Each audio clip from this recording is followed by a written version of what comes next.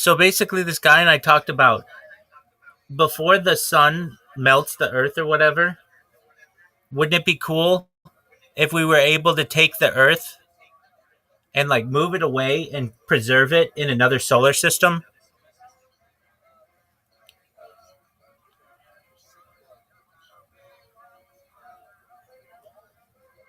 I think that's baller as fuck.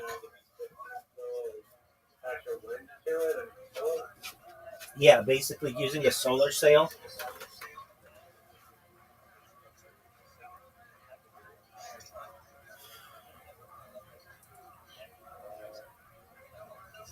Hey, rise up. Riser, Zoot's talking to you.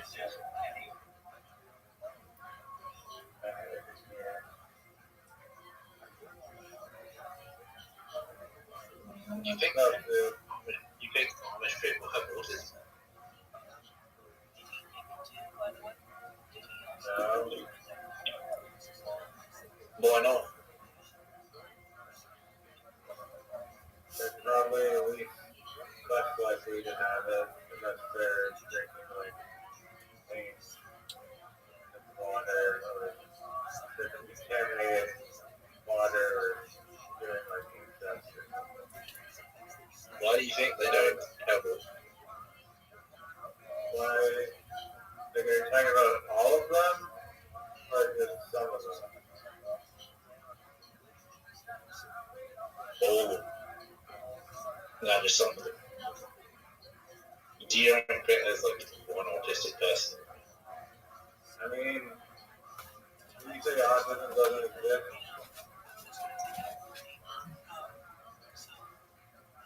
I saw this interview Theo Vaughn did with this Amish person, and you know how Theo Vaughn's like kind of like a backwoodsy, kind of folkish kind of person, folksy person.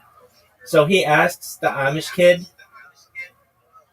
"Do you guys have ADHD in the Amish world?" And he's like, "What is that?" And he's like, well, it's kind of like when you just always want to say something, or you just can't stay still or whatever." And the Amish kid's like, "No, I mean it sounds kind of fun, but no, we don't have that. I don't know what you're talking about." And it was fascinating to hear somebody who had like never heard that term, that they were just like confused, like that's a thing. It was quite interesting. Imagine the next like AI tech billionaire starting like the next like Elon Musk is Amish. Yeah, I mean, I think it could maybe happen.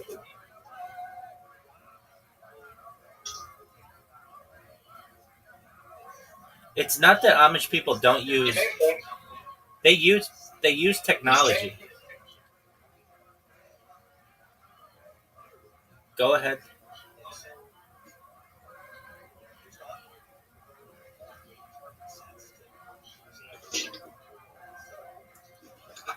Zoot, what are you saying?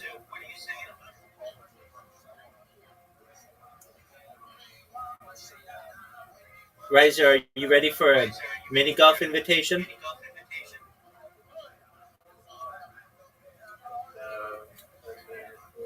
Why are you being such a bitch?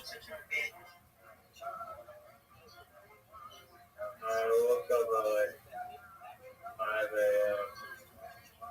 and I can't get to sleep. I haven't. Probably gonna go to sleep. Doug, no one gives a shit about your story. Are you ready to play? I'm here to talk to Zeus and my friend Rabbi. Okay, understandable. And help person from Iraq who has like the saddest fucking story ever to somehow immigrate to the United States. Oh, that poor kid. Yeah, why do you suggest hopping the border? I mean, I guess the cost or whatever. Um, To just fly in. well, because you have to make it. If you can make it to the border, you can seek asylum. So it's basically like if he makes it to Tijuana, that's at the border. He just has to make it to the gate, which is like 3 miles away from the airport or something, if he like made it to like LAX, then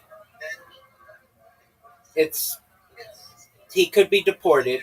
Like basically, he could fuck up his chances right away. Like if he gets to the border and they're just like he wants to seek asylum and they say no, then that's fine. He can live in Mexico. He can live in Tijuana and live a nice life. Tijuana is not that different than a lot of cities, especially like San Diego. They literally border each other. So he could just live there and then eventually sneak in if he wanted to. But if he flies into the United States directly and they catch him, he could get into trouble. Like basically, that's when they're going to deport him.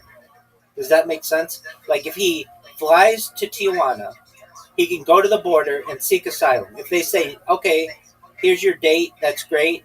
Then they can let him in. If they say you can't come in, that's fine. He can then just cross the border illegally and do whatever he needs to do. If he flies into like LAX and he goes to seek asylum and they say no, then he's here illegally and they're going to deport him.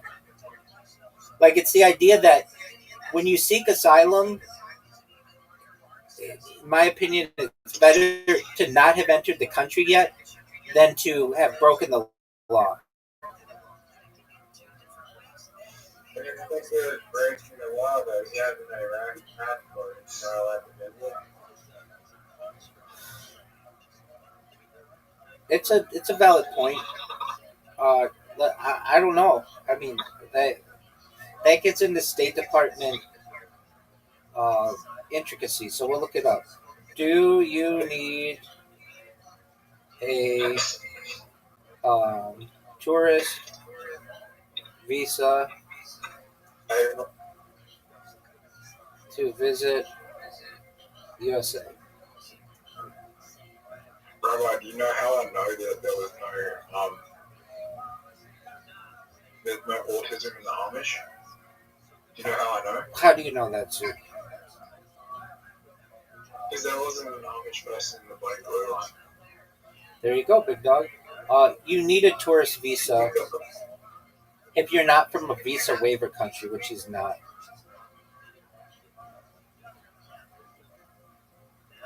I assume that he, as a tourist, visa, he was enter the country legally and a refugee. How did you join the Amish? They talked about this in this interview.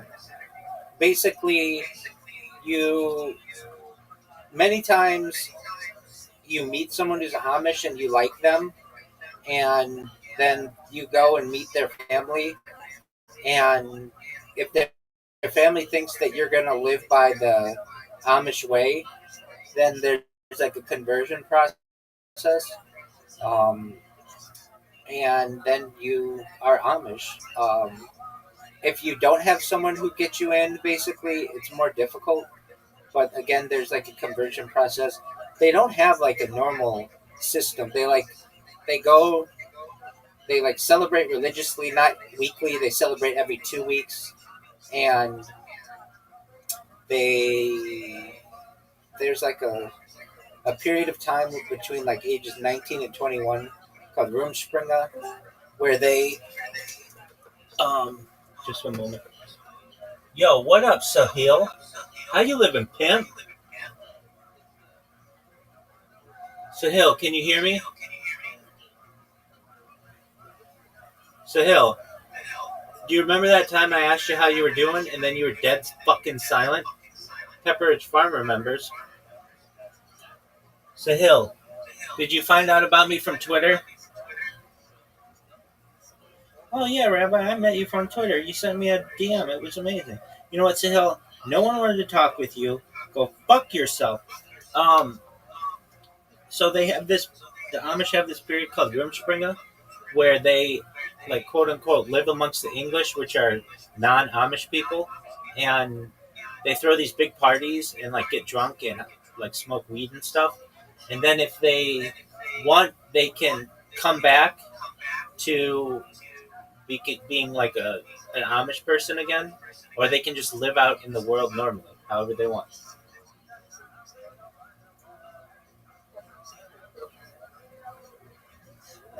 I know basically everything that I learned about the Amish from this interview with Theo Von, so I'm not the best person to learn anything about being Amish.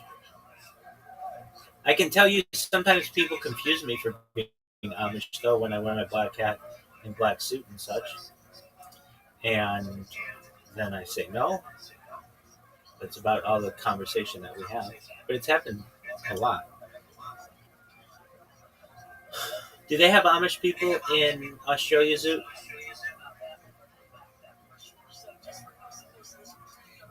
Yeah, Amish people. Yeah. Hi. Do you think there was an Amish person amongst the 20 dudes who were going to fuck that chick at that adult bookstore? No. All right, but how do you know? Because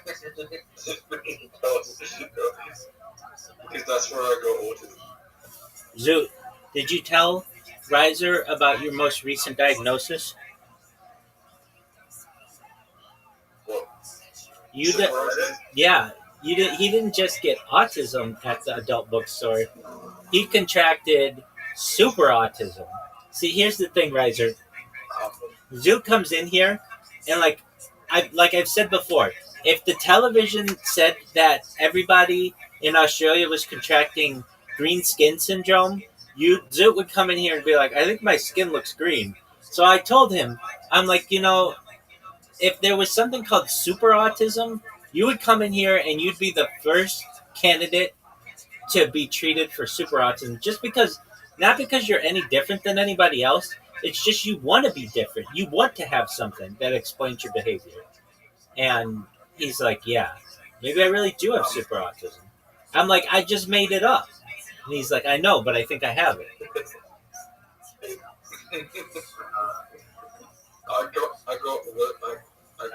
you know, 10 years ago when I did that autism diagnosis at 19, he said I didn't have it, and I get fucking diagnosed by a woman who's barely like listening to a word I'm fucking saying. Right? She's like, yeah, you got it. I was like, oh, well, what changed in 10 years? It's like it's all just an opinion, right? That's true. What did she say changed in 10 years? What changed in 10 years? Yeah. The fact that she couldn't fucking the fact that I didn't really want to be there and I just didn't answer the questions correctly, and I'm just like, she was asking me, do I have like sensory issues, and I was like, yeah, sometimes I like touch plants when I go on walks. And that's because I have fucking Tourette's, though, not because I have autism. Did you tell this woman? Sometimes I rip leaves off trees because I have fucking Tourette's. I can't help it. I'm gonna tip, and apparently that's autism. No, that's not autism. You should get a card that like states that, and then have some masks if you're going by. Sorry.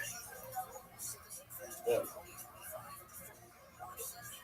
Can you actually get in trouble for doing that if you legitimately had stress? Is it a free mask grabbing card? Like,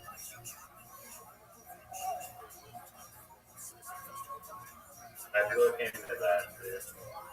You may have a good excuse to grab that. Okay. No. Rabbi. What up, baby? If you were in protective custody for 10 years, would you find it hard to maintain friendships? Am I allowed to have friends? You're in protective custody for 10 years. Social isolation. I don't even know what that is. Am I allowed to have friends? No.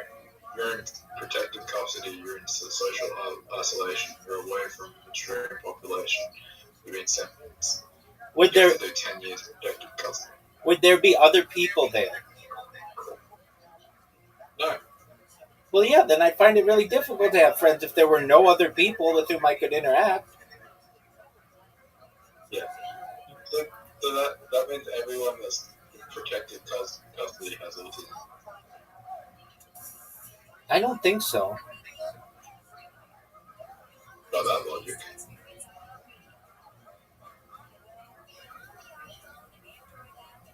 Zoot, have you ever thought that you are absolutely obsessed with the subject of autism and that's not good? That's a sign of autism. Maybe you should be an autism researcher.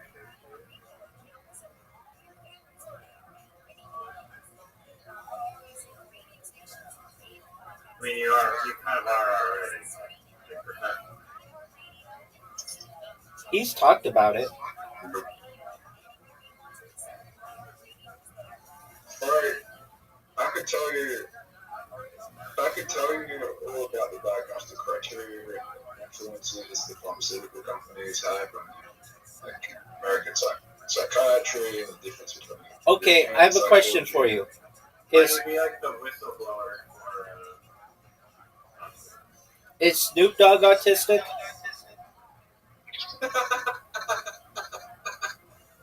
Probably. Okay. Are you going to be the one to tell him? Snoop Dogg doesn't know autism. What? Which celebrities do you think have autism? None of them.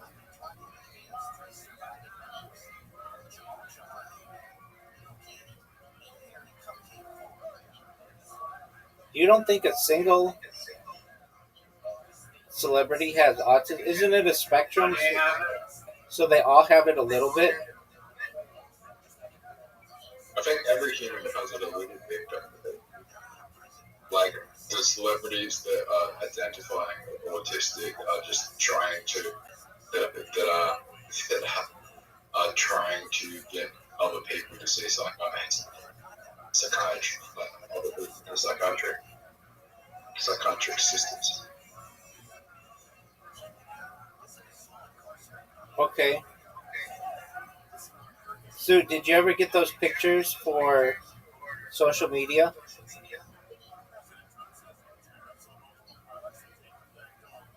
Are you gonna? Are you gonna? No, because I Are you gonna started do? putting on weight again.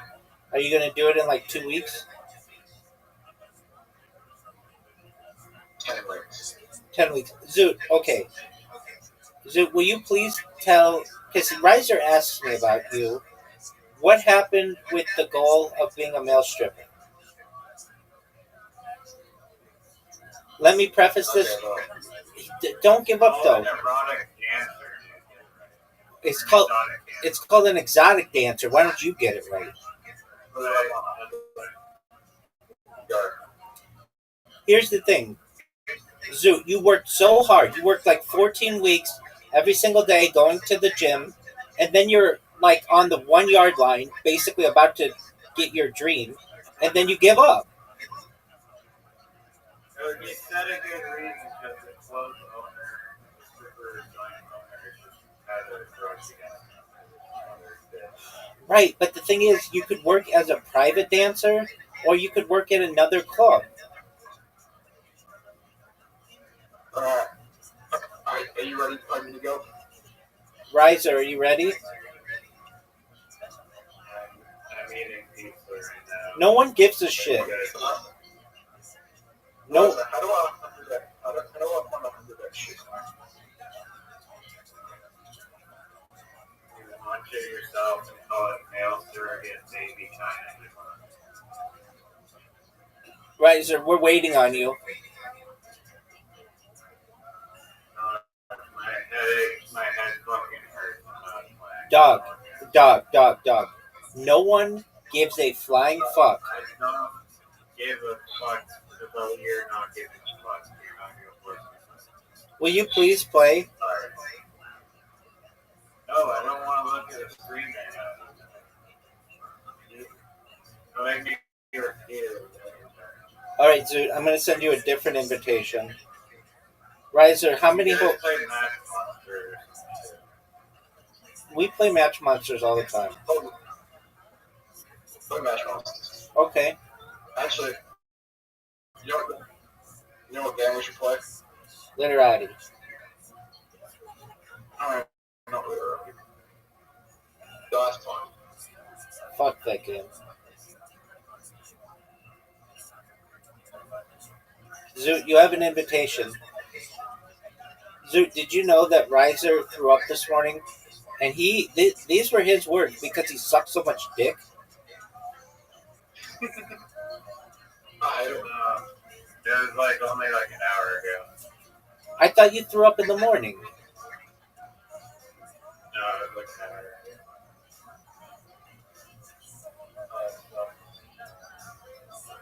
I hate it when I suck dick.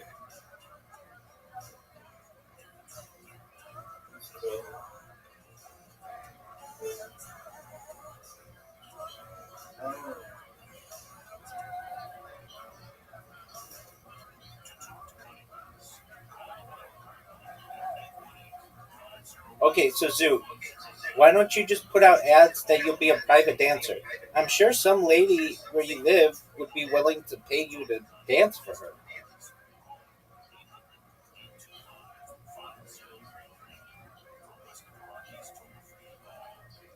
Bachelorette party, dude. Full time.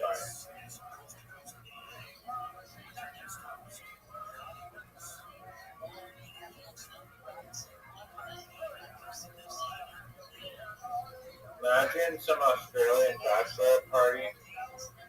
They order with the male stripper and then he shows up and they're like, Magnus Carlson? There you go. I can tell you that I went to a girls' party, an all-girls party. This is like 15 years ago. And I danced for them. And I could have fucked all three of them that were there. Well, four of them that were there. And I chickened out. But it's pretty easy to fuck them after they see your moves, dude. So, Where am I? yo, baby. I just lost. All right. You just got an extra move. What are you talking about? Hey, Zoot. Riser didn't know any of our moves. Like, he's an amateur in this game. He sucks. I had to literally. I chose the worst fucking. I just gave you an extra. Thanks, baby. I had to teach him the L move. I had to teach that to you too, though. I had to teach him. Oh, not better. Yeah, you always miss it. It doesn't really help you that much. Dude, it gives you 5 points and a free go. Yeah, but sometimes it's better not to use it for those few reasons. It really depends on what the patterns are. What are the reasons, Zoot? I just said it depends what the patterns are. Okay. Riser, have you been on? Oh my god. Oh wow, Riser, have you been on? No. Look at you, dog. Dude, can you go on Reddit? That's how I call it. That's how he found out that girl wanted to fuck.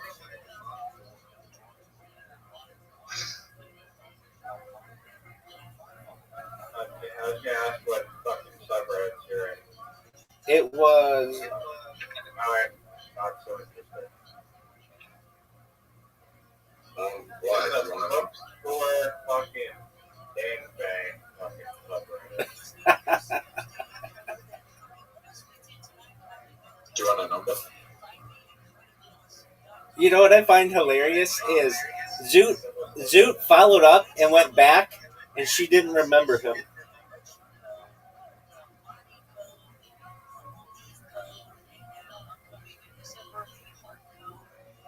Wow. First in line?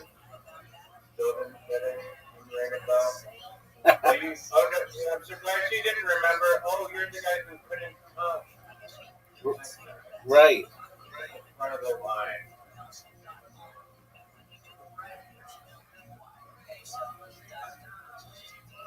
Dude, were the other guys there, like, watching you in the same room? Oh, for sure. I don't think, I can't, I can't literally pee in, like, a fucking urinal.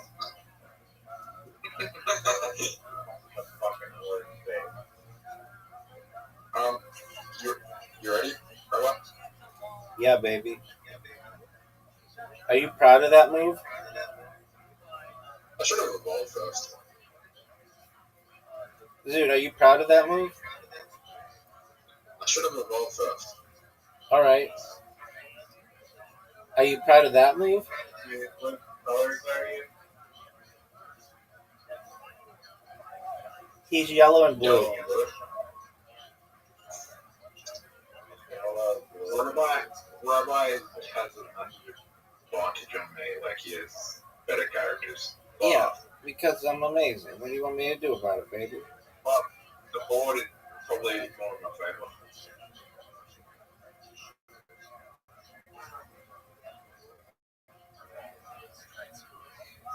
Would you say the board is more in my favor or yours? Yours? It's more in your favor now. Yeah, it is, baby. Fuck you, Zoo.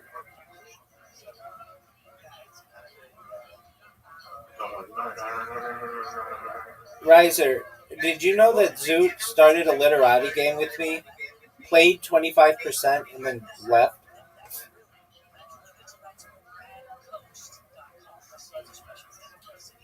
Does that surprise you at all? Yeah, What'd you say, big dog? Rob the same stuff I don't really care. Oh, he cares a lot. He might care more than I care. You told me about my prolific karate loss.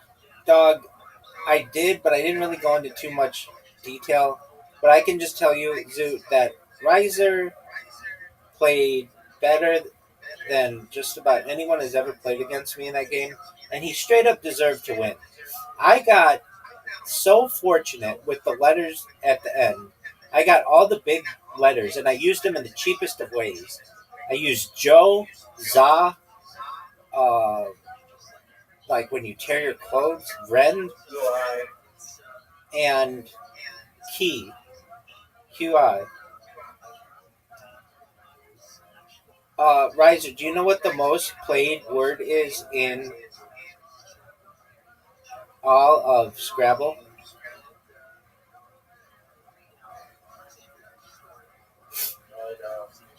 It's QI. I was gonna guess that, but So my question is, You just help.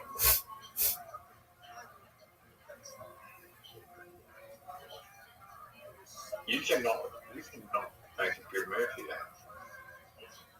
baby. You can make a good move. Extra move. I just scored fucking insane. Electro Claw. Wow, that does like no damage. Even though it's fucking evolved, it does 10. 10 is like nothing.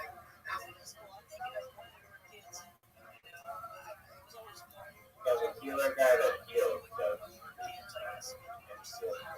And he's not even evolved. When he's evolved, he does 15.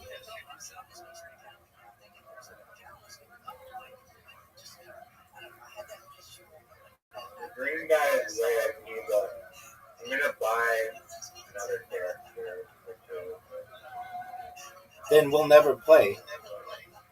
At least not when you use them. Dude, if you're gonna buy one, I'll tell you which one to buy. Because I'm in the Play-Doh subreddit. Yeah, that's how cool I am. And they say there's one that's like the best one.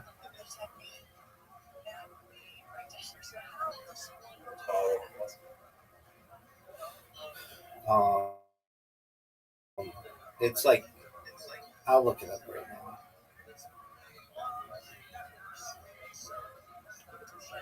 I tried finding it, but it um they just gave the advanced version of it.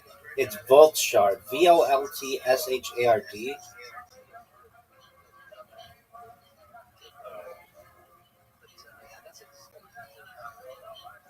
Everybody was like, that motherfucker is so hard to beat.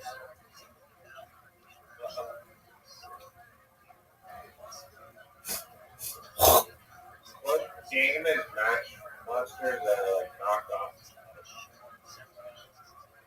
Dude, I fucking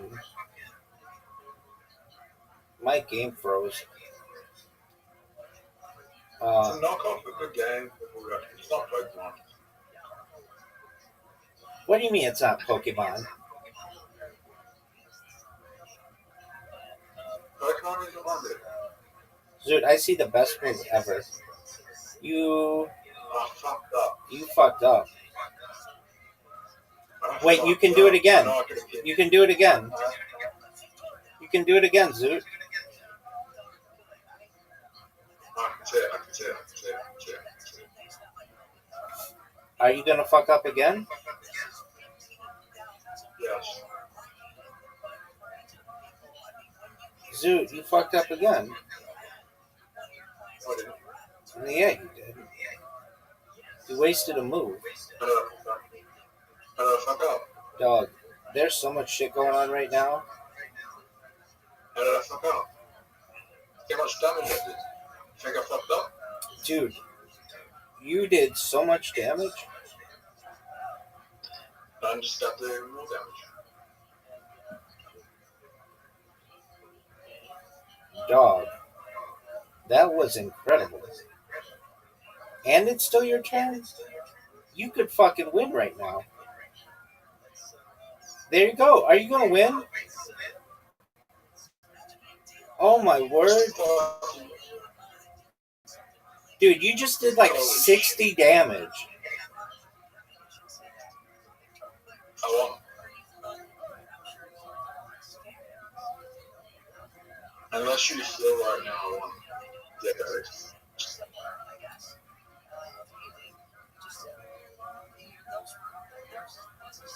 It's my turn. Yeah, big dog. I just won. No, you didn't. Yeah, I did. Let's see it then. Oh, because of the fucking Electro Claw. Berries. You did just win. Dude, Zoot, that was fucking like that. No, don't you do that shit. Are you ready for mini golf, Riser? I'm ready to play it. No, you can't do that. I didn't know that that's what the rule was. Tournament. It's a tournament. Play the winner of the match. How about we How just, does it feel? How does it feel to lose against the fucking pair that we've never seen? Like, you had the advantage. You had the best. You had the better pair. dog, you smoked me in that game. Riser, you ready to play mini golf? How do you manage such an asshole? He got very fortunate. Riser, you have an invitation. Riser, you have an invitation to mini golf, and Zoot and I are already ready for you. We're waiting in here. I got lucky with this stage. I got lucky that the stage ability was in my character's favor. Correct. Riser, you have an invitation. I just sent it to you. Okay, do you want to know a secret way to do this hole?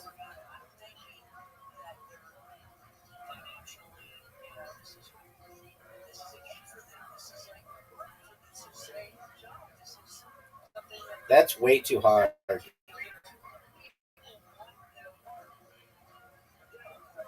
And too far to the right.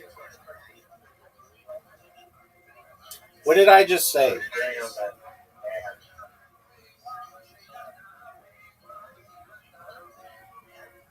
Look how I'm... Shit.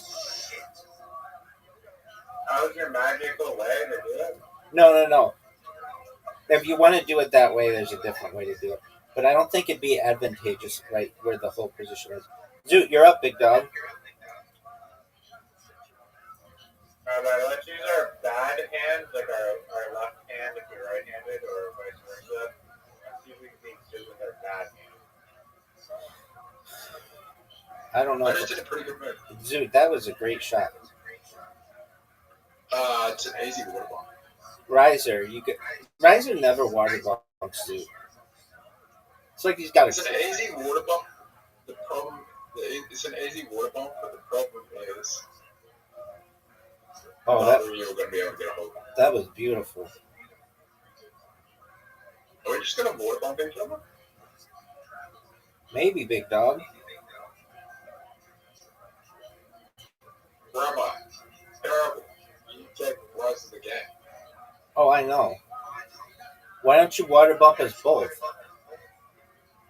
The double It's going to be hard. Yeah, you lined up in the wrong spot.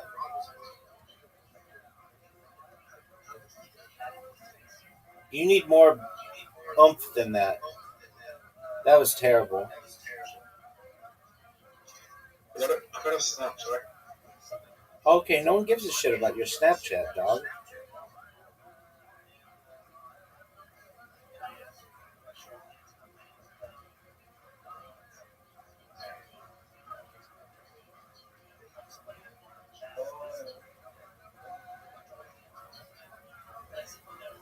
Zoot's checking his Snapchat. He's got another dick pic. Oh, dude, add me on Snapchat.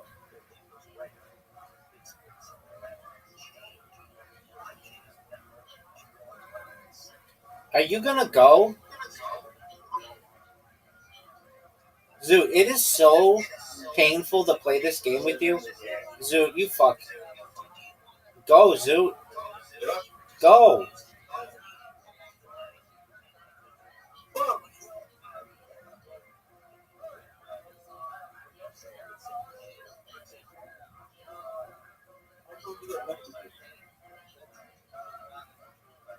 Zoot, you deserve to not score any points in this hole. You deserve to not score points in the next one. Ooh, good one, dog. Look how good this shot is. Look how fucking professional and sexy and just all around amazing that shot was. Did you all see that? Riser, what are you gonna The do? way the guy pronounced Kareem or Karam, he was like, yeah, you mean Kareem? I know. I had to cut that guy a lot of slack, though. He can pronounce it any way he fucking wants. Oh, he might be right. So I'm like, wait, you mean for, like, is that how you say it? He's like, yeah. We're wrong. Look at Zoot here with one of the greatest shots I've ever seen. I didn't know it was one of those that full block from behind. Baby, 92% backwards for a shot like that. you're gonna help him.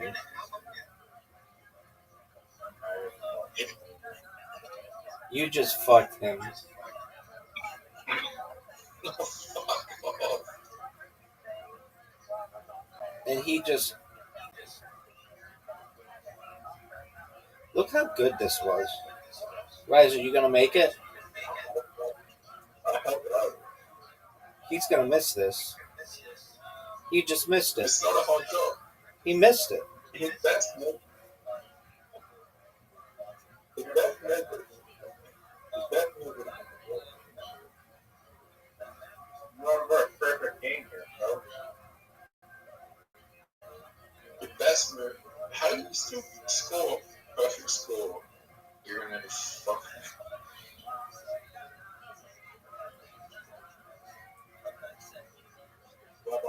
I'll give you a shot too. Baby, it's perfect. Riser fucked up. Riser fucked up.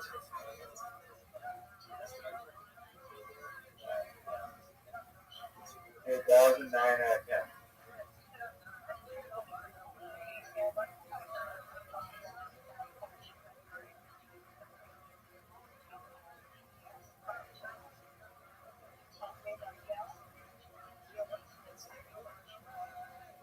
Zoot, don't block my ball. You get in front of his ball.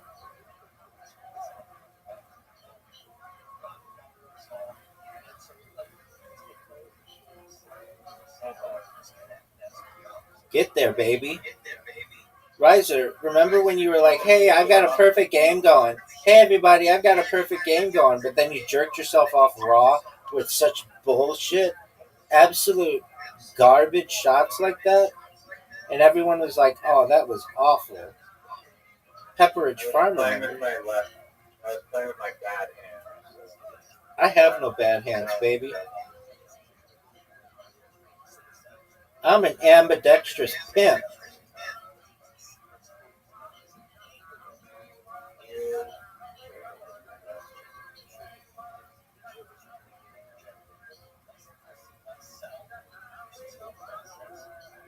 Zoot, what are you gonna do here, dog? I like how you have all the fucking, all these stupid little hacks where we fucking these cuts, but then this one, it's like you literally can't figure out how to get it. I agree with you on that. Oh, what a filthy shot. What a filthy shot.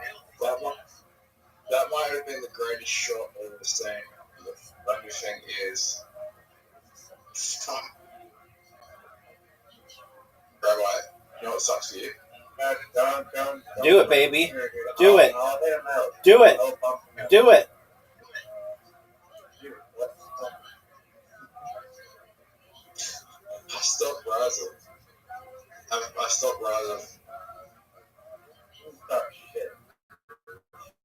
I stopped rising from getting the lead. Thanks, baby. Oh no, he's going to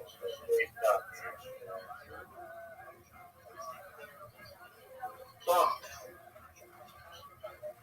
What am I doing here? There you go. There you go.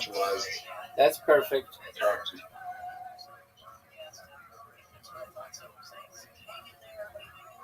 Are you dead? No, Zoot. My Tourette's going up. Yeah, dog. Are you guys ready for bed? Yes, sir. Oh, that almost was.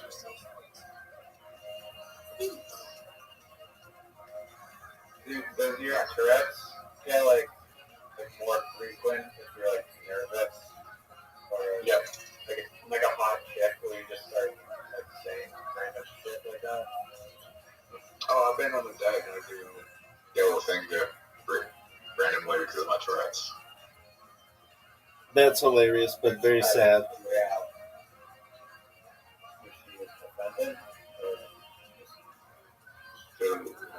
She was offended? She was like, you're retarded. And I was like, yeah. Did you have a second date with her? Oh, yeah, we fucked for 6 months. Is that the girl with whom you broke up recently? No. I never fucked her. You never fucked the girl you were giving money to?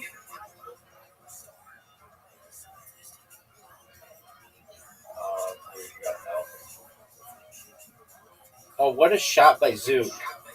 One of the greatest shots I've ever seen in this game, Riser. Did you see this shot of Zoot? I think go around the corner. She won. So you gave this girl a bunch of money and never fucked her?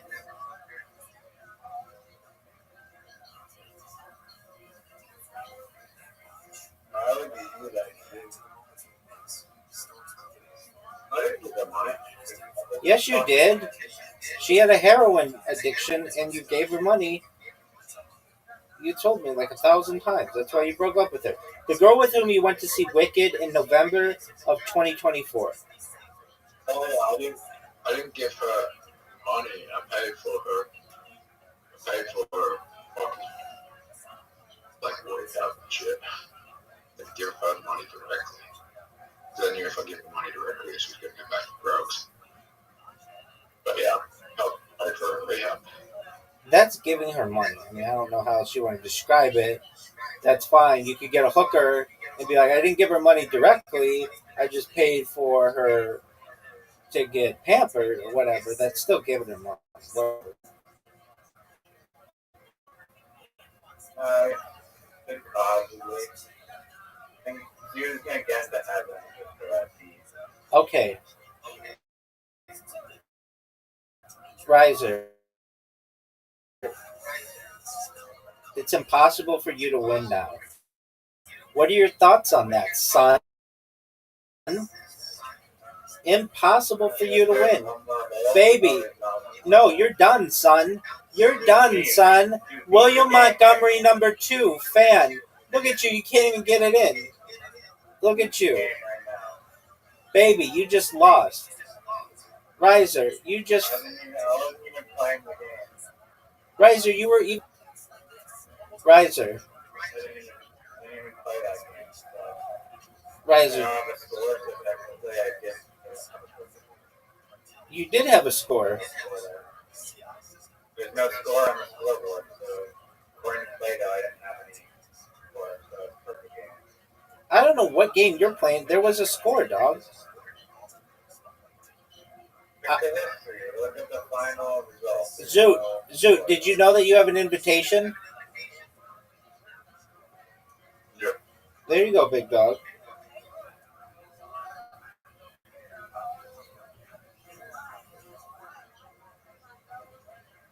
Look how good a shot this is. Look how fucking... Just phenomenal. Phenomenal. Phenomenal.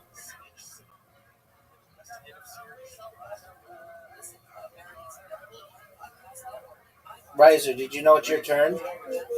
Riser, did you know it's your turn? Riser, did you know it's your turn? Riser, did you know it's your turn? Riser, did you know it's your turn?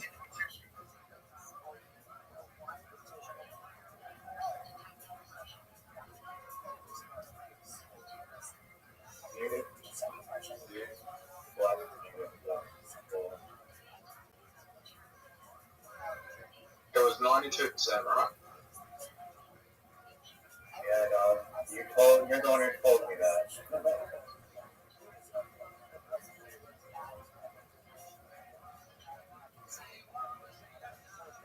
And Rabbi guessed it didn't know. They can put it in a two shot. What did you all think of that? Riser, what did you think of that shot? What idiot shot that ever seen. Everyone gets it. I went right in the hole, you're flipped around it. Everyone gets it in a two shot. Except for you, yeah. I did the hardest shot out of everyone.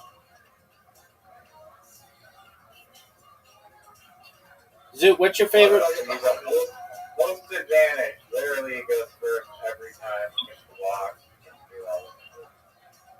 If I was going host, I'd also. Zoot, what's your favorite Madonna song? Go. Like a virgin. Excellent. Riser, you don't know Like a Prayer? Is that the same as like a virgin? No. 2 different songs.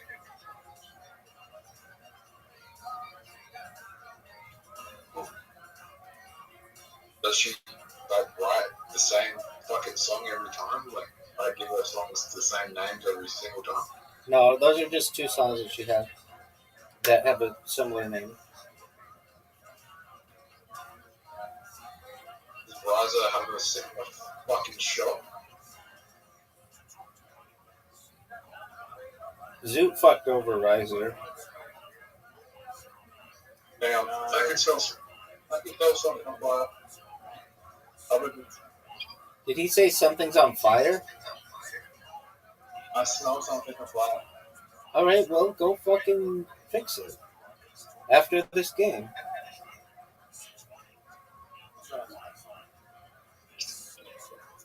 Dude, it's your turn. Zoot, just go real quick. I can tell my house might be in danger. And you're like, oh, you took a shot. I know. Go. So shoot your shot, dog. Nothing's on fire. Okay, it's just an extra one I use. It's fine. There you go. There, that's what I like to hear. They're barbecuing or something. Yeah. What an amazing shot.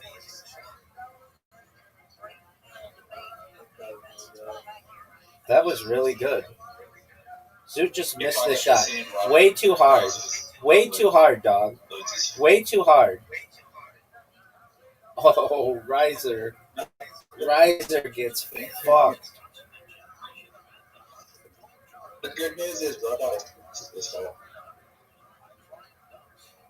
Zoot, do you know what the Harlem Globetrotters are? Yes, they were NBA team. No, they weren't an NBA team, but that's close enough. They were not. What a fucking shot. Riser, are you proud of that shot? They weren't an NBA team? No. They're a team that plays basketball that's like a show. They always win, though, basically. They like always play the same team every single time, and they always win. Yeah, there's like Epic Johnson or something. Wilt Chamberlain. Will Chamberlain. Is Magic Johnson out of it? No.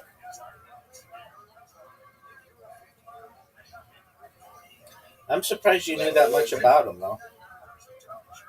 They're celebrating their 100th year this year. How old are they? 100 years old. How many years old? Well, the team is. The people on the team are like between 20 and 40. Okay. Are you fucking serious? You're gonna block me? Look how good this shot is. Look how amazing this shot is. Guys, are you gonna... Best Boston player is on. Wilt Chamberlain?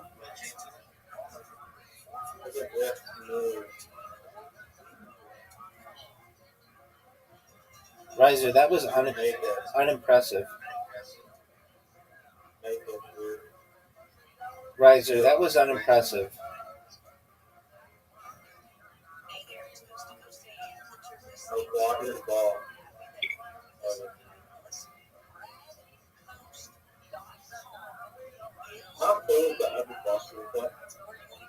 How tall?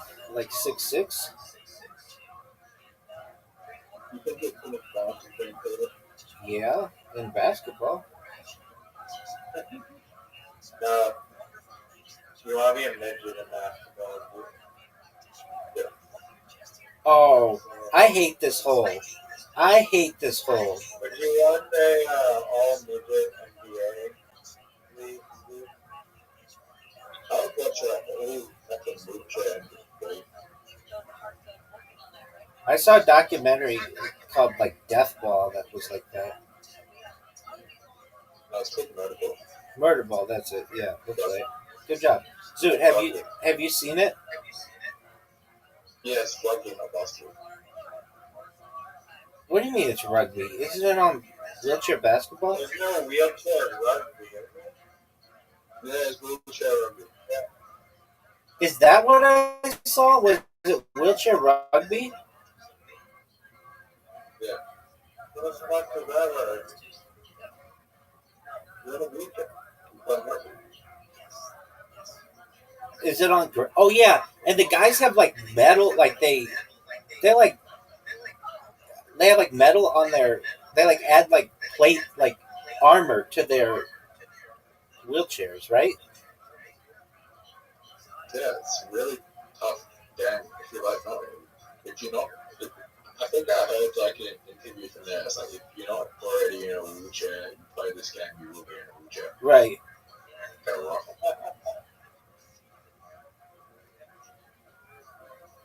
And I was like, wait, there's no way they can be on grass.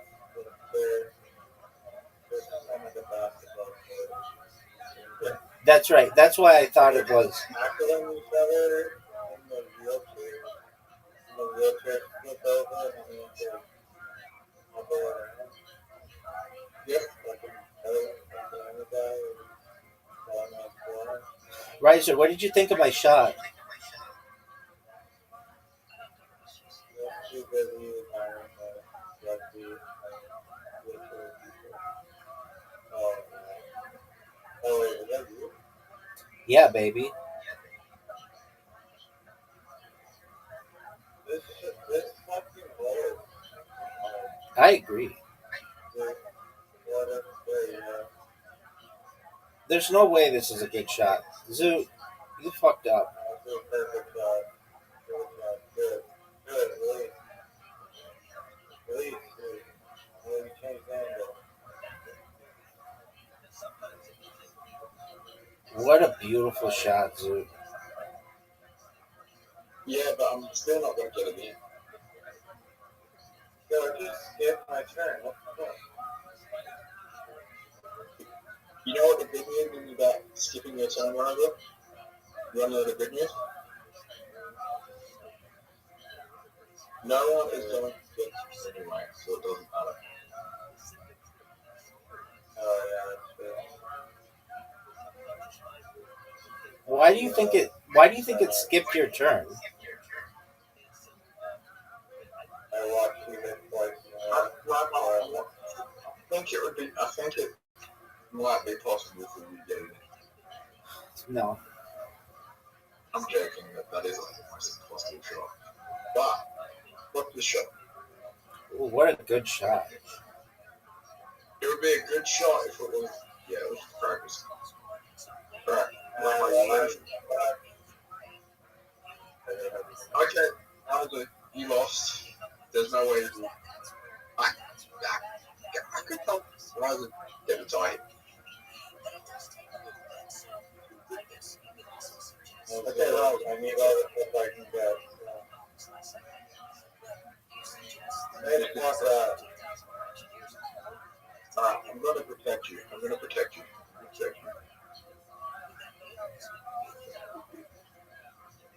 That protects you. Collusion. Collusion.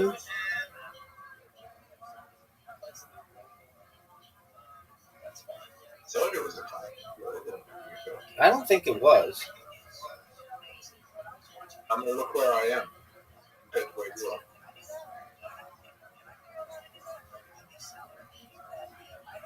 We're going to zigzag or just going straight up? This is a terrible shot. Doesn't even use all the power. This is a terrible shot.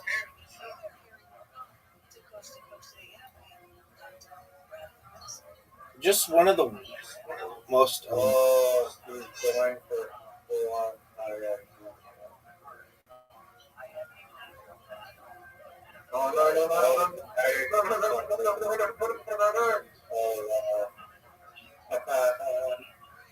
You can win. You can win.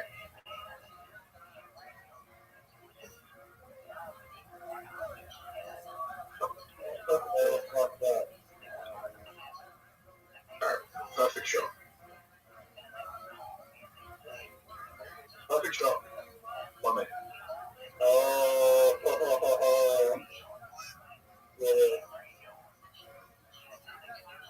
And Bronze again moved to the phone.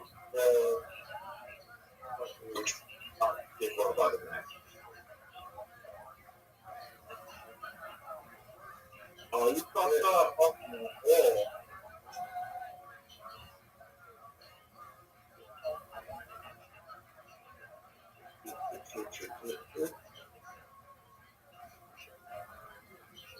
You piece of shit. Try and actually win the game. I am. I am. I am going to win the game. You can't win, guys. No matter what you do, no matter what you can't, you do. So, no matter what you do, you can't win, guys.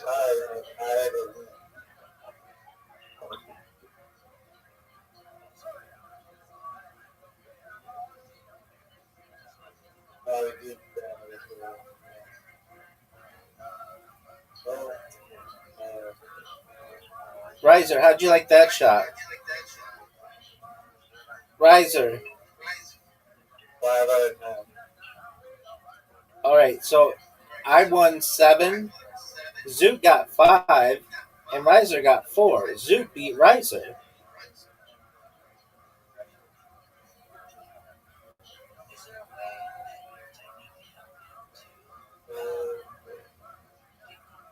I went on Facebook and I was playing their game.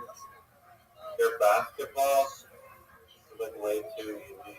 You can literally just flip the mouse and like get it in every single time. When are they gonna have? So, Do you think they're gonna have the different the kind of? mini golf was like really pretty damn good. It was really easy.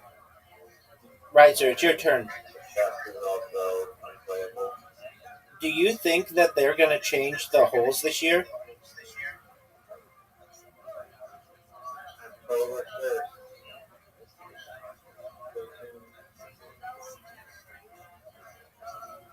I seriously considered like trying to make my own mini golf game where you can customize the holes. I'm sure I could with ChatGPT, but don't really want to let someone else do it. Shit on. Did Zoot just say you're making shit up? I don't know what the fuck he's on. Are you gonna go, Zoot? Type job. What the fuck was that shot?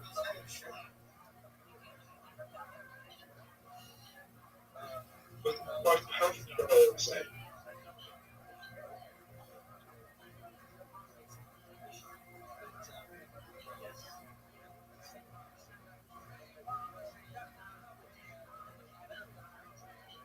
Rabbi, you put the most perfect shot I've ever seen. No, I have this tree in the way. Oh, wait, sorry, I was talking about one of them. Oh, okay. Yeah, the most perfect shot I've ever seen, and he fucks it up. There's no way I was gonna make that. 0% chance.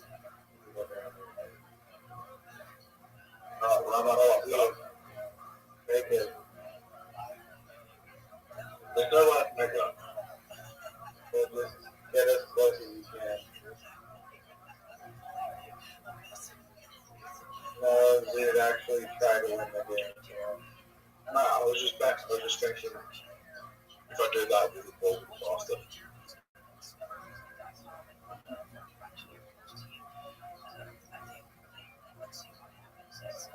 Rabbi, the sample is the winning. Dude, what's your anti-material stand-up stuff this week? You actually inspired me, and I might go to an open mic tonight. But unlike you, I'm actually not going to be a good record this time. So if you guys can raise my thought.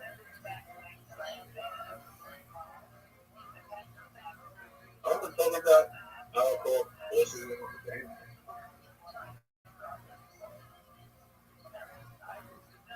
I like the Amish joke about the bookstore gang. Amish people there.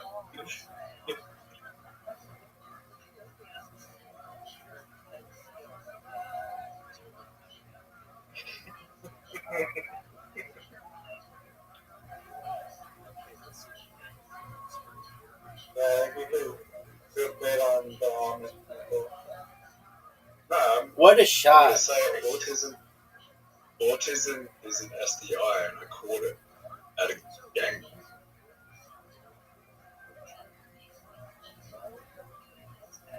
That's the funny part.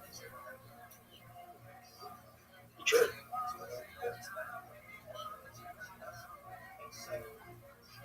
There's kind of a funny joke in there to be like, you know, what I learned recently is that the Amish do not contract autism, but they do contract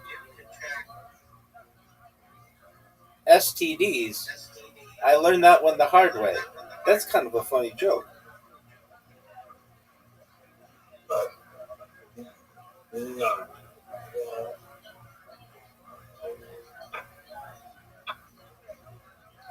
I think it's hilarious.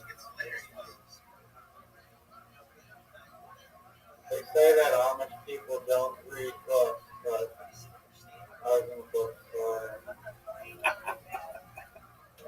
It wasn't a bookstore. It was an adult store. It was an adult store. It was an adult bookstore. An adult simulator, adult arcade. Adult cinema. How many times have I played at the cinema? No, you said bookstore, dude. Don't fucking cross.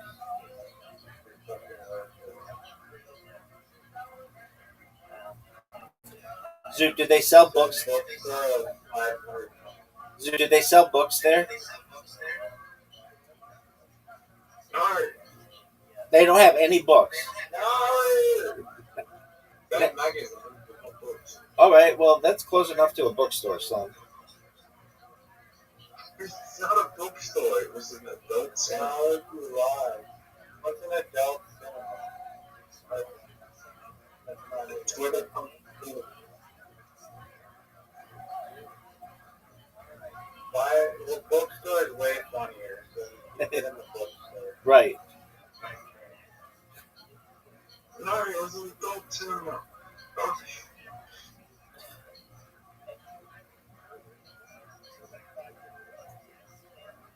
Might be someone in the crowd that was there. Oh, for sure, dog. You. They also caught it. They also caught it.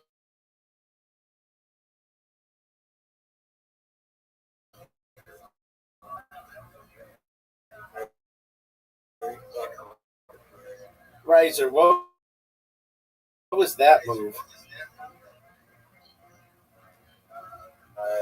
My finger may have caused me to.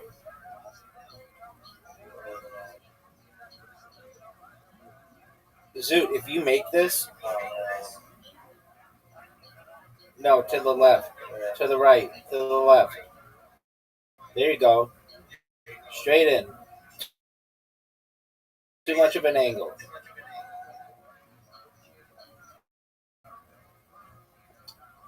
This is a tough shot, Riser.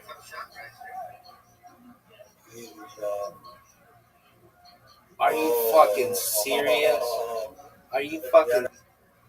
I do like that about this game, that like the hole is very forgiving.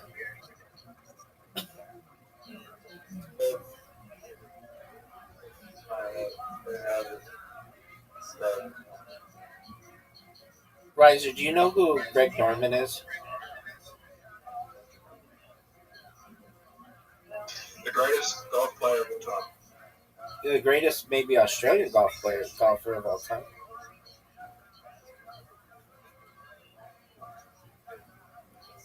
God is better than like everything anyone else. What are you saying, big dog? Name something that Australian is like 100. Like Australians are just better than everyone else and everything. No. Except for mathematics. Riser, that was an amazing shot. And I'm regretting my shot.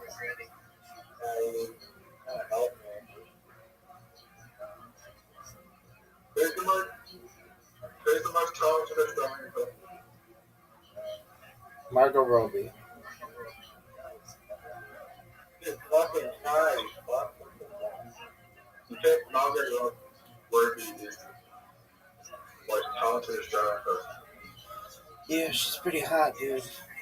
There's some talent there.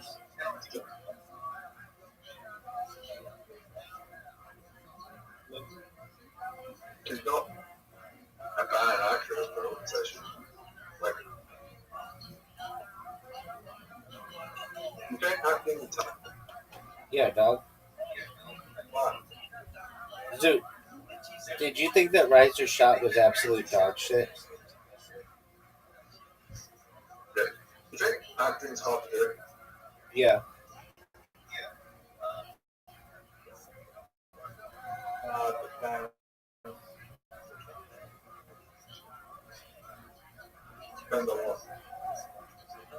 get my ball, baby. Go and try the camera.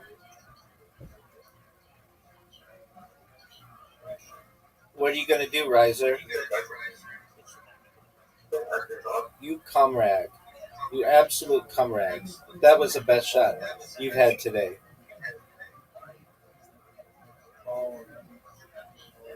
What a good shot. I'm still up by one.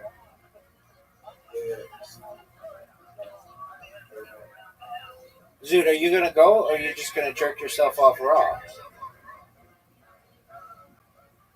Riser, are you sure you won? Zoot, did you disconnect? Zoot disconnected. Zoot disconnected. He's got a fire next door.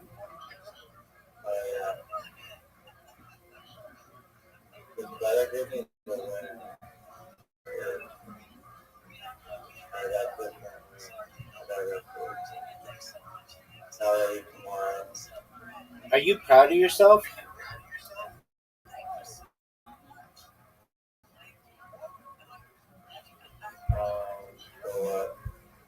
Sucking dick?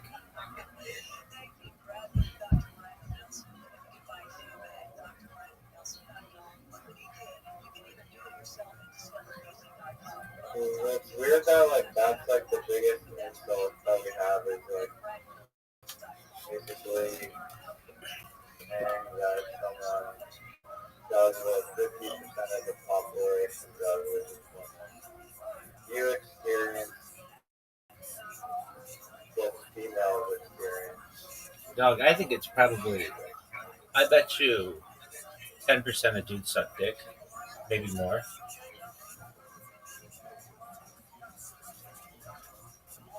I mean, there's Zoot and you. So that's at least. I've never done that. Neither have I, dog. I don't plan to. But if I were on a deserted island and the only way to get off was to suck a dick, or I would die. If you're trapped on an island, then all things go up the window. Yeah, dude. Eventually, you get bored and horny. Exactly. That's what I'm saying. Dog, I agree with you. And that's why I don't think that those people are gay.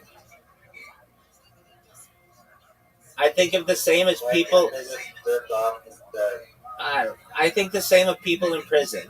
Like, if you're in there for life and you have sex with dudes, I don't think of you as gay. I just think of you as desperate. To me,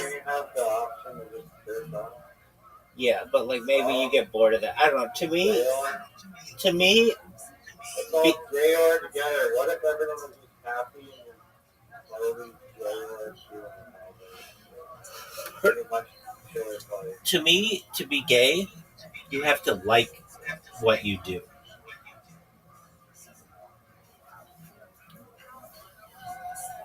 Did you watch the William Montgomery show this week, son? Someone take a pair of pliers to your eardrum so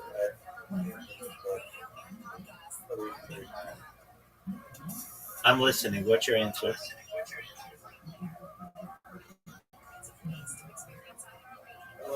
What happened? Give me the freaking I'm gonna watch it right now. Do you want to watch it?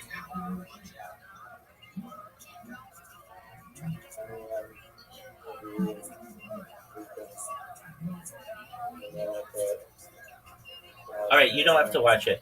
But did you know that there is a post? Have you ever met Zoot before? Have you ever met Zoot before? Yeah, I don't know why I said that. I don't know. Normally he'll say something like No, that's how Zoot goes.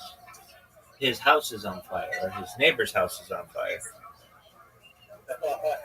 My house is on fire. That could be. Okay. So, let me ask you this. If you're raped by a dude and you're a dude, are you gay? Only if you like it. Exactly. The answer here pretty much is obviously no. If you were doing it against your free will.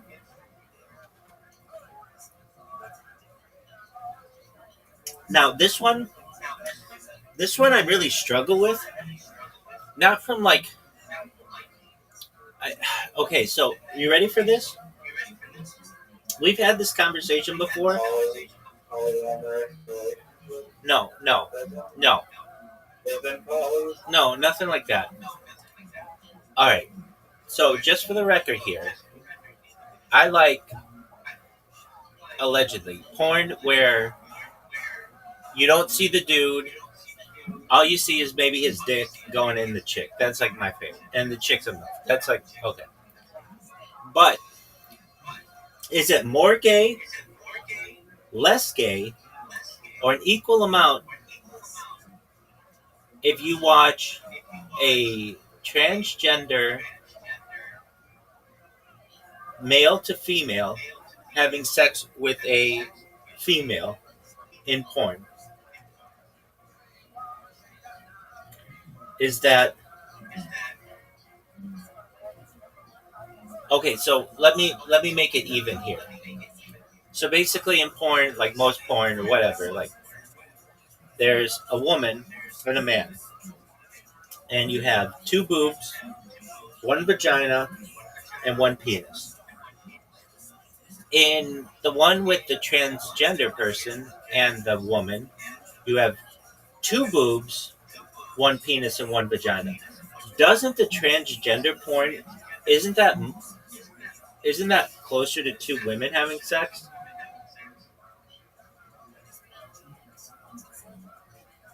We've had this conversation before. I know, Yeah.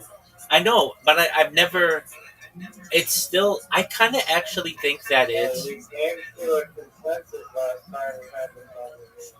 I know. I think the consensus was it's neutral, but I think I disagree with that now. I think it's.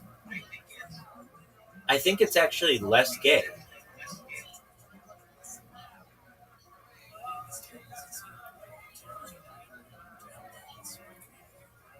I think it's less gay to watch transgender porn with a woman than it is to watch a dude and a woman.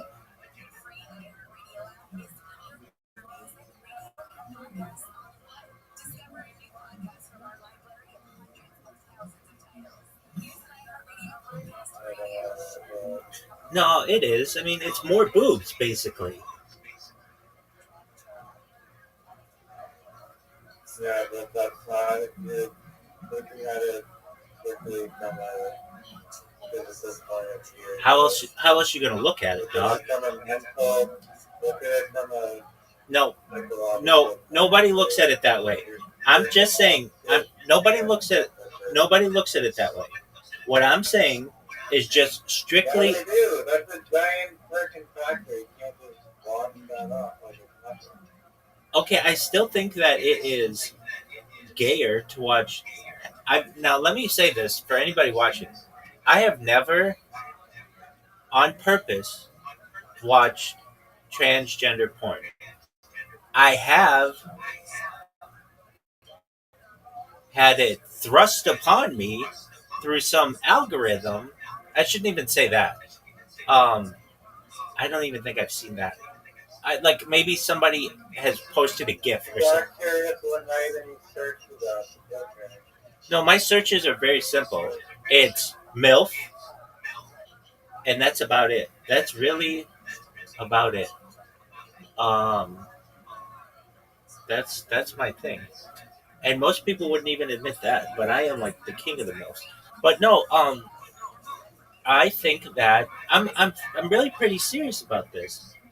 That it is less gay to watch transgender porn and a woman than it is to watch a dude and a woman. Just because there are more female sexual organs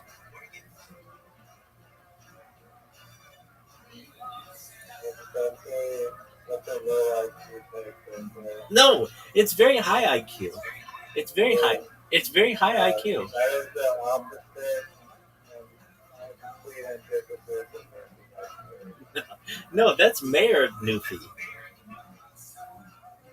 No, that is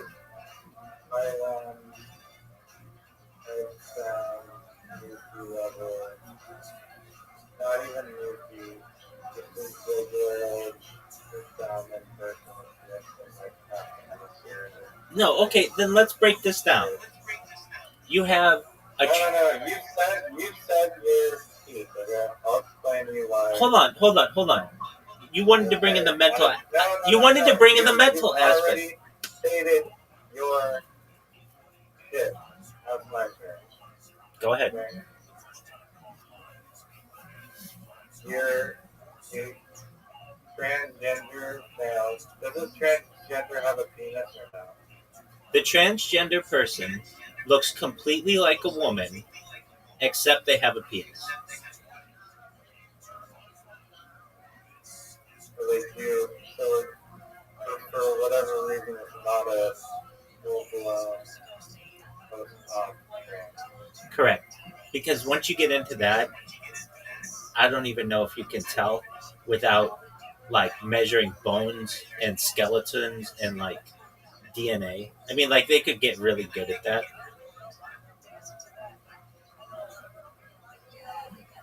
Yeah. I mean, to be honest with you, I've never seen a Well, post.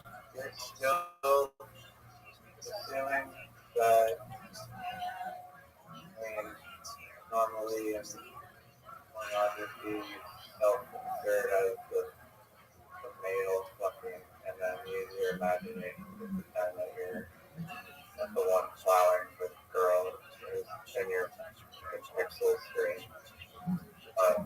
Assuming that's the case, then you're now imagining yourself as the transgender person, which by definition is not great. So, No, not necessarily. Not necessarily. If you're not, That's one aspect of the porn. then what are we imagining? What are we imagining? I mean, let me just ask you this.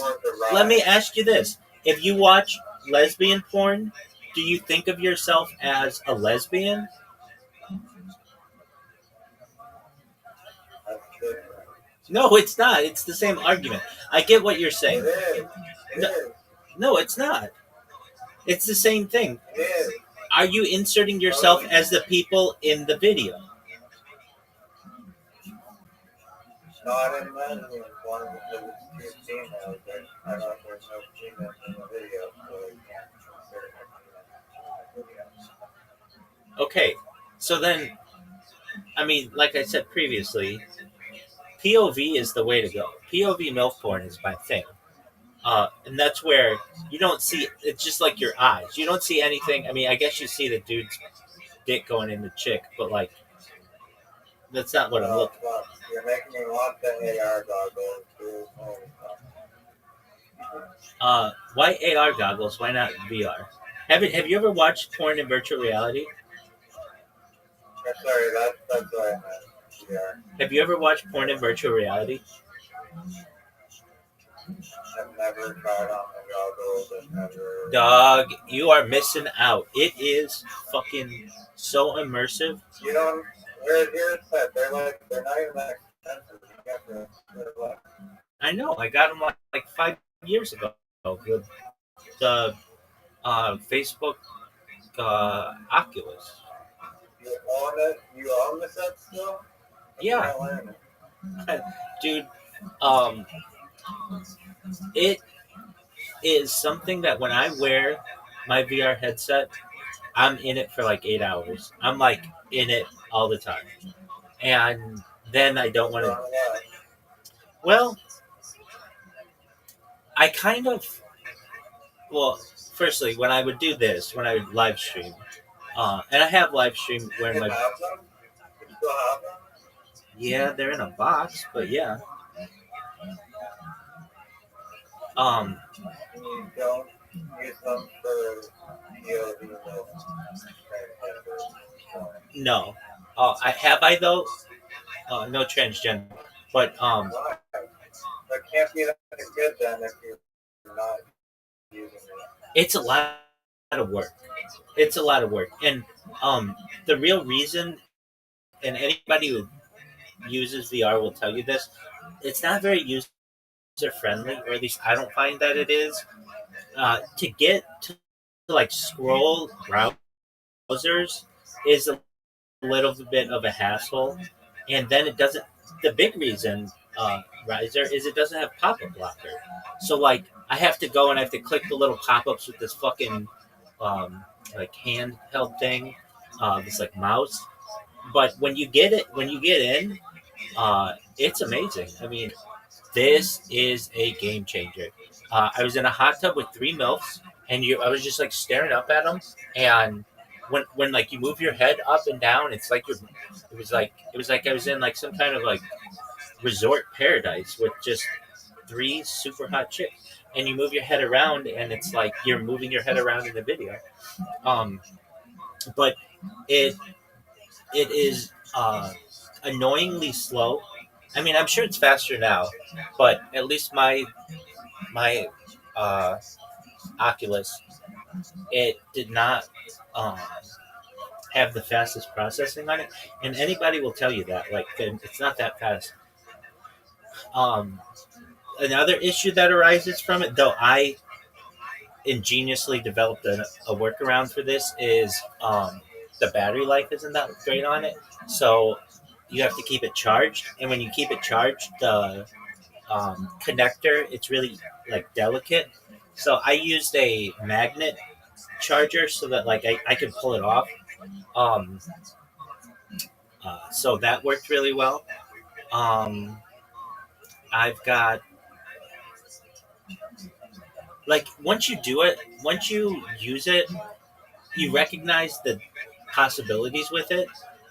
But again, to me, it's really annoying to do pop ups, and I don't like that. It's because it's not like you can use a mouse. You have to use this handheld um, like device and close each X, each close box, and um, but there is a lot of 3D porn or virtual reality porn, and it is um, it's I thought you can't just full screen a regular like game.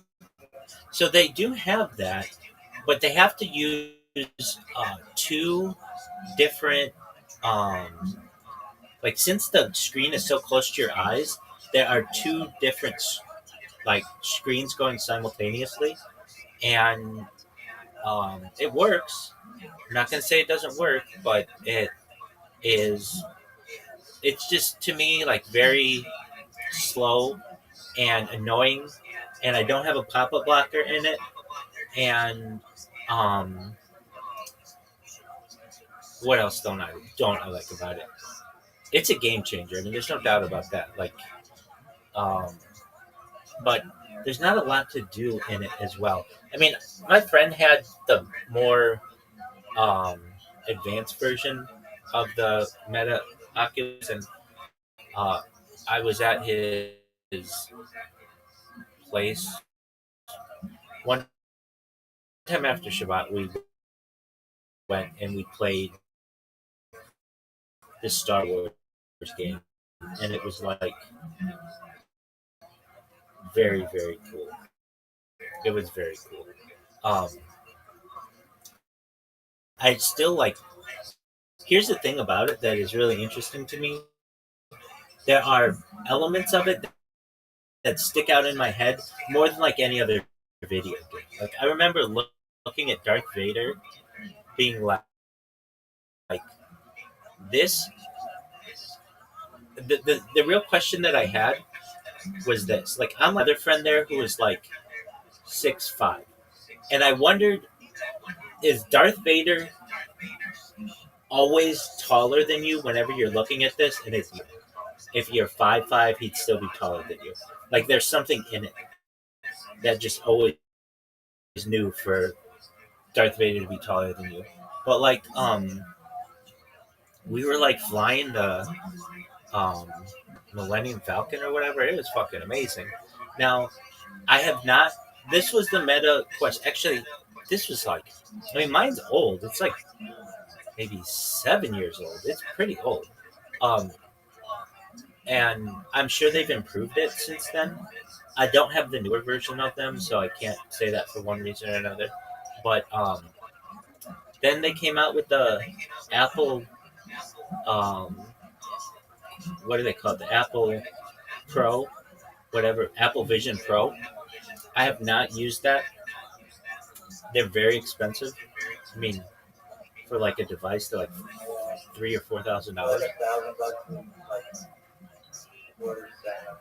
Like 1,000. not a lot. There's like they're like 3,000, and there's just not a lot to do on it. That's what I found to be Yeah.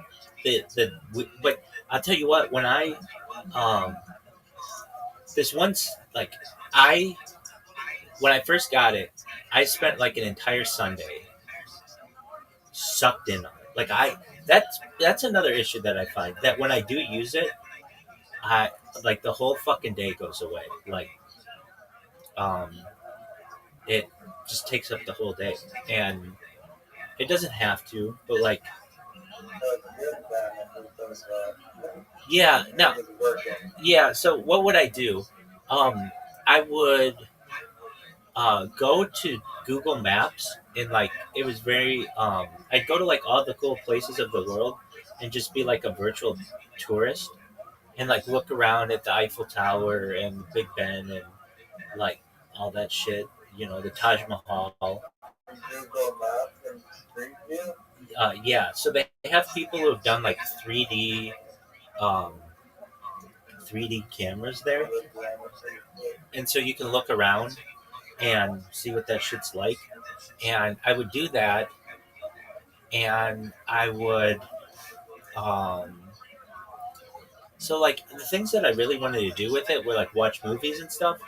But if you ever go to those websites where you can stream free movies, it's like a ton of pop-ups, like thousands of pop-ups, and so that kind of becomes difficult.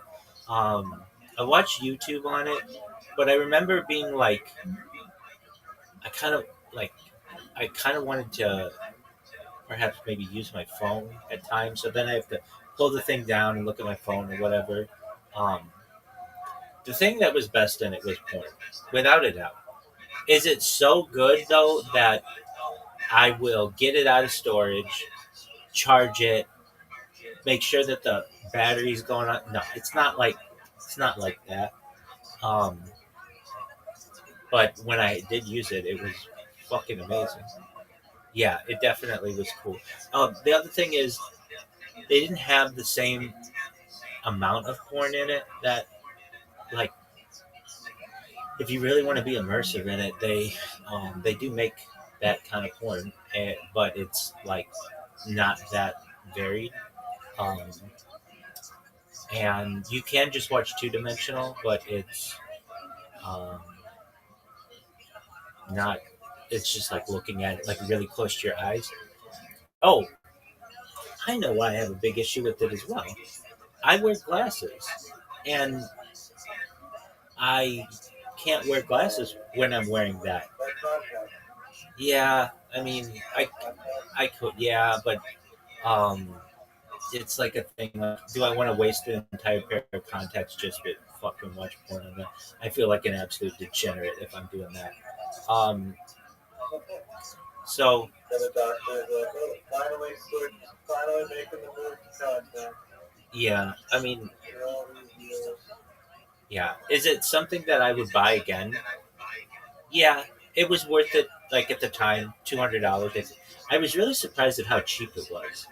It was like 199 or something when I bought it. And again, this was like 7 years ago. Shows how much Apple's been. Oh, that's a big thing. I mean, Meta, which usually is going to scam as many people as possible, had a cheaper product, but it was, or I should say, a less expensive product, but it was really, really cool. Um, I thought Facebook bought Oculus. they did. I mean, if they own Oculus, they have two goggles then, the Oculus and the Apple No, I guess. Apple and Facebook are separate companies. You know this. Oh yeah, my bad. Yeah, it's late. I'm just, You're good. I gotta go to sleep, so I'll talk to you later. All right. Hey, in all seriousness, I hope you feel better, and I hope you don't throw up anymore. And I hope that guy gets to the United States is able to save his family. And I hope that other guy writes his book. And I hope Zoot gets his mental stability down. And I hope that you continue with your quest and achievement, really, of being the number two William Montgomery fan in this call. Night, baby. Alright, have a good one. Thanks for chatting. Absolutely, big dog. Talk to you. Peace, baby. Later. Peace.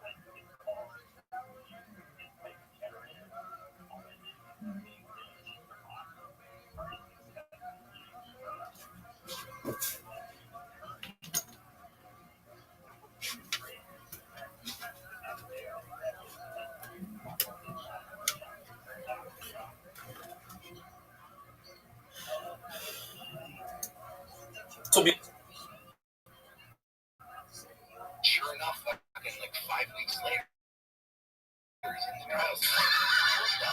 What the fuck, man? There's no way he should be fucking able to wrestle. There are guys like that in the world, and people need to know. You need to know there's levels to everything. And there's levels to mental strength. There's levels to guys who just will go, and it's really kind of a crying shame. Look, he had an amazing career in WWE. He's loved by everyone. Everybody loves him. That's great. But it's kind of sucks that people don't know, like, at real wrestling. Yeah. I was the shit. God. He was the shit. He was so good and small for a heavyweight. He was so he was always undersized. Yeah. But like the years that I beat him, and then '95 when we wrestled in Freestyle Nationals, and I beat him four times in a row until exhaustion, and then I trained. Yeah, it's like that's how because at one point, Kurt and I were competing against each other, like '93, '94. I just was bigger, stronger, and I could just defend his attacks. But straight in the Olympics with a broken neck. Fuck, man. With a broken neck. Come on. With a broken neck. I was there at Nationals when he literally hit the mat, and I'm like literally I watched when his neck broke at Freestyle Nationals. And he got hit with an arm spin, and he gets arm thrown, and his head gets almost like separated.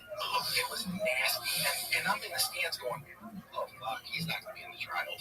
Like, there's no fucking way he's going to be in the trials. And sure enough, fucking like 5 weeks later, he's in the trials. What the fuck, man? There's no way he should be fucking able to wrestle. There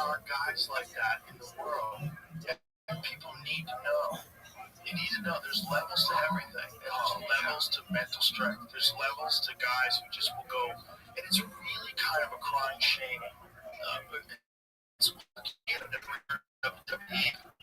loved by everyone. Everybody loves you. That's great. But it's kind of sucks that people don't know, like at real wrestling. Yeah. I was the shit. God, he was the shit. He was so good and small for a heavyweight. He was he was not always undersized. Yeah. But like the years that I beat him in '95 when we wrestled in Freestyle Nationals, and I beat him four times in a row at that point. So we wrestled in the '95 Freestyle Nationals, and I get a hold of him for the first time, and something was different. I was like, oh fuck, like wrestling going, oh man, something's different with Kurt. And he ends up beating me in the Freestyle Nationals in '95, and I'm like, oh fuck. There was just something different. I'm like, because he could stay on and attack longer. He was stronger. He had a gear that I didn't fucking have. Wow. Like I go, oh fuck. And like looking back on it, I'm going, oh shit, I totally missed that. Like most guys at 220 pounds, which you're wrestling at, they would have these attacks that they would initiate. It's like grab a hold of you, hold on to you, and then initiate an attack. Kurt was constantly probing and attacking. Which was the benefit of being lighter. Yes. Yeah. And lighter and quicker. But still wicked strong. Oh my god, he could still get in. So it's these attacks that he just sustained. He just wear you out of position. So just constant attack. And all of a sudden it was just this little angle that he was hunting for the whole time. And then he hits that attack and fucking takes you down. You're like, fuck. Fuck. It's just, there's levels of drive. There's levels of discipline. There's levels of will. There's levels of wanting something. And that's what scares people, I think. That's why people get really terrified of like truly special athletes, because they don't want to know how lazy they really are.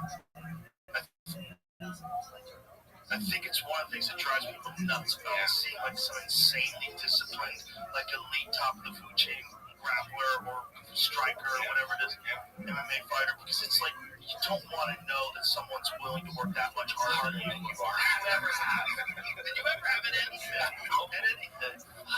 That's, I mean, Kurt was one of them where he opened my eyes and I was like, fuck, there's another tier. I thought I was training fucking hard. That's what's crazy. Is we're kind of seeing that we've had this conversation recently in regards to Marab, because we're saying, okay, is Marab just physically gifted? Because I think Kane had some sort of a genetic advantage with cardio. Because DC would talk about how he would take 3 months off and come back in the gym and fuck everybody up. With like cardio, somebody that size, it's an anomaly.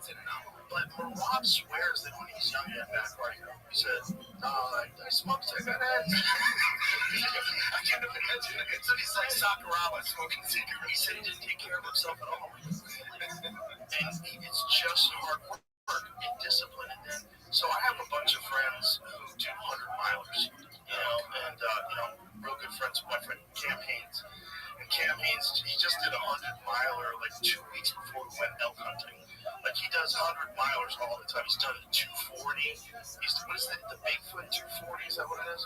He's done a bunch of these through the mountains with thousands of feet of elevation and decline. He's done a bunch of these that are 200 plus miles. God, and you gotta build up to that. But once you get to that, if you're sustaining it, you can do those things. And he does those things on a regular basis. He does multiple ones a year. So you didn't used to think that was possible. They used to say that if you ran a marathon, like you were destroyed for like 2 weeks. No, he was running a marathon a day while he worked a full-time job. So he was getting up in the morning at dark. He was running 13 miles. He was going to work. During his lunchtime, he would eat. After lunch, after work, he runs another 13 fucking miles. He would be one where I wouldn't want to look at him because I think I'm lazy. That's the thing. That's why there's a thing about, like, I think I'm lazy. I love him. He's my friend, so I think I'm lazy. When I watch what he's doing, and Goggins is another one. Yeah, oh my Goggins is even more insane because he ain't doing it for nothing. He's not prepared for elk hunting. He rarely even competes in races, but yet he's doing a level of cardio video where he brings world champions like Israel Adesanya comes to train with him and he's throwing up in a bucket. He can't do something. Goggins is 50. Oh my God. He's 50. Wow. How old is Goggins? 50. 50. 50.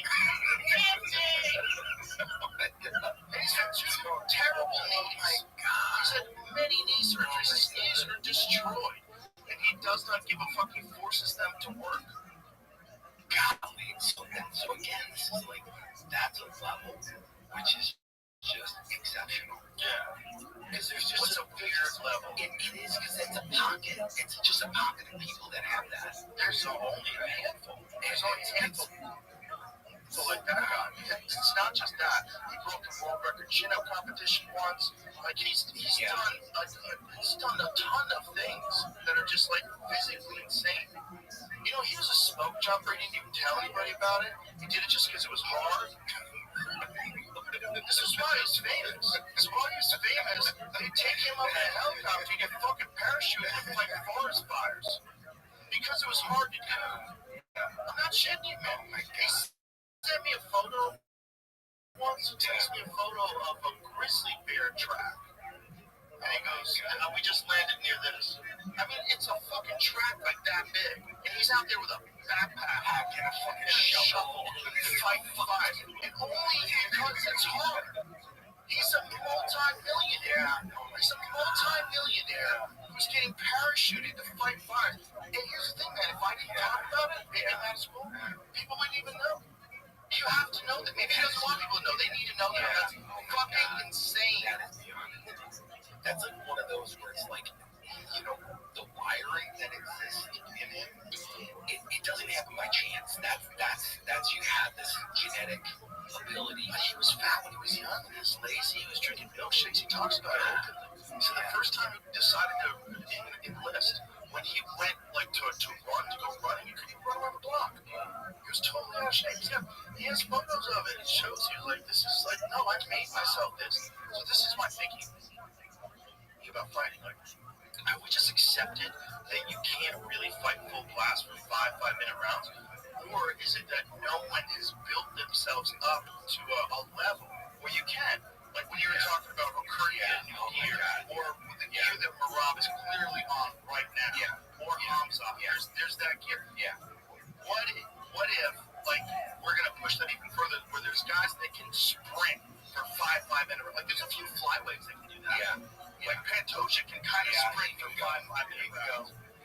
So they'll eventually be a fighter that can do that. Yeah, that's what I'm thinking. And because it's just one more, like I'm saying, from where I started from 25 years ago, and the training methods and how archaic they were, and how little knowledge was out there. Right. Now knowledge is advancing at such a rapid rate, and they're understanding how to recover. Understanding all these different factors that just weren't there. Yeah, and if you add in a bunch of stuff like hyperbaric chambers, so these guys have access to hyperbaric chambers and training with hypoxic chambers and shit like that. There's levels and levels and levels that can be reached. You just have to be a complete fucking psycho and go through all the levels. Yeah.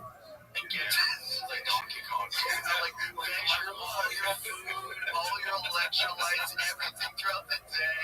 Have your sleep environment perfect. Wear a mask. I'm telling you, there's guys out there that'll do it. Well, they have to if that's where you get the edge. Right? Yeah. I mean, it's becoming to a point now where the financial benefit is worth the sacrifice, right? Yes. That you'll end up going, okay. Because what started to happen when I was fighting is that once the financial piece started getting in there, it started attracting more talent. Right. So that talent, it brings the level of everybody up. Yeah. And then all of a sudden it's like a little bit more money, talent that could have maybe went to someone else. They're going, no, I'm going to go do this because I can make money. Yeah, this is the thing, right? If you're a young kid and you're really good at baseball, but you also like jiu-jitsu and MMA, and you have an amateur fight maybe, and you're thinking about what you're going to do in your career, you could be so rich playing baseball. Oh, God, you could be so rich. If you're really good at baseball, you get rich as fuck, and nobody's trying to kill you. Yeah. Nobody's trying to beat you over the head with elbows. Nobody's taking you down in front of everybody and humiliating you. What the hell would be fun? That's a play ball. Did it matter? Seriously, I fucking play baseball in RD, man. Fuck yeah. So that's the problem with MMA. It's like you hear like, what is it to fight in the UFC? Like, what is the bottom scale? What's like the lowest contract that you get in the UFC in 2020? And this is not even saying they deserve more because this is just how the sport works. Yeah. And it's way better in the UFC, by the way, than it is in boxing. When you watch a boxing card, most of the money's at the top. Yes. There's very little spread out. Yeah. There's guys that fight in the UFC undercard that make excellent money. But when you first start, you don't.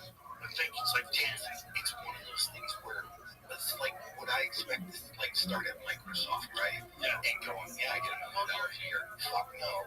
You work your way into, and that's one of the things about the sport. As long as it has the opportunity to let somebody grow into it, it still gives them financial incentive to grow into it, right? Right. And just one where it's like I would expect, like, hey, I'm a good fighter, pay me $1 million. It's like, well, that's not how fucking works. I wouldn't say $1 million, but wouldn't you say, like, let's make this argument, wouldn't you think that for young, struggling fighters, if they got paid more for fights, they could put together better camps? They can get better recovery and nutrition, have less stress, and be able to perform better so it would make the product better. So here's where my career transition. I call it internally funded. My first 4 fights, I was using that money to get to the next fight, to get to the next fight, to get to the next fight. And all of a sudden I get in Japan and they pay me enough money for the one fight that the next day I woke up and I was a professional fighter because it was the only thing I had to do was train as a fighter. What was the biggest check you got in Japan? A little over $500,000. Damn. Back then, that was weird. How did you get like here's what's fucked up about it, right? So at my first couple times over there, like I put, like first time I put 40-something thousand in one cowboy boot with 2 socks. I put 40,000 in the other cowboy boot with 2 socks. I'm serious. It was straight out of the fucking cartoons how you got paid. Because the next day, you would go into a room, and you literally would have a room. You'd have an adjacent room, some Japanese guys in black suits smoking, and then you'd have this room, which is where you get paid. They had these suitcases that had your pay, you could choose your currency, right? You're paid American dollars. So they would have your contract, slide your contract over, and they go, okay, this fight you get paid, this is dollar amount, blah, blah, blah. And they would literally take it out, count it, you would sign on it, and then they would just hand you the cash. And the first time they ever did that, I'm like, it's $150,000 in cash, and I'm like, fuck, and I'm like, I'll be right back. I go to the bedroom it's in the hotel room, and I grab the fucking case to the pillow, and I go over and I just scrape the fucking money, put it in the pillowcase, and I go, okay, thank you. And I just start fucking go ahead out. I don't know what to fucking do. I'm like down in the elevator, like fucking holding the money. I don't know what to fucking do. It's okay. Like, I don't know what to fucking do. Big giant guy, $150 grand. No, it's not, man. It's like, what did they expect you to do with it? Any advice on how to get it out of the country? No, it was your responsibility. Oh my God. So literally, I'm like, oh fuck, man, I get on it. And like in my head, I'm playing all these movies, right? Like on this movie, got caught at the border. I'm like, fuck. I know that's gonna be this one. It's like, so I ended up fucking just going, oh. Cowboy boots, 2 socks, like fucking 40 grand in one boot, 40 grand in the other, put it in a fucking, like walk and like, everything clear, just like walk through, but realizing that eventually when I claim money, they hand a claim form, they go, okay, okay, thank you, have a good day. Oh, you just have to claim it? You have to claim it. Because they want to send that receipt to the IRS. Oh, so when you go through customs, I thought it was just a function of not being able to take that much cash. So no, when you declare it, there's that situation too, right? But when somebody's going to go, I guess back then, could you even, you couldn't even YouTube yourself. No, you can't say, look, this is me, man, I just won. Look, aren't I awesome? Exactly. This is how I really did win. Right. Back then it was hard to get names. Oh my God. You know what? The like example I give is like the corner video store next to the shutters. Yeah. Where all the porn was. Yep. Right next to that was the VHS tapes.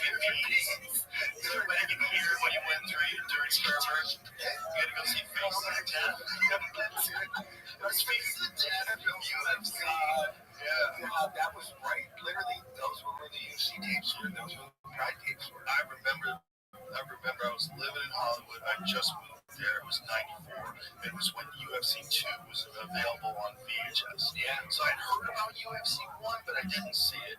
And then UFC 2 I saw on TV. I rented it from one of those video stores. And I was like, holy shit, they did it. I couldn't believe it. Like, holy shit, they did it. Because this was always the dream. This was literally Bruce Lee's conversation. Bruce Lee's conversation when he was the first guy to be completely outside of the norm in terms of like sticking to your style. Yeah. Because now you were like a traitor if you left certain kung fu styles, certain karate styles. He was the first guy to say, no, use what's useful. Put it all together. Judo, Gene LaBelle hang out with. Yeah. Chuck Norris hang out with. All these other. That was the first thing. Like the symbol of the kanji for a dragon, right? Bruce Lee was never the dragon. The dragon is all these parts to me. One mythical thing. Yes. And that's that Enter the Dragon. That's that. Bruce Lee was the first one to make people realize that he was the first one to go, fuck, this is incomplete. Exactly. And it's so fortuitous that he ran into Judo Gene LaBelle. Yeah. Because I think once you grapple with that guy, you're like, oh my God, I'm fucking helpless. And then it's just like, oh, this is super important. Yeah. You know, because like Gene was one of the first guys to ever have like a mixed fight. So there was a guy who was a boxer and he had a judo gi on and he chases the guy and gets the guy into a grappling exchange and then strangles him. But he had like a boxer versus Gene. You ever saw that? No. See if you can find it, Jim. I want to say it's in the way back 60s. So this is gonna be way back when. He was. So this is Mark Coleman and I did a clinic in North Carolina. That was a Judo Gene LaBelle clinic that he brought us in for. What year is it? 63. Oh my God. So Milo Savage. So the boxer looks like he's okay. I remembered it wrong. The boxer's bare knuckle, and he made him wear a judo gi, though, which someone said, "Fuck you, I'm not wearing this gi." He probably doesn't understand that that's a weapon. Oh my God! What happened? We didn't see him take him down. Oh, did they show him take him down? Oh my God! Don't skip through it. Let's see the technique. Because once he grabs right here it is. So Milo throws it, but that's it. So once Gene's got a hold of it, it's over. It's fucking Phil.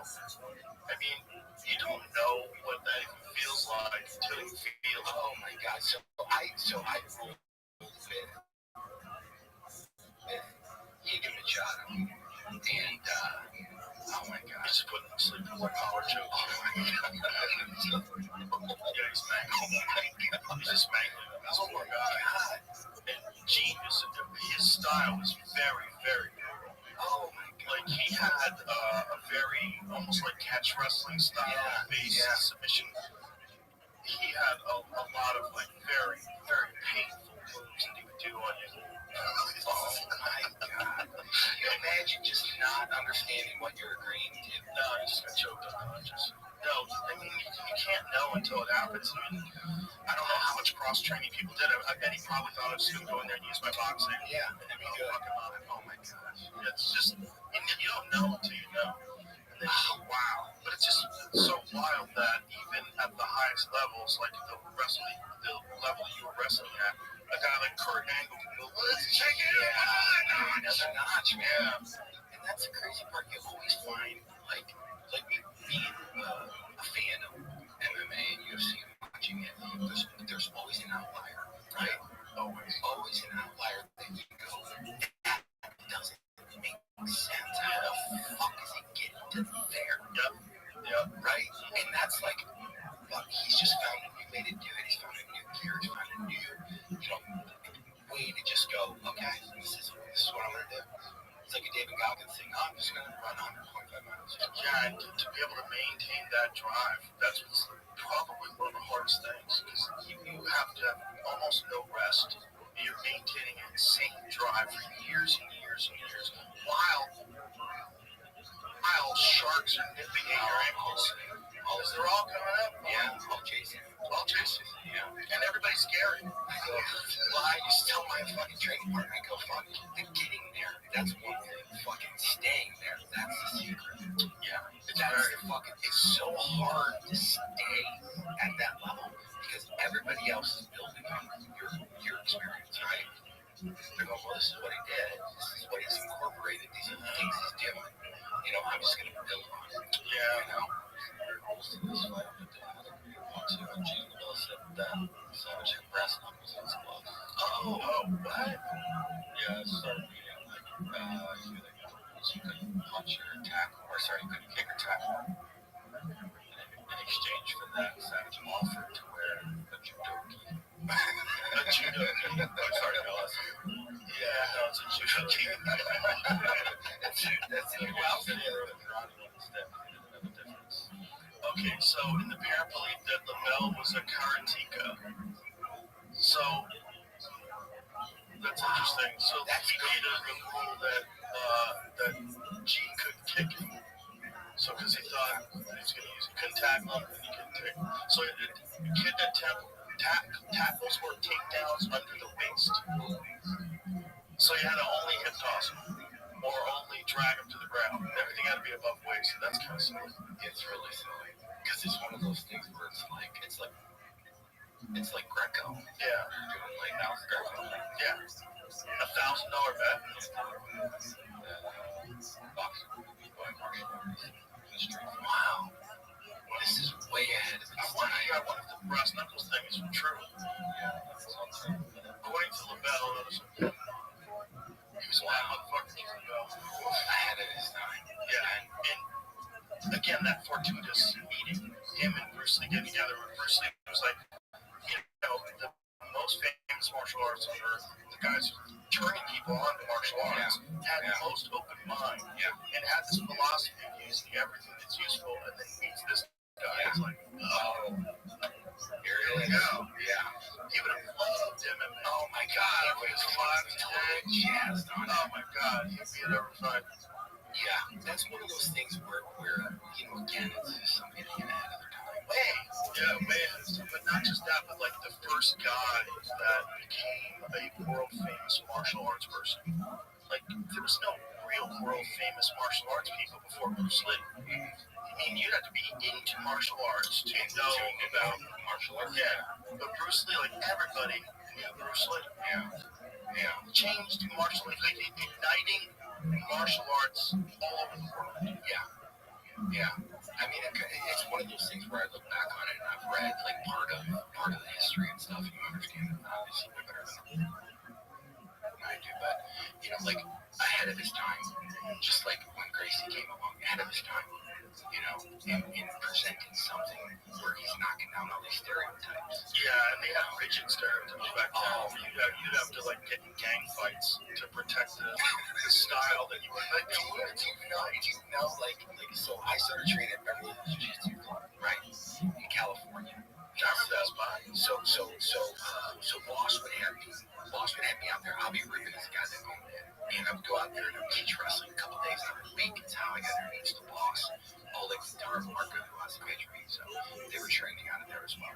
So you would get these guys, jiu-jitsu guys, that would sit on the outside, wait until the other students were gone, draw all the blinds, lock the doors, and go, "Can you teach us wrestling?" Because they were so afraid that if they got caught there with me, it was like a trainer. Oh, that's hilarious. Yeah, that's hilarious. So you would get that's so crazy. It was it didn't make any sense to me because you would figure sharing information would be better. And it was like, no. Jiu-jitsu, we're not sharing shit. You can't participate. You can't. It was so fucking archaic, like the outlook, and it's like looking back at it and going, God, wow, that's dogma. That's it's weird. Yeah. They didn't all have that. No, they didn't. There's some guys who were open to teaching people everything. But there was definitely some schools for a while that were holding back techniques. 100%. Like I remember when Hoist Gracie, one of my friends said that when Hoist Gracie caught Dan Severn in a triangle, that he asked his instructor to show it to him. He's like, "You're not ready for that. I'm not going to show you that." Like, why don't you just show him something that works? I rewound that tape probably 50 times. I still get, I'm like, what the fuck is he doing? Like, what the fuck is he doing? Like, I can figure it out. Like, what the fuck is he doing? Because all of a sudden, Severn goes from beating the shit out of me. He's fucking tapping out. Yeah, nuts. We couldn't believe it. I didn't know if there's a name for it. You could submit a guy off your back. Look at it like the space where he had Dan's head and arm. It's like that big. Yeah. It's like that fucking like when you do the triangle like this. That's not a very big space. Yeah. It's like that fucking Dan because he's big dude going. Oh, I get it. And your legs, you can hold your legs in place for a long time. Your legs carry you around all day. Oh, that's like, especially if you actually get that foot under the knee, where it's like really locked in, it's not pressing on the end of your foot. You could hold on to that bitch for a long time. Oh my god, and it's like pulling on the foot. I'm like, pulling on the hell. Fuck.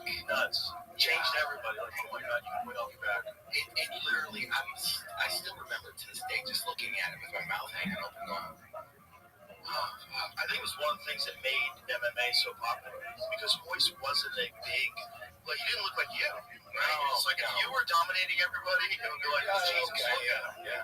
His Hoist was it just looked like an actor. He was like a thin, he was 175 pounds. I just said, so you know what's so crazy? I had a conversation with Hoist probably about 4 or 5 years ago, and I'd never spoken with him outside of a competition or event or anything like that. I cried. He's such a good. Oh, he's a great guy. He's a great guy. Like he was so just like talking to him, and he was just so powerful and so inspirational, and just having this conversation with him was just like amazing. I was just left the conversation on the phone. I was like, wow, what a just an amazing human being. Yeah, he's a really good guy, and the most important guy ever in terms of like the spread of MMA. He's the most important guy. Oh, prolific. He's the guy when he won the first one, and you looked at the way he did it. Everybody's like, that guy? Yeah. And everyone was like, what's he doing? Yeah. No one knew what it was. What is this stuff he's doing to these people? That thing changed everything. Yeah, made everybody instead because it went from this idea that it was just the most brutal person to win. It was the tank habits, like no. There's this one guy and he's doing everything with technique and he's not physically imposing at all. And his hands did make it. That's a fella. And he wears that fancy key thing. You know, he looks at that key thing. That motherfucker is choking everybody out. God, it was incredible. Watching that for the first time, I said, like, literally, it was like, this is fucking good. Yeah, like, this is, because you've never seen it before. No, nothing like it. And then the sport exploded, but the sport was getting fucked so hard back then by all these organizations that didn't want it ever to become sanctioned. Yeah, like because boxing was very threatened by it. Everybody had businesses with people, and then there was so much bullshit that kept it like it was out of New York until like 10 years ago. So we were on me and my brother. We were on our way to see a UFC event in New York, and it got canceled, and it got moved down south. Yes, to Dothan, Alabama. Yes, UFC 12. Yeah, we're on our way to go see it. I was on my way to work at it. Oh my god, that was the first one I was going to work at it. Oh my god. Yeah, it got moved. Yeah, it got moved, and so Garrett was like, nope, ain't having it. Well, they kept it out for the longest time, though. There was the guy who was really fighting to keep the UFC out of New York. Eventually got brought up on corruption charges. Oh, man. Shocker. Yeah. It was like, it had more to do with like unions and the fact that Zuffa who owned it, they also owned hotels. It didn't have unions. Exactly. Oh, yeah. So there was a lot going on. A lot to make I went to the first sanction. The UFC flew me out to go to in New Jersey. And they had their main card in New Jersey.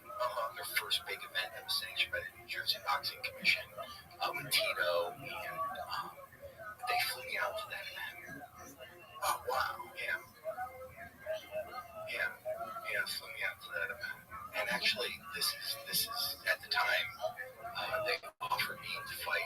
After that, they offered me to fight Pete Williams. And it was one of those where they go, yeah, we're offering to fight Pete Williams. You might have to take a little bit of pay cut, but you have to believe in what we're doing. And I'm like, okay, let's make a like, give you like an appearance fee of like $15,000 to fight. 15 grand to show up. And then it would be doubled if I won. And I'm like, I'm making, a lot more to be like, why would I go do that? Yo, what up, Henry? You little bitch. Terrible offer. That's one of the worst offers ever. And it's one where the whole idea behind it would be, hey, if you believe in this, you believe in the pressure going, look, we just got sanctioned in New Jersey, right? Yeah. So that's the steps we're taking to move this to Vegas and to do this. And one is like, like most fighters, it's like I have X amount of fights and I don't have more. Right? I only have X. So that would have been one off of my X number. Right. And I'm like, oh man, I can't do it. And they only ask once. At that time, the UFC was like, we're going to ask once. And that's it. Okay. Yeah. So just leave that alone. Just leave that one alone. That one's one of like, okay. Yeah. Why not? Why not ask me a second time? Why would you negotiate? If you were at Pride then, right? So like, what year are we talking about? 2002. Okay, so this was the UFC was still hemorrhaging money. Yeah. Still that crazy. Hemorrhaging money is still. Oh gosh, man, it should have failed. It could have. I mean, anybody else was in charge. Yeah, anybody else was in charge. Yeah. Because that's crazy. They had no idea how much money you were making. Oh, they had no clue. So you know what's crazy with Japan? Here's what I ended up doing. I said, listen. They said, what do you need? And I said, I need consistency. I go, okay, what does that look like? And I said, pay me X dollars per month. And then every time I fight, pay me a bonus on top of that. And I go, okay, how much do you need? And I said, okay, I need this amount per month. And I go, okay. And that was just another stabilizing thing where I knew that every month I had X amount of dollars coming in, that I could pay my bills, I can do my stuff and not worry about that, because it allowed me to transition to, like, it's not a hobby, right? I'm not like fighting and then I go to work. It's like, this is what I do for a living. Yeah, that was the point of thinking about money investment, like by giving them more money, they can get better camps. I think the product would be better. Yeah.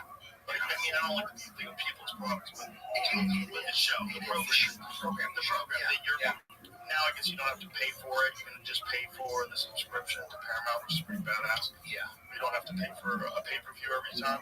But, yeah. Come on.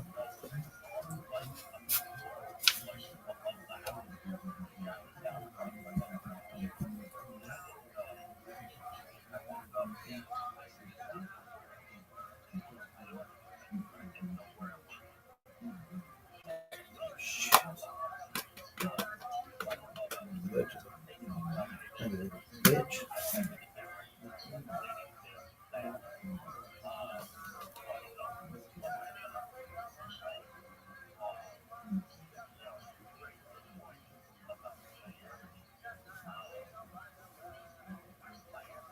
Okay, come on.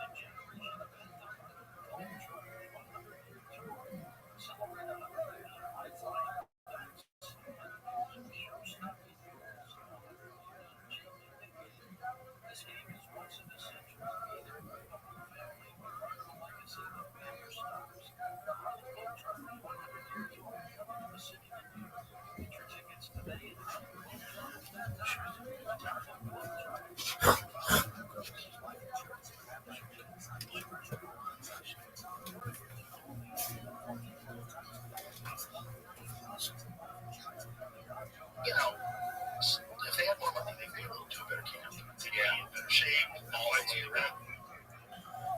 All the way around. They didn't even recover. They have better nutrition. It's investing in what your product is. And your product is elite athletes. Elite athletes. In order to get elite athletes, they need funding. Right. They need tools. The only way they can get tools is through money. You know, better coaches, better recovery facilities. And I don't know the you know, let me ask you this: if you were like looking, like say, if your son wanted to start fighting or someone wanted to lift you, would you, if you were giving a young fighter advice, would you say go right into the UFC, or would you say no? The best case scenario is go into another organization like the PFL, build your style up, build it up on maybe a little slightly lower level of competition, although not necessarily. Yeah, still elite guys. Submission grappling. That's literally it goes to you. Fundamentally, you need to build a base of what you're going to be, right? So submission grappling, ADCC, if a young kid, like 16, 17-year-old kid, even 18, 19, 20-year-old kid, I go, you need submission grappling because you can participate in those at a competitive level. It teaches you how to compete. It teaches you how to prepare to compete, right? And it teaches you without the impact of striking, punching, cheating, all of it. So that's like the first foundational piece. And this is just my opinion, right? Foundationally, it's like if you have to have a mechanism out there which allows you to compete without having the physical impact that fighting does. So that would be the first thing, like submission grappling, ADCC stuff. You know, all of that really teaches you how to compete, to train to compete, and it starts building that base. And then you start adding pieces and going, okay, I understand this. Let's add the striking components into it now. And let's do these little, like PFLs, or let's do this, let's do that. And it just allows you to build out something where you're not just thrown into the fire, because that shit doesn't work. I mean, the fighters have become so good now that you can't just throw somebody in there because you get fucked up, it may fuck your confidence up, and I'm done. You could definitely reach an opponent that you shouldn't be reaching. Yeah, for sure. I wonder that if you build yourself up in another organization, then obviously you have at least a name, and the hardcore fans know who you are. Yeah. So like Rainier the Ritter, another example. Okay. Who's elite right now.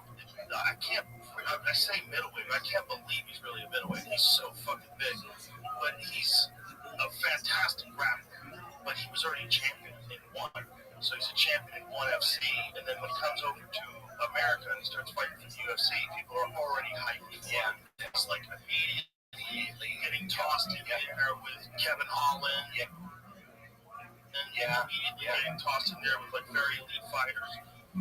And so like maybe there's an argument for if you were like managing a fighter, saying like don't just if you fight well in the UFC, you might be 3 fights in the waters that you really can't swim in. Yeah, because the level gets high very fast. It does. Like maybe you'd be better off getting a few years in at a different level of competition to really tighten your skills up and make sure that when you finally do. You've been ringside for this. You see when a young fighter, when he clicks and he gets it. Yeah. And he understands how to compete at that level. It's brilliant. It's amazing. Like watching it, you're like, oh my God, he's in there. Oh my God, it gives me goosebumps to think about it because it's that moments that I can look at and go, oh fuck. And it's a beautiful creation. It's like a testament to the amount of hours worked. Like it better than anybody alive. When you see someone perform at like a super elite championship level, you go, you know how hard that motherfucker had to work to get to what you're seeing right now. It's even, and this just brought this up, just as a thing, like DJ playing me in the movie. You just don't get there. Right. It doesn't happen by magic. Right. That's fucking work. That's work. And for him, a lot of fucking work. Oh my God. He became you. Like, you got all of your mannerisms like down. Not like a simile, facsimile, like creepy down. Like he even said he fucking walks like me. He even got my little fucking walk. I'm like, get the fuck like you, man. I'm like, where do you hire a walk coach? Well, the crazy thing is, like, that story was made for him. Yeah, that was made for him. Because you have to be that big to sell that. Yeah. And you can't get that big that quick. It should take you forever. So we were talking about this the other day with DJs that, like, there's, like, through the history of, like, movie making, there's been actors that are like, I'm getting big, and they go, Ben and Jerry's ice cream. And then there's, like, watching the whole transition of what DJ was doing and how he's like, well, I just don't need to be big, because that's one thing. I need to be big, but put on quality of what I'm doing. And so it's these fast twitch, it's like a wrestler, fast twitch fighters. You look at him and go, oh shit, he just didn't get big, he put on specific muscle for what he was doing. And to be able to go through everything and understand going, he secluded himself. He literally locked himself away for 11 weeks up in Vancouver and didn't bring his family up, which I guess he normally does. He just went through his training camp. Jesus. Going, fuck. Okay. Like every day, same routine, get up, same routine, do this. I was up every fight week, got all of this done, guys. All like this is foundationally, because I'm not gonna teach wrestling 25 years wrestling in fucking a month, right? Or 2 weeks or a week or an hour. It's like, okay, but let's get foundational pieces, right? Because the people are gonna watch you, they can look at the film and tell whether you put the work in or not. Right. Especially someone like you. Oh God, yeah. It was one where that was the biggest deal for Benny, is to be able to shoot these scenes without the stunt double. Going how because it just detracts from what he's trying to do as a filmmaker. Right. How do you shoot this whole entire well, I'm gonna give DJ foundational pieces of like changing your level for a double. Here's where you get, and like certain foundational pieces you have to have, and then like I told them, once you get to a certain point, everything from that point on is your own. It's like when you watch wrestlers going, oh, he changes his level, and then all these little nuances, that's individual.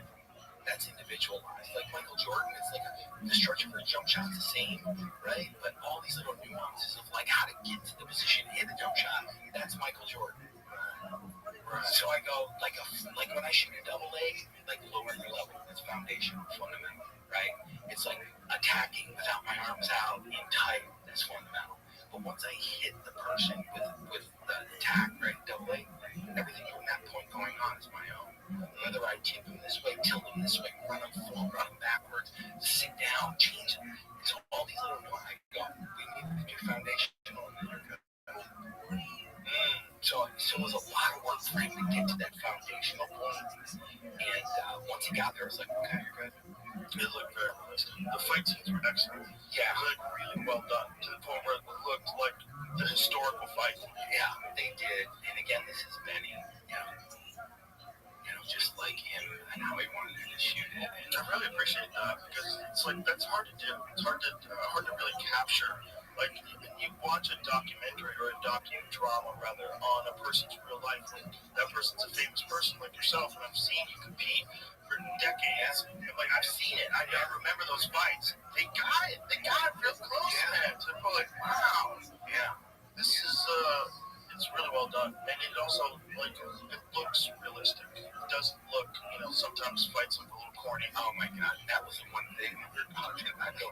There's always going to be a space for a Rocky fight, right? Literally. Nothing wrong with Rocky. Nothing wrong at all, but that's not the film they were shooting. They were shooting, like, this is how to recreate something that pays homage to you. Yeah. And something you can build off of, and somebody can look at and go, oh, wow.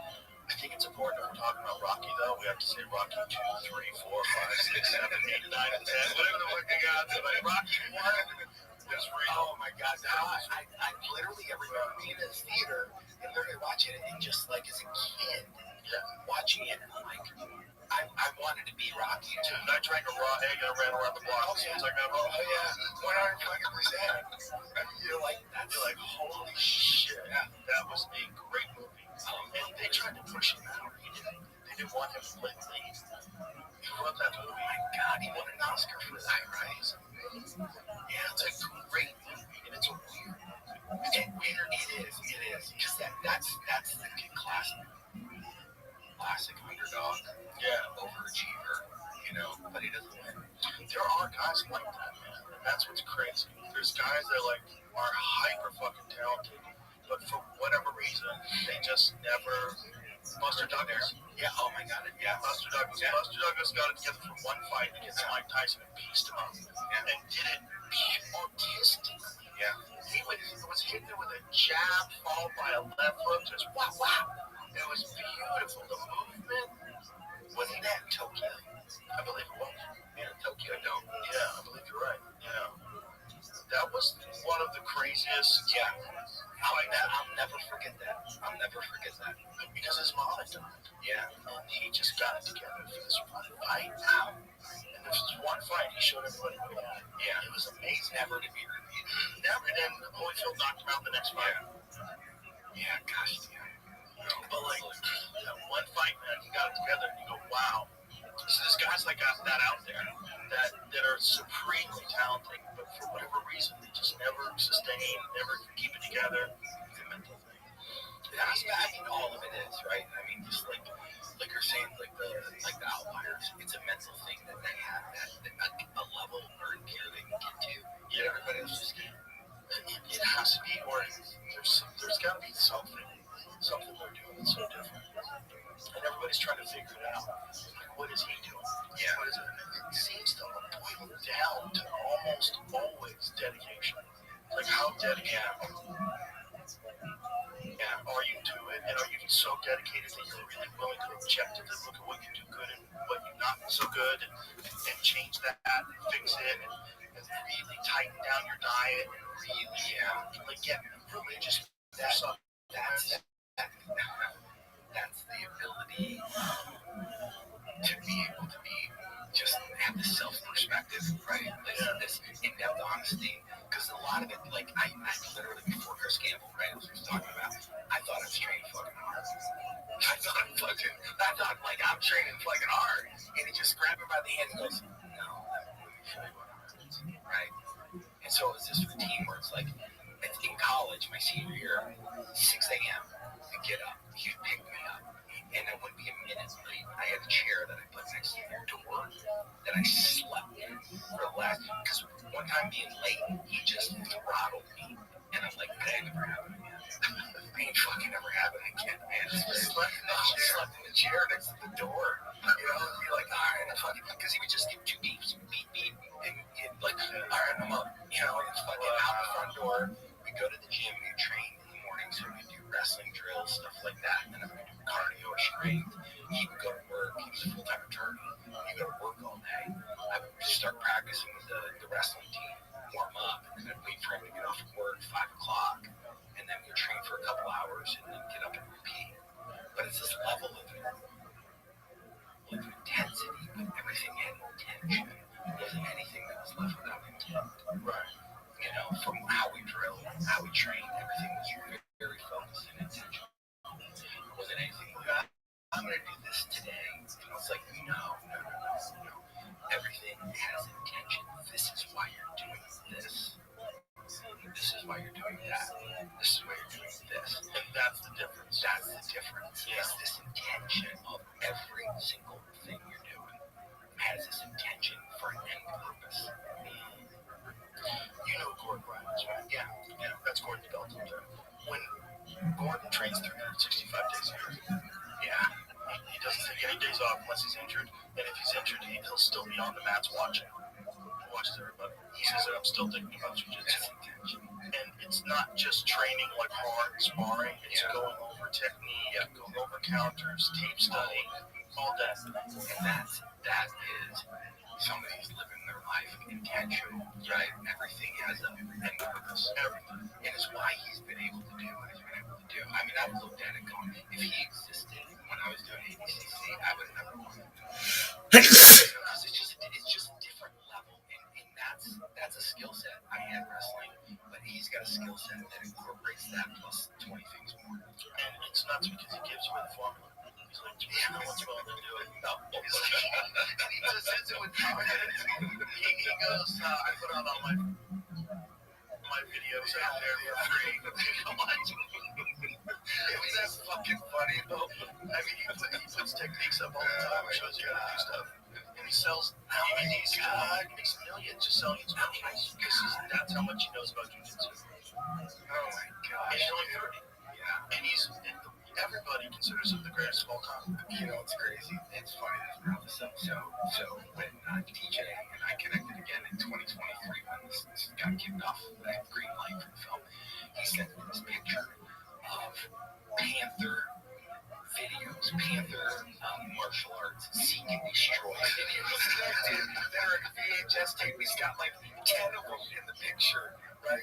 And it's Mark Kerr, seek and destroy. Then he had found them and sent them to DJ.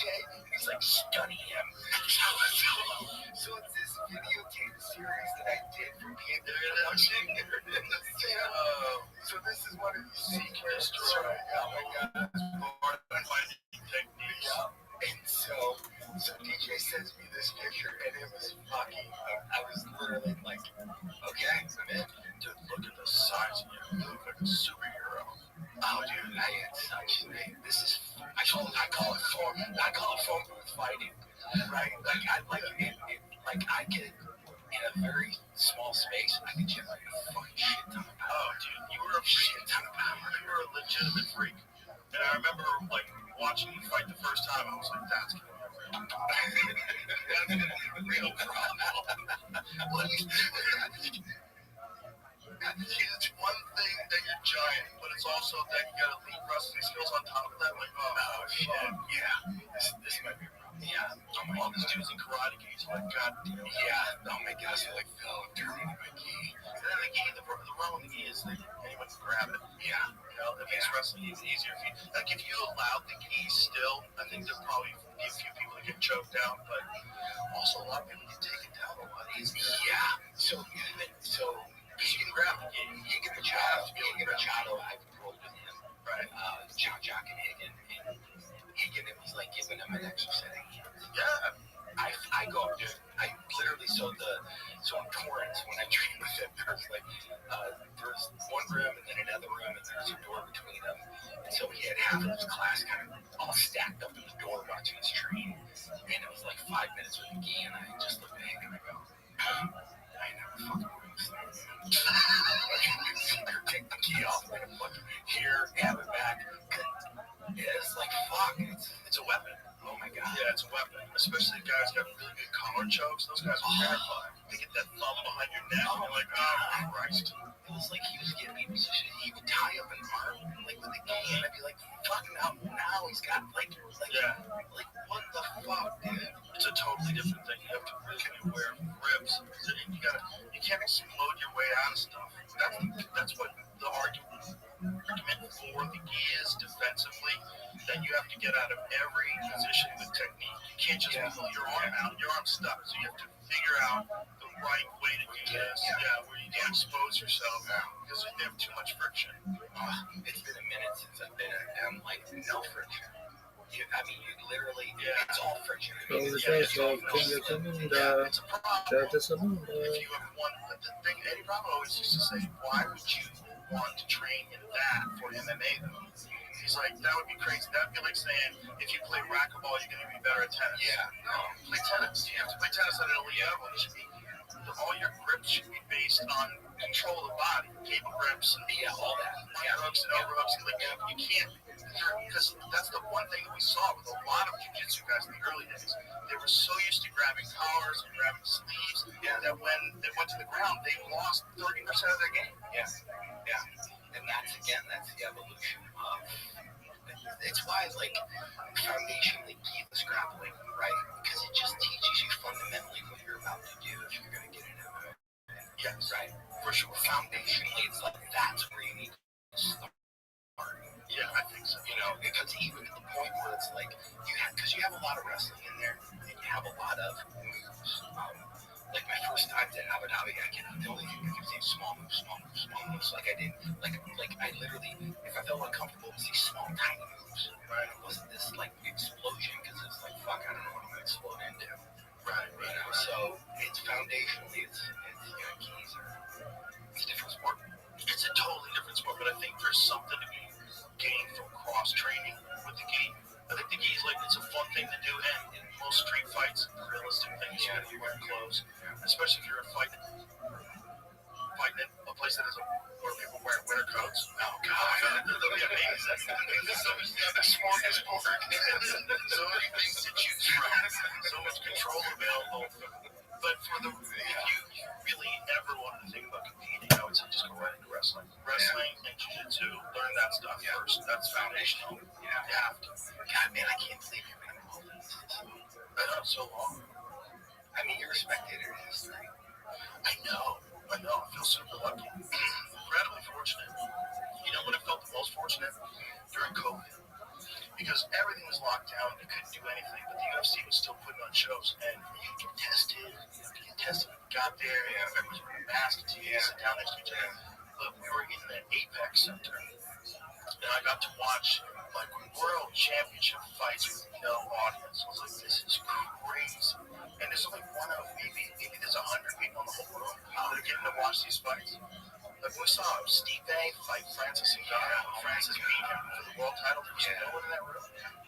Wow, it's crazy to watch.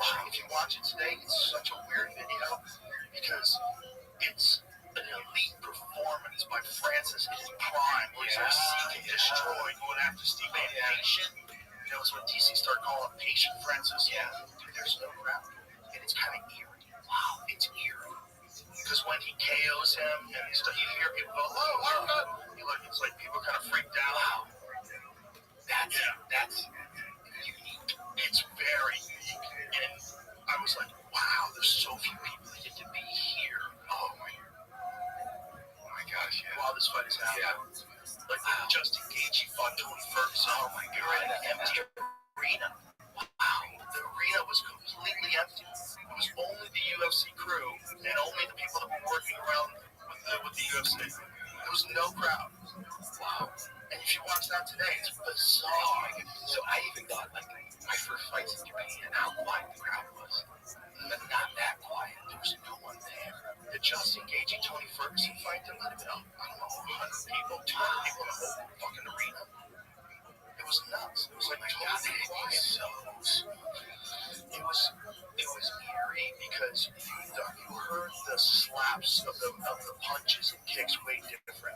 Oh, I bet. Because there's no people cheering. Because there's always people cheering. Yeah. It's always this background noise in the UFC like and you hear thuds and stuff, and I hear it a little better than most people because I'm wearing the headphones and the microphones are in the. But you don't hear it like you hear when there's an empty arena. There's an empty arena. So I need to go back and watch. Shit. Yeah. Oh my God. So I've sat there with a group of people that like watching somebody check a kick in your shin on chin, and just me, nobody in the room getting it, but me going, oh yeah.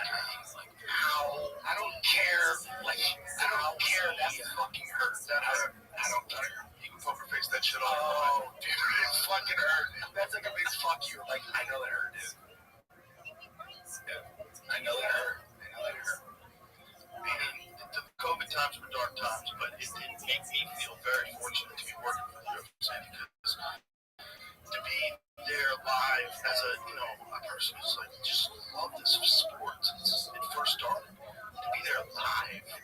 fights were going on. This is nuts. That is just one of those where, again, money can't buy that. I mean, it's just one of those experiences. Like I've had a couple through this process of filmmaking where it's like, no money on earth can buy that experience. Like in Venice, standing there, like literally, like I'm crying because, like I said, it was the end of that. It was like therapy. Watching me and literally settling into like, wow, man, I was a dick. I just was really hard on everybody around me. And then having Betty next to me, DJ next to me, feeling their emotions and feeling DJ's emotions because they never experienced anything like it either. Well, I think anybody trying to do what you were trying to do has got to be a bit of a dick. I don't think, as nice as you were, and you were always super friendly, you're doing something that's really insane. You're cage fighting for a living in front of the world in your underwear. Yeah, I gotta tell people top pants. Fucking I'm not pants. You wanna know the truth? Look not pants. I mean, you were a human superhero, built like a human superhero, and you're fighting for them. Who the fuck expects you to be normal? No, they do though. That's where I'm like, no, I was a selfish, self-absorbed, and I look at it, I go, okay, all right, I can accept that and understand that I was trying to raise everybody up. And if you couldn't give me the fucking program, I didn't have patience for you. When you had gone through, like when you were talking about these camps, and you had gone through the kind of training that's required to reach the level that you had reached, you know what's in there for everybody, and people that don't want to come aboard, you get mad at them. Yeah, it's like you're gonna hold me back. Yeah, and that's part of it, like understanding, like I just didn't have patience for it because I didn't have time. I didn't have time for it, right? Yeah. It's understanding, like I know that I make X amount of fucking fights in me, and I gotta try to maximize, and that's not gonna work, because a lot of that was assembling people that were accountable to me, right? And money can hold people accountable in a certain degree, but at a certain point, it's like, the training partners I had around me, it was like, hey, I can help you get to the next level. Right? That was kind of the enticement. Yeah. You just need to make a commitment to me. Right. Right? Make a commitment to me, and I'll give you that little piece that you're missing. And that was kind of the me, and I'll help you with that little missing piece out of your profession. And so I just didn't have patience. And it's when we're nice and cordial, all this other stuff. But at the end of the day, I was demanding. Do you think that maybe that kind of drive played a factor in you having an issue with substances? Yeah. Because you just wanted relief? Yeah. Maybe relief from the mindset? Yeah. Part of it was that, you almost, like, I was buy into the bullshit, and I can never be this perfect being that I was trying to be. And so I'm always falling short, and that feeling of always falling short, and this, just like, I couldn't live up to what I thought I needed to live up to. Right. And so that was hiding it. I'm just going to get a little relief from it. It's going to, so I can unplug. Right. And it was just one of those where it started with pain, realistically. It started like, oh, fuck, I'm doing something inherently, I'm going to have pain. Yeah. And it was this progression from that of like, from pain to, I didn't know what an opiate addiction was. Yeah, in all fairness, I think we should tell people back when this was all going on, the opiate epidemic had not occurred yet. Yeah. And people did not know. And they were also telling a lot of people when they were taking these pain medications that they were not addicted. They argued in court. That it was not addicted. Oh my God. Which is really crazy. Which I didn't understand. I didn't understand. Like when I took it to this level that I took it, when I stopped trying to stop, I didn't understand what being dope sick was. I didn't understand getting physically sick because I don't have the substance in my body. Like I would get diarrhea, I couldn't walk from here to the end of the room without having to sit down for half an hour. It's almost like a parasite. It is. It's almost like a parasite that needs you to keep feeding it to stay alive. It's like, how else could getting poison out of your body be bad? Yeah. How nuts is that? You want it bad, you want to get the poison back in Like, what kind of weird And that biological mechanism is that? That crazy part is the first recognition of like that I'm stuck, that I don't know the answer of like, because I'm caught between, like, all right, I'm going through this physical withdrawal and everything else that comes with it, or I'm just going to go seek the thing that's causing me physical withdrawal because it makes me feel better. So you're caught in something of just bullshit, right? And then you go off just have a little. Yeah, just that's it. I just need to feel better just a bit. And so it's one of those where it's like there wasn't the internet back then. I couldn't fucking get out and let's Google something. It's like, wasn't that? So how did you figure out that? When did you realize like I've got a problem? God, man. I always, from probably age 14, really. Yeah, I knew when I first had a drink, that I drank until I was drunk. Like, because that was this taste of Jack Daniels, and it was like, oh, this feels good. It was like not a normal reaction. Looking back on it, so I've always had a propensity towards it. And then, it functions both ways, because I get addicted to the sport. I get addicted to the routine. I get addicted to getting in the ring and taking someone's will. I get addicted to the crowd, the championship, the congratulations, this. It's like, that's who I am, right? And it's a contributor to my success, but it's also a contributor to my demise. In both ways. It's like, from an early age, I understood, like, hey, this could be a problem, and then when wrestling came along, I didn't drink during wrestling. Like, during that whole season, I didn't drink. In college, I didn't drink during wrestling season. Like, when it's like, okay, I'm in recovery of 7 years of sobriety now. Congratulations. Yeah, that's awesome. It's for me, it's one of those foundational things of like, oh, that's what I've been missing. Yeah. And you keep repeating that term for a good reason. Foundational is everything. Yeah. Having like morals and ethics, that's foundational. Having your health, that's foundational. Yeah. I mean, because it's one of those where understanding, like those are the building blocks. Because if I don't have those things in place, nothing else fucking stands up. Right. Of course. I mean, it sounds like the duh. No, but it's an important thing to reiterate, because everybody should hear it. And because it's a huge part. It's a huge part. It's it with most things in life. Most things in life, you have to have structure, some kind of structure. Figuring out, like my son, what makes him function, structure. He's told me this. He goes, you shouldn't hurt him. I'm like, fuck. I'm like, okay. I'm like, all right. I didn't know. Hilarious. Yeah, I didn't know. I'm going to give you 4 stars, Dad. Yeah. I could have given you 5, but you weren't fucking hard enough. Fuck up. That's hilarious. Yeah. But he functions best with structure. He's just one of those individuals that's built like that. Right. Well, I think part of it's kind of probably seeing what you did and genetics. It's like some learned memory. Yeah. Here. I would think so. I think there is. I don't think we totally understand where personalities come from. It's a mixture of like spirits and hormones and genetics and where you are born and what part of the fucking moon's facing this way. Yeah. I always wondered if that shit's real. Oh my gosh, it's like, Jupiter's orbiting around Saturn. And I always wondered, like, why are they so into this? Is there something to this? Because if there is, I would feel real stupid if I was ignoring it the whole time. You know what? Listening to Joe Dispenza, some of his stuff, it changed my whole.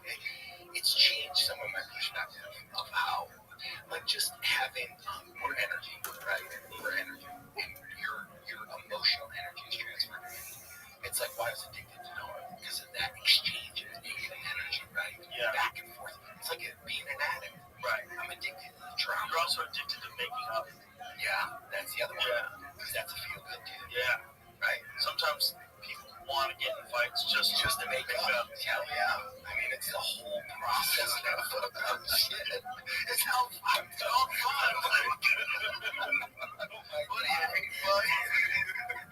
Yeah. Oh my god. So it's that really fucked up part of like understanding, like looking back on it, going, Bro, when you guys were fighting in the movie, right before you were about to fight Bob Chen, oh my god, it is such a crazy scene.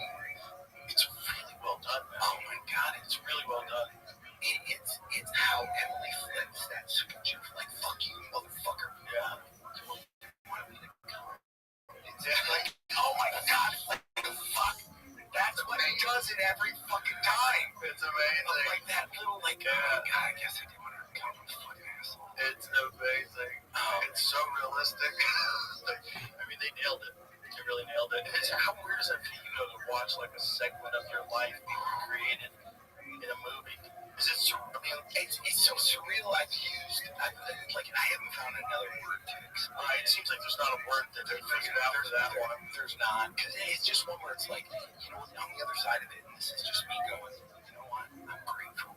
I have a sense of humility. I have a sense of just being, like, deep, profound gratitude that DJ, Emily, Benny, everybody involved in the film wanted to take this on. Yeah. Like, that's amazing. Because I looked at it going, like, a lot of it's self-worth going, you really want to know anything about my life, about me, like, what the fuck, like, really?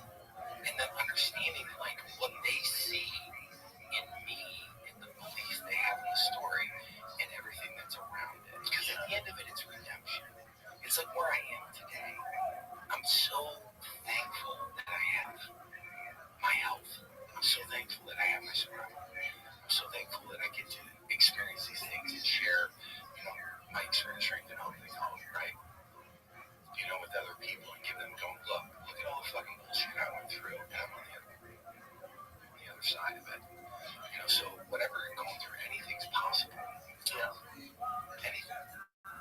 Truly. I mean, and the thing about what you did is that, like I said, I thought it was so brave that you did it publicly when you did the Smash Machine documentary. And I was thinking, like, were you happy that you were getting on film, so like maybe this like would make you get clean?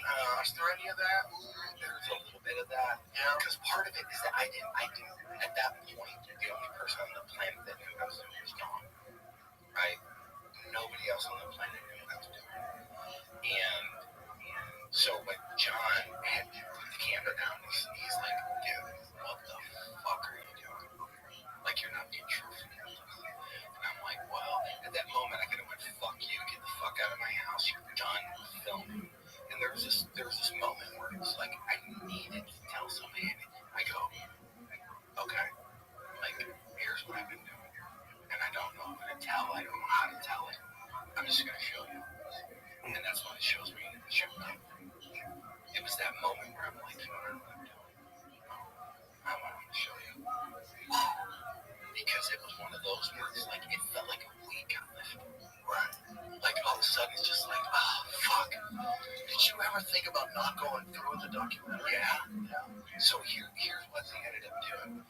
So I didn't see one stitch of footage at all until I saw the complete documentary in Los Angeles, Dolby Sound Studio.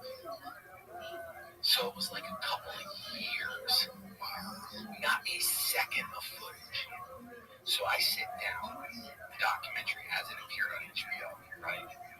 And the filmmakers aren't watching the fucking film, they're watching me watch the film. Right? There's like 8 of us in the movie theater. The film's done, lights come up, and I literally stand up, and John Greenhall goes, what do you think? And I go, I'm gonna have to get back with you. And I just walk straight out, don't say any fucking word, get in my truck, start driving. Back then the phones, like in the car, he's calling me on the phone, and he goes, you're gonna be okay? I go, I don't know. I said, don't know. Because the agreement we had in place was I had final veto over the content of it. Like, I never showed you the content? Until that day I saw it in the Dolby Sound Studios in Los Angeles. The content, the whole film, I didn't see any of it until that moment. So literally I drove home and John was like, what do you, I go, you have to give me a day. You have to fucking give me a day. I said, I don't know if I can go forward with it. I don't think I can. It's just too fucking much. Okay, so you did have the content. Yeah, I did. At the very What made you decide not to? John had said something to me like, I guess it's like a parable where it's like, if you live your life and you saved one person's life, you've had a worthy life. Meaning that if somebody watches this and sees your struggles that you've gone through, sees the hope that you have in that, in your recovery, it gives them hope, or it gives them, because what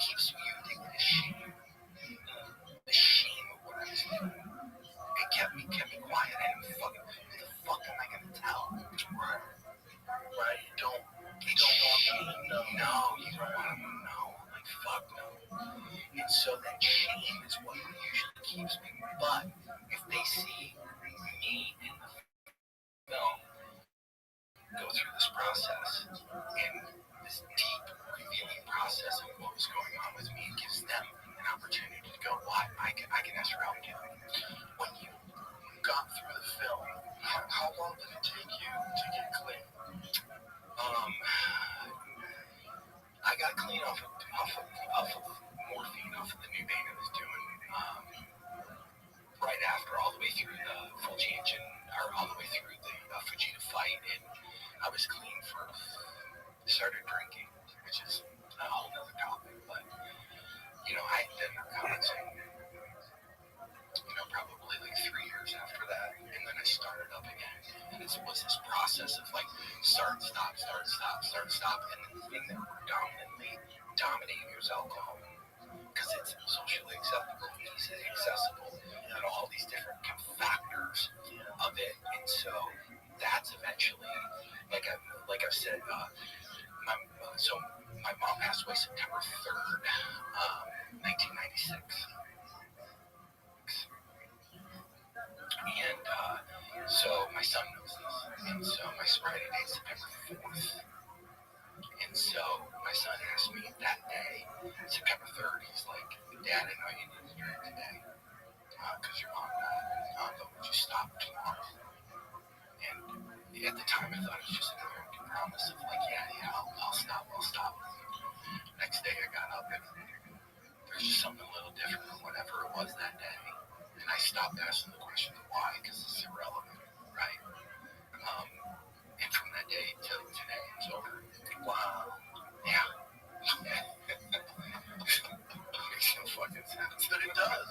It's like you get better at sobriety, just like you get better at all other things in life. Yeah.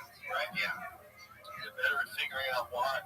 And, there's also the reality that I think a lot of people need to take into consideration when it comes to fighting, is that a lot of guys they're self-diagnosing or self-dispensing something to make themselves feel better. Yeah. Because they've taken a lot of damage. Oh, yeah. And they feel like shit. Yeah. And alcohol's a big one. A big contributing factor. A lot of former fighters become alcoholics.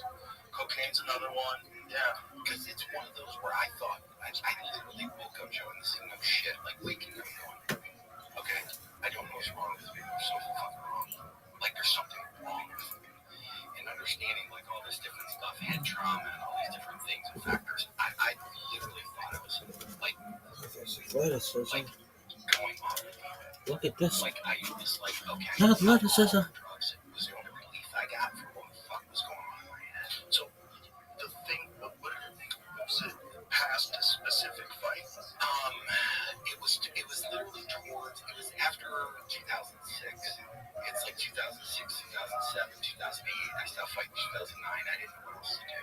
All my identity was tied up with being a fighter. Understanding like these simple words of like fighting is what I did. It's not who I am.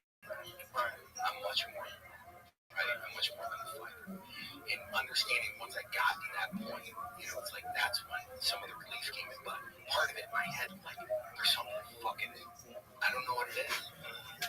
And so I was just seeking relief because of like there's something that's fucked up in my head. And I didn't know what it was. Still to this day, I look at it like, I call it a God shot because it was one where it's like something needs to change because this is unsustainable. Unsustainable with alcohol, unsustainable with what's going on in my head. And, get sober, things quiet down. It's actually quiet down. The first year it took that of sobriety to clear out all the bullshit that was in my head. I just need neutral. Right? And once I hit neutral, it's like, oh, wow, I can build on this.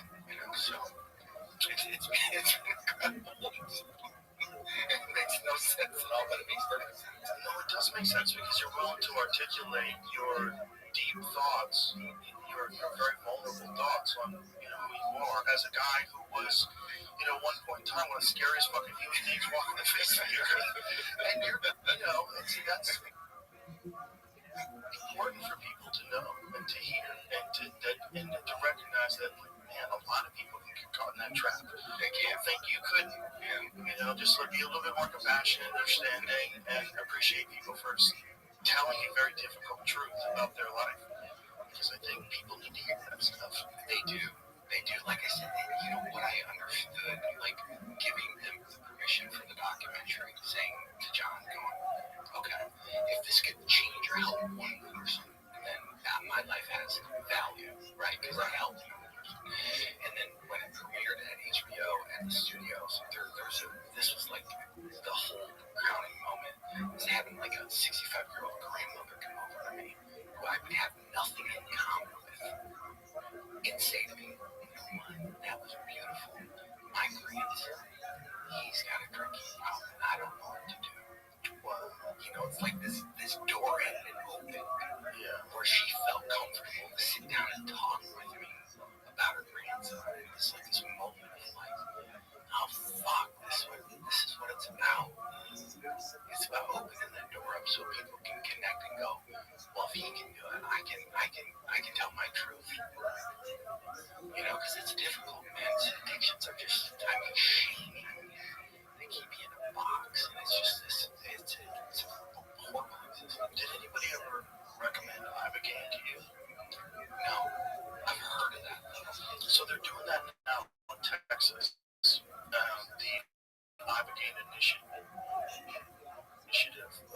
passed through thanks to former Governor Rick Perry, Republican, who through working with veterans found that a lot of veterans who struggle with addiction and have PTSD, Ibogaine is incredibly effective. Wow. And it's not a recreational drug. It's not fun. No. It's a psychedelic. It takes 24 hours, and it's apparently like brutally introspective, but literally corrects addictive pathways, like whatever the connection is in the brain that causes you to be addicted to things. It can disrupt those in a very bizarre and unique way. And it's something like 80+% effective with one dose of getting people to stay off of narcotics, cigarettes, alcohol. And I think with 2 doses, it's in the 90s. So if you do 2 different Ibogaine ceremonies, they were going, most people were going, my friend Ed Clay did it down in Mexico. And he even had a place that he was running down in Mexico because you couldn't do it in America because it's illegal.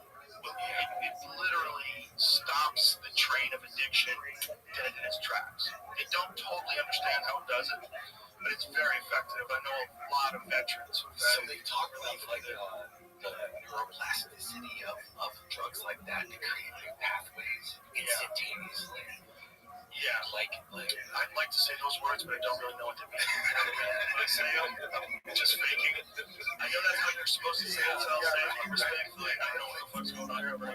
So what I do know is my friends that I know that have gone Ibogaine has been massively effective. Wow. Get them off drugs, get them off drinking. Wow.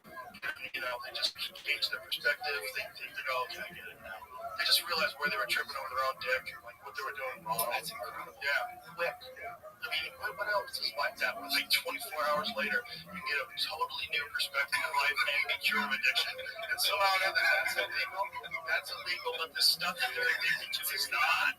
Oh my God, that's like, we're in bizarro world, right? Oh my God, total bizarro world. Yeah, none of that makes sense. Yeah, I mean, it just, that's a whole nother rabbit hole. It really doesn't make any sense. No, like what we just said makes no, it should be the opposite. Yeah. It should be the opposite. This is so stupid. Is it just one where it's like, if that stuff existed back then, it would have come short? Yeah. It did exist, but it just didn't exist here because we're corrupt. And so, again, kudos to Governor Rick Perry because what he's done is like open the doorway to right-wing leaning people going, oh, maybe we should dismiss all these things that God put here on earth. Maybe some of these things are actually here to heal your brain, and we're ignoring them because you can't patent them. That might be the thing too. I'm not saying there's anything wrong with pharmaceutical drugs, but I'm saying that this also might cure you, and it's incredibly, it's a plan. So that's, again, in the last 5-6 years, alternative perspectives has been just a huge paramount in my, just in opening me up, you know, to having a better understanding of like how rigid I was and how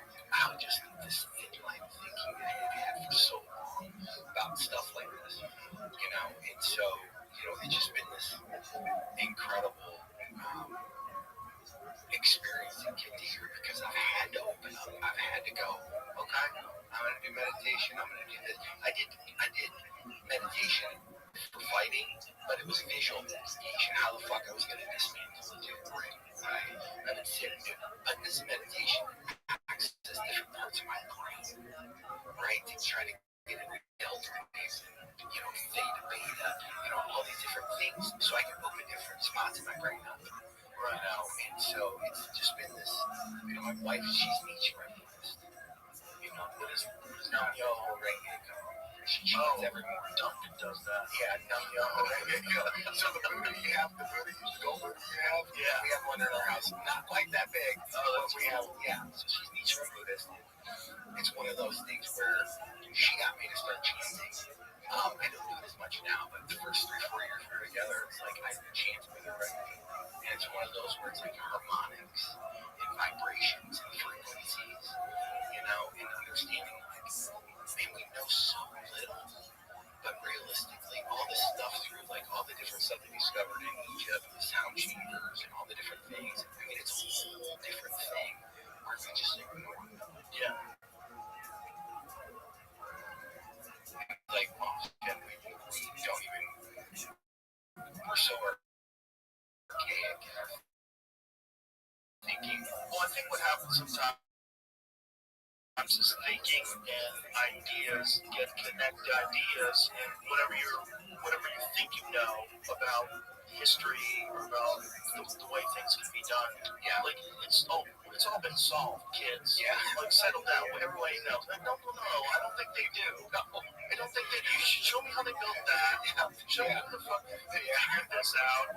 Like maybe they knew about medicine that you're ignoring because you can't patent it. Yeah. These people have been making ayahuasca for 10,000 years in the jungle. Yeah. Don't tell me. Yeah. Oh my God. Settle down. Yeah. Settle down. There's all the things that you think are valid, plus other stuff. That's the thing that people have to recognize. You can't be rigid with what you believe in, because sometimes it's wrong. That's the part where I can't believe how much I've opened up and been just receptive. And a lot of it's because I'm sober. It's like, fuck, I don't know shit, man. Like, when you look at the bigger picture stuff, I know so little. To know it's no shit, that's the scariest thing. There's a bunch of people pretending that they're figuring out, but they're full of shit too. Yeah. Every one of us is a talking monkey flying through space. That's a great way to look at it, right? From our head, we are in a convertible organic spaceship hurling through the universe. That alone, once you start with that, that's your foundational. Okay, this is foundational to your view of the world. The problem with us is that we don't fucking see the stars anymore. That's a giant problem with human beings. We've screwed ourselves up with light pollution, and it's not a coincidence that the people that live in the most populated cities are the most diluted, ridiculous people that are the furthest away from nature. Not that they're not awesome people, but what I'm saying is, like, you are so far away from nature. You're so diluted from being like a wild animal. So, you know what I've actually done in Alaska? I've hugged trees. I've literally hugged trees, and it feels beautiful. Yeah, that's real. It really is like walking barefoot, right? Like on grass and getting connected. And for you said to me 10 years ago, I'm like, oh, okay, whatever. But it's like, okay, who says it's not? I think nature's a vitamin. Oh yeah, I think hey, where did the term tree hugger come from? Did it come from the time where hippies were doing acid? Probably. Because then that would make so much more sense. Because if you're on acid, you hug a tree. I love you. I love you, tree. You're so fucking amazing. Oh shit, that a while ago. From a series of non-violent environmental protests in India, beginning with the Bishnoi community in 1730. Wow. Physically clung to trees to prevent them from being cut down. See, those people love mushrooms. Whoa. That's why they worship cattle. That's what I think. Why else would all those poor people not eat cows? Cows. But doesn't that make no sense? It makes no sense at all. It makes no sense. You guys have food everywhere and you're starving. And your religion won't let you eat that food. Boy, okay. How'd you come to this? The only thing that makes any sense to me is those cows were giving you the mushrooms. They had to. That's what the mushrooms grow. That's the best source of psilocybin is cow. Duncan used to live in, my friend Duncan Trussell used to live in Asheville, North Carolina. And the farmers out there used to put a certain kind of feed into their diet to make sure that fungus couldn't grow in their shit. So that the kids wouldn't go in the field and pick mushrooms. Because there were so many spores in that area. These kids would go just get bags of mushrooms and go to other plants. The farmer had to feed his cow some anti-mushroom. Still there. I wonder if there's, I bet there's parts of this country where they just grow naturally all over the place. So once those spores get out there, I would imagine. Yeah, I would imagine. I suppose they actually go down and sell ayahuasca. Oh, really? Yeah. Isn't it crazy? You have to go to Brazil to do that? Yeah. That's nuts. Yeah. Look at all these things. A friend of mine, he actually went down to stem cells and it's called origins. And so we go down there and he starts explaining like this. And for him, it was like seeing the face of God. He said it changes his whole entire being. And he's like, it's in the jungle. So there's no like, it's yeah. Exactly. And he goes, it's like I just pictured Alex Guerrero walking through. Dude, totally. Like that's a scary motherfucker, man. That's very scariest. His walk is the scariest, bro. God, man. It's the dopest too. Oh, that music starts playing. It's just like, nothing you can do about it. Yeah, he's built for one thing. And I bumped into him in Chicago. And like, he's built for one thing.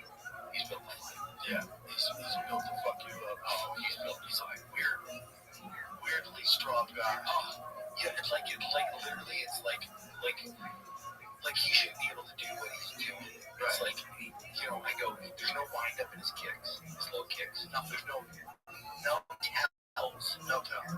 He's really sneaky. But he's got unbelievable power. But the thing is, he puts it together with technique. It's not like he's just waiting after you, trying to exchange with you and land first. No, he's setting you up, and then while he's setting you up, he's taking your legs away, and you're not seeing the tells. Oh my gosh, if they're not there at all, he said, yep, that's it. They don't move. I was trying to tell you, you think it's coming, it's already there. Oh, and that's the whole thing is you go, okay, you're thinking you're going to pick up on it. It's like, no, you're never going to. Yeah, he's very clever with that, and he does it with both sides, too. He's just as good with the left leg when he's switching it, when he's fighting southpaw. He just starts chewing up those calves real quick, man. I can't believe that. Is that nerve? Yeah, it's a horrible nerve. Do you think that wasn't the thing when you were fighting? No. Oh my God, you have to know it now. Oh my gosh, like looking at it going, it's even to the point where it's like, because you have a lot of wrestling in there, and you have a lot of, like my first time to Abu Dhabi, the only thing you can see is small moves. Like I did, like I literally, if I felt uncomfortable, I see small tiny moves. Right, it wasn't this like explosion because it's like fuck, I don't know what I'm gonna explode into. Right, so it's foundationally, it's keys. It's a different sport. It's a totally different sport, but I think there's something to be gained from cross training with the gi. I think the gi is like it's a fun thing to do, and in most street fights, the realistic thing is you're wearing clothes, especially if you're fighting at a place that is where people wear winter coats. Oh God, that'll be amazing. The sport is hard. So many things to choose from, so much control available. But if you really ever want to think about competing, I would say just go right into wrestling. Wrestling and jiu-jitsu, learn that stuff first. That's foundational. Yeah, you have to. God, man, I can't believe you've been involved in this. I know, it's so long. I mean, you're a spectator in this. I know. Lucky. Incredibly fortunate. You know what I felt the most fortunate? During COVID. Because everything was locked down.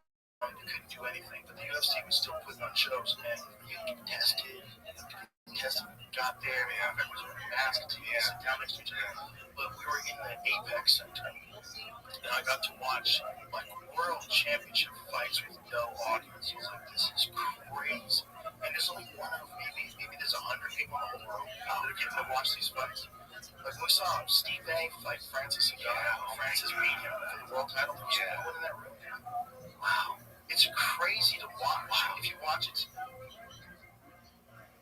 today, it's such a weird video because it's an elite performance by Francis in his prime, where he's like seeking, destroying, going after Steve A. Patient. You know, it's what DC started calling patient Francis. Yeah, dude, there's no crowd, and it's kind of eerie. Wow, it's eerie because when he KOs him, and you hear people go, "Whoa!" It's like people kind of freaked out. Wow, that's unique. It's very unique, and I was like, wow, there's so few people that get to be here. Oh my gosh, while this fight is happening. Yeah. But Justin Gaethje fought Tony Ferguson. Oh my god, an empty arena. Wow, the arena was completely empty. It was only the UFC crew and only the people that were working around with the UFC. There was no crowd. Wow. And if you watch that today, it's bizarre. So I even thought, like, my first fights in Japan, how quiet the crowd was. But not that quiet. There was no one there. The Justin Gaethje Tony Ferguson fight, there might have been, I don't know, 100 people, 200 people in the whole fucking arena. It was nuts. It was like totally quiet. So spooky. It was eerie because you heard the slaps of the punches and kicks way different. Oh, I bet. Because there's no people cheering. Because there's always people cheering. Yeah. It's always this background noise in the UFC, like, yeah. And you hear thuds and stuff, and I hear it a little better than most people because I'm wearing the headphones and the microphones are in the. But you don't hear it like you hear when there's an empty arena. There's an empty arena. I need to go back and watch that. It's like ton of shit. Yeah. Oh my god. So I've sat there with a group of people that like watching somebody chicken kicking your shin on chin, and just me, nobody in the room getting it, but me going, oh yeah, like how I don't care, like I don't care that fucking hurt. That hurt. I don't care. You can poker face that shit off. Oh, dude, it fucking hurt. That's like a big fuck you. Like I know that hurt, dude. I know that hurt. And the COVID times were dark times, but it did make me feel very fortunate to be working for the UFC because to be there live as a person who's like just love this sport since it first started. To be there live, while those fights were going on, this is nuts. That is just one of those where again, money can't buy that. I mean, it's just one of those experiences like this. Like I've had a couple through this process of filmmaking where it's like. No money on earth can buy that experience. Like in Venice, standing there, like literally, like I'm crying because, like I said, it was at the end of that, it was like therapy. Watching me.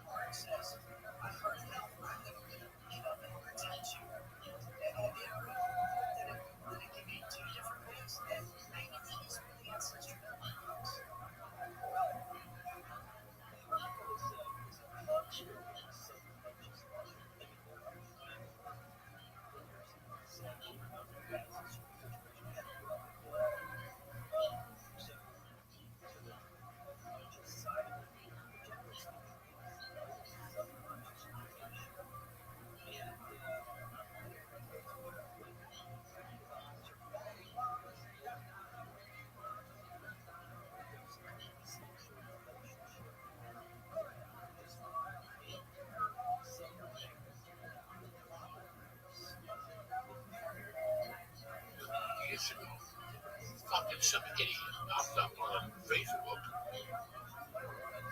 saying that he was my half brother. And so that other idiot from North Bergen actually believed it and gave him my number.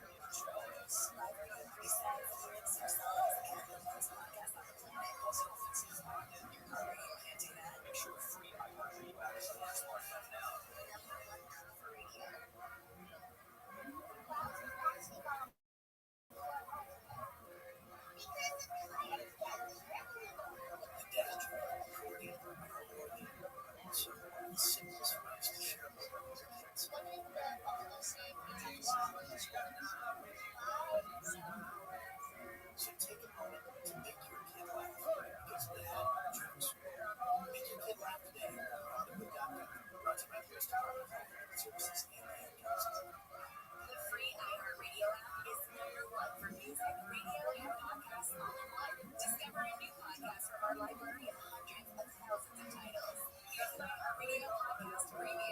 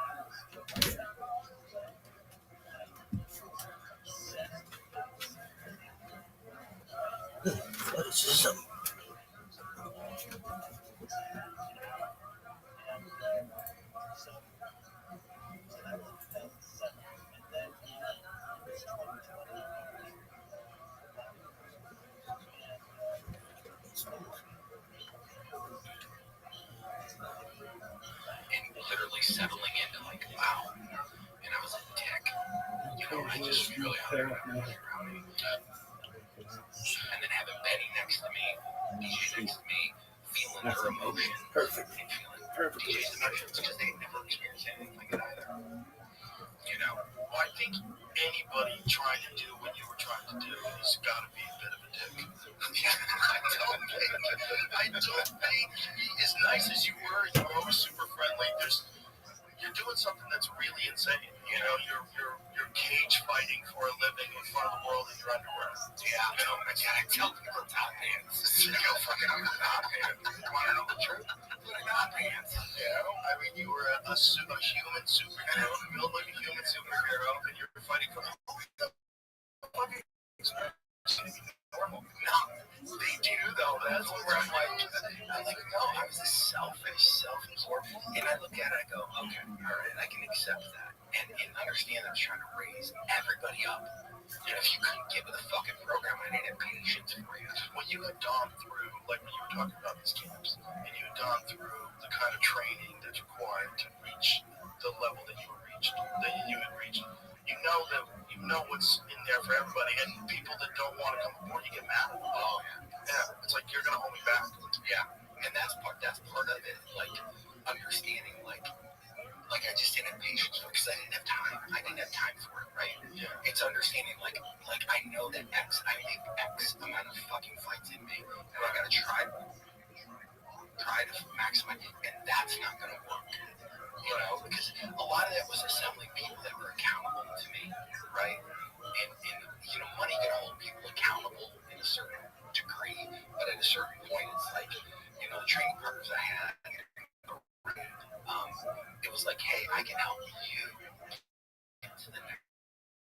this level. Right? That was kind of the enticement. Yeah. You just need to make a commitment to me. Right.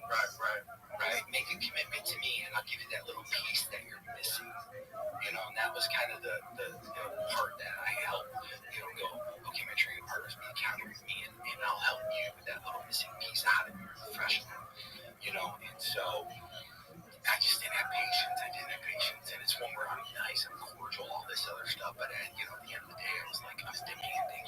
Do you think that maybe that kind of drive played a factor in you having an issue with substances? Yeah. Because you just wanted relief. Yeah.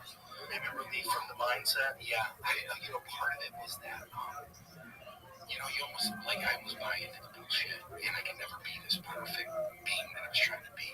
And so I'm always falling short. And that feeling of always falling short, and this, just I couldn't live up to what I thought I needed to live up to.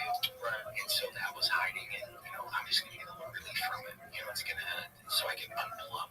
Right. And it was just one of those where it started with pain, realistically. It started fuck, I'm doing something.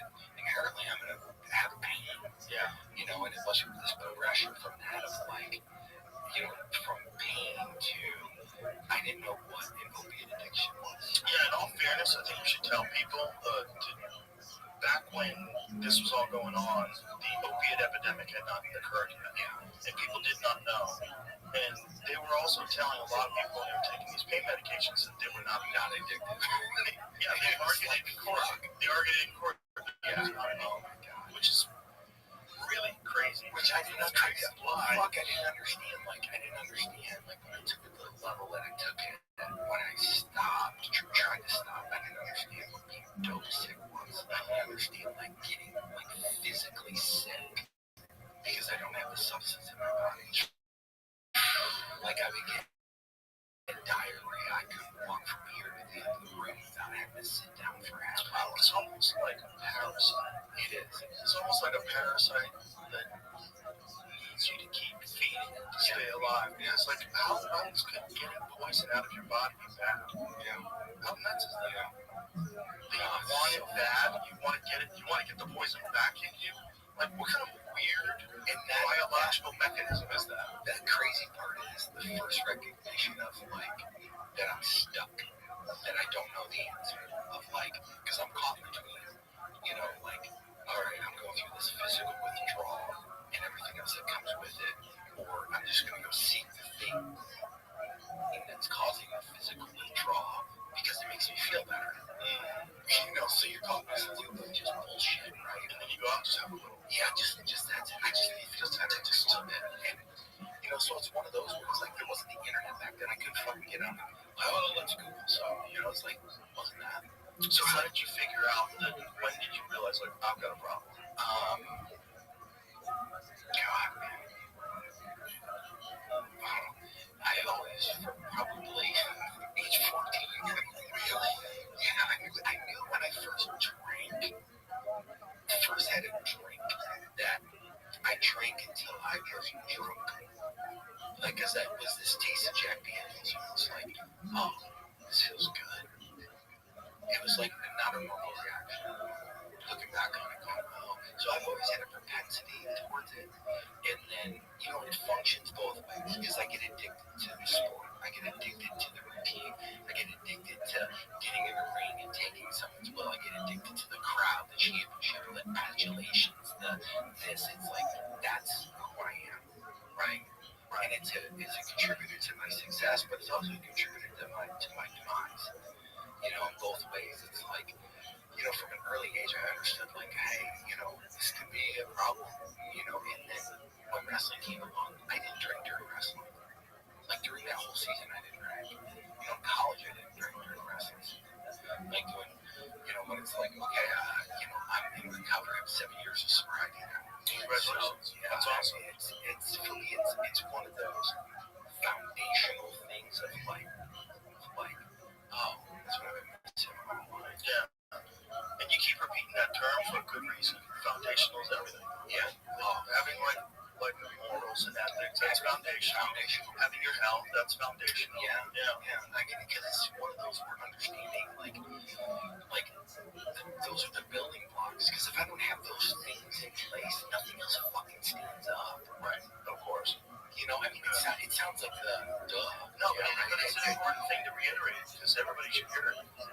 know, and that's a huge part. It's a huge part.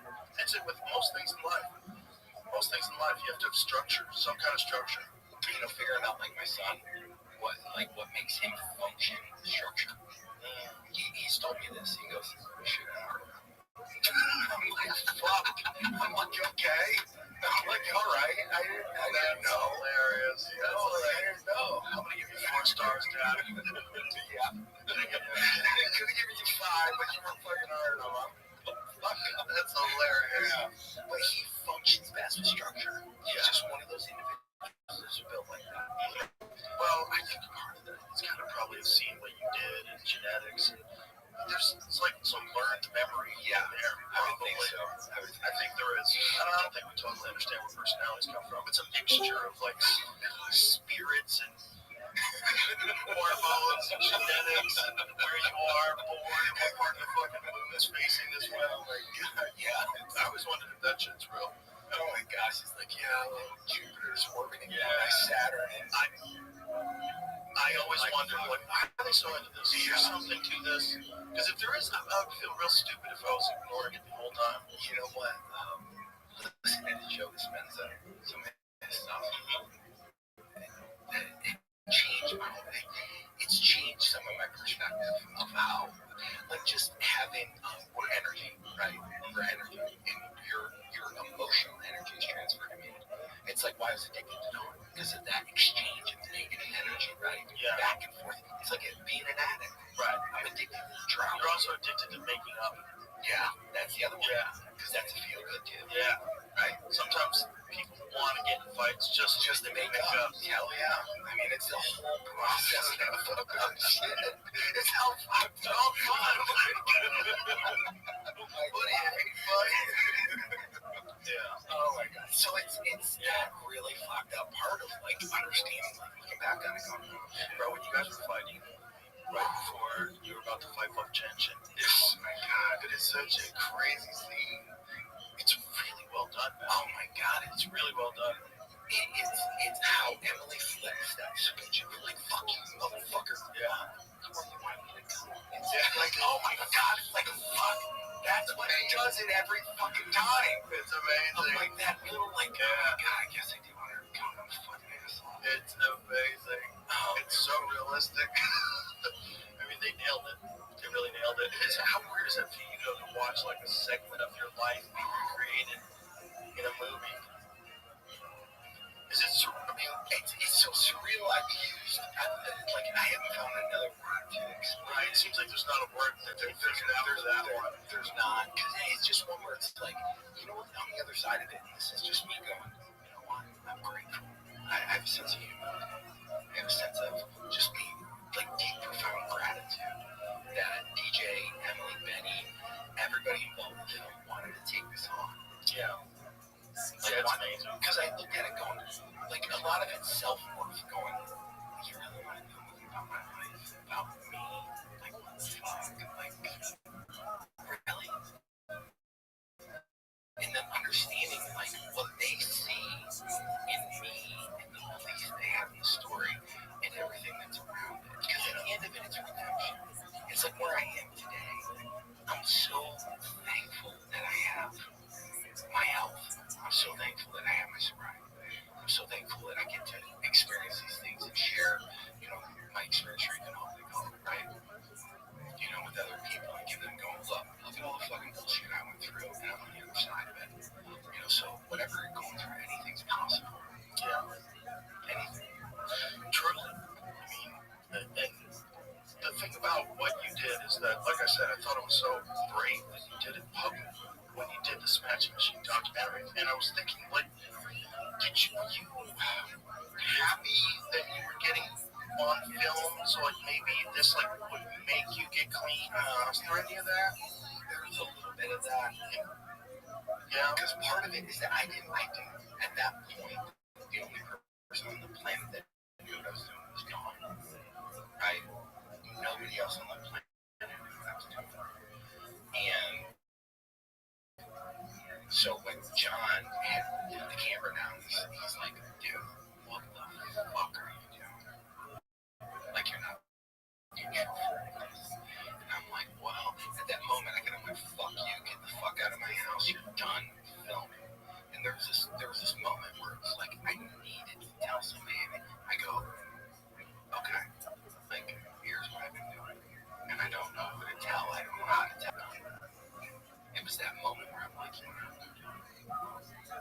want to show you. Because it was one of those where it's like, it felt like a week I lived. Like all of a sudden it's just like, oh, fuck. Did you ever think about not going through with the documentary? Yeah. So here's what they ended up doing. So I didn't see one stitch of footage at all until I saw the complete documentary in Los Angeles in the Dolby Sound Studios. So it was like a couple of years, not a second of footage. So I sit down, the documentary as it appeared on HBO, right? And the filmmakers aren't watching the fucking film, they're watching me watch the film. Right? There's like 8 of us in the movie theater. I get, dude, the film's done, lights come up, and I literally stand up and John Greenhall goes, what do you think? And I go, I'm gonna have to get back with you.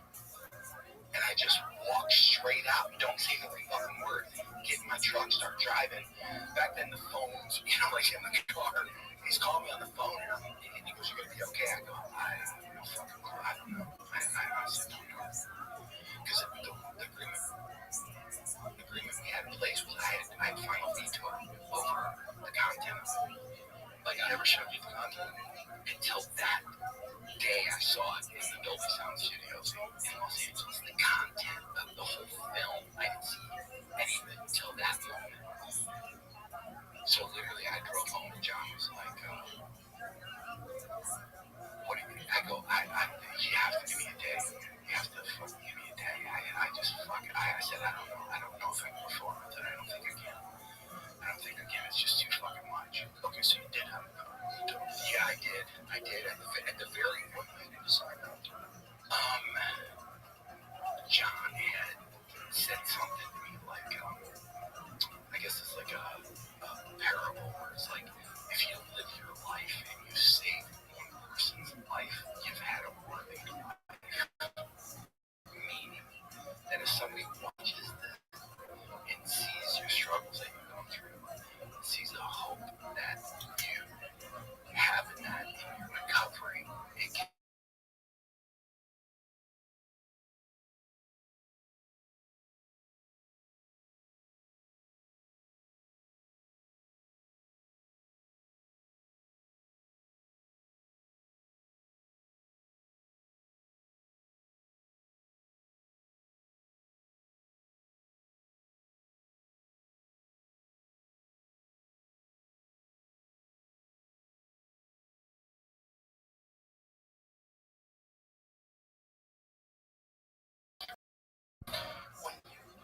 gone through the film.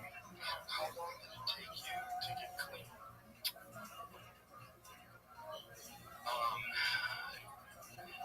I got clean off of morphine, off of the new vein I was doing. Right after, all the way through the Fujita fight, and I was clean for started drinking, which is a whole other topic, but I had done narcotics, probably like 3 years after that, and then I started up again. It was this process of like start, stop, and then the thing that dominated me was alcohol, because it's socially acceptable, easily accessible, all these different factors of it, and so that's eventually, like I said, my mom passed away September 3rd, 1996. And so my son knows this. And so my sobriety date is September 4th. And so my son asked me that day, September 3rd, he's like, Dad, I know you need to drink today because your mom died. But would you stop tomorrow? And at the time I thought it was just a promise of like, yeah, I'll stop. Next day I got up and there's just something a little different or whatever it was that day. And I stopped asking questions why, because it's irrelevant, right? And from that day to today, it's over. Wow. Yeah. It makes no fucking sense. But it does. It's like you get better at sobriety, just like you get better at all other things in life. Yeah. Right? Yeah. You're better at figuring out why. And, there's also the reality that I think a lot of people need to take into consideration when it comes to fighting is that a lot of guys they're self-diagnosing or self-dispensing something to make themselves feel better. Yeah. Because they've taken a lot of damage. Oh yeah. They feel like shit. Yeah. This alcohol's a big one. A contributing factor. A lot of former fighters become alcoholics. Cocaine's another one. Yeah.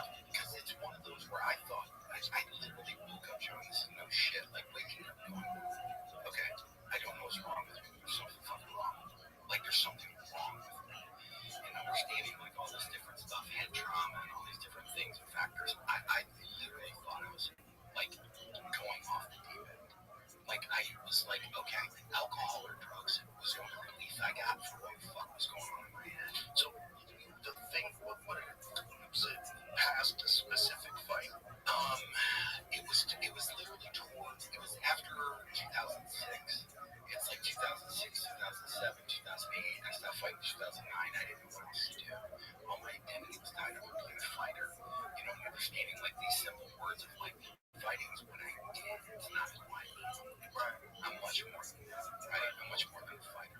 And understanding once I got to that point, you know, it's like that's when some of the relief came in. But part of it in my head, like, there's something fucking, I don't know what it is. And so I was just seeking relief because of like, there's something that's fucked up in my head. And I didn't know what it was. Still to this day, I look at it like, you know, I call it a God shot because it was one where it's like something needs to change because this is unsustainable. You know, unsustainable with alcohol, unsustainable with what's going on in my head. And, you know, get sober, things quiet down. You know, it's actually quiet down. That first year it took that of sobriety to clear out all the bullshit that was in my head. Going, I just need neutral. Right? And once I hit neutral, it's like, oh, wow, I can build on this. You know, so it's been incredible. It makes no sense at all, but it makes perfect sense. No, it does make sense because you're willing to articulate your deep thoughts, your very vulnerable thoughts on who you are as a guy who was, one point in time, one of the scariest fucking human beings walking the face of the earth. And that's important for people to know and to hear and to recognize that, man, a lot of people can get caught in that trap.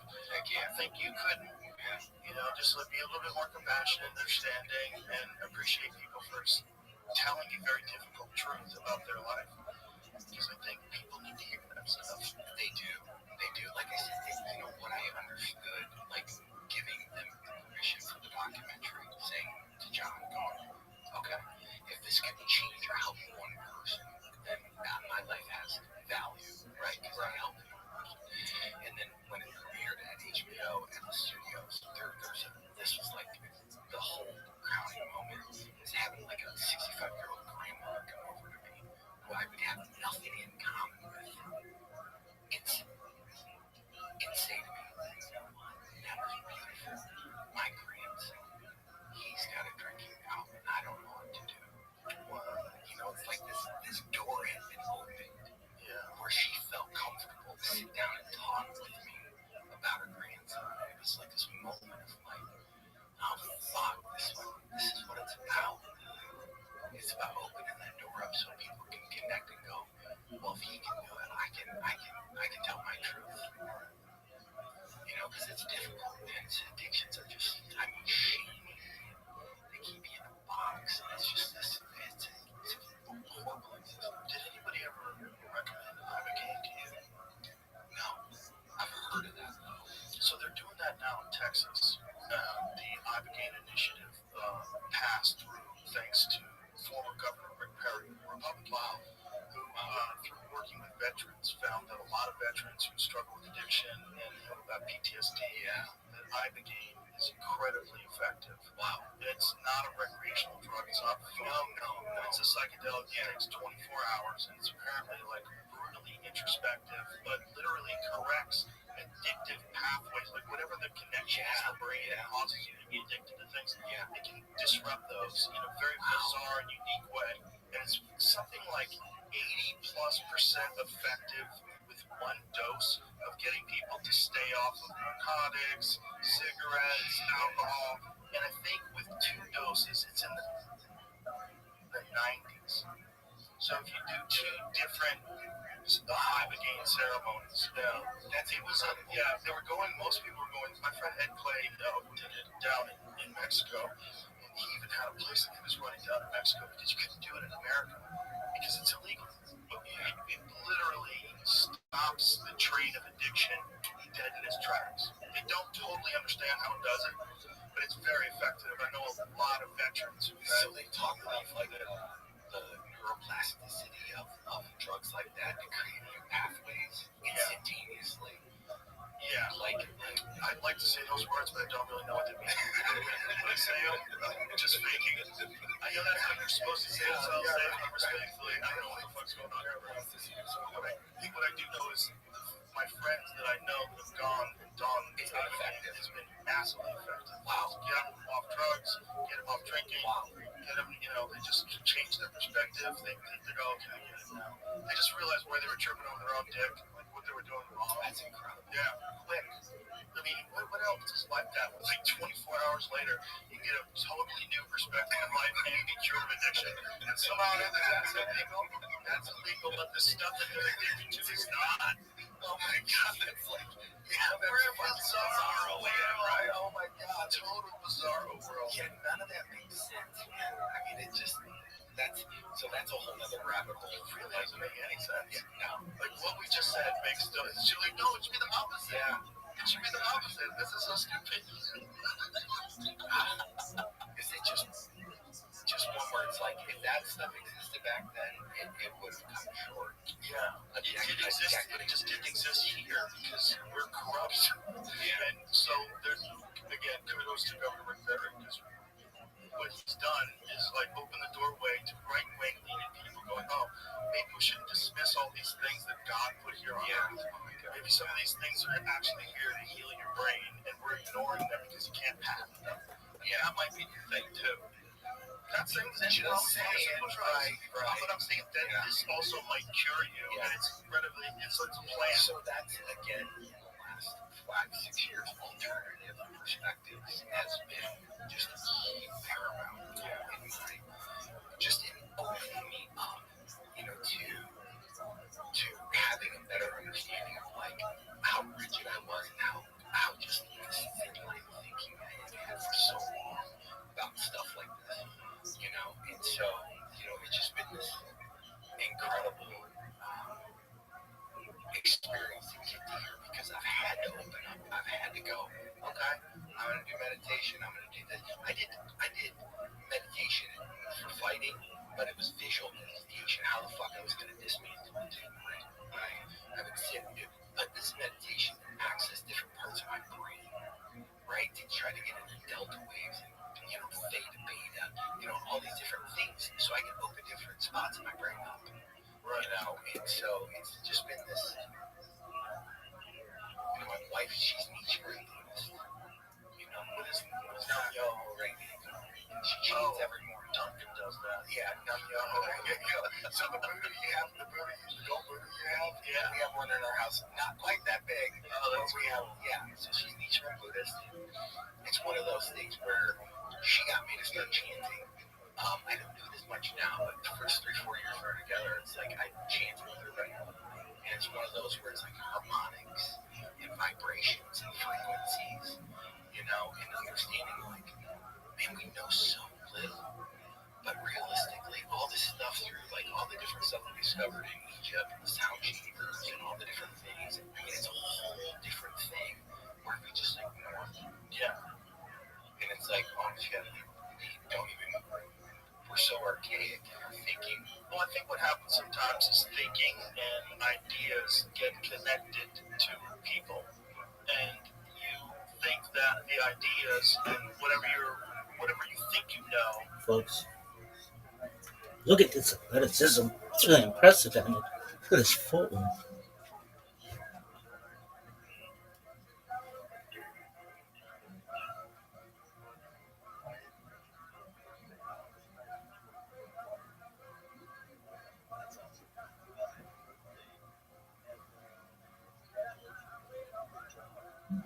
Is there a way that your technology can help you to get more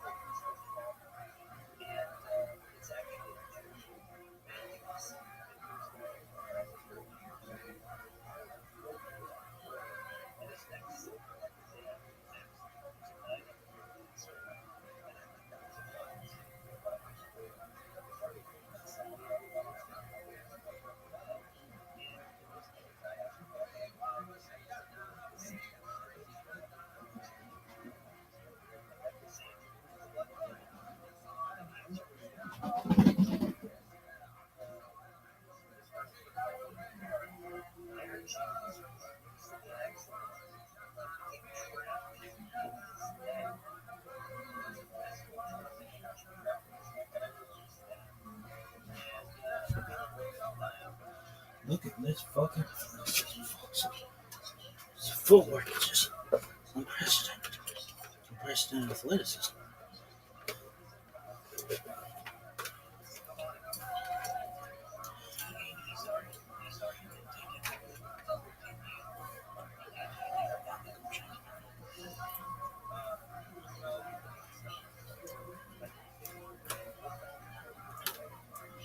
About history or about the way things can be done. Yeah. Like, it's all been solved, kids. Yeah. Like, settle down. Everybody knows. No, I don't think they do. No, I don't think they do. You should show me how they built that. Yeah. Show me who the fuck figured this out.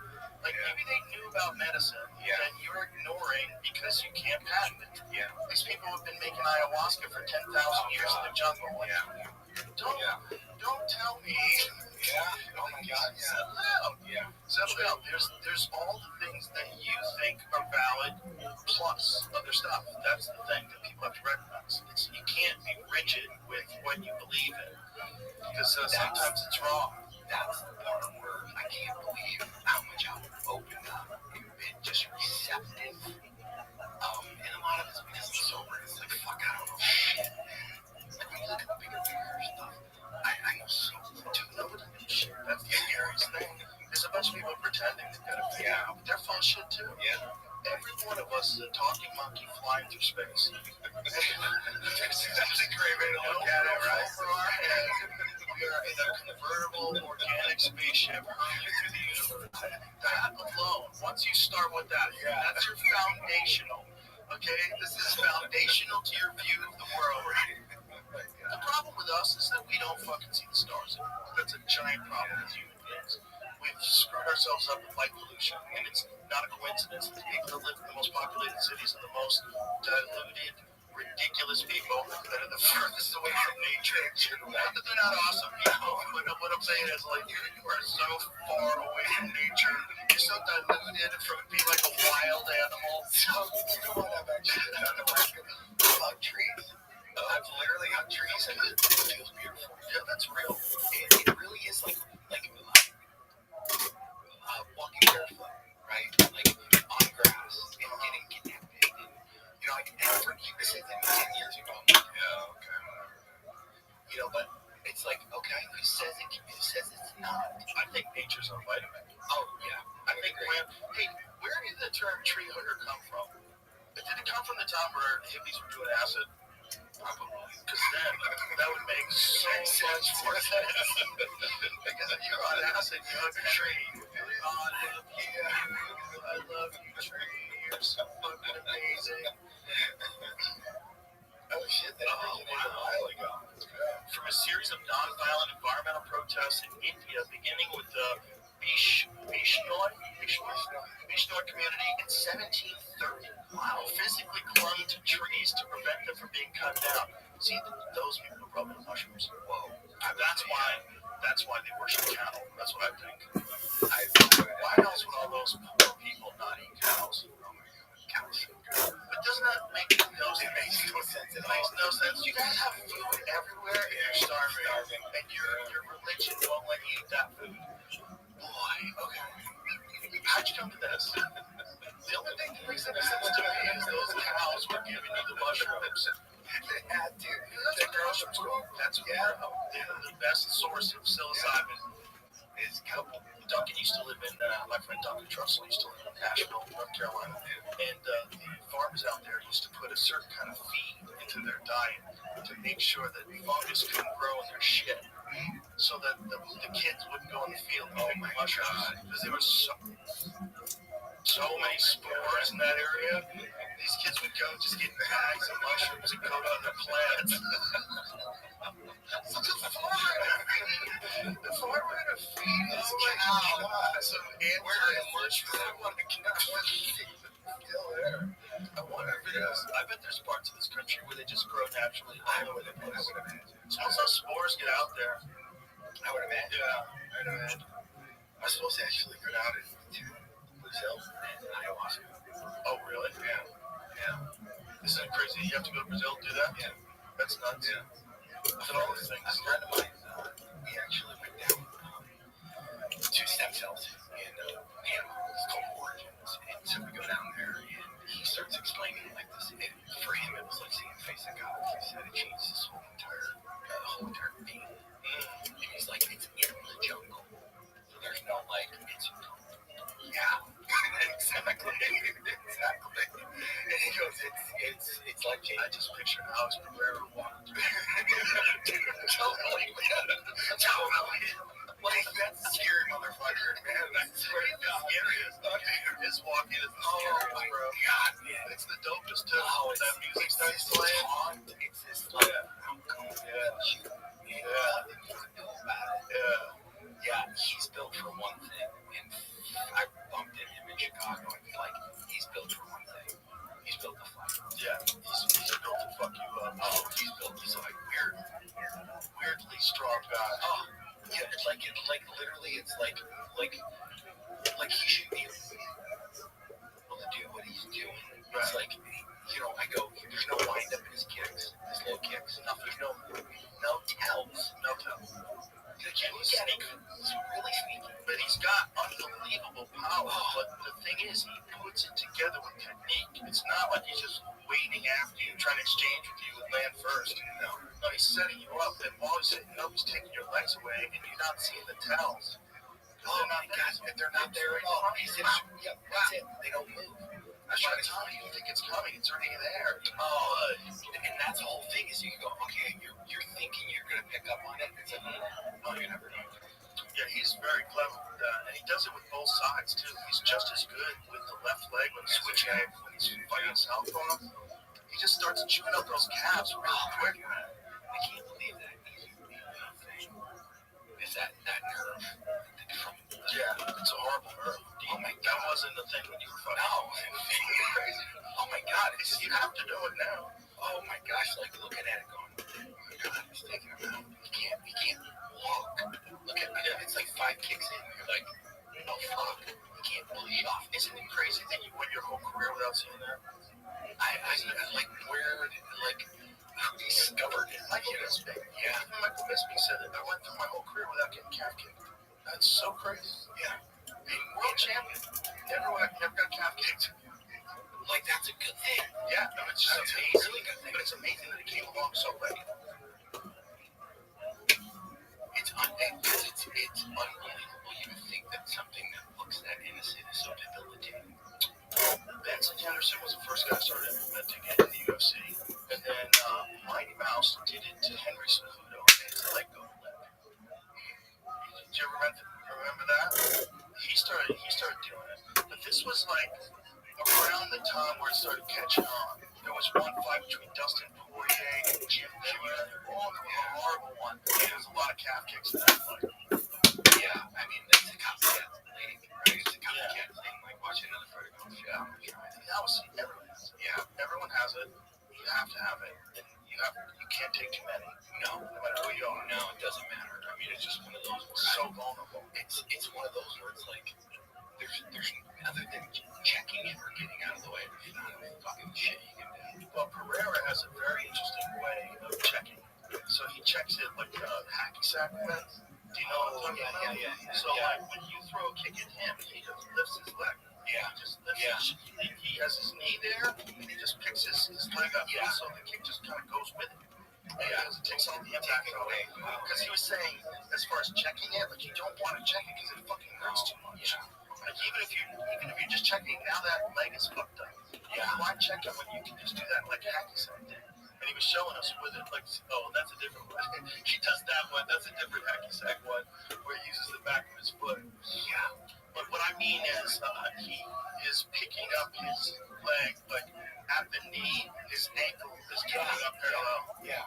I know exactly what you're talking about. Yeah, I see it, but he's just, he's clever.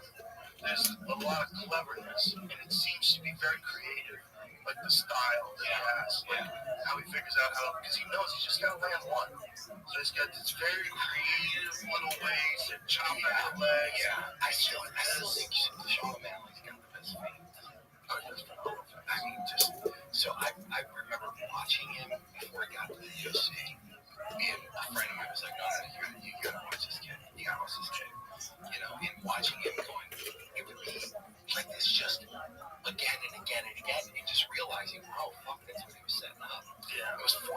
feint, right? To get to what he wanted to get to. And then it was like a feint here, feint on the side, feint here. And then all of a sudden he got a tendency, and now it's like attack time. Did you ever see the Eddie Long? He feints an uppercut and he comes over the top of the right hand. I've seen it, but I haven't seen it. Oh, you gotta see it. Yeah. It's so pretty. It's one of his prettiest knockouts. He stepped and feinted, and that dude's gonna throw an uppercut and turned it into a left hand. Oh my god. The dude's so clean. Yeah, he's Watch this. Watch this. Watch how he look at that. He feints a left uppercut and comes over the top of the right hand. Watch that again. And that's one of those. That's so crazy. That's silly. Bro, that's so Oh my god. That's like one of those things where it's like you can't teach it. You can't teach that stuff. It's so slick. That's such a slick move. Did you watch the Terrence Crawford Canelo Alvarez? Yeah, I did. Crawford's slick. Oh my goodness. Crawford just outboxed, man. Like fucking unreal. Who's ever done that? Who's ever jumped up 2 weight classes like that? Scary. It's crazy. Scary. So realizing, watching it, going, Canelo has such a bully style. Right? He's gonna get in. He's gonna bang with everything. He's gonna power. And watching Canelo or Crawford just box. Just box. Beautiful. Oh, I watched the whole thing. I'm like, that's art. That is art. He's so clever. Just the way, and it got to the point where he got so comfortable. He's patting him. Oh, wow. What? Bang. You're watching. Wow. Towards the end, towards the final rounds, really started getting comfortable and really started putting it on. I'm like, this is amazing. One of those rare, that's history, obviously, right? Watching somebody do, you should be able to do that. You should be able to fight at that weight for the first time ever. Against one of the greatest of all time, and do what you did. It is beyond, an outlier. You're beyond an outlier. You're something. You're an anomaly. Yeah. Something really special. I believe it's 37. Yeah. One of those where you shouldn't be able to do by any account. By any account. 37, my body was so wrecked. I'm like, fuck you. Right? I can barely go home. I watched a video of Dolph Lundgren the other day. That guy was remember in Rocky 3, he was the first guy that was scientifically trained. Yeah. Whenever I think of UFC fighters, absolutely. You're talking about guys and everything scientifically. Dolph Lundgren in Rocky 3. Oh my god, man. That was Rocky 4. Rocky 4, right? That was a stereotype. That's a stereotype like the Russians, they're manufactured. Biologically manufactured. I came from a test tube, type of thing. He totally looked like a Russian experiment. He did that movie. That was the first time I saw a Versa climber. I was like, oh, conditioning. He's unstoppable. Yeah, I was on the Versa climber 2 days ago.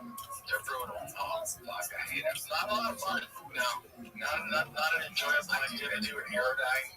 Versa climber, skier, all the things that suck. All the things that suck. Going shit, but it's one of those where I'm like, you know what? I don't have to do it for anything other than the challenge of just doing it. Yeah. I think everybody needs a little bit of a challenge. And just getting over the challenge of doing, I'm doing 45 minutes on this elliptical machine, period. Yeah, that's good for you. Oh, it's huge. Yeah, it's huge. It's giant. Because it's just like when I train to come small wins, right? I just need a win. It's some days I just need a fucking win. That's it. I don't care what it is. Right. I just need a win. Right. Being nice to my wife, being nice to, just whatever it is. I just need something that day. Right. It's like, fuck, I'm gonna go to the gym and I get a fucking thing that I hate and I'm gonna fucking do it for 45 minutes. That's a win. And I think if you looked at the proportion, if you looked at this, there was a study done on people that are happy versus people that are not in this life. I bet the people that would generally say they're happy get more of those. Get more of those wins in over themselves. Yeah. Get more of those doing some shit that you didn't want to do, but you did it. Yeah, I'm done. Yeah. I feel better. And that's for me, that's the link to get to where I am today. Is that I didn't understand how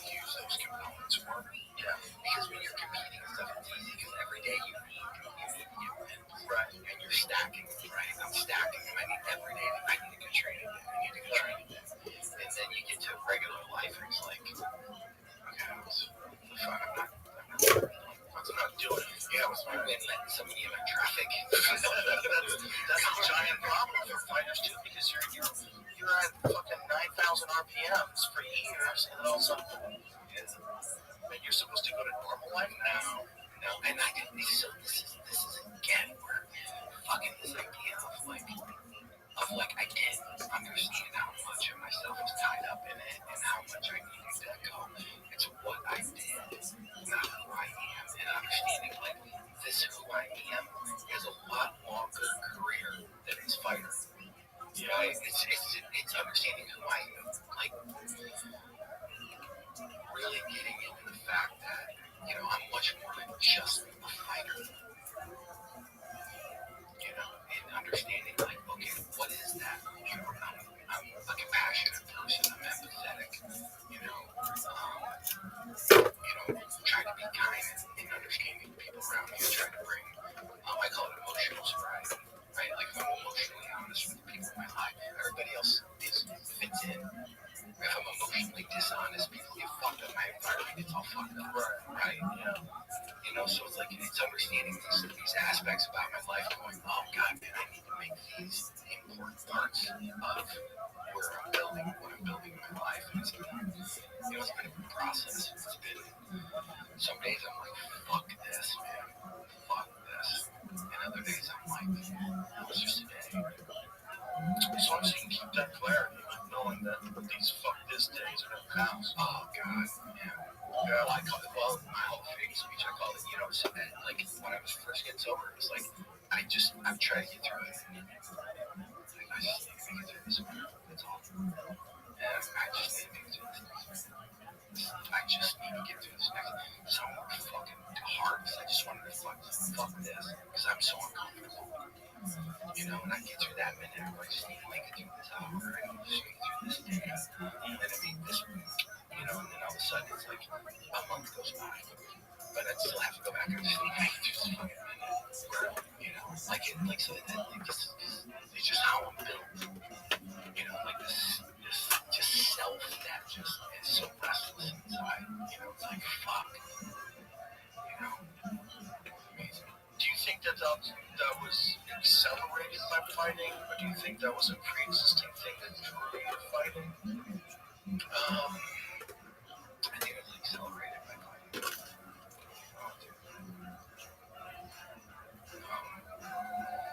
A lot of it just, I'm a competitor. Allowed me to fight. Fighting was like hurting another human being to the level that I had to hurt them. That was a whole other experience. It's like I can wrestle, I can compete, I can do grappling, but to physically beat, I had to flip the switch and turn into this other person that I'm like, fuck, I'm glad I know he's there. But it's like, that's not right. It's just a dichotomy or this weird. That nobody ever really gets to experience except for someone like you. Yeah. Look at this move. Or maybe other levels Turn higher across the than bed. someone more. Yeah. Oh my God, that's, I understand why there's, a lot of veterans when they go through, it's like, that's normal, it's not how you're built as a human being. Right, you're not supposed to experience that and then come back and just be normal. It's like, oh fuck. You hurt Walker when he's walking around the supermarket, tell he wants to go back. Oh my God, because it's just one where it's like, it's not how I'm built. I have a lot more compassion for other human beings, but I was glad to know that if I got put in a fucking room with another dude, I was coming out with a fucking. That was a good thing to know. It's a good thing to know, right? Yeah, it's a good thing to know. Do you, when you look back, if you were going to give yourself advice, when would you think would have been a good time for you to stop fighting? After Virginia. Because that would be, like if people understood, like at that time period, like I got sober, I just fought Ensign, and then I went to Abu Dhabi, and I won my weight class, won the all, which is a big deal for me. At the time, it was a huge If I would have won the Grand Prix, that would have been a mic drop. I could have walked away and it could have been a Khabib moment where it's like, oh, I wonder how good he could have been. You know, it would have been a complete fucking mic drop, right? But it's just at that moment, I knew that something had changed in me, that I didn't have that thing in me that I needed to do it. Because you need a thing in you to do that. You do. And that's what we're talking about. Like that gear, you need a different gear, you need a different component to get to that level. And if you don't have it, it's like, you know, say in the NFL, if you're thinking about retirement, you shouldn't be playing the game. So you were at a point where your dislike of hurting people was interfering with your job.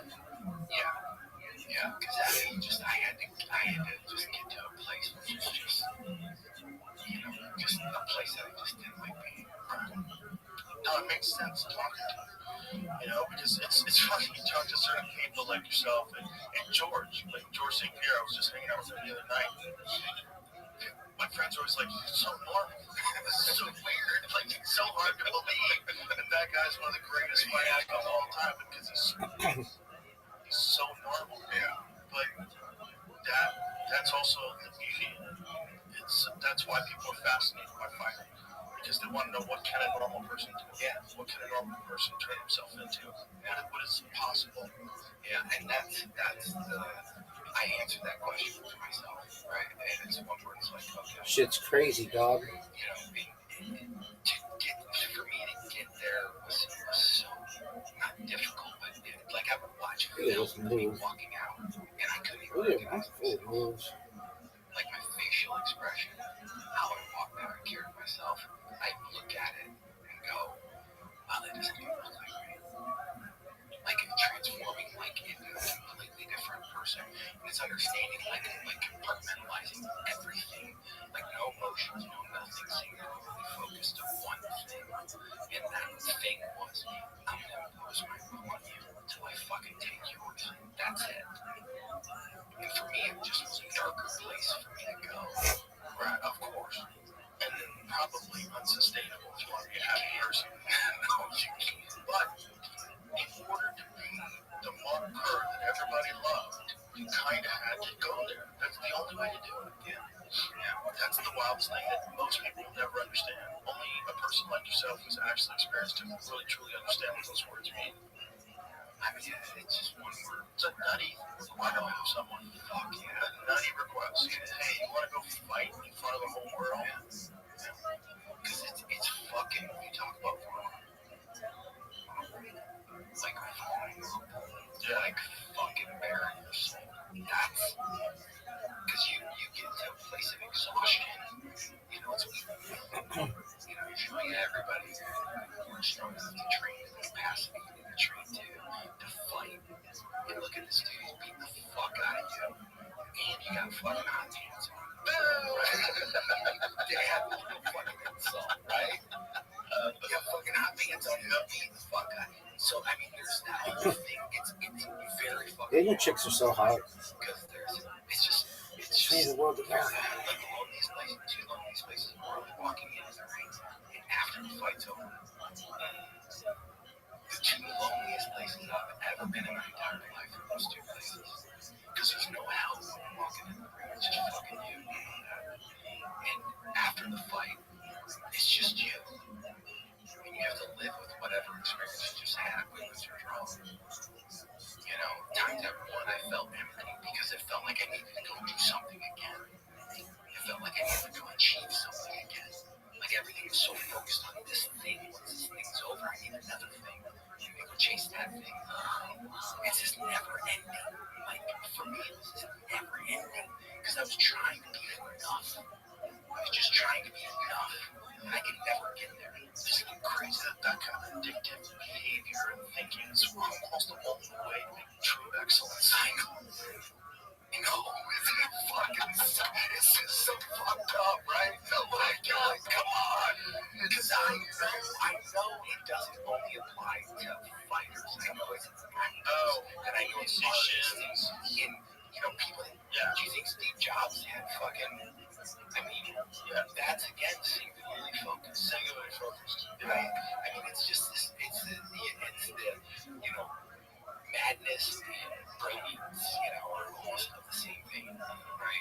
this driven component of me. The pain of that is that once that thing was over, I had to go fucking chase something else. I could never fucking sit in that moment and be okay with whatever. And, again, it's one of those things where it's like, thankfully, I am designed the way I am. Because I'm finally in a place where I'm like, I'm okay with me. I'm completely okay with me. It's taken me a long time to get here. Well, that's awesome, dude. I'm glad that you got there, and I'm glad to just be able to sit down with you and talk to you and tell you how much I appreciate, first of all, your career. And you've been able to do that Smash Machine documentary, I think, wasn't just eye-opening for a lot of people to realize, like, wow, a lot of these guys are struggling in a way that we couldn't even possibly comprehend. It's all they're doing in private. This guy just let us into his life. Holy shit. Like, how many more stories are there out there like this? Opens people up to the conversation. And also, like, having the courage to live your life. I think it's pretty powerful, man. And the movie's great. And The Rock, you fucking did it. Oh my god. The Rock, She nailed it. She nailed it crazy. She got an A+. Oh my god, yeah, exactly. For that craziness. Well, thanks, sir. Thanks for being here. Well, that's athleticism. Smashing Machine is out October 3rd, right? Is that when it's out? Yeah. It's very good. I appreciate you. And Boss Ruben kills it in it, too. So is Rabbi. Rabbi's great in the Smashing Machine. Yo, dog.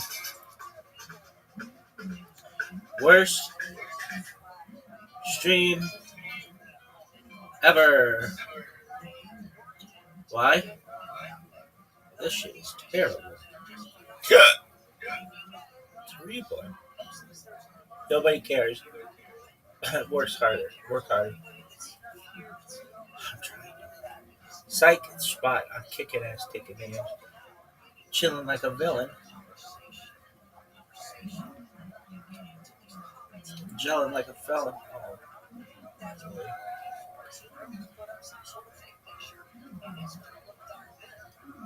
Unconvicted felon.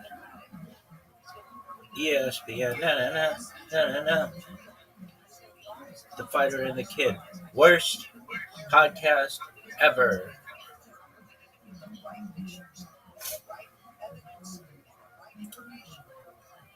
The Golden Hour. The After Hour podcast. Worst podcast ever. Why? It's terrible. They don't talk about anything interesting. Like, hey, we play golf. Oh, you play golf? Cool, man. I got new sneakers. Oh, okay. What kind of sneakers you get? Oh, no, I just think about that. Oh, cool, man. How about you? Well, my girlfriend broke up with you. Oh, you fucking loser yourself. How about you? Dog, I didn't do anything. Chin, what do you got? Oh, no. Oh, I'm fucking wrong. Way too many people working on this show. They need Chin and two of the other people. That's it. Way too many people on this fucking show.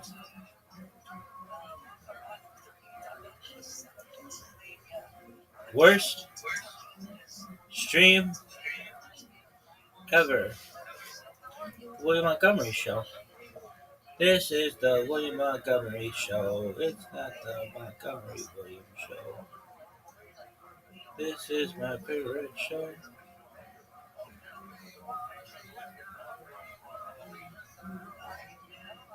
Do you think he and Erica broke up?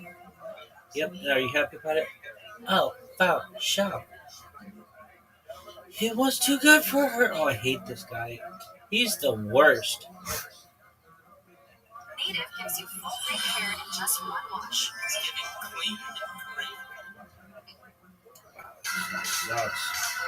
I love the introduction though.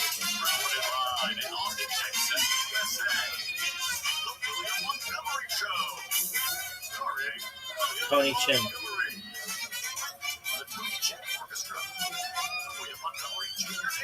Who you got?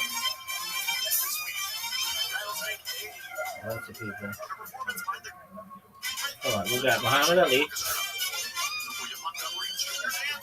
the Dalai Lama, Rodney Dangerfield, Donald Trump, Who the fuck is that? Oh, Don Rickles. He's supposed to be Dave Clark there. Dave Clark?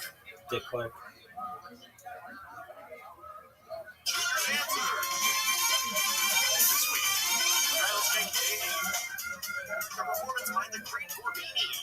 Michael Jackson. John Lennon, Yoko Ono. Clinton. He's supposed to be having Pearl on Love Line there. Is that just him throwing up?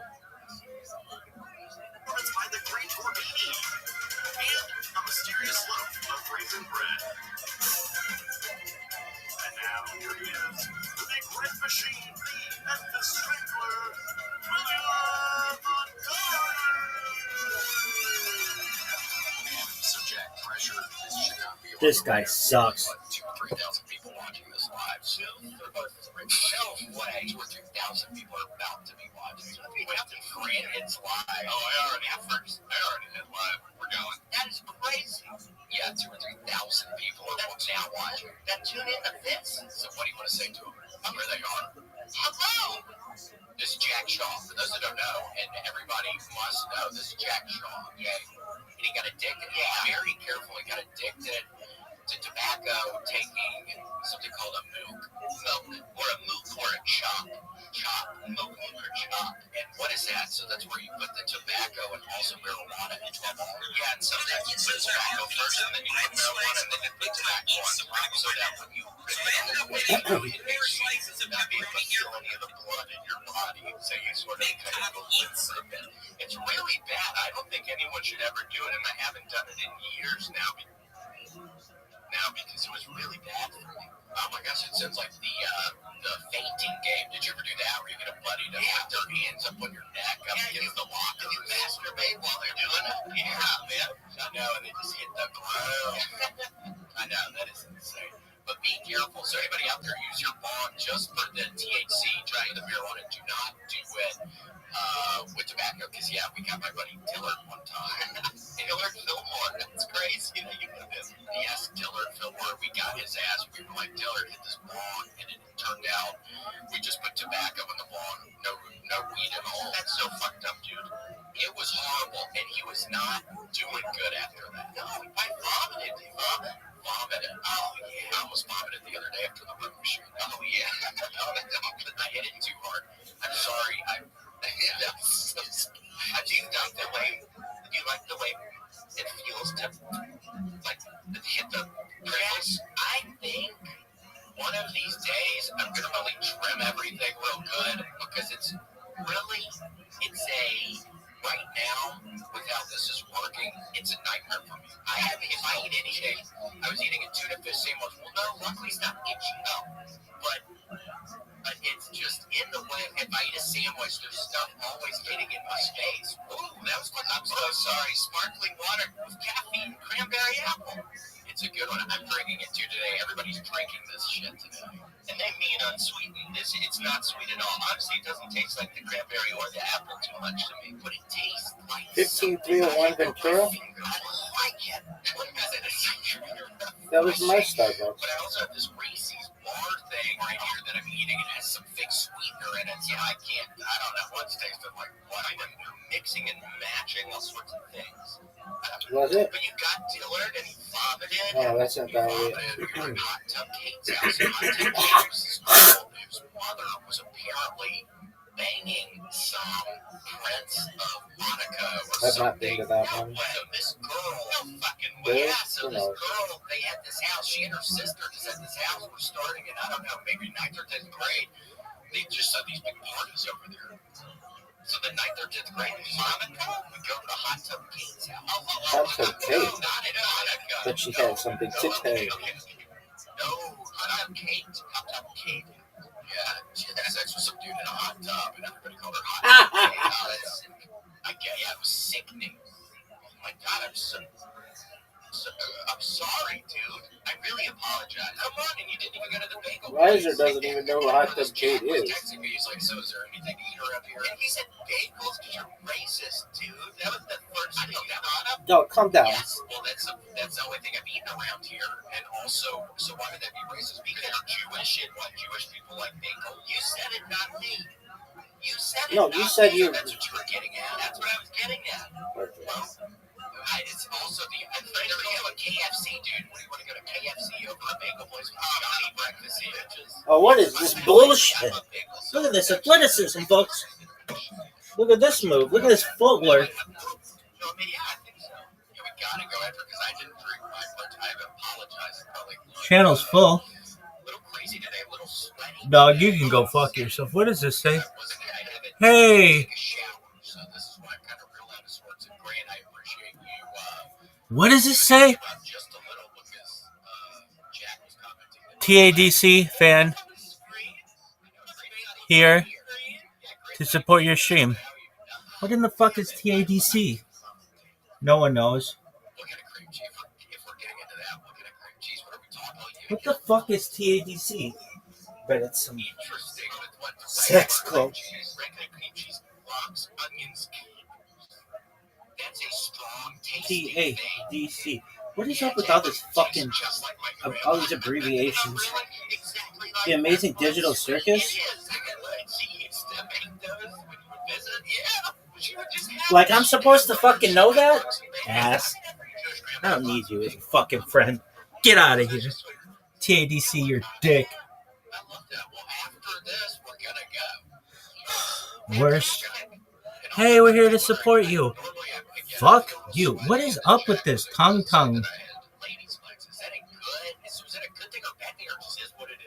Dog, look at this shirt.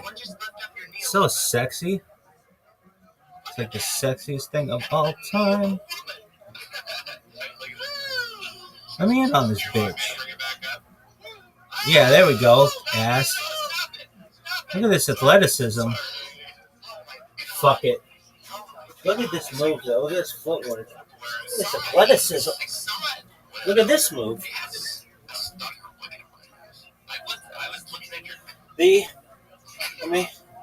It's Australian?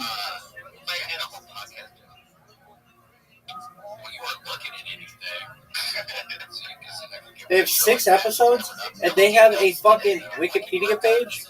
This is fucking... I like to wear a button down. I feel professional in a button down, and like I'm paying respect. Dog, I don't believe this. Does TADC mean anything else? You sorry sack of shit. Well, we're not getting into it, but there's maybe there's reasons why I look like this, which can't get into Texas Association of Defense Council. Go get it, girl. We're already. What's that? What is that? That's fancy men button downs. Oh yeah, that's right. Where do you get a style? Oh, it's like a puppy look. You gotta go. Great, with the image search. That's nice. Grant has been. It's been Dog. Grant and That thing's I gonna have be been giant. doing this together. How long has it been, Grant? We're almost at the 200th episode. This is 199. This is the penultimate. Oh my God! It's the last episode in the 100s, and we had to get Jack Shaw. We had to get my man Jack Shaw. Oh, that you're goddamn right. You're goddamn right. We had to get you. I do remember. Jack Shaw, you are boring as fuck. Hey, let's talk about bagels and tuna fish. Ass. How come? It's really gross me. I like logs, but Yeah, eat that fucking fish. You don't like tuna fish. Dude, I can be different. That's fine. Well, that's fine. Every Jew likes tuna fish. This one does. I fucking love tuna fish. I'd eat tuna fish off a woman's cooch if she let me. If it was salmon and all mashed up with mayo, that would gross me out. And that's why I don't like tuna Whoa. salad. What a fucking what a fucking what a fucking field rush. What a fucking field rush. Somebody could have died doing that. I love it. I like it. I love it. I want some more of it. Egg salad, potato salad, always gross me out. I'm watching eat it in the morning. Wake up, you want some eggs? How about some egg salad? And was just gross. And then he told me about my lifelong eating egg salad. You really gotta get your grades. How were your grades? Great. I didn't have good grades. What was your GPA? Would you graduate with from high school? I don't remember. It was probably, I think it was probably like a 3 point something. HF Underground. But I was really What the fuck is this shit? I was not good at school. No one knows what this shit is. 4.0s, 4.1, 4.2. I didn't even know how they got over the 4.0 part. I never understood that either. I was in the 5th quintile, and then come to find out, there are 5 quintiles. So I was at the bottom of my.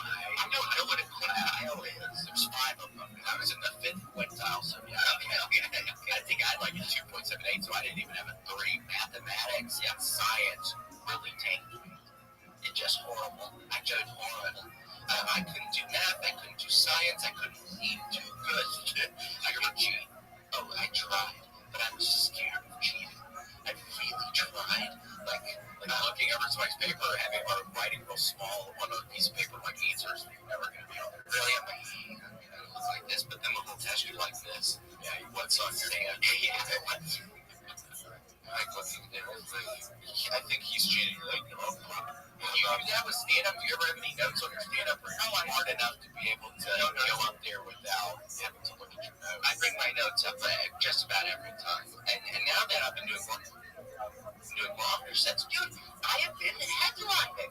I know, congratulations. And what you saw, for those that don't know Grant, you might not know this, but my man Jack here sold out San Luis Obispo. I was first time selling out a show, 128 tickets, sold the motherfucker out. San Luis Obispo, raise all. Go to Liberty Brewery in San Luis Obispo. They got a great freaking venue with John Kronich, the booker. Shout out John Kronich. And I'm glad he's doing better because I heard about 10 years ago that dude was involved with, I worked at a self-storage unit place in Los Feliz area when I lived in LA. Oh yeah, I lived over there in a place called Storage Etc. And if you go there when you're in LA again, please, for me, go to Storage Etc. and take a picture of the plaque in front of the place, because I went out there, I was like, what's that plaque? One day I looked, and I guess on my birthday on January 26th, please, my birthday, probably it was January 26th, but years ago, some man was real sad and filled his, I don't know, expedition or whatever kind of car with gasoline. Oh, parked it on the freaking train tracks. Oh, and then it derailed the freaking train and a bunch of people died. But yeah, happy birthday. It happened in front of the storage unit place. But no, I heard that guy was involved. The booker was like, was buddies with the guy that drove his car onto the track. So I'm happy he was able to get out of that. I was thinking he would not ever be able to like move forward from his association with that site. What were you doing for your birthday while this was happening? I was probably at that point in time, I was very easily maybe back in Memphis, maybe at my parents' house. So I had no idea that carnage was going on that one birthday of mine. Yeah. I'm eating cake, and also I'm eating, honestly, probably tuna fish sandwiches. Ew, that's your birthday sandwich? That's my birthday sandwich, and also if I ever was getting taken out in a state that gives you a last meal, I swear, I'm doing tuna fish with puffy Cheetos. Ew, dude. Ew. Do you like puffy Cheetos? Yeah, of course not puffy Cheetos, but not tuna fish. That's your last meal. You can have everything. What would you have? I would have freaking Pop-Tarts and steak and cake. And then, can you just have anything you want? Your last meal? Dude, Jack's shot sucks. THC, CBD. What's the difference? Nobody ever told me. But cornbread gummies, they are wonderful. They're a wonderful brand, okay? And then, by the way, some days winding down feels impossible. And I've been looking for a healthier way to enjoy happy hour. Yes, you heard that one right. Happy hour THC style. I've been looking for a healthier way to enjoy this happy hour, and these THC gummies from cornbread have been perfect for that. I mean, if you're tired of hangovers and looking for an alternative to alcohol, cornbread hemp makes THC gummies that help you enjoy the fun without guilt or regrets. But when I am on these gummies, I'm chilling.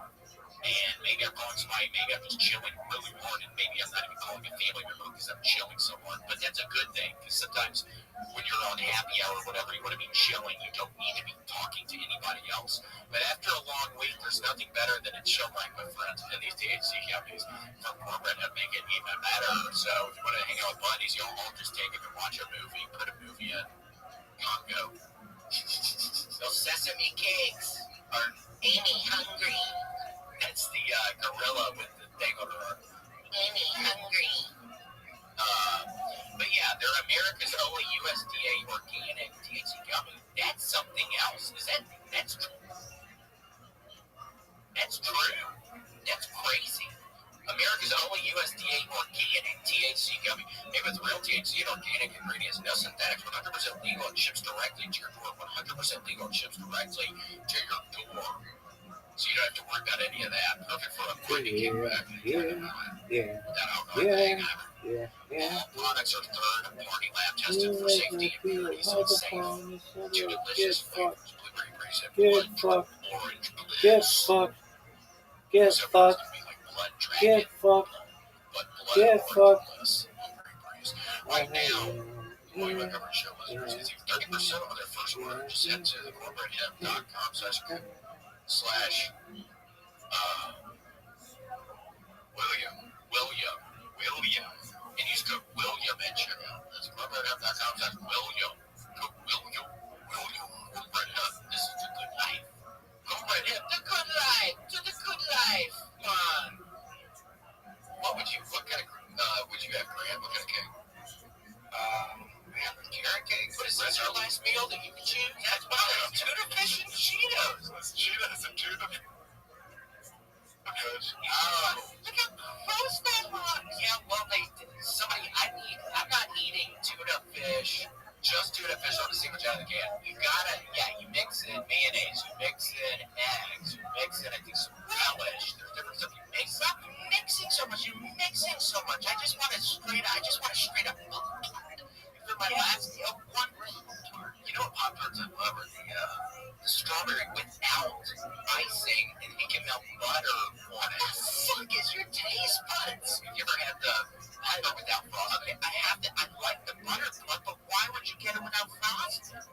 Well, because I don't like putting butter on a frosted Pop-Tart. I just like putting butter on the unfrosted. You know what? I'd like to take that back. I was actually pretty aggressive about that. Now, it was, Jack. So it was a little weird. I did it a little. Grant wasn't, or am I being kind of judgmental, thinking it was a little weird how it was? It was a little aggressive. It was nothing. You know what? No, it wasn't aggressive. That just the other shit in the background. This was a place I used to live a couple years ago, so I don't remember.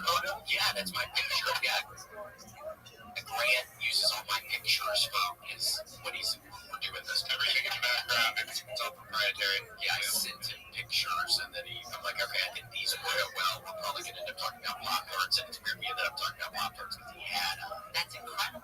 He had this. Well, truth be told, I was thinking maybe Pop-Tarts is going to show up at some point in time. You brought that, you were like, we're going to talk about Pop-Tarts. So I tried to, yes, when we started talking about the death row, I'm thinking, okay, maybe, Jack, we don't know one another, and you said Pop-Tart. Oh my God. It's weird. Oh my, that is weird. Oh, that is some freaking weird shit. You can jump. I was looking at yours. Sometimes I see people that get goosebumps. I have told them. I have literally goosebumps. Does any kind of music ever give you goosebumps? Has what? Music ever give you goosebumps? Yeah. Oh yeah. What are we talking? What have you been listening? Well, I actually listen to a lot of. Marilyn Monroe can get it. Oh, and I've been listening to like bluegrass or something. I love that kind of grass. I listen to a lot of banjo, and then most recently I've been listening to a lot of New Orleans jazz. Oh my gosh, man, have you ever gotten into Zydeco? No. Oh my gosh, well you might love Zydeco, and I think New Orleans music. I'm thinking Zydeco. It's like they use the accordion. Yeah, right down Zydeco. There's a dude named Rockin' Dopsy. Look up Rockin' Dopsy. He's some classic Zydeco music. So there's our classic Rockin' Dopsy and the Zydeco twist. These twisters. Yes, it's kind of like. Can I play? Oh my God, this is my new favorite guy in the world. That's all I need. Yeah, honestly, that's all I need. Oh my gosh, well, listen. Yeah, I'm so happy about this. Zydeco. listening to like just the blues music you said or jazz music? Jazz and scatting, which I talked about last night. And for those that don't know, Grant, do you know what scatting is? Yeah, like scatting for others. Jazz scatting. Can you please, Jack? Is there any way you can? I mean, for all the people that know us, can you please do some scatting? Do you really want to? I would love for you to. Because so what? You've been practicing. Because you told me last night you've been practicing. Well, I'm a very nervous person, and I have panic attacks and anxiety. Like a lot of people on that one. I think so. When you say panic attack, because you told me that last night, I think I have totally experienced at least two of them. What happens? Yeah, how often do you have a panic attack? I have them too much. And I think they're debilitating, or you can kind of keep on going about your day, or everything stops. Well, yeah, no, it depends. And I think panic attacks can manifest differently for different people. But what happens for me, and when it's debilitating, I feel frozen. Can't move. I'm not able to take any action. I sit in bed, my heart's beating really fast, I'm sweating, I'm hot and cold. How long does that last? Just a bit. Depends, man, and I've gotten better over the years of dealing with it. Another burp, dude, it's these things. Sparkling water with caffeine. If anybody wants to prank their family this year for Thanksgiving, drink a 6-pack of these, and your ass is going to be burping all during. You're going to be burping on your birthday on Thanksgiving. Wait, so Scat Me Carruthers, so that's also the dude you got hacked in The Shining. That's a picture of the naked lady in his bedroom when he lived in Florida. Oh! At The Shining. Remember that? He had that suite set up in The Shining. I loved his bedroom. See, that part gives me chills. Talking about goosebumps, I just got goosebumps a little bit right to looking at that, Jack, when he looks over it. And Tony, or no, the little boy, whatever, and he's like, what's up, Doc? What the fuck is this shit? Worst stream ever. That's what he says right there. But he says it with his mind. Hey, Rabbi, I really like your stream. Liar. He's talking to him with his mind. Dog, I can't wait for this fucking fantasy season. Worst peeps ever. This is the worst fucking podcast of all time. Everything sucks. Worst stream ever. Worst stream ever. Worst stream. Yeah, you want to hear I'm a scat man. Yes, okay, that's him. I got him. This guy sucks. That's Scatman John guy. That's Scatman John. Oh, that's so they all have names. So what would your name? Your name would Scatman Jack. Scatman Crack. You guys want to hear the intro? Yes, Scatman Crack, and then you can always bend over. This is the worst.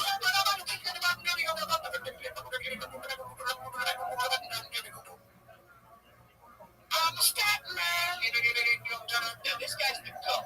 This guy's the greatest, and I'm the greatest of all time. Oh, he's the truest. He's the GOAT to the Chiefs, the most, the ACT, and I mean, is he American?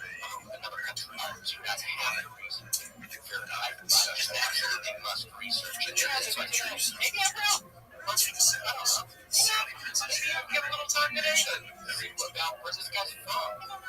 Yeah, where Scatman John's from? No, I'll learn it later. Okay.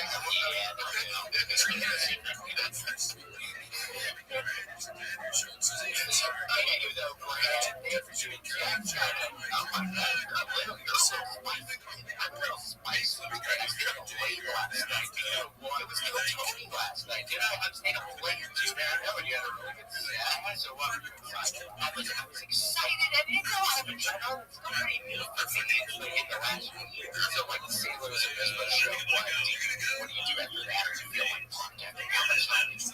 I did about an hour. Oh, that's wonderful. Yeah, that's great. Yeah. And it went great, and it was the most consistent the last. Oh, a little bit. It's your birthday right now, so you can burp on it. It's the burp on a birthday. Awesome, man. I just want to alliterate for the people out there. Alliteration. Yes. So you were on the stage and you're making people laugh for now. That's right. Yeah, that looks much better than what my show was. But when you have for the background of yours, you bring anything, you can pop right there.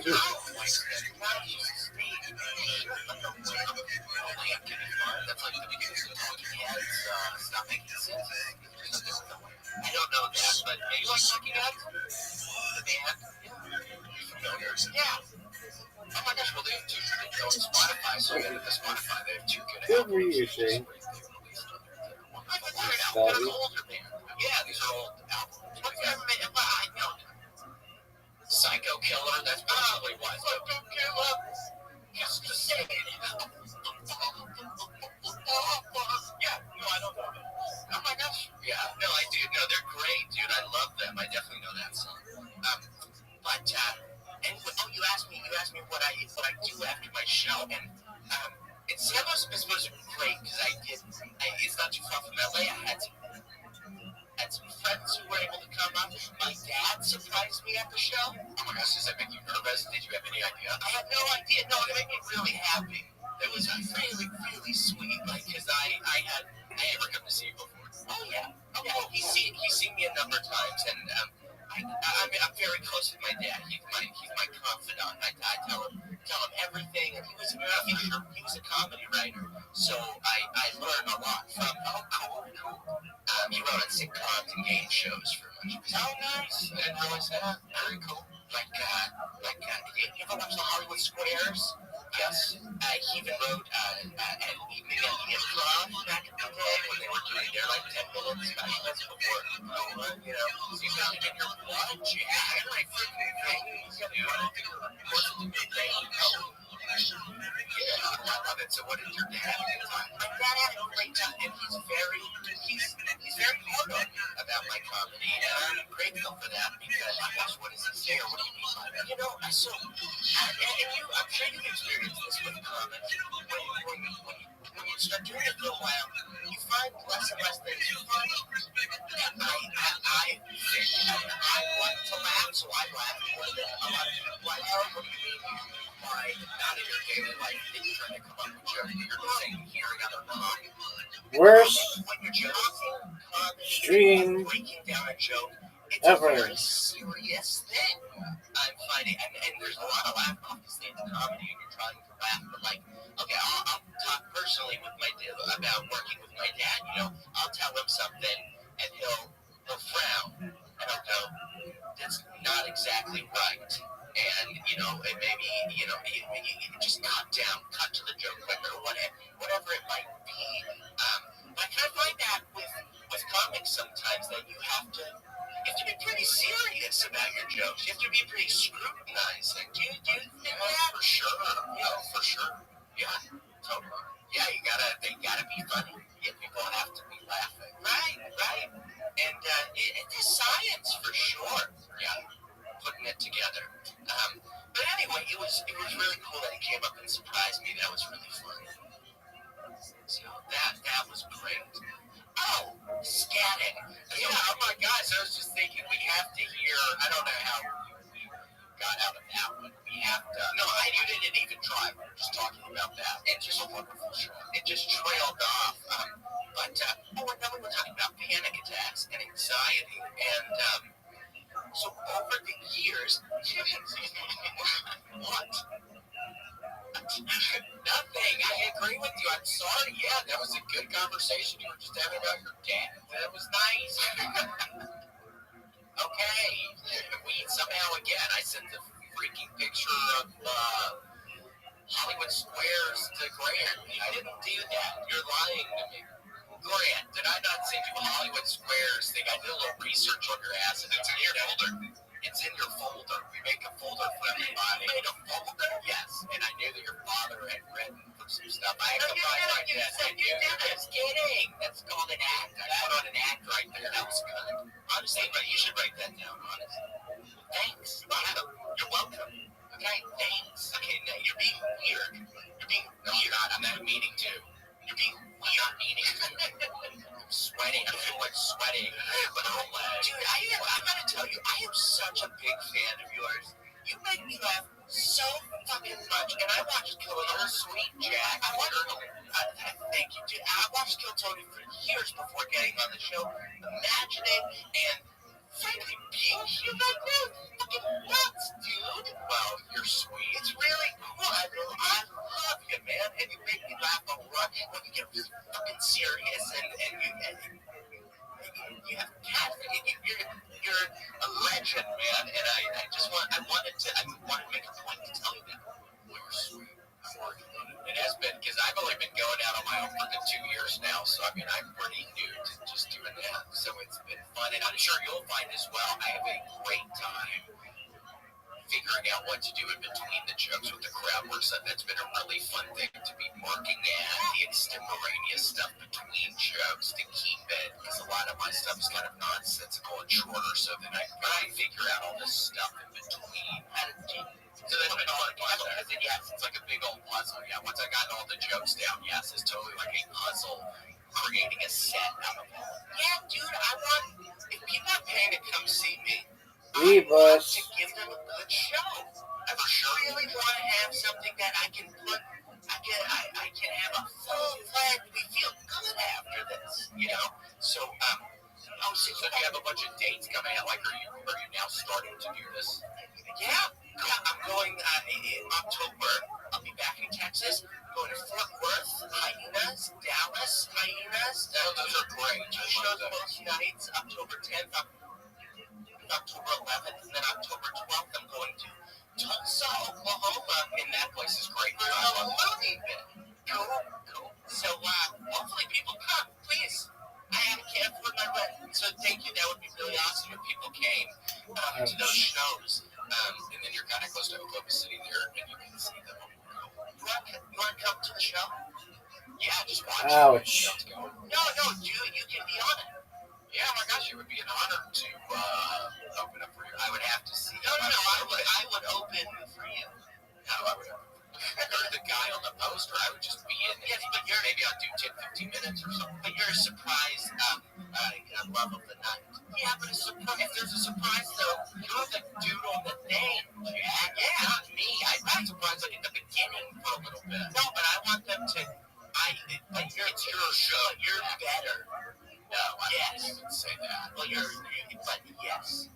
But no, I wouldn't say that. We're not going into this right now. Well, maybe if you come to the show, William Montgomery will be there. Yeah, if you go to those shows again, Hyenas Dallas, Hyenas Fort Worth, and then Funny Looney Bin, Tulsa. Yeah, I will be headlining the Jack Shaw shows. Yeah, perfect. I can just sell tickets somehow, dude. Yeah, I'm gonna be headlining please headline my shows. I know. Oh my gosh. Well, some of these Kill Tony guys, like they get together, and I'm sure they're selling a good amount of tickets when they go on the road together. Have you ever thought of like bringing a couple people to come feature for you? Because I'm sure that would be a great show that I would love, and a lot of people would come see that. No, dude, I've done a number of shows with the guys like Enrique and Drew and Colin. It's just, it's been awesome actually, like getting a community. I've become friends with a lot of these guys, like Aaron Delisle. I mean, I love that dude. Yeah, we talk all the time. I've been playing a plane on him where I call him. That guy sucks too. Of course you like him. Aaron Delisle used something on his phone that talks for. Yeah, whenever I call my mom and it goes to her answering machine, it's his voice, and I swear to God, I think to myself, like, right off the bat, what's Aaron doing with my fucking mom? But it's just the voice, the answering machine voice is the same as his voice. I swear, I get this distinct feeling for a split second of what is he doing with Francis? What is going on right now? Oh my God, I think Aaron's begging your mom, dude. He's probably got his dog out there with him. I hear it now. Yeah. Smelling our old Jack Russell Terriers that are no longer there. houses for a while. Oh, yeah. We've had 2 dead dogs over there now, which is sad. Did you clean it up or you just left it there? No, we were had to freaking dig a hole in the backyard. Oh, darn. Yeah, and they're mini cats. Oh, there's mini cats over there, so he has to not constantly, but he's got to dig a bunch of holes back there. Yeah, bunch of mosquitoes, he's got to gear up. And those are your buddies? Yeah, well, one of those dogs looks like either of the dogs I had, but this is in the folder. This is the one you. Is this the wrong dog? This is my cousin's dogs. Oh, yes, okay. Yeah, I should have been. There's supposed to be cousin's dogs. Yeah. But we didn't talk about that. But what? But hold on. So what? Please let us hear some of the scabbing. Oh, yes. So let me preface by saying, like, that's the reason we were talking about like panic attacks and stuff, because I have had to find things to alleviate stress in those moments. So what else have you found before you got to the scatting thing currently? Like what else? Like a yo-yo? No, what were you doing? I was doing like I didn't really have something as good as this, man. It's like been such a how did you just stumble upon scatting? I was just like, well, since I was probably in 5th grade, there was this animation software, this like 2D animation software. I totally forget what it is, but like you could have, they had this little Mickey Mouse character, and they had the stock Scatman Jones song. And I would make videos going. Hold on. Well, that's not the full show. So from early on, so from the 5th grade, I was familiar with scatting. And also scatting, does that also mean something else? I think that means so we're not talking about that. We're talking about, for anybody curious, scatting, we're talking about the thing you do out of your mouth. Yeah, it's the noise. And I think scatting is particularly outside and for bats. I think bats scat. Oh, bats scat. Yeah, I think if you don't want to ever ingest any bat scat, I think you can get all kinds of disease. Oh, you can. You start to hallucinate too. That would be really scary. Starting to hallucinate. You didn't take like a drug or something. Because I already can get scared if I took a drug and then I start hallucinating. Then I can very easily still even get scared, much less if I didn't take a drug. They call it guanohycosis. Is what happens, and you just start seeing you die. You get really close. You get really close, and you mostly think that you're gonna die. Guanohycosis. It's bad for you. It's bad. So don't go out looking for bad droppings. It's not like you're taking acid. Look at the moose. No, it's more like a Look at the moose. It's more like a salvia type of situation. Yeah, when you were talking about the bongs loading up the weed and then the tobacco, I was thinking about how I did that the one time with the weed and then the salvia. What a fucking catch. And a bunch of salvia. What a nightmare. It's just a Nice job, Padres fan. Yeah, so you smoke that stuff. The first time I ever smoked weed, my friend was like, hey, I got some weed. It was not weed. It was salvia. Well, that's horrible. Did you continue to be friends with that person? Yes, but they didn't know. They were as scared as I was. So it's a malicious, horrible that one. Oh, no, this person did maliciously try to mess your ass up. Not actual terrorism on my mind. Okay. No. Damn, shit. Oh, loving that shit. I saw a tiger, and the tiger said, fuck you. And it was a horrible moment. You think if it said something like, keep your head up or something nice, it would have been nicer. Yeah, it was like, good job, buddy. Yeah. Hey there, buddy. Really like that. Well, but it's predator. It said, fuck you. Fuck you. And so that was bad. Yeah. Salvia is good. There's some funny videos of blind people doing salvia. I love that. They start off and then people falling over. There's one. I hate this fucking where the thing. guy jumps out of the second story. Today, here's that song again. Which I can't even imagine. No, for real? Yeah, he jumps out of the second. I haven't seen that.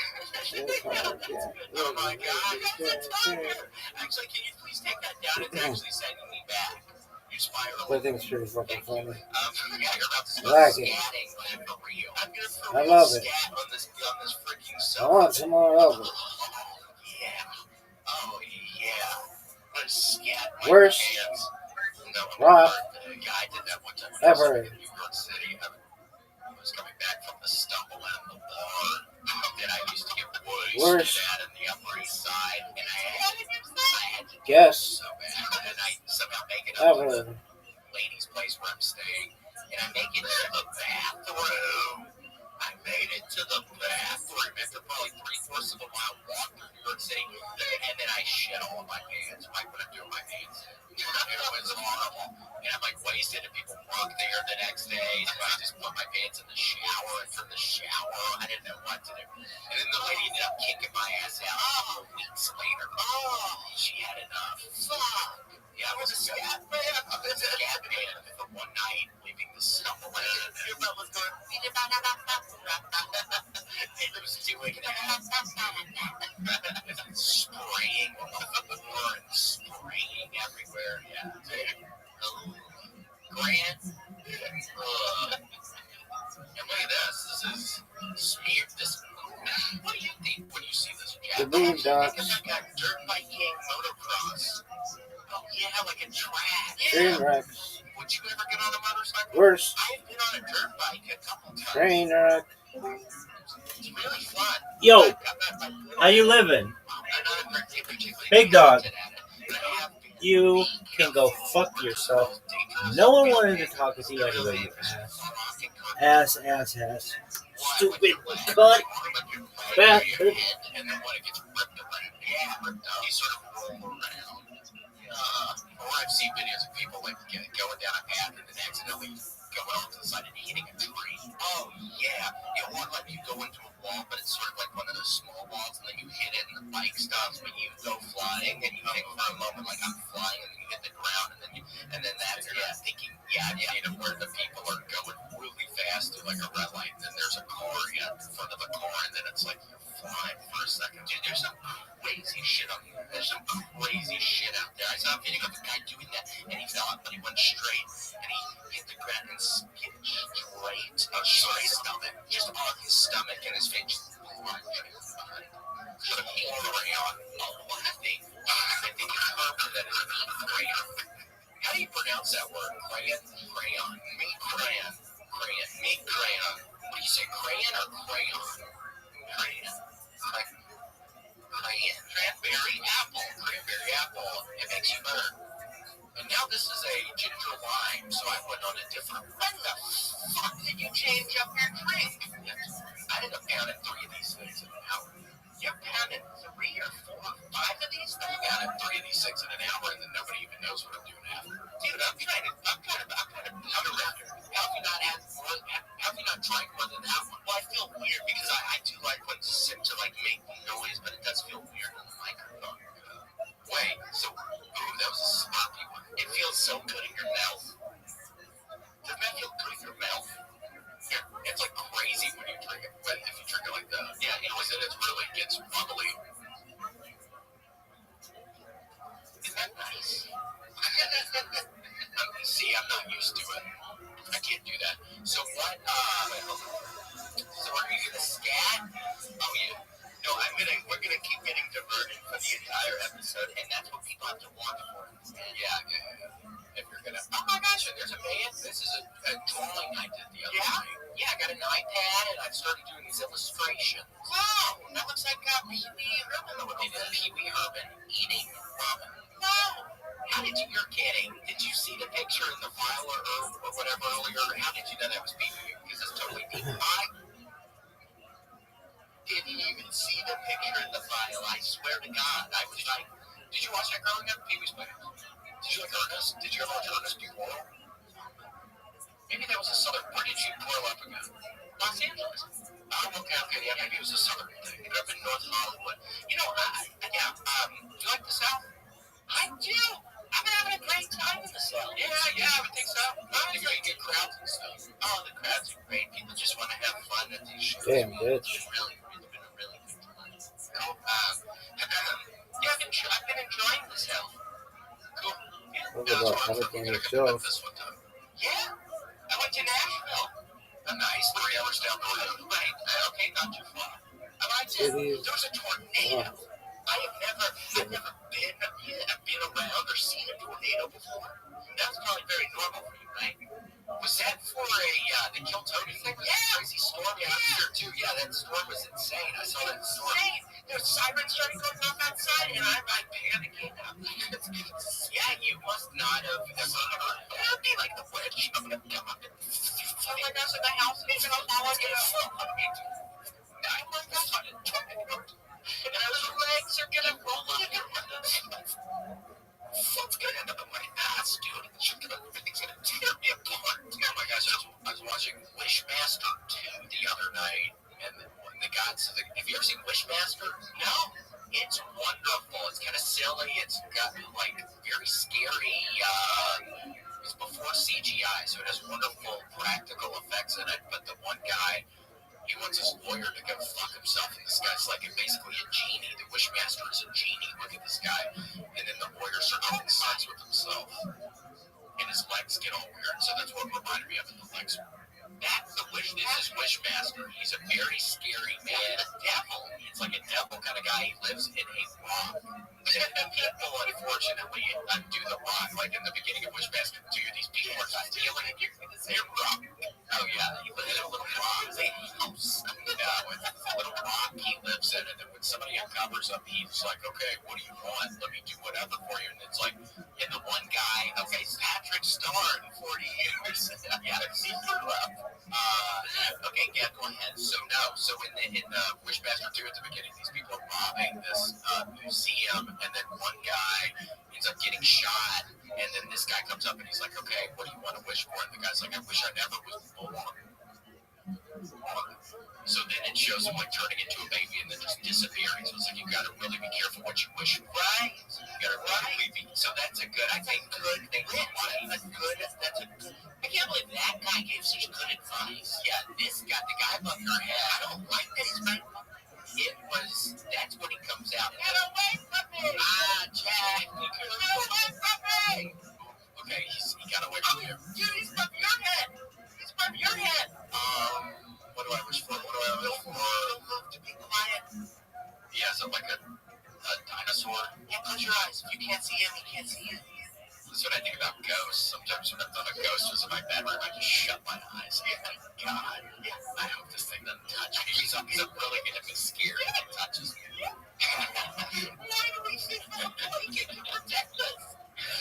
I don't know. Wolves. I know you can't go through a fucking blanket. I know. It's somehow not in our world. But yeah, it goes through walls. But how can it not touch us? Oh my God, I'm so terrified of it goes touching me. Well, I swear, with my place that I've been living in Austin, one touched my leg one time, but it was like one of the moments where I was like kind of like waking up and like going back to sleep, so it must have been a dream, but I swear it scared me to death. I felt something touch my leg. Wow.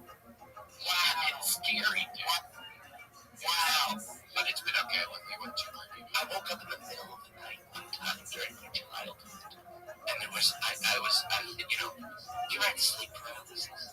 Yeah, I can't sleep on my back anymore. I have to sleep on my stomach. And I say, if I sleep on my back, there's like a 100% chance it's going to happen. I sleep on my stomach or my side, but generally I sleep on my stomach with the pillow over my head.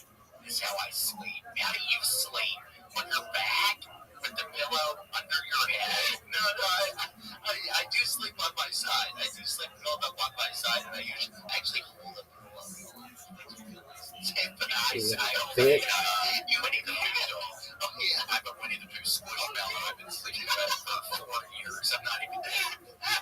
Do you put a pillow in between your knees? I gotta put something in between my knees. I got a pillow in my knees. Well, jack up. It sounds like we sleep kind of similar. When you're sleeping, I'm also sleeping, and we're kind of sleeping the same way.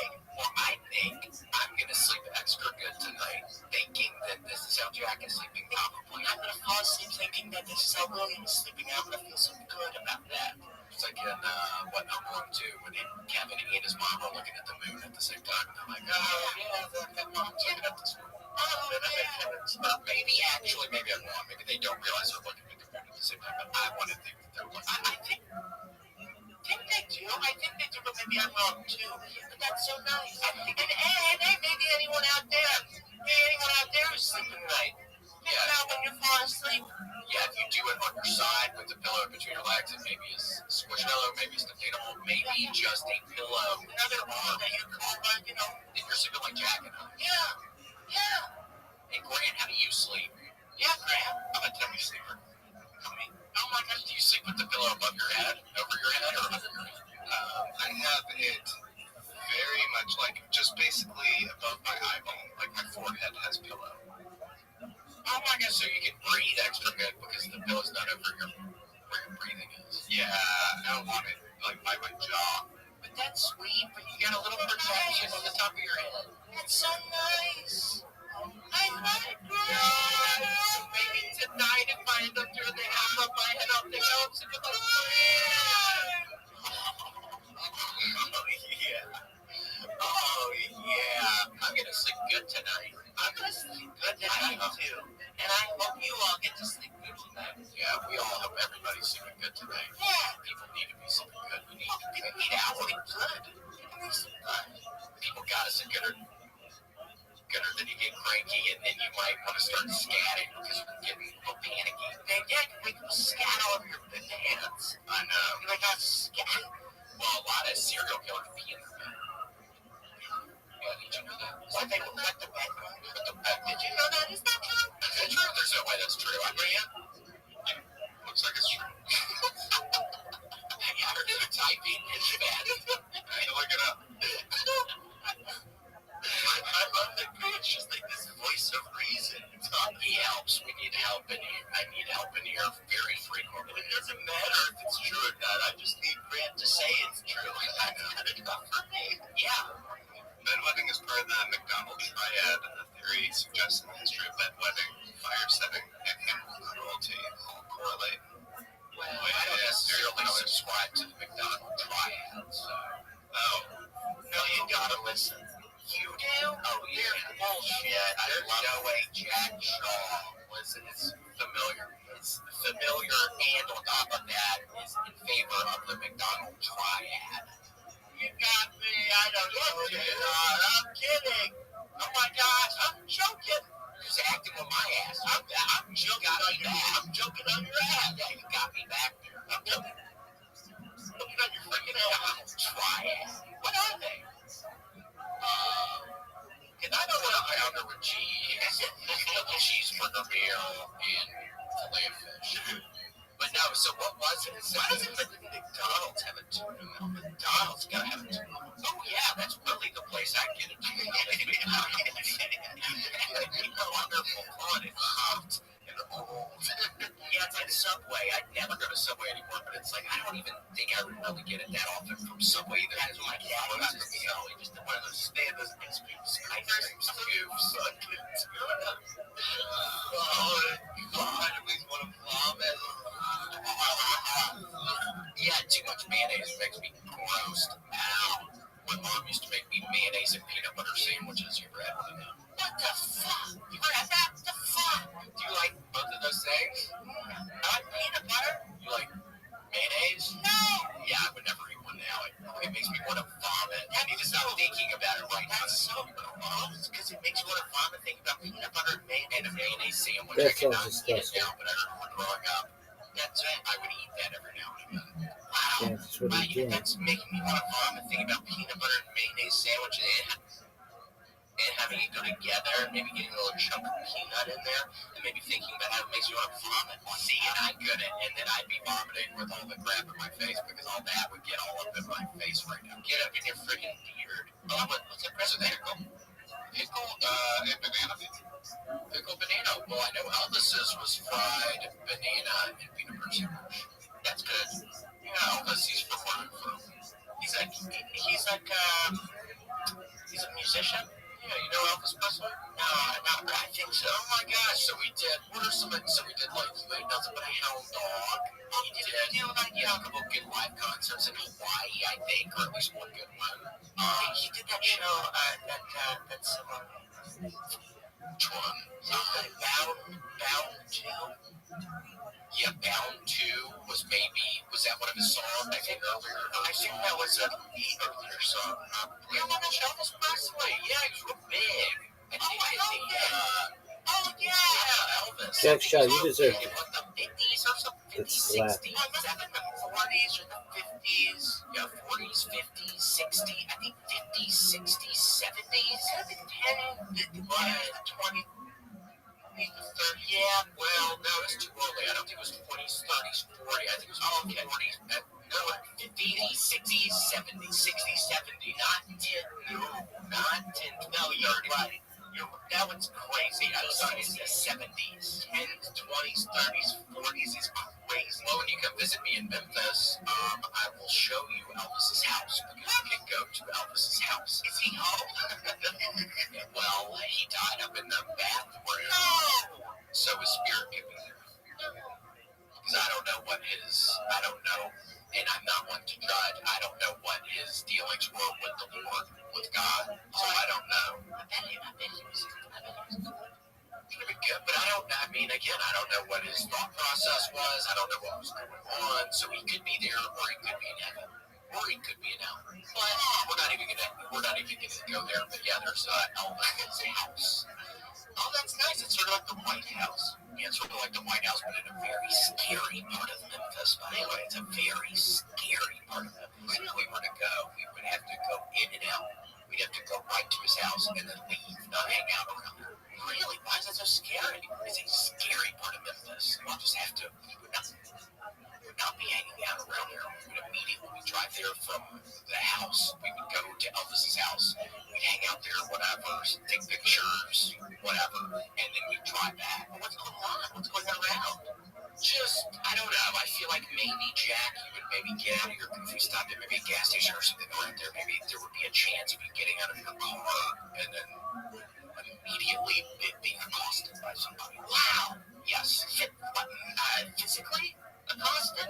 Well, physically, emotionally, let's just say there's a chance you would totally be scattered by the end of, if we were to stop anywhere in close proximity to Elvis's house, there's a strong chance your ass is going to be frozen up or I'm getting taken away and I'm screaming at you, Jack, do something, and you're just scatting to yourself at the passenger seat. Yeah. Getting dragged away by me. Well, at least we're talking about it now, so if we do get in that situation, you won't freeze up. You'll be able to come get me. I don't know, man. Honestly, I don't know. When I'm scatting, I'm scatting. So you're not thinking about anything else? There is nothing. There's not a goddamn shit. You're just thinking about it. So are we finally going to be here in a little bit? Yeah, we'll get to, we're in a little. Okay, no, you want to do it in a little? Grant? Yeah? Grant? Let's hear it. Grant, can I have a peanut butter mayo sandwich? It's going to cost you. It's going to cost you some scatting. Are you accosting me? It's going to cost you. See, that's why I'm scared, dude, but we're going to go. I would take your ass there, Jack. I swear I'd take you to Grace. Oh, wait, I'm sorry. I just thought about something. So the reason I've been scattered is I've found pretty recently that I have jazz in my heart. Well, that's a cool thing, I think, to have in your heart, because jazz is cool. Yeah.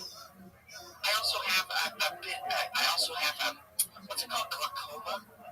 Yeah, with your eyes? Oh, no, okay, I thought that was never mind. Wait, hold on, what's a condition with somebody's heart? Yeah, that was like plaque buildup in your... Yes, I have jazz in my heart and plaque. Well, I also have plaque in but mine's in my carotid artery, it's not in my heart. Oh, that's why the statin I'm taking is hopefully going to help. Your artery is carotid? Yes, my artery is carotid. I have a 200% chance to have a heart attack or stroke in the next 10 years if I don't switch things up right now. Really? Yeah, and I don't even know what that means. It's like, so what, 5 years? Yeah, what do I have? It means sooner rather than later. So that's why I'm trying to dip it in the mud and do the rowing thing. Oh, okay.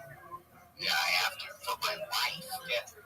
Going for your life. I'm rowing literally for my life right now. Get away! But I fantasize that I'm some English person back in the day on some rowboat. That's in my fantasy world, that's what I'm doing every day. Bringing eggs down the river. Yeah. Going to work. That's what I always my fantasy world, I'm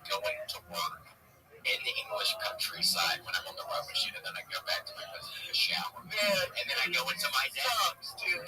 That's a fun fantasy. Sucks. That's a fun fantasy. I'm an English gentleman going down the Thames River. I'm going to work today. That's your fantasy? That's my fantasy. Fantasy sucks. Okay, well, how do I make my fantasy better? I'm open to making a dragon. Oh, like a rowing to fight a dragon. Fight a dragon flies, can't be in water. Ever think about that? So I don't need a bad fantasy when I'm doing this because it's like this uncomfortable thing that I'm doing. So I don't need to be more uncomfortable. No, it's you're brave. So I'm brave, but what am I doing again in this fantasy? I'm going towards the dragon, or I'm escaping the dragon, or what am I doing? Okay, I'm heading for the dragon. I'm gonna fight the dragon. I'm gonna fight that fucker. Okay, I'm gonna fight that fucker. I'll do it tomorrow. Maybe that sounds really exciting. Maybe that sounds more exciting than going to work. Well, there's some kind of work in your fantasy in the English countryside. Okay. Work. Okay, well, quit your job in your fantasy. When you go back to your fantasy, you need to quit your job. Okay? You need to quit your job. Now I need to open up a new chapter. Yeah, I totally agree. You really gotta quit your job in your fantasy, by the way. What are you doing? You're working for the farm? Yeah, it's like some farm deal where I have to give them different farm equipment every day. Really? Yeah, because it's down the river, though. Yeah, down the river. That's hard. Yeah, it's like a soybean farm, and I don't even think they have those over there. I think that's really an American thing. It's probably, yeah, but still, it's like soybean sack. It's your fantasy. I know, but maybe you're right. Maybe I do add a dragon into it, because maybe that'll make me go fast. And maybe it's like this. Maybe you just start off. You're a regular guy. You're Joe freaking Schmo. Okay? You're a regular dude. Okay, you go to work. You feed your family. Your daughter's dying of leukemia. Going to work. That's still in the boat. Oh, right. That's still part of the fantasy. So still all this is happening. It's a part of your daily life. Yeah. Okay. But then you're probably having a kid that's probably horrible. It's really important. Okay, you need to get down that river, sell the soybeans to soybean man. Okay? So I'm going to tell my daughter, too. But here's what happens. You hear that there's a local dragon who's been wreaking havoc on your neighbors, on your surrounding partners. And when you get to the soybean farm that day, soybean farm's gone. Burned down by this fucking dragon. The dragon's breathe fire. You know that? That's real. Yeah, that's real. No, don't worry. So, what's gonna happen? Yeah, you get there.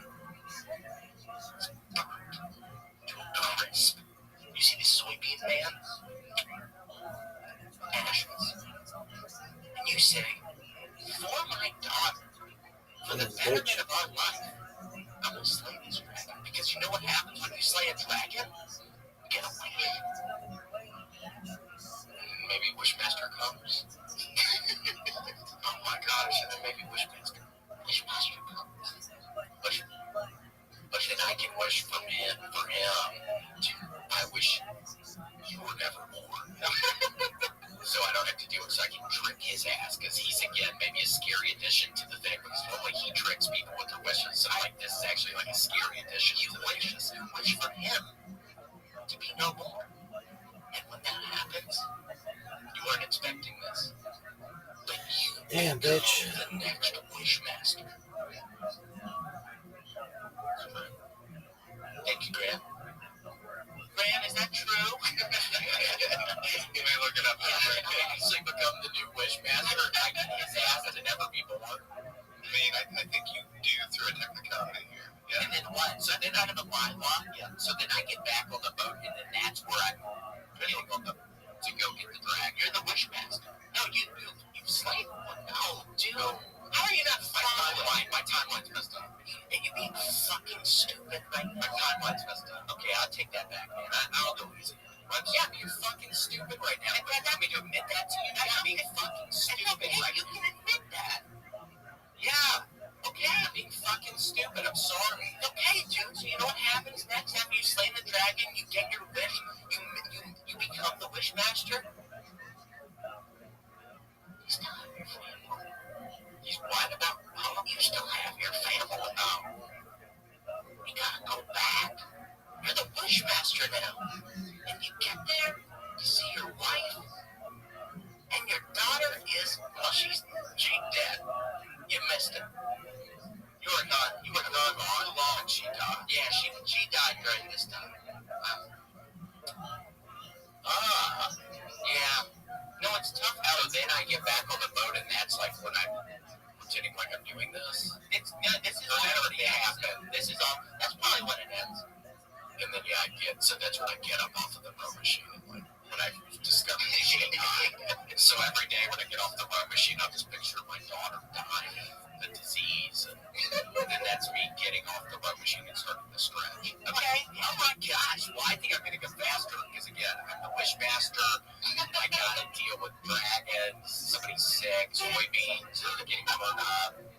And that's a scary. I don't know. I think I could actually be a pretty good wishmaster now that I think about it. I could look like that where I saw his body like that, but it's my head. I think I could be a really good wishmaster, and I warn people before. I'd warn people. I'd be like, be careful what you wish for, because sometimes these go haywire if you're an honest wishmaster. I try to be honest. And do you trick people? Okay, I still love to be tricking everybody. Yeah, you trickster. Oh yeah, it's cute. It's a wishmaster. I mean, if you're a wishmaster, you're a trickster for sure. Right, Grant? Yeah, is that true? If you're a wishmaster, Grant? Yeah, Grant. Wishmaster. Yeah, just type in like if you are a wishmaster. Or what was it? So if you are a wishmaster, are you also a trickster? And then question mark. See what they say. Yes, but yeah. Yes. Okay, so if you are I can talk to you. So you don't have to be the trickster, but you're always going to be the wishmaster. But you could be a trickster. You do have to be the wishmaster, though, if you're the wishmaster. You do have to be the wishmaster. That one's non-negotiable. There's a lot of time spent in this rock, I think. I've heard in the movies, you're living in this rock for like thousands of years before people accidentally break it open. Commitment. I know. It's like the genie in Aladdin. Wait, so are you going to, Jack, let's hear it. We're getting towards the end of this. We have to hear the scatting. Please. This is what everybody on the YouTube say it's going to show. It's like no views, and then at the very end, you were scatting. And comments, this fucking sucks. Yikes. Don't say it. So oh my god. Okay, so anyway, to preface this, the reason I started scatting in my private time is because it really helped me get out of bad situations if I was feeling I suck in comedy. I'm never going to be able to do this again. I'm not good enough. I'll be sitting in my room and just go.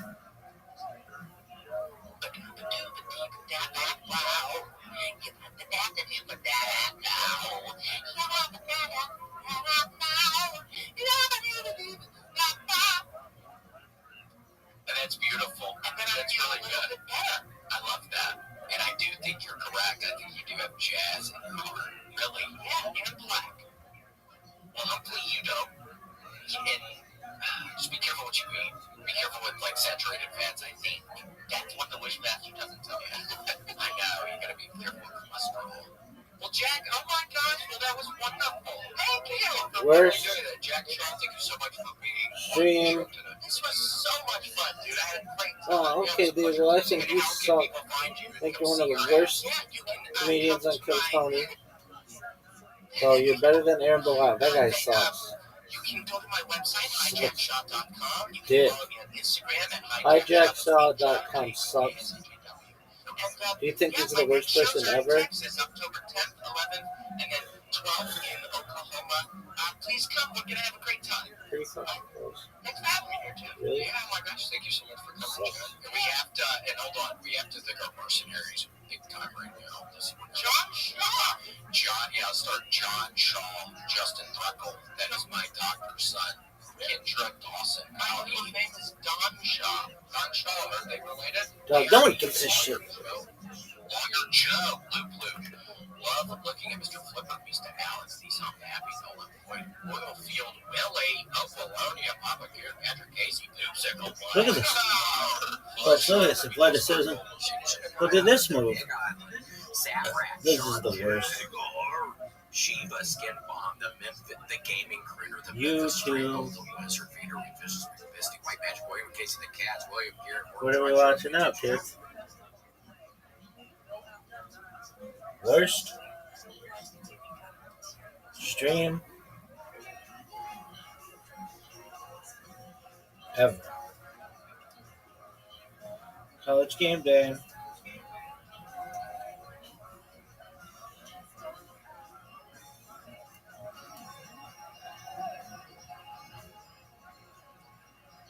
Where maybe Happy Valley. Yeah, what is this bullshit? No one wants to see this ugly bitch. Look like top 5 teams, but we're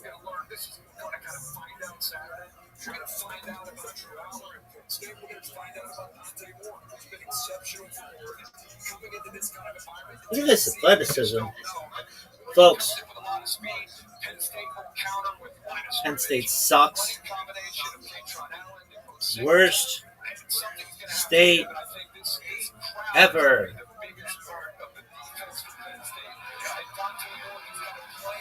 Worst state ever.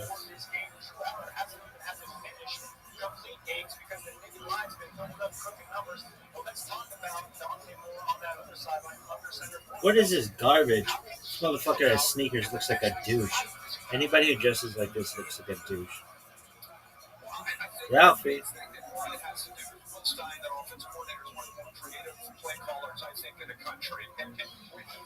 Hey, Joey Diaz. Do you think Oregon's a good team? Yeah, they're alright. Do you like Oregon or Washington more, Big Dog?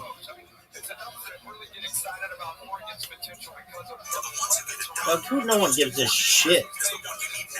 How about that? I don't give shit, though. Shut the worst stream ever. That looks like it's a rock. Nobody's looking at my stream. Look at this athleticism, though. Folks, look at this. Go to HelloTouchy.com/church right now to get 10% off. That's HelloTouchy.com/church. Oh shit.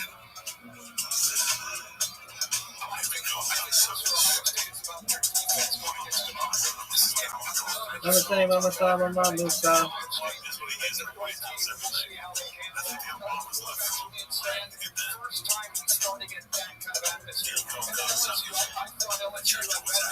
Mama say, Mama say, Mama Musa.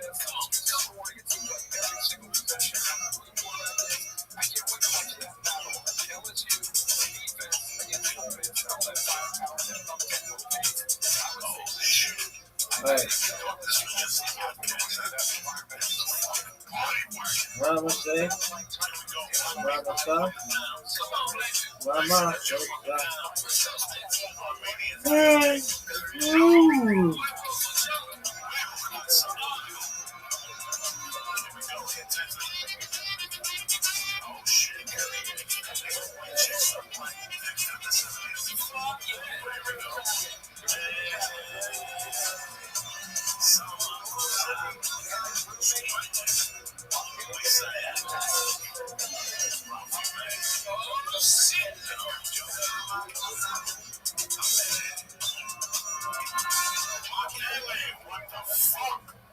What's happening, you bad motherfuckers? Uncle Joey at the church. What's happening now? It's a beautiful motherfucking night. I'm happy you get to join us. Lisa Antina, yes. Again, my brother, Mr. Ralphie May. Hi, everybody. If he's in town, we want motherfuckers for Ralphie. I had to tell somebody to something happened. You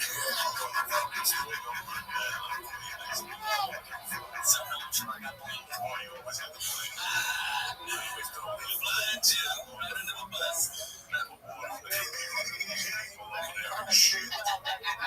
I'm sorry, but the virus got this morning. Black boys, things. Let me explain to you what I the hell I live in, okay? Joe Rogan's my brother, knows at that. But he gets a lot of creepy fucking people. That listen to him and the creepy people. And when they can't get through to him, they start going down the line. So they go to Duncan. And Duncan tells them to fuck off. They go to Harvey. When Harvey tells them to fuck off, they'll come to me. When I tell them to fuck off, they'll go to Brian. Brian tells them to fuck off, they'll go to Tony Angelo. But Tony Angelo, they'll go to Sarah Dion. And it's on. So they started 3 weeks ago in Cleveland. I had to fly in early the night before, right? I'm back there, I fucking sleep at the machine breaks. At 6 o'clock at night, I'm fucking wild. So we're going to panic. I got radio on Thursday. I gotta be there. I'm not gonna go to fucking 6. I'm gonna deal with this. It's a team. These dudes from LA that want to live with me. And I'll come back and I'll deal with this shit and I'll figure it out. I'll Scott's tape it up or something, you know. I go in with these two guys, it's cold out there. Don't believe me, it's I walk in and there's these two people there. And I don't take them out. And I just see two people there, that's all my job is. These two guys, and all of a sudden they're looking over at us. And they keep looking and looking and looking. And as soon as I try to tip, I go, they're here for a fucking picture, god damn it. And next thing you know, I go real loud, I go, listen, my sleep apnea machine broke. Turn to the guys, I go, let me go upstairs and deal with this. I turn around, the guy chases me. The girl, they come up to me, like, listen. We got your present. Let's not go. Right away, that's not gonna happen. We didn't know we'd see you now. Listen, I'm not walking through the car. You come to the show. Would you like me to leave you tickets for the show? Nice. Yes, we would. I mean, that's how fast I'm gonna run, guy. I gotta go figure out the sleep apnea fucking thing. So I want tickets for the show. We took a picture. We're taking the picture. That's when we started to shake again. Fucking some country in the jungle of Amazon, doing fucking ayahuasca, and all this shit that I don't even tell you. I don't need to hear this shit. This is not for me. You want to take a chance, go to the Bronx, get a $3 bag of heroin. You don't need to go all the way to fucking what hell, you know? Listen, before you move to LA, you see how these fucking idiots work. You're watching TV. You try to lose weight, you work real hard, you do a jumping jack muscles, and now the guy comes on and goes, having no revolution, everyone lose weight. And we do this, and these motherfuckers always got the next answer. Guess what? I'm from the 70s, bitch. And that wasn't the answer. That wasn't the answer. You motherfuckers are still living off the 70s. Every TV show, every fucking movie. You guys are living off the fucking 70s, okay? So when I see all these like little Quaaludes, they became ecstasy. That's what happens. They become ecstasy. But it's the same cousin to the fucking Quaaludes. It's the same thing. They're just evolved. Listen, you want the answer? Take it in the ass. My mother was dead 3-4 months. I think I recovered from the pain. I ate acid every fucking day. And that breaks down whatever problem you have. You don't need to go to ayahuasca in the jungle and have a shaman around you breathing. Stinky, dirty, it's a $3 with some good fucking window pane. You put on Black Sabbath, fucking Willie Sabbath. The answer to your questions will come to you. I don't care if you put the Beatles out on. The answers to your questions will come to you. I'm telling you this as a man because this is what I did for fucking years when I was a company. The biggest pain in the box we have in front of time. So don't fucking tell me my fucking job, okay? This, I don't want to tell you in front of somebody just so you guys know what he's gonna tell you. This November, I'm gonna be clean off gold for 10 years, bro. 10 fucking years, can you believe that? Did I go to get Rope again? Did I go to Brazil? No. Did I go get hugs? Did I go to rehab? No, I need to go to fucking AA, you know, all these people in LA go to AA to get clean. But 2 weeks later, they go to a doctor and they go straight your pills. They have all these symptoms, these fake fucking symptoms, and they give you the pills saying, you just dropped up on pill. You still want to be with them when you're in AA. And enough for nothing. I was there the last night. You had a great fucking run, and that was a great last night to go out on. That was a great fucking night. 27-year run fucking blow. Yeah, but I was there at the fucking finish line, dude. I mean, dude, you smoked an ounce of my fucking Matzo weed. An ounce, okay? After eating like 4 dinners. It was terrific food, alright? And we're lapping our butts off. And then I bring out mushrooms. So after dinner, fucking get you started. Let the...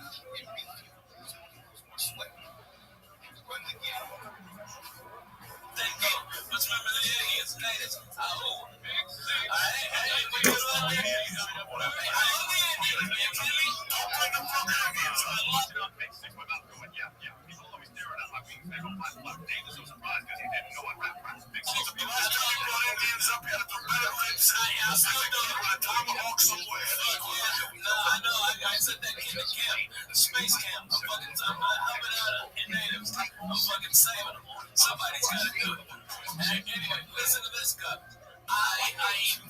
We did it. I bring out an ounce of fucking great mushrooms. Hawaiian ones. Have you ever had the Hawaiian ones? Okay, the regular ones are a little bit bigger. The Hawaiians are smaller and the cap's thicker. Alright? And I brought out a fucking ounce of the most deadly fucking mushrooms on the planet. Cocoa, 8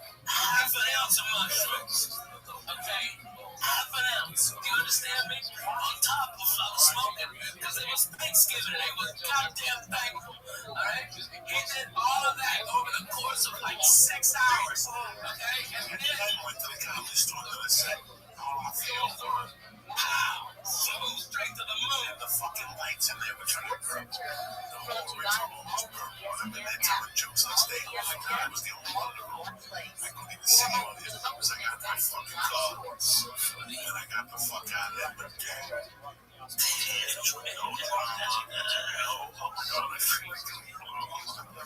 what's that? What's the word they use?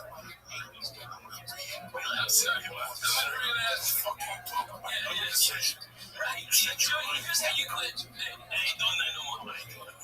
That's how you did it, guys. There were no 12 steps. There's no 12 steps. Go to the escalators. No fucking. I ain't gonna do no one. This poor girl waiting for me on the floor. Then I got a better see family went to the kitchen. Because I was around here. That's pretty much the wrong shit. But it's like we had so much drama. I like to just let you know that you got to a magical cover. You gotta be quiet. I want to be fucking cool. I'm throwing cool. Right. I didn't play that game. I'm from it. I played a cool game. You were just fucking either you were cool or you didn't. Nobody teaches you. You put on a t-shirt doesn't make you cool. You put the goatee and shit like real tight. You know, like a fucking half a fag. That don't make you cool. You know what I'm saying? But it doesn't take on my balls. Just like either. Everybody in LA wants to be cool. Shut the fuck up. Just take it. Listen, if you're not gonna do it, let's take a 3-hour bag of heroin. Just leave me the fuck alone. It's not my world. It's not my world. I don't even want to listen to the killer talk. I never did. It's the reason people just hear about it now. It's fucking stupid. Alright? No, it's not. And listen, it helps people with opiate addictions and it helps all these type of people and shit like this. Take it to somebody else. Alright? I'm that type of fucking guy. And that's the way I'm gonna go out. That's it. Believe me, I'm coming to say because every time he looks at me because he knows I don't give a fuck. I don't know what you're talking about. You want an adventure? Like that was. With the one black guys and 3 Arabians. And that's an adventure right there. You don't need to make that. You tell your friends and start walks. Oh my God, you're so strong and valiant. Shut the fuck up. Go. Say people that live in Canada. We're fucking drunk and deep right. Sick dog. It gets old. No shit, dude. Fucking old. Like having a different fucking society of people. Man, like that. His entire match. You know, I mean, they're trying to fucking deviate. I'm like, they're protesting again. Let me tell you, there's no future. They're protesting. There's no future. Oh, you know, I learned how to bitch. Oh, man, they fucking hold their chest. Just do drugs like I did. You know, the main goal is to be cool. Oh my God. You're marching. Fuck you. Fuck you. I got better things to do with my time. Yeah, it's called life. Yeah, you're creating traffic. I know you don't like Trump, but go fuck yourself. You're fucking making traffic, you cunt. Oh, you fucking AIDS in your mouth. Fuck you. Alright, a bunch of dicks. Okay? I got stuck on that goddamn woman march.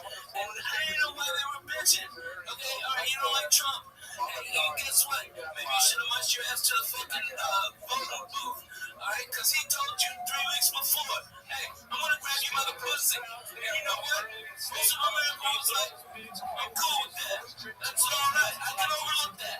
My fucking Trump, I made a fucking Trump. What they should have done something when they had the job.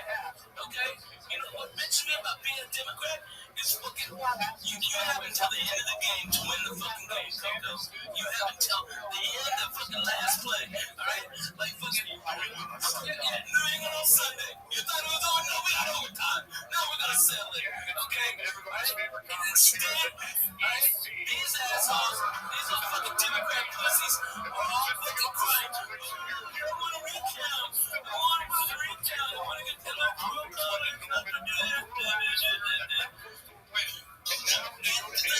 You lose on Sunday, you don't wake up. You don't wake up on Monday, go to bed. You know, everybody, I know we lost yesterday in the biggest, you know, fucking choke you could ever lose. But we really wanted to win. So, Now, if everybody disagrees, then we'll just say that we won. That's cool, right? That's cool. It's cool that we won the Super Bowl. Even though it was between the one, but we really won. You know what I mean? It's like, I don't give a fuck. Referee Vladimir Putin. You a fucking call. I don't give a shit. You fucking lost, Jerry. I'm not gonna think about it. I'm just gonna play it. They had Joe Biden. A man. You had Bernie Sanders, but you drank the fucking juice of being cool. You just find out now, like, food the country. I'm not saying food the country. I don't know how the world's near presidency. It wasn't gonna happen twice. I don't know how the future of the best is going to fall again. I'm staying up again. The fucking smoking mirrors and the Priuses. I know people buying clothes to go to Hillary parties and cutting parties. Oh, yeah. On the west side, like this how fucking sick of that, like, I just had to sit there and watch that fucking teleprompter, you know me, I don't give a fuck, I can do a podcast, me, without Trump, with the talk. Oh, man, you don't give a fuck. 2 dicks and nothing. How hard we worked in our lives, there wasn't a president there to help us. I love Obama. He never gave me a fucking last night state. I still remember like I brought up my business, they fucking were ringing that shit. You think when he was laying down before he was on your head, yeah, it's funny, no, I didn't fucking reach out. I know, man. That's why I learned about democracy. So that's what I really learned. Yeah, right. What this country's all about. It's we're gonna give you money. We got 82 papers by the time. It's like what they do you now with the cold spring. Yeah. To tell them that you have no problem. They put you on hold so long, you say, I'm gonna pay you $40. Time is work, you know what I'm saying? For bureaucracy. When my mother died, it's like, yeah, man, I have to go down every other week. Well, you have to pay the mortgage now. I'm fucking 16. Look at the mortgage book from the fucking house. My mother's dead, one mortgage book. Every week, he's like, more shit. I was taking a bus out to New York. Sometimes I get a ride, but most of the time I take a bus at 3 o'clock in the afternoon and come back at 7, 8 o'clock at night. I learned about bureaucracy and our government the hard fucking way. Because when you need something, it's right in the front paper. And more paperwork come back 3 weeks from Thursday. You know, it's like you get hurt on the job. They have 3 weeks for your disability care. Most American families, They can't wait 3 weeks. They ain't got fucking 3 weeks. 3 weeks. I don't think it's a fucking mile away. Everything.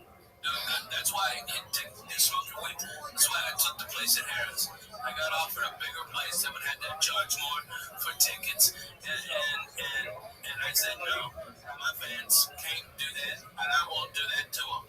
Okay? You want to fucking go pay $120 and laugh at fucking sock jokes from Jerry Seinfeld? Hey, there it is. If you want $35, me banging you in the face and talking about teabagging bitches, I got you covered. I'll give you way more fucking laughs than he will. If you want to spend the money, it's there. But man, my fans are coming from everywhere, though. Dude, the church people, you guys are fucking showing up like nobody's business. Like nobody's business. They drive. Dude, they go. And they're coming out.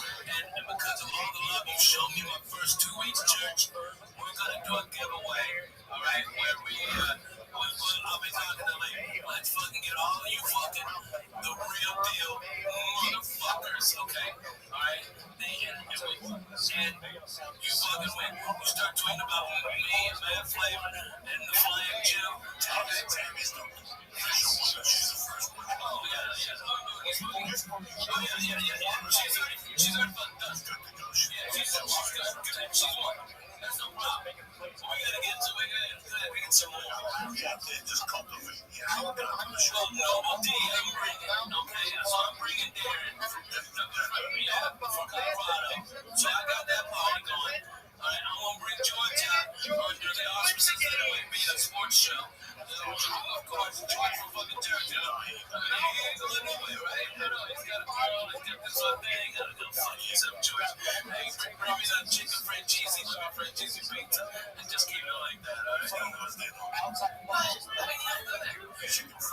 pizza.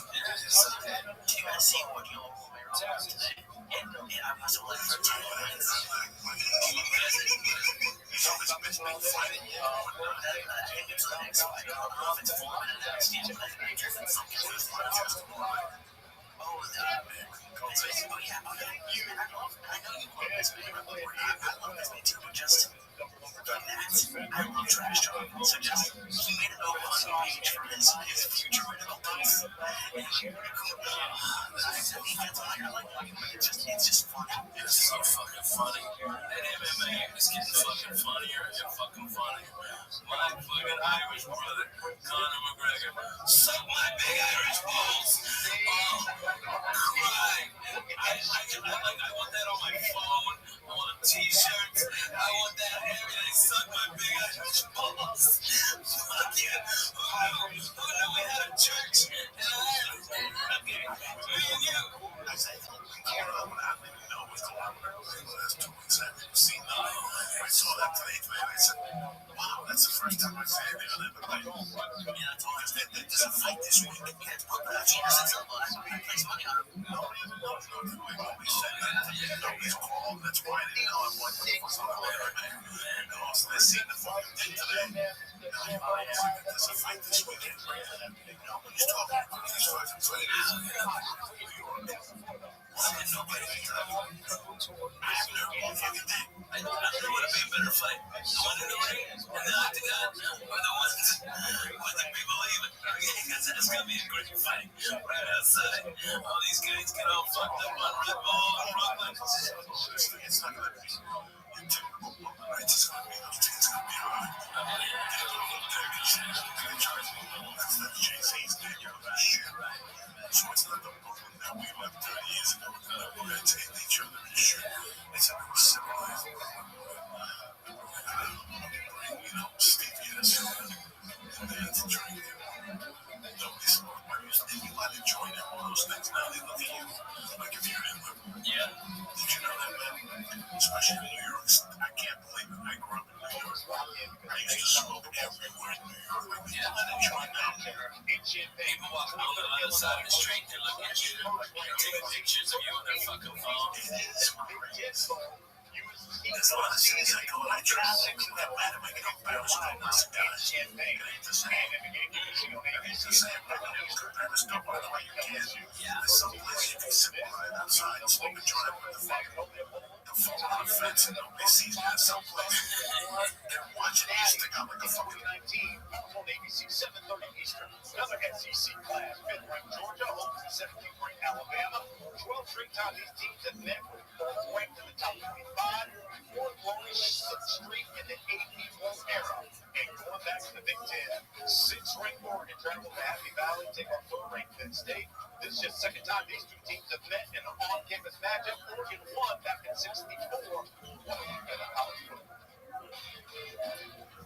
I'm getting married next summer. I don't want to. My last and only option. My fiance, she's great. That was a no-brainer. I mean, I didn't want to get married in the summer. It's the worst season. It's too hot. You with all the bugs. But a fall wedding was out of the question. Listen, I'm dumb, but I'm smart enough to know you don't ask people to give up weekends in the ER months. September, October, and all the rest.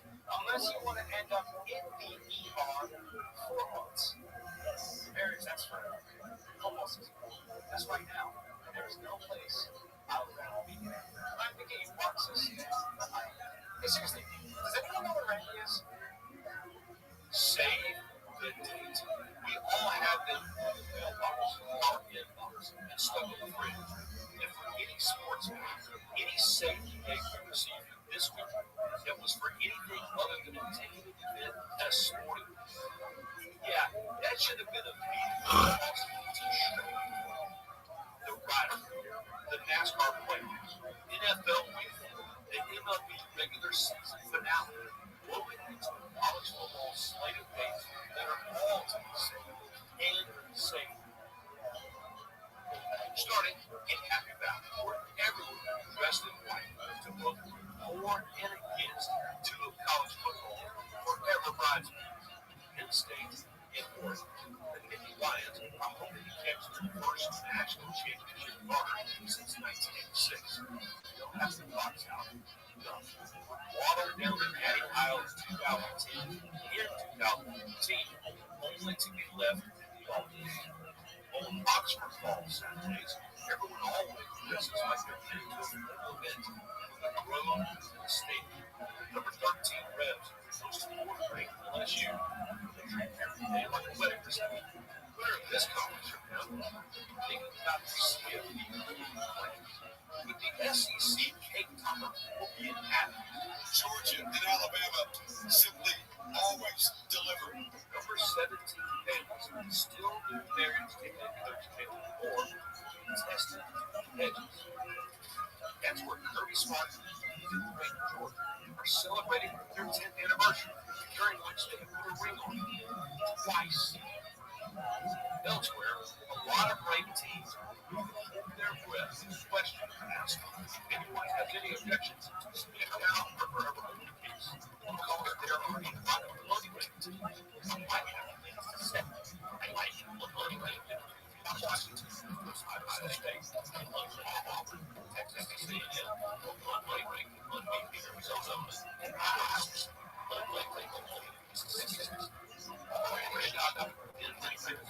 and Mississippi.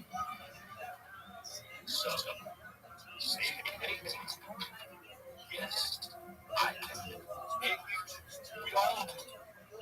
If we know them, we're like those folks who sent us a non-sports safe day for this fabulous fall Saturday. Dome. That's something. Sorry, not now for our AI sign up. We gave detailed down to AI and they'll know. She'll come up with our signs. And that's because listen, it's a 2-hour show. It is okay. Just let's come. Time for Randy. Where is Randy? I don't know. Maybe AI help us with that. There he is. I have AI to give us Randy at a dive bar at his local spot in Vienna and in Virginia at his 25-year high school reunion. Wow, Randy, that's very nice of you to make yourself taller, larger, more handsome, more chiseled of a jawline than all of your classmates. Hey, BCN, isn't that the game off the back right? I think. From that class of 2000, you could have been anywhere else. But with my son, I have them give me Beaver Stadium. Yes, give me a couple of Madden out there. And those Oregon Ducks throwing James Franklin and the Nittany Lions into the pond there in violation. I'm sorry, James, but the Ducks rule the pond there. They had me back. You said it. 4-20 against 8 top 10 teams. Yes. Guess what Oregon is? Yeah, that's a big game, James. Get in mind. Okay, 8 top 10. Yes. 8 top 6. They are number 6. Saw what happened to the last matchup. Take a look at Happy Valley. College Game Day coming to you live from Happy Valley. Now.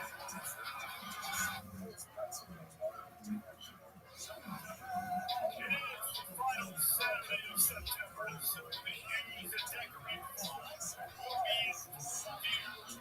But the season becomes vibrant today, and you know when colors start to pop out and more colors combine, the result is a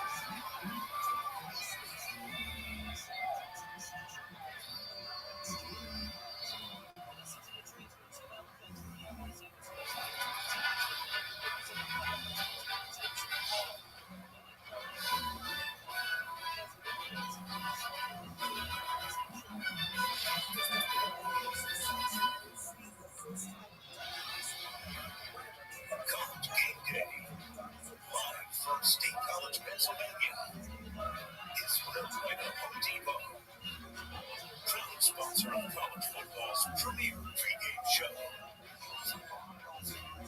Tonight, the 409th game in Beaver Stadium. Live and not and no one declares its significance at stake, or it might be quiet. But it will not be quiet. Those rafters are filled. Lights are sort of eerie.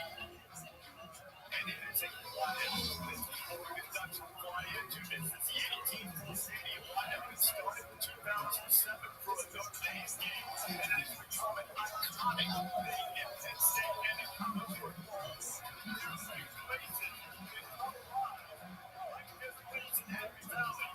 When the lights are low and the shirts are white and the Navy Lions come storming onto the field, that means the Ducks have been waiting to Big Ten championship game season ago, but they have not been able to beat their again on the end season.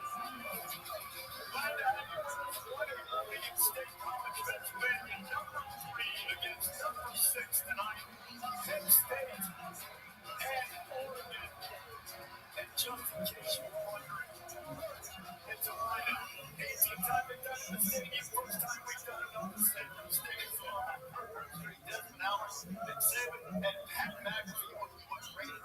Not as good as you guys. You look like a bunch of mob bosses up here. It is an honor to be here at Happy Valley State College. We talked about how this is the first time that we've done a whiteout on set.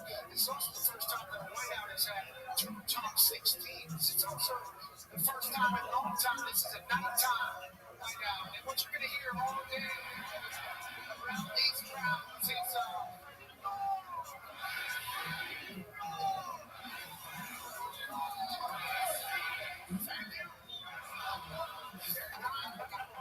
they're going to get pretty lit up. You're also going to hear a little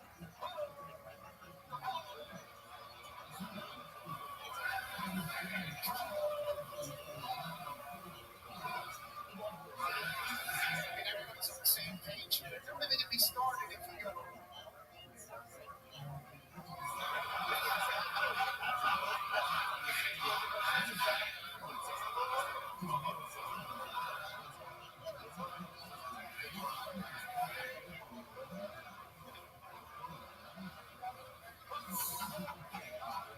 The reason why we have so many chants, thank you, Coach Stanley's Davis, is I was split my pants here.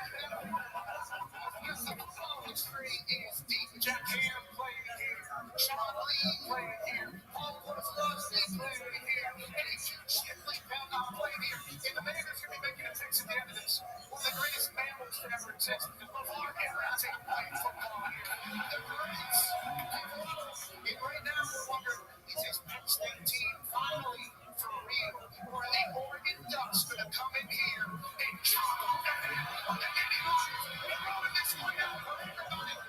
So it's only big game, no races, a great day of the college football schedule. We're lucky to be celebrating here in Happy Valley. And it's even more than bad college football, including Alabama and Georgia. You know, they went for a championship. Georgia lost 9 of the last 10 meetings against the time of Kirby Smart gets the time between the hedges for the first time in his career. Wow. They realize that usually it's in a playoff game or national championship. That's why he really likes the makeup of his football team. They're going to go up against a team that last year beat them with Ryan Williams, who was a true freshman. What a shootout, 41-34, they get it done. And this is a team that gets Jam Miller back with 3 quarters of their running game. Hasn't played all year. Tim Keenan also comes back. A big part of that defensive line that makes Kevin Moore happy. But the one thing he's going to have to do is find a way to slow down his deep passing game of Gunnar Stockton. Probably the best pass he makes is a deep ball downfield. LSU travels to Ole Miss. Last year, Garrett Miss allowed the Tigers to overcome victory in Death Valley. This year, it's the LSU defense leading the way, allowing less than 10 points a game. Trinidad Chambers, starting quarterback for Ole Miss, he beats it with his arm, doesn't turn it over, and he can run. Tigers better be ready. It's going to be a monster game. How about this one on the West Coast? Ohio State versus Washington. First year starting quarterback, Julius Sanders playing very well, guys. Completed 78% of the passes so far. Spreading the ball around. Has a great command of the offense and defensively. I tell you what, all guys on the Matt Patricia, they're slow. He's not going to run. Whatever they need to do on defense,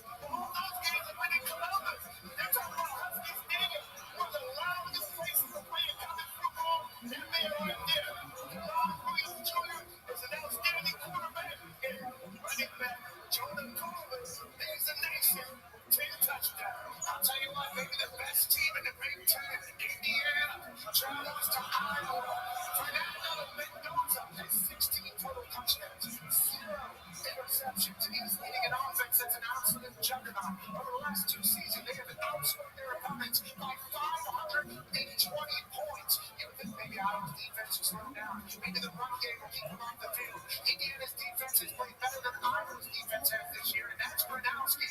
He's going to have to run the rock as hard as he can. Oregon and Penn State, the big argument is moving running.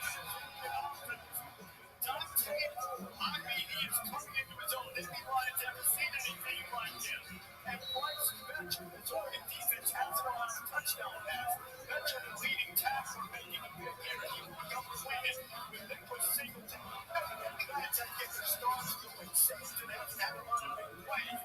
Drew Allen needs to deliver dimes like this to Trevor Pena. We know he struggles against the lead competition. Allen, his signature moment in the offense tonight. He's played well. So many great games on the schedule. You don't know how it's going to unfold. You know it's probably going to be wild because it started last night. Did you see the 3 games and the way they ended last night? It was Houston and Oregon State. Oregon State hasn't won a game. Houston had lost one. Houston puts down 2 touchdowns coming with the Tabernacle.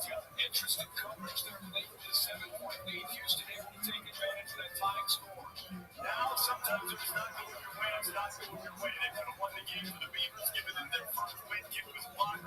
We go to overtime. Beavers go for it. 4-1. Could have kicked the field goal and taken the lead. No one turn it over on down. So now, Ethan Sanchez in the ball game. The comeback complete. Here's the number. It's the we're not talking. That's in the Big 12 24-17 TCU and 17-0 win. Sam Levitt, Jordan Tyson.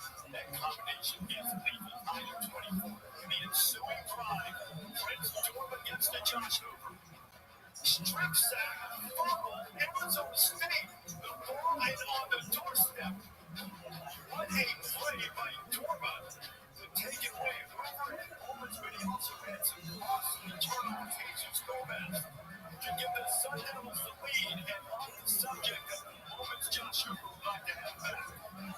Trying to save his team, and he has picked up in Arizona State. Went to 27-24, and his teams are minor 51 game. Friday night, shades of 1995. Checking out Central State to give them the first ever ACC loss. Their last chance of the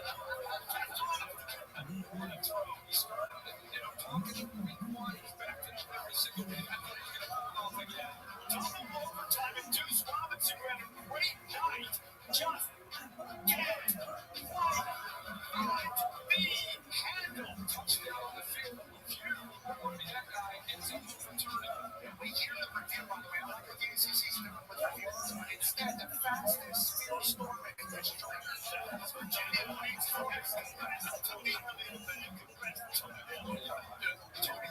they don't try. That Washington DC State did not back for being undefeated as well. So you have all these games last night. You have the games coming up today. 2 teams here, Penn State, running their opponents there. One is team against FBS competition, and it just sort of underscores. Sometimes week to week, you don't know exactly what you're going to get from a team. Right. I think consistency of performance is really what defines success. And I think the challenges for teams now to be able to play at a high level and a standard each and every week is more and more difficult. And that's why you see all these games, like last night, the teams you thought were going to win really didn't win. West Virginia beats Pitt, then goes and loses badly. So and I think the idea that there's a lot of new faces on a lot of new teams and how that chemistry comes together has a lot of different things. Especially with 18 to 23-year-olds, there should be a lot of inconsistencies on the day-to-day regardless, because that's kind of how things develop. If you stay here in the Big Ten talking about consistency, Indiana might have been the most consistent team across the board since Kurt Cignetta's got here. This Fernando Mendoza, playing quarterback for them, is unbelievable what he's doing in the red zone. I think he has like 28 touchdowns, no turnovers just in the red zone over the last 2 years. He's a stud. They got a tough one in Iowa. And then Ohio State traveling out to Washington. This Washington's first game against a Power 14. What are they? They can be great. They got a 22-game win streak at home in Washington. The #1 team in the country has to travel out there and play against them. We'll see how Ohio State does. And then the SEC is packed today's days. I tell you what, Alabama, Georgia, that was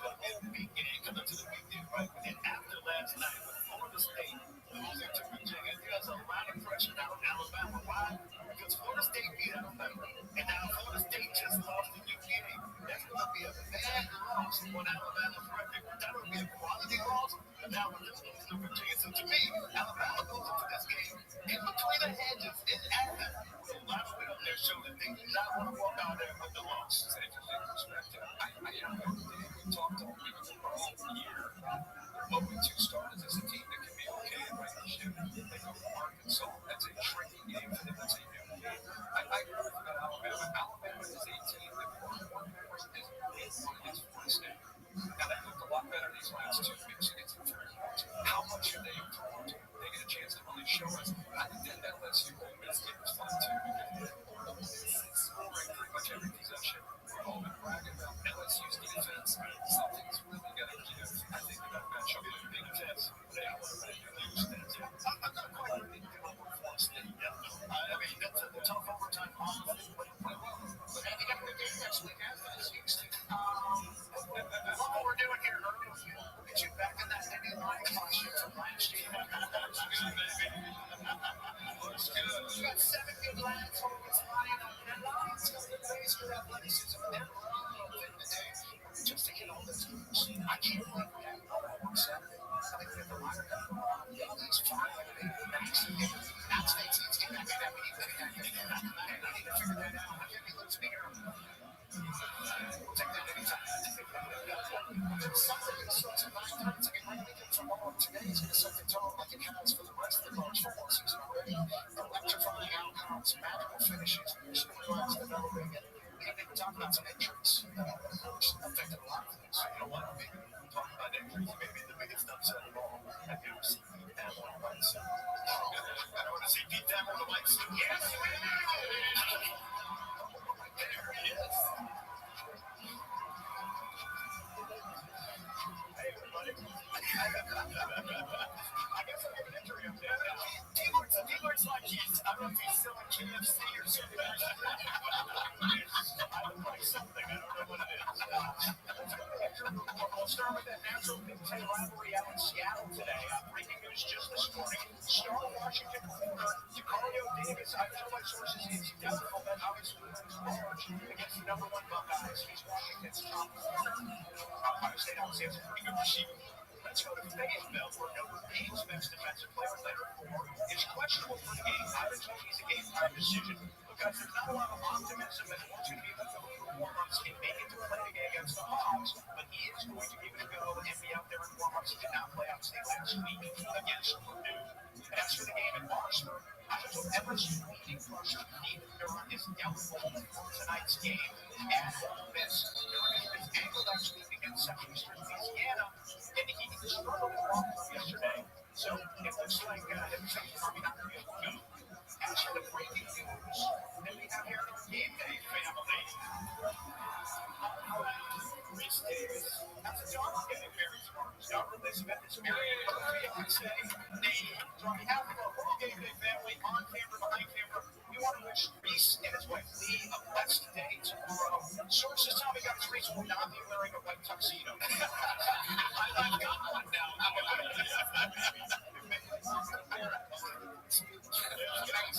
Thank you very much. Thank you very much.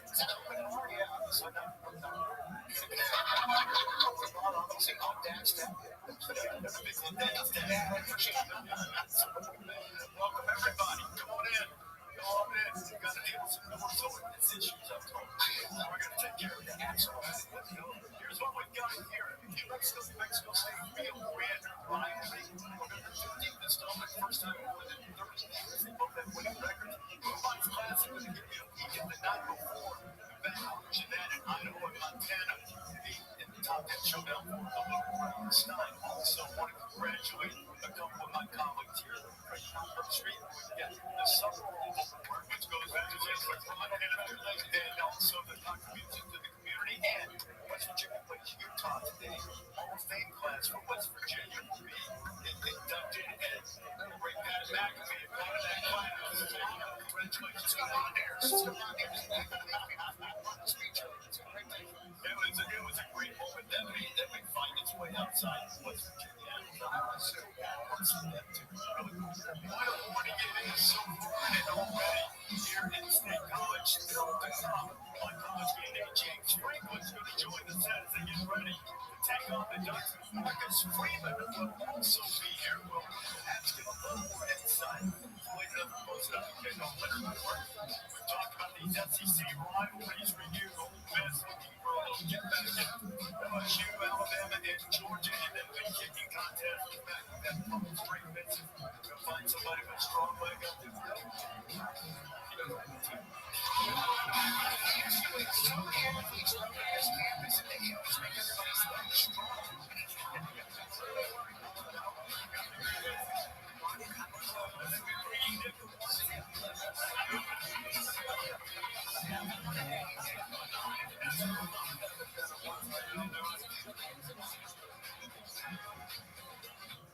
Another Saturday with Satan. Coach, you got the latest kid is going on. Your defense needs to adapt. I used to play a little defense, coach. Man, you got to be fast to play defense these days. Well, I was in middle school. Give me a 25% faster smoke protection. The smoke alarm was available at the home. Grab the ladders, man. We got 3 more rooms to go.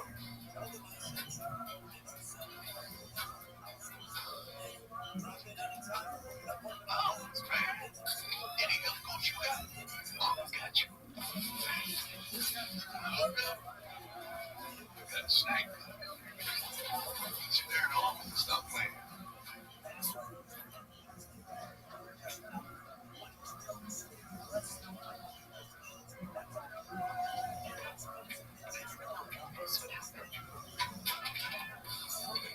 Disaster takes control from your life. We got you. Get it back. Simple goal to the team that shows up fast to make things right. Surf road like it never even happened.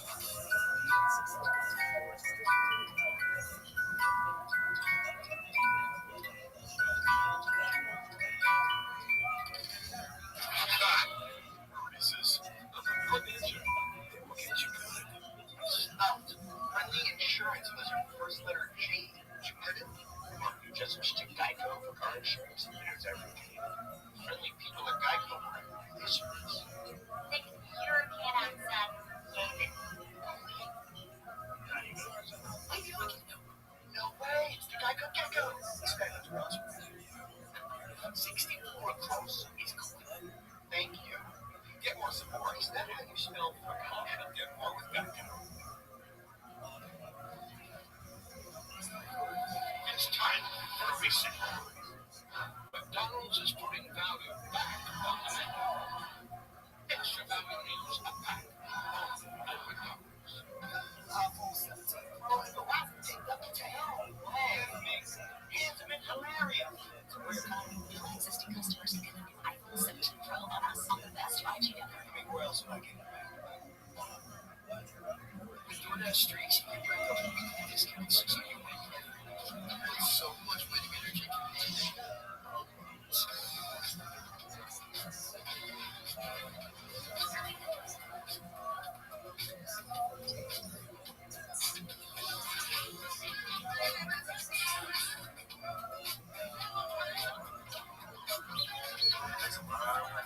Win every week with DoorDash streaks. Opt in, order every Saturday, build the savings. They ship some.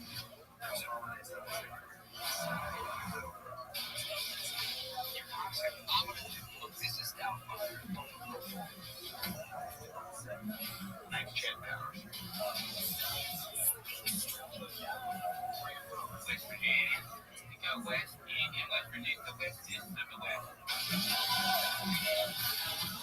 Who's that guy?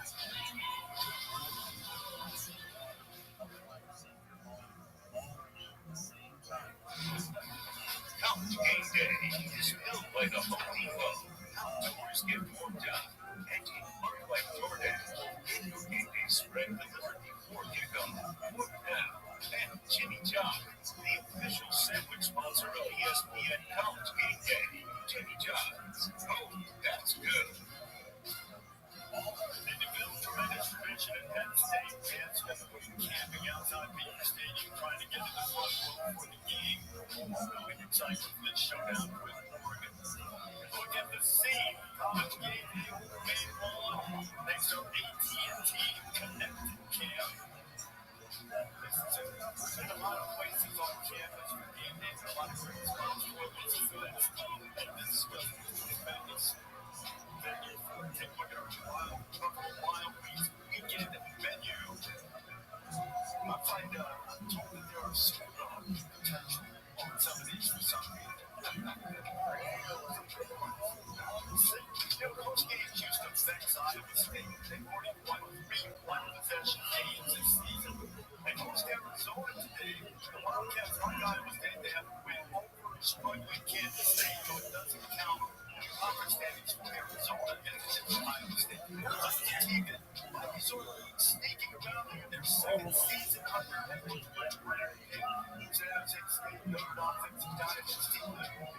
So whether they've been tremendous on defense, they're top 10 in the country in total scoring defense. Now they haven't had a terrible challenging schedule up to this point.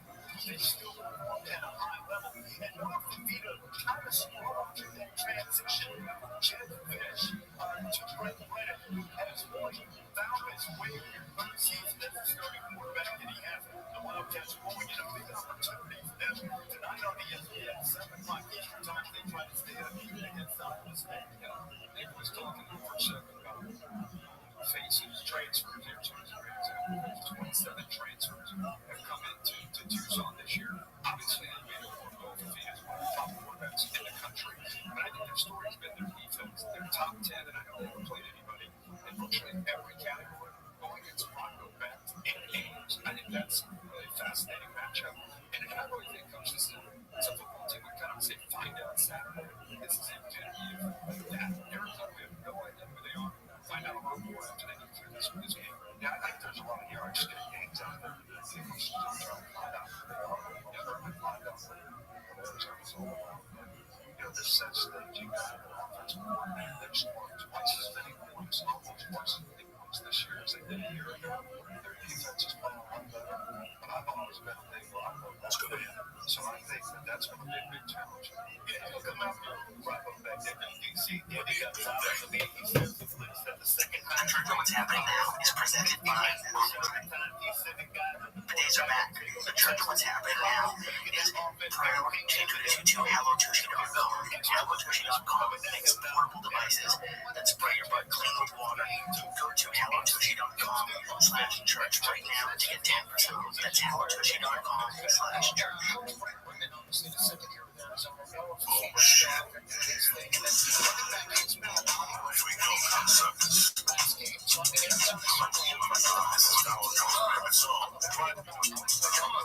one he is in the White House every night.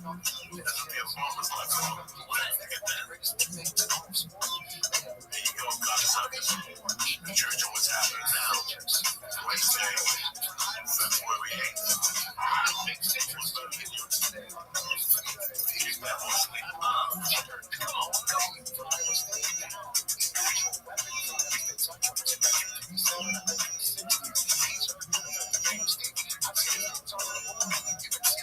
Oh shit. This was just about to get that. Party work. Here we go, people. Come on, Mexicans jump up and down. Let's go, Sticks. Armenians, do your thing.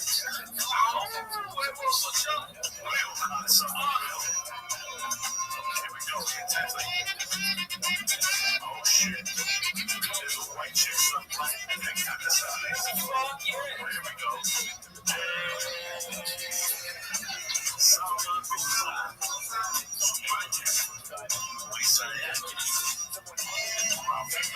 Oh shit!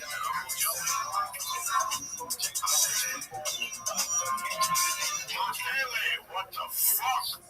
What's happening, you bad motherfuckers? Uncle Joe here, the church of what's happening now. It's a beautiful motherfucking night. I'm happy you get to join us. Lisa Hands here. And yes, again, my brother, Mr. Ralphie May. Hi, everybody. If he's in town, we pump motherfuckers around here, man. I had to tell somebody to there's something happening.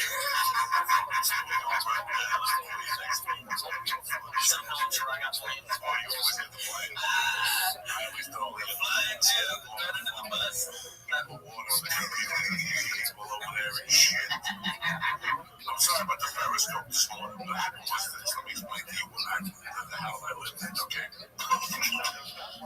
Joe Rogan, my brother, I love to death, but he gets a lot of creepy fucking people. That listen to him and the creepy people. But when they can't get through to him, they start going down the line. So they go to Duncan. When Duncan tells them to fuck off, they go to Ari. When Ari tells them to fuck off, they'll come to me. When I tell them to fuck off, they'll go to Brian. When Brian tells them to fuck off, they'll go to 20-inch clip. When 20-inch clip, they'll go to Sarah Tiana. And it's on and onward and onward. So they started 3 weeks ago in Cleveland. I had to fly in early the night before, right? I get there, my fucking sleep apnea machine breaks. At 6 o'clock at night, I'm fucking wild.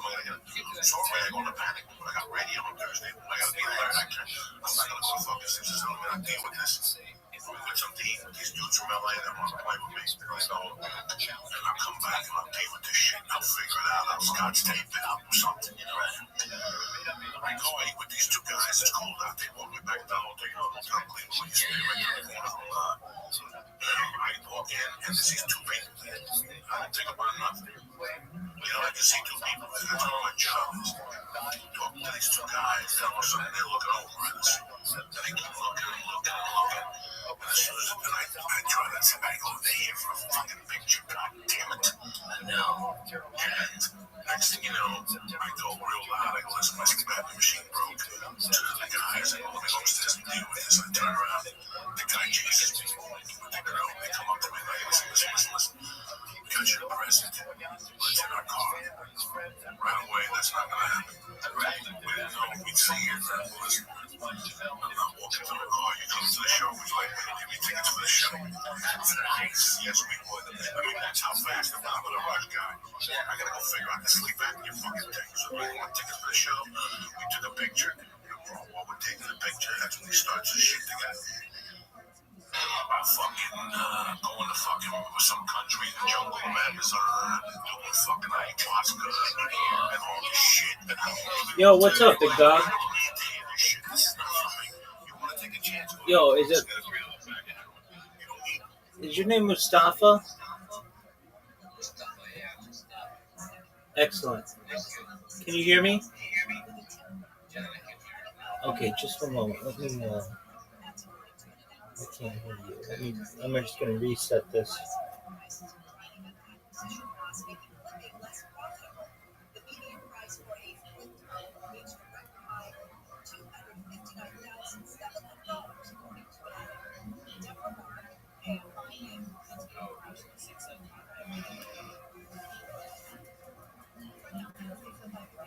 Hear me now?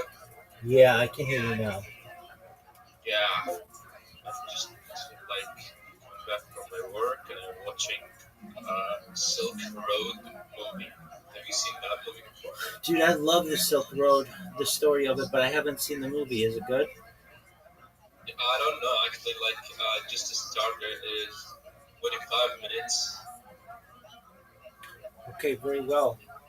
Hey, I want you to know I thought about you since you've been gone, and um, you know, for whatever reason, God puts us on a certain path, and He made your path very challenging. But you are a strong person, and I really think that everything's going to be really wonderful for you, and you're going to have a wonderful life. If you don't already recognize it, your mom and your sister are going to have wonderful lives, and I'm going to do everything that I can to help you. Absolutely, my friend. All right, so you're watching a Silk Road movie, and well, enjoy, my man.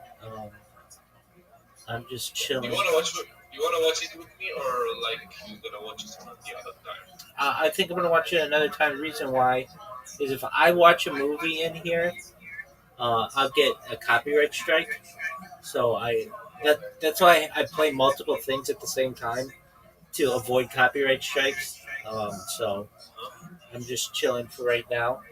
But feel free to watch it yourself and let me know how it goes. Okay. All right. Take your time, buddy. Thank you, my friend.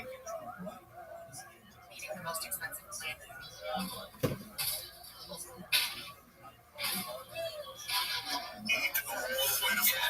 Can you mute yourself? Like, No, you mute me. So you click on my name and then just mute me. yeah. Listen, before you move to LA, you see how these fucking idiots work here. You're watching TV, and you try to lose weight, you work real hard, you go jumping jack houses, and all these guys are revolutionary with lose weight. We do this, and these motherfuckers always got the next answer. Guess what? I'm from the 70s, bitch. That was the answer. That was the answer. You motherfuckers are still living off the 70s. Every TV show, every fucking movie. You guys are living off the fucking 70s, okay? So when I see all this, I go, Quaaludes are great. They became ecstasy. Yeah, that's what happens. They become ecstasy, but it's the same cousin to fucking Quaaludes, the same thing. That's just a bomb. Me? Listen, you want the answer? Take kicking ass. When my mother was dead, 3-4 months, I think I recovered from the pain. I get ass every fucking night. And that breaks down whatever problem I can only think of.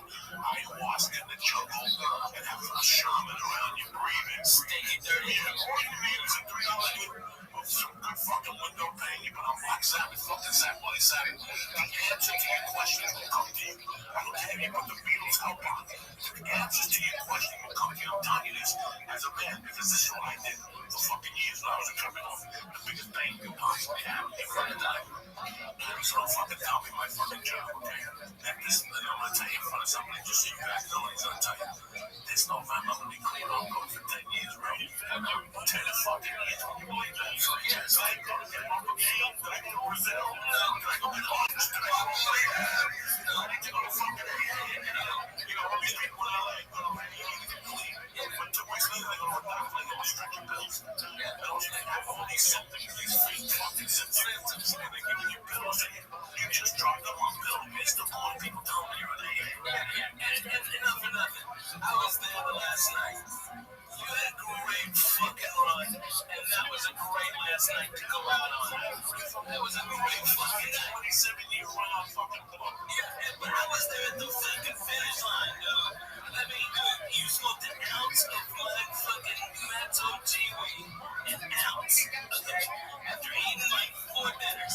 It was terrific food, alright? And we're laughing our butts off. And then I bring out mushrooms all after dinner, fucking get you started, let the day go. Let's remember the Indians, okay? Alright? And we put them out there. Are you kidding me? Don't bring them from Indians. I love them. I love them. When Indians up here to do better things, I still do them with a tomahawk somewhere. Fuck yeah. Nah, I know. I said that kid to camp. Space camp. I'm fucking talking about Habanada and natives. I'm fucking saving them. Somebody's got to do it. Hey, anyway, listen to this cut. We did it. I bring out an ounce of fucking great mushrooms. Hawaiian ones. Have you ever had the Hawaiian ones? Okay, the regular ones are a little bit bigger. The Hawaiian ones are smaller and the cap's thicker. Alright? And I brought out a fucking ounce of the most deadly fucking mushrooms on the planet. Coco ate half an ounce of mushrooms. Okay? Half an ounce. Do you understand me? On top of smoking. Because it was Thanksgiving. It was goddamn thankful. Alright? He did all of that over the course of like 6 hours. Okay? And then straight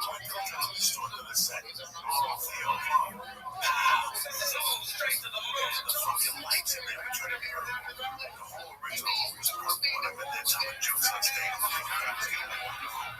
don't even see all this. I got my fucking car. And I got the fuck out there.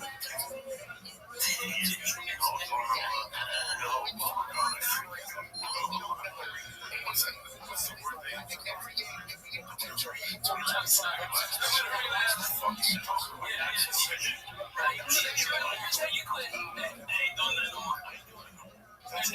That's all you did, guys. Doing no 12 steps. You never go 12 steps. Go to the escalator. No fucking. I ain't gonna do no more. I wanted this little girl waiting for me on the floor. I wanted to walk out of the bedroom and six that little lace in the kitchen. Because I wanted to help them. I can't do people next week. And that's pretty much the fucking end. That was real shit. But it's like, we had so much drama to get done. Like, I like to just roll a joint. You gotta roll a joint. It's called a filter.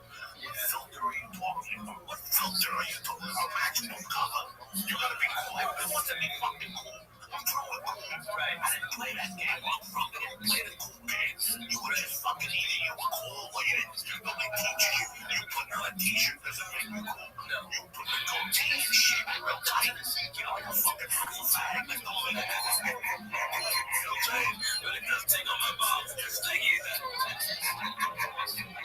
Everybody wants to be cool. Shut the fuck up. Just take it, listen to me. I know your ass. Just leave me the fuck alone. It's not my world. It's not my world. I don't even want to listen to the killing talk. I never did. It's the reason people just hearing about it now. It's fucking sick. I know it's sick. And listen, it helps people with opiate addictions and it helps all these type of people and shit like this. take it to somebody else. Right? Different type of fucking music. And that's the way I'm going to go out. That's it. Leave me in because of the things I really want something. Because he knows I don't give a fuck. I don't know what you're talking about. You want an adventure? Believe that it was. Also, right with white black guys and great Puerto Ricans. And that's an adventure right there. You don't need to make till you can tell your friends it's Starbucks. I went to Brazil. Oh my God, you're so strong and valiant. Shut the fuck up. Go fuck yourself. People that were out of Canada. When fucking Trump became president, it gets old. No shit, dude. Fucking old. I come from a different fucking society of people. Men act like men. You know, I'm gonna turn the fucking TV on until I get protesting again. I'm gonna tell you one thing, there's no future in protesting. There's no future, people. All you know is learn how to bitch. Well, on there, the fucking man chest. Just do drugs like I did. You don't have to make them like to be cool. So people go, oh my God. You're marching in. Fuck you. Fuck you. I got better things to do with my time. You're creating traffic. I know you don't like Trump, but go fuck yourself. You're fucking making traffic, you cunt. I hope you fucking AIDS in your mouth. Fuck you. Alright, a bunch of dicks. Okay? I got stuck in one of that goddamn woman march, and I didn't know why they were bitching. Okay, alright, you don't like Trump. Hey, guess what? Maybe you should have watched your ass to the fucking voting booth. Alright, because he told you 3 weeks before, hey, I'm gonna grab you by the pussy. And you know what? Most of America was like, I'm cool with that. That's alright. I can overlook that. Nobody likes fucking Trump. Everything mad at fucking Trump. Yeah. Well, they should have done something when they had the job. Okay? You know what bitches me about being a Democrat is fucking. You have until the end of the game to win the fucking game, Coco. You have until the end of the fucking last play. Alright? Like fucking. Even on Sunday. You thought I was going to be on overtime. Now we're gonna settle it. Okay? Alright? And instead, alright, these assholes, these little fucking Democrat pussies are all fucking crying. I want to recount. I want to get the electoral college. You lose on Sunday. You don't wake up. Nobody from the Falcons woke up on Monday and go, man. You know, everybody, I know we lost yesterday in the biggest, fucking choke you can ever lose. Alright, but we really wanted to win. So, now if everybody disagrees, if we'll just say that we won, that's cool, right? That's cool. It's cool that we won the Super Bowl, even though New England won, but we really won. You know what I mean? It's like, fucking, I don't give a fuck if referee ballot out of here with a fucking call. I don't give a shit. You fucking lost, you lost.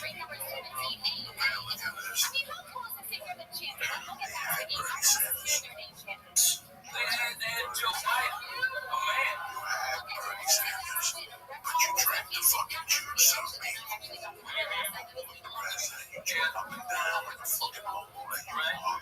You know, you fooled the country one time. I'm not saying fooled the country, but Obama was one of those weird presidencies. It wasn't going to happen twice, bro. You know, the who said it best, we won't get fooled again.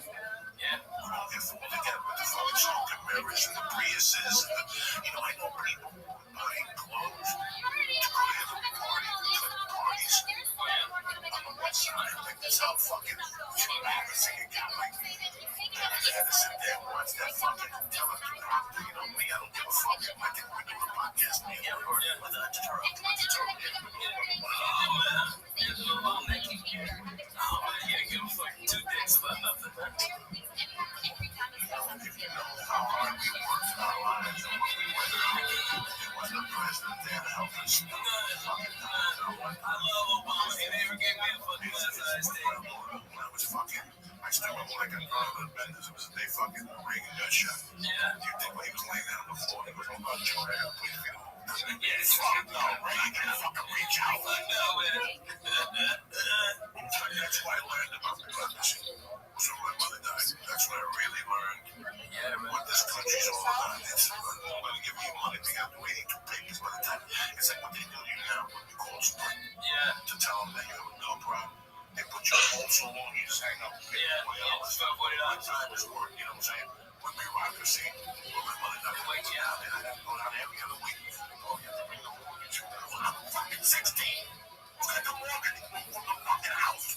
My mother's dead with mortgage book. every week it was like more shit. And I was taking a bus out to Newark.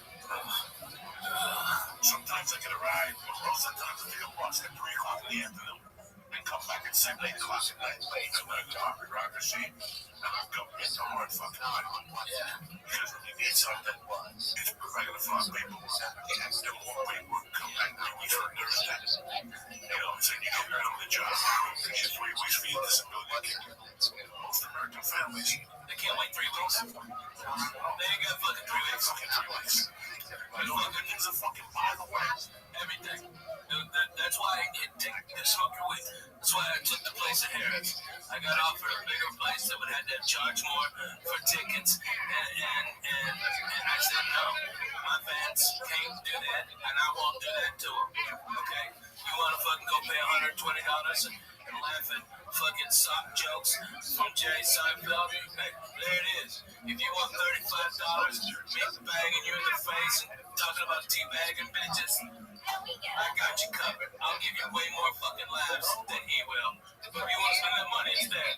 But man, my fans are coming from everywhere, dude. Dude, the church people, you guys are fucking showing up like nobody's business. Like nobody's business. They drive. Dude, go. And they're coming out. And because of all the love you showed me my first 2 weeks church, we're gonna do a giveaway. All right, where I'll be talking to Lee. Let's fucking get all of you fucking the real deal motherfuckers, okay? All right, and you fucking win. You start tweeting about me and Mad Flavor and the Flying Jew. Tammy's the official one. She's the first one. Oh yeah. Boogie's Boogie. Oh yeah. She's already fucking done. Yeah, she's good. She's won. There's no problem. We gotta get to get some more. Larry out there just cultivating. He hasn't even gotten to the show. Well, Noble D, I'm bringing. Okay, so I'm bringing Darren from Colorado. So I got that party going. All right, I'm gonna bring George out under the auspices that it might be a sports show. So, of course, George from fucking Jersey. He ain't going nowhere, right? I know he's got a girl. He's got this little thing. He's up George. Hey, bring me that chicken franchise, lemon franchise pizza. I'll just keep it like that, all right? Chicken franchise pizza. Yeah, someday. Did you guys see what Young Romero put up today? It almost only for 10 minutes. I like so it's been fighting in the line.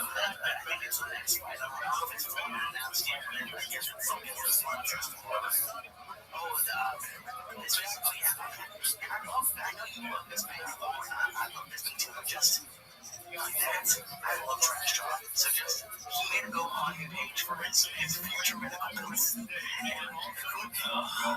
really get like it's just funny. It's just so fucking funny. That MMA is getting fucking funnier and fucking funny. My fucking Irish brother, Conor McGregor, suck my big Irish balls. Right. I want that on my phone, on t-shirts. I want that everything. Suck my big Irish balls. Fuck yeah. Who knew we had a church in Ireland? Okay. Me and you. I said, we go around after you know what you're on. That's 2 weeks I didn't see. I saw that page, man. I said, wow, that's the first time I've seen that on MMA. Yeah, that's all I think that there's a fight this week. Yeah, that's all since I place money on it. Nobody's called. That's why there's no one like, what the fuck's on the man? And also, I seen the fucking thing today. They're like, oh yeah, there's a fight this weekend. Nobody's talking about this fucking fight. In New York. I have no fucking thing. I don't know what would be a better fight. The one in the ring and the octagon, or the ones where the people leave it. Okay, that's gonna be a great fight. Right outside, all these guys get all fucked up on Red Bull in Brooklyn. It's not gonna be typical. Those tickets gonna be high. They're doing it there because they can charge low. Well, that's Jay-Z's name. You're right. So it's not the problem that we left 30 years ago. Not wanting to hit each other and shit. It's a new civilized problem. Bring, Steve That's a drink. Nobody's smoking my music. You like to join in one of those things. Now they look at you like if you're Hitler. Yeah. Did you know that, man? Especially in New York City. I can't believe it. I grew up in New York. I used to smoke everywhere in New York. Like, you want to join in New York? People walk on the other side of the street, they look at you, they take pictures of you on their fucking phone. It's crazy. There's a lot of cities I go and I travel. If I have like, Periscope, listen, guys. It ain't the same. It ain't the same. Like, don't look at Periscope. I know what you get. There's some place you can sit behind outside, smoking a joint with the phone on the fence and nobody sees me. There's some place you watch it. You stick out like a fucking sore thumb and watch it. What's the matter, Lee? Nothing's the matter. You're really going through changes. I start with the sweat story. Oh my god. It's a what do you mean a sweat story? It's just always does it make you sweat too? What do you It's not the sugar cubes. It's not the sugar It's what's in the motherfucking sugar cubes that makes you sweat. Oh shit. Oh shit. You look at your fingers and they get no way. Not yet, the fingers are good. Everything off of me, baby, my daughter, she made this for me. And I'm aware of that. I don't want you to look at her down there. Alright, Lee. Alright, you need to look at anything. Look at that. It's on the yellow. Okay, it's fine. Get the yellow. Alright, I got the yellow. When you were a kid, people were an ass. What did you do? It's not even that I was scared of acid drugs or people that You were 18 in high school.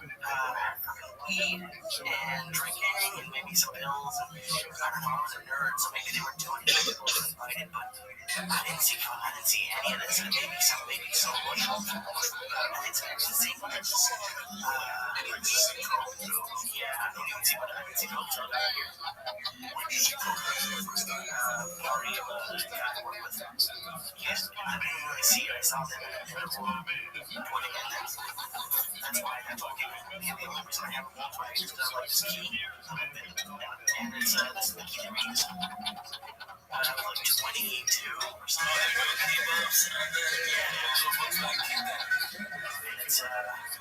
It was can't play much. It's like the button.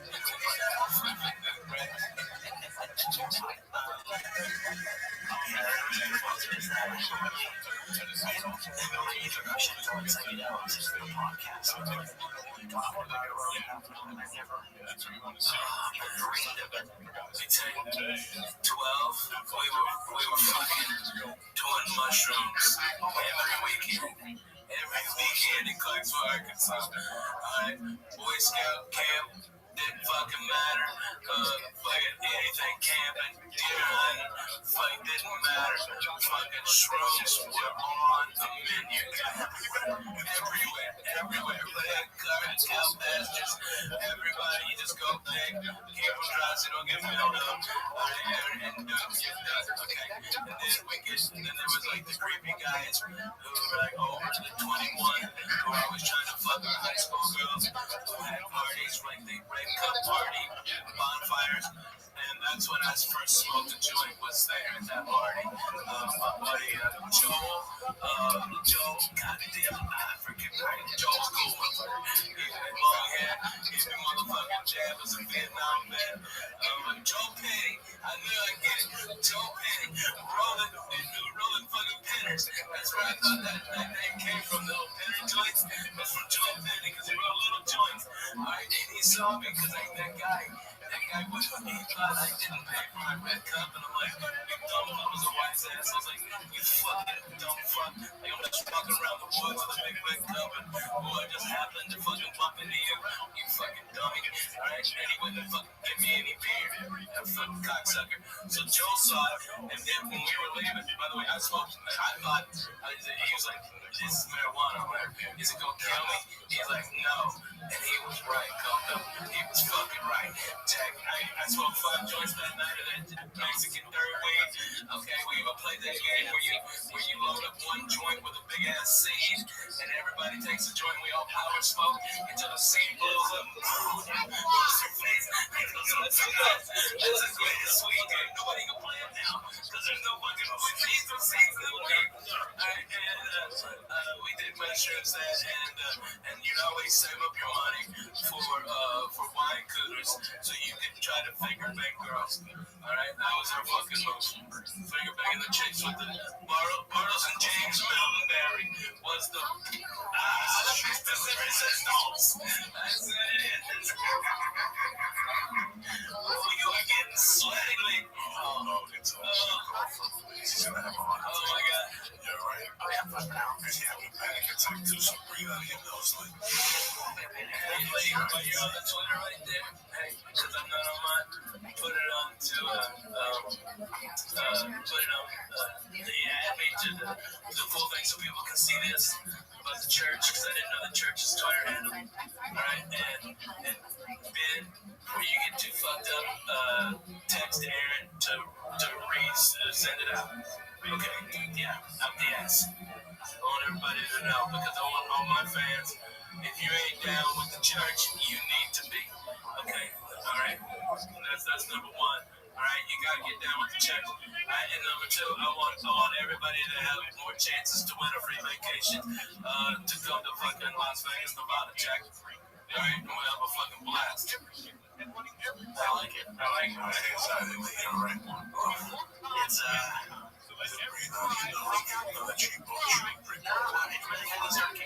It really hasn't. That's the inside. Thinking about it. I'm thinking about it. No, I can see it in your face. I can see it too.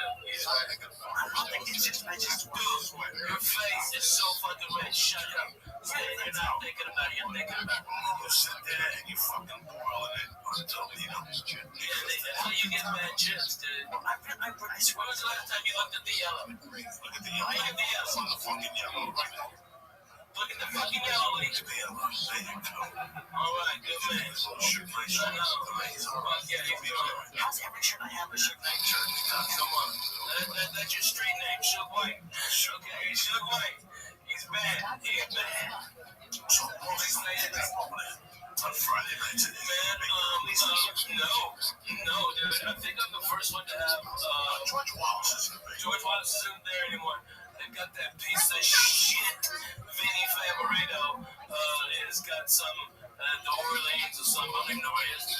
Fucking piece of shit ass is. That guy's the worst fucking human ever to get behind a microphone and call himself a comedian. I hope he gets 3 types of cancer in his ass and his mouth. Not the fast kind, the slow kind. So they think they can cure it. Alright, he's a fucking pestilence on fucking humanity. Fuck that bullshit. I'm sorry. I get overheated by that Benny Favorito's a piece of shit. Alright? He paid his dues. He paid his fucking time. He didn't pay his butcher. He didn't pay his fucking bookies. I'll tell you that. Fucking guy watches on bets too. And you do fucking, and people taking action for him still. You dumb fucks. Okay? How about asking those Boston comics who got fucked out all that money? You fucked them off with. Right? To teach a comedy class. Dumb suckers. They should have known. You either have it or you don't. You don't go to class. Focus on the yellow. Focus on the yellow. It's like, now you see it, right? I'm not freaking out about it. I keep joking. It's different. I like it.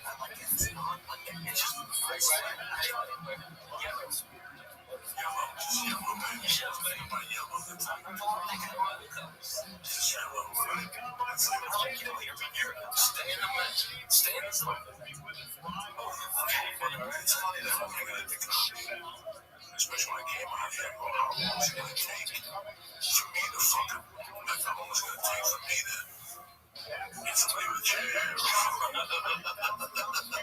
with these comedy clubs, and you can just sit there and take that so long for you to smoke. If it was anybody else's way.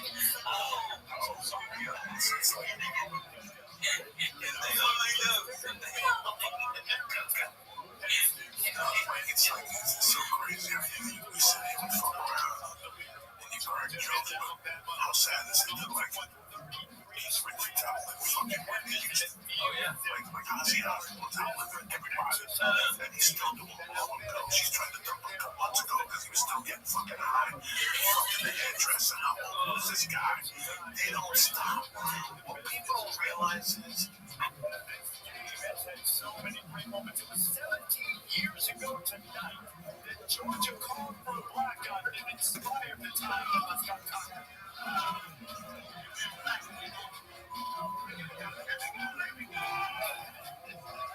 And the time, wasted no time, putting him 6 feet under Julio Jones. Inside sources tell us was incensed by his idea of the blackout. Is presented by The days are back. The church of what's happening. Last year, Georgia fell in a big just as they did that year in 2008 when they came roaring back. Carson back to Dylan Bell. 28 nothing down. They had 34-33. This is Boris for myself, but one-eyed Jew. I love it. Christmas on deck. Look at this, it won't even fucking fall. No, Jesus. It's like making oatmeal and ash. Straight from the midline sass, all right. Shit. It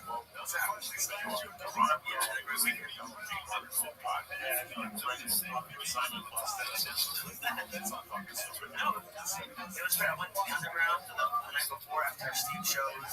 I met Pop Mama, who knew you from before. I had a podcast. I've never had my name on anything before. Like a mom with music, it was fun.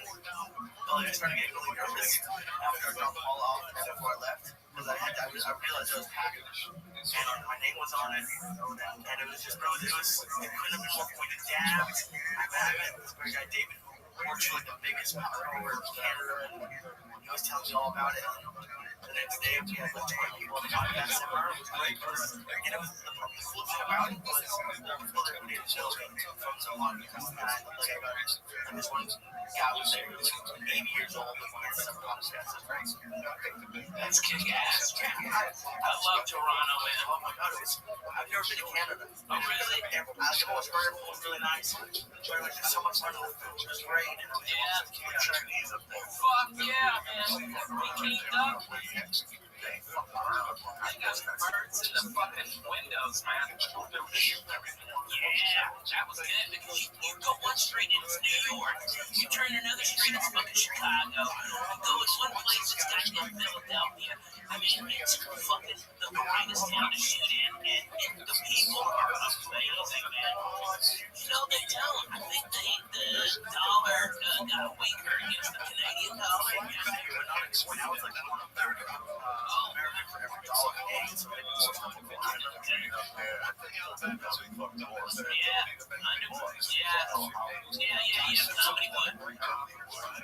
It was 2 days before Yeah. the second one is so this is going to be extremely hard. Yeah. It makes a big place. You have to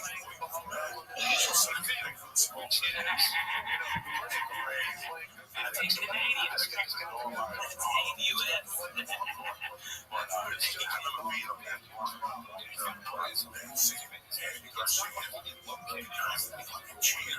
Oh yeah, George Lynn.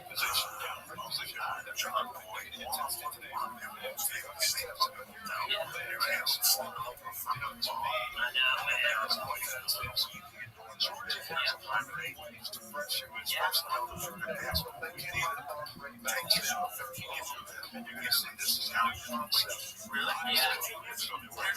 And the beer there is so fucking good. You know, when last time I played that, I was at the downtown room, and Mitch Hedberg was at the uptown room, and then we flipped. So we went from Bathurst and Stills down way the fuck down there in downtown. And that's when Mitch met his wife. That was a crazy fucking time. It was a blast. Yeah, I forgot about that. Yeah.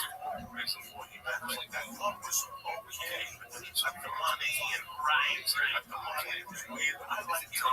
know what I think? I think that fucking, I think he got pressure from the Russian mafia. He had a partner. They were always there. They were Russian Jews. Russian Jews. Jumping out with glasses. Yeah. But it's funny because that whole town, like it was 2 weeks and I went celebrating. That was the whole town. I broke like think of a strip club. Yeah. So, this people, the night, like the first night I got there, which they have there, which is I think the one thing that everybody's kind of missing, so they can go and smoke and hang out. And these three girls walked in. They were literally, what were just regular, but possibly the hottest girl I've ever seen. And right down the street, there was called like a glass rail. Yeah, man. On Wall Street. Yeah. On Wall Street. Yeah. I'm telling you, I used to go over there fucking coming up. And also, he used to do it. This is the craziest story. I used to go to the event. And at the end of it, was a nice Irish kid from Manhattan. That was rolling in Europe and that you think for a plan. He was working something out to the 1984. Alright? He had a Puerto Rican girl. Familiar with his South, this is what we like. Right up, catches him in the game. He's got 3 touchdowns this season.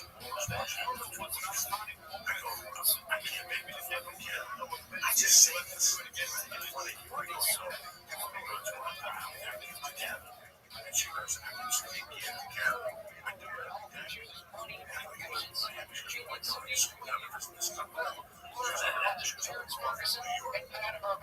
And now Dan Laney will tell you he's the best tight end in America. But where and how is he started right there? Right from town.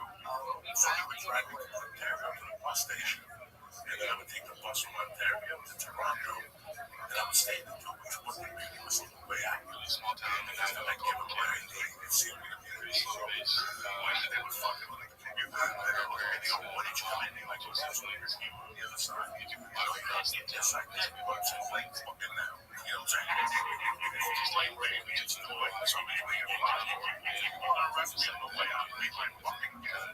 I saw you and your fucking partner. That's it. And I gave you like, this is something come back. I gave like 3 or 4 times. The next week, year and a half. It's good time. And the same way. Once I know that's all this way. They locked that road. Yeah. Yeah, you can't really get over that. Once in my missing motherfucker. And now I'd love to go to Vegas.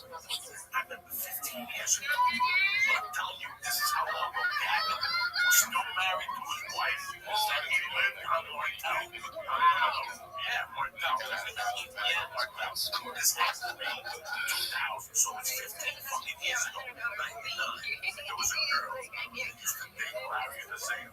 That was the fucking most long-term ever saw in your life. And then she had her parents with the beats, her grandparents with the beats. This chick was running away there for 30 feet with her son's hand. Fucking never ending. You know, she grew up on the beach. The story was she grew up, she worked on the beaches in Vancouver. Sometimes with these guys. The guy was still with his wife. This is 99. This is 16 years ago. We were still not some way on the fucking beach. There was something weird on the beach. Hey, big dog, you gotta be 18 to be in here.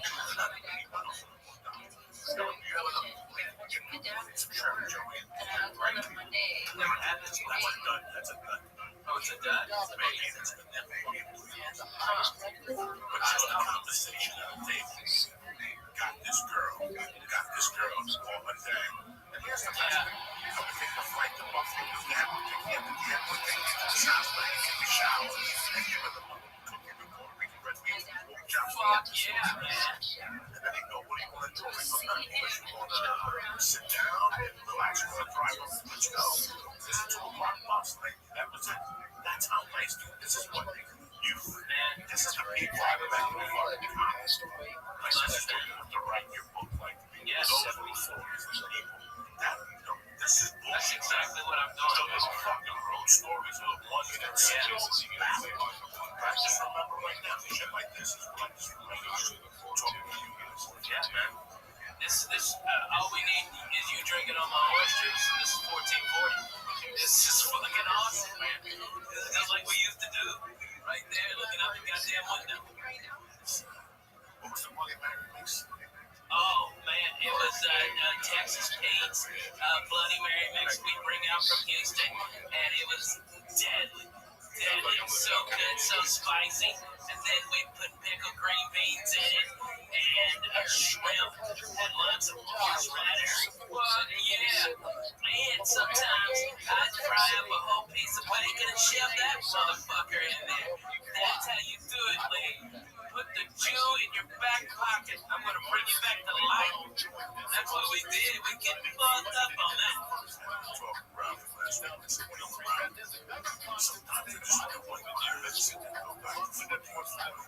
Yeah.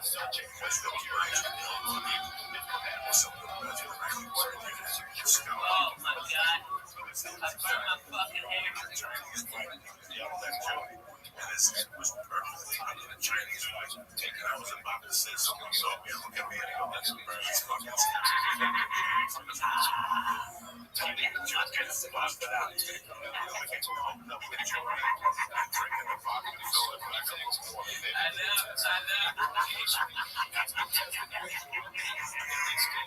So funny.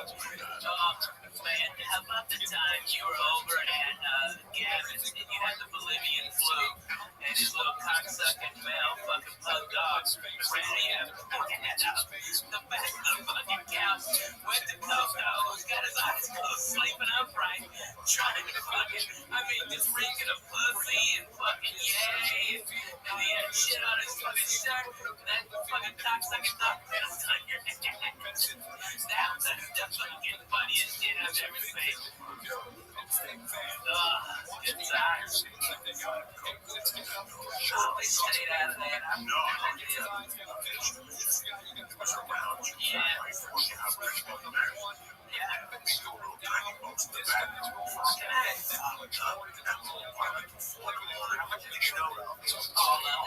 all of it. Come on, it's Coco. You know what's fun though, ladies, when he comes in with the rare story. Alright, I started going blow with this chick. Turns out it wasn't blow, it was heroin. We fucked all night, it was crazy, I loved it. It was tremendous. Alright, I think that was 2000. Okay, that was a great one. But that's the only time I ever did Thanksgiving was fucking epic. That Thanksgiving, yes. Oh my god, motherfucker, you did it. He ate an ounce of mushrooms, Lee. An ounce, not a fucking eight. A goddamn ounce.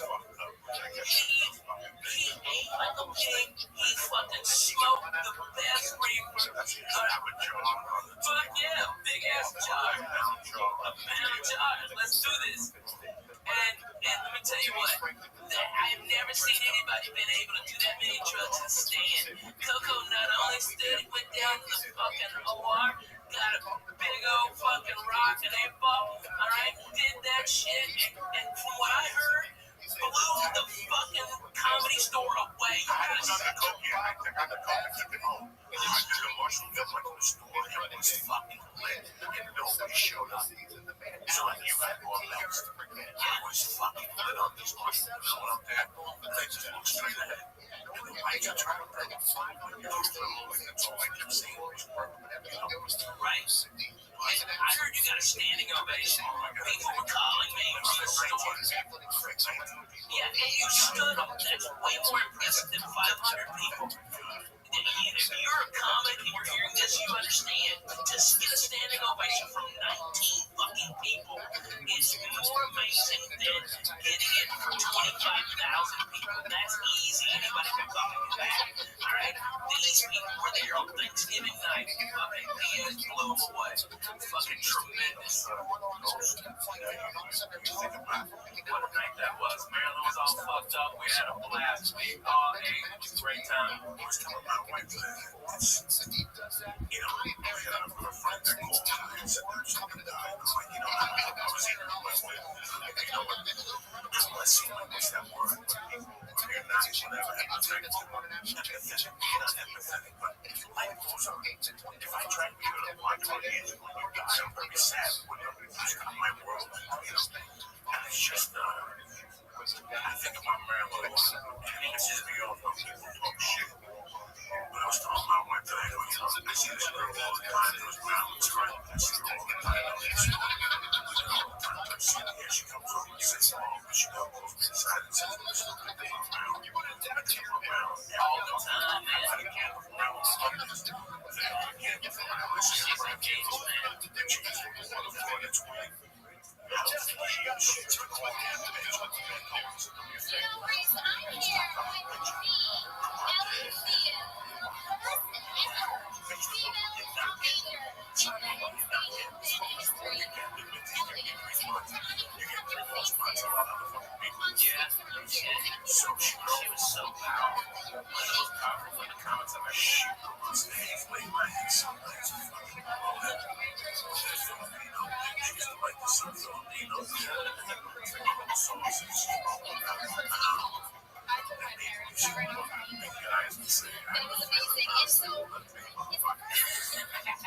So,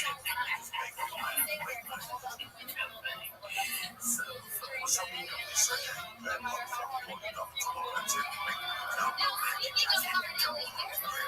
This last week,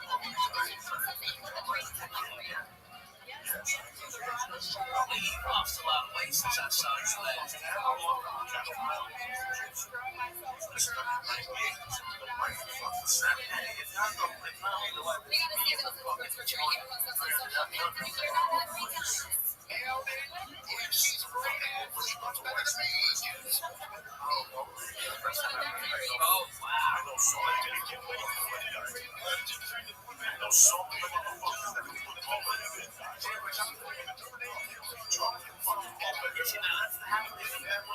That's just one part of Mexico.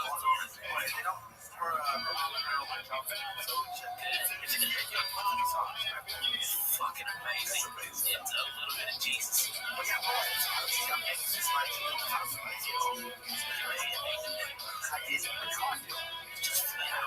That's what, all these white people are afraid of Mexican spice. If you watch Mexican spice on they just put a little bit of salsa, like a little bit of million. The white people are used to fucking ketchup on their goddamn tacos. They're retarded.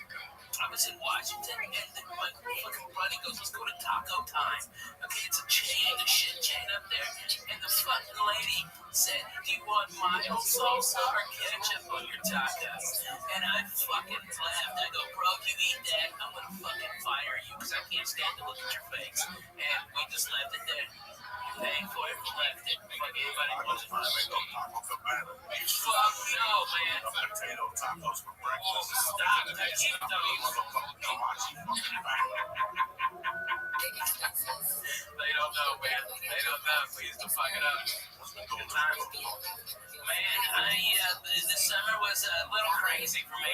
My PTSD I thought was being handled with antidepressants, but it's not. It wasn't. And now it is. And now it's antidepressants and mood stabilizers. And man, I feel fucking like I haven't felt in 5 years, bro. I don't hurt. I am up at 7, doing sidekicks for Jesus. I'm fucking the wife real good. I'm putting her legs up. I'm hugging my babies. I'm playing with my babies more. I'm more focused. And it's like, man, you were absolutely right. I didn't like the fucking truth being told to me, but man, it was the goddamn truth, Coco. You broke it down. Hey, pal, you've been slipping a little bit. You were fucking right. You were goddamn right. And I didn't know how bad it was until I fucking went to the goddamn doctor and described it on my shit. And he goes, you're under-medicated for your PTSD. You're way the fuck under-medicated. And now, man, I feel like I haven't felt in years, man. Like the whole world isn't closing in on me. Like LA's not bothering me as much. Traffic doesn't bother me. Fucking nothing bothers me no more, man. I am fucking great with life. It is fantastic to not be pissed off, except for with deadly meat. You know what I mean? It's nice. It's nice. You're always one of the worst people that does this wrong because in the back of your head, you know it's right. And that's the fucking worst. You know, I'm not saying you're right about everything. No one's right about everything. But when you've had a couple of those talks, and during it, you hate it.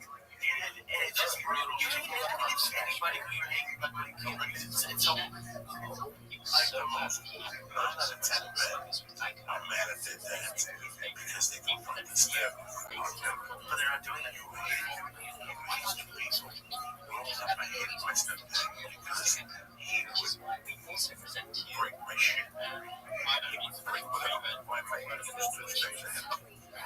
You always feel like the people. I grew up around people. I don't know what she was on for that. At the end of the night, I'm still down. Don't take some listen to my great friends. They're from you. So they came to folks. They know that this guy ain't from this house. They don't need to bring this up. I didn't want to put you by the sleep on the couch. Get up in the morning. You gotta hang loose. They're not telling you what to do. They're not asking you what to do. They try to make it what's the right thing to do. And I get things. One of the conversations that we have,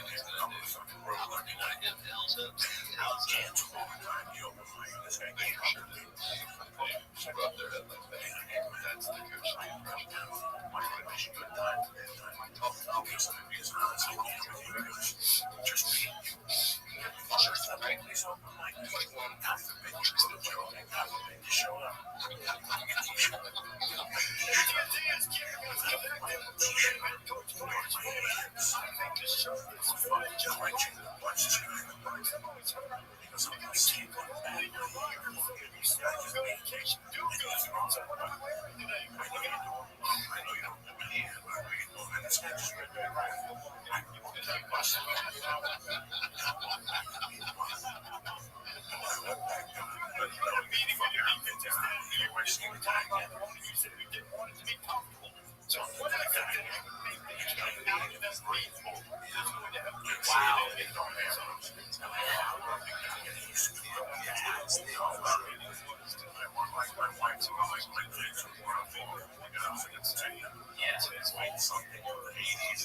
Dwight Slade. No, Dwight Slade.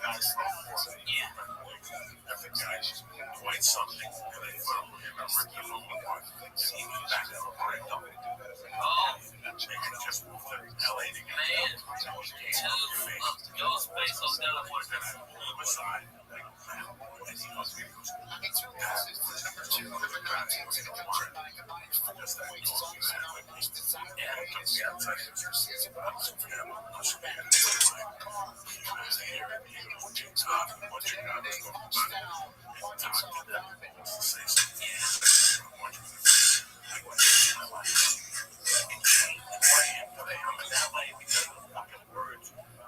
Yeah. As much as I hated him that night, you know, you are, in my eyes, like the headliners of this decade. For the top guys I learned from.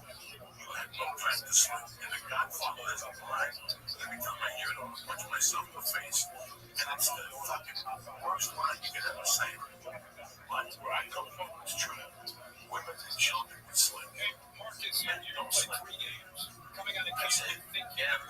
Women and children make mistakes. Men can't make mistakes. We don't have. Okay, I have to make mistakes. I get ready to Dwight, I got handed the keys to the castle. Yeah. You were handed the keys to the castle. Without a doubt. I haven't had a job in 25 years. I've never had a hand to somebody after I worked in prison. I didn't like the way he kicked in my bed and told me to wake up. Right. I haven't had a hand to somebody who haven't had a hand to somebody since I was 15. But for a job to make a living. And somehow it came to hit me.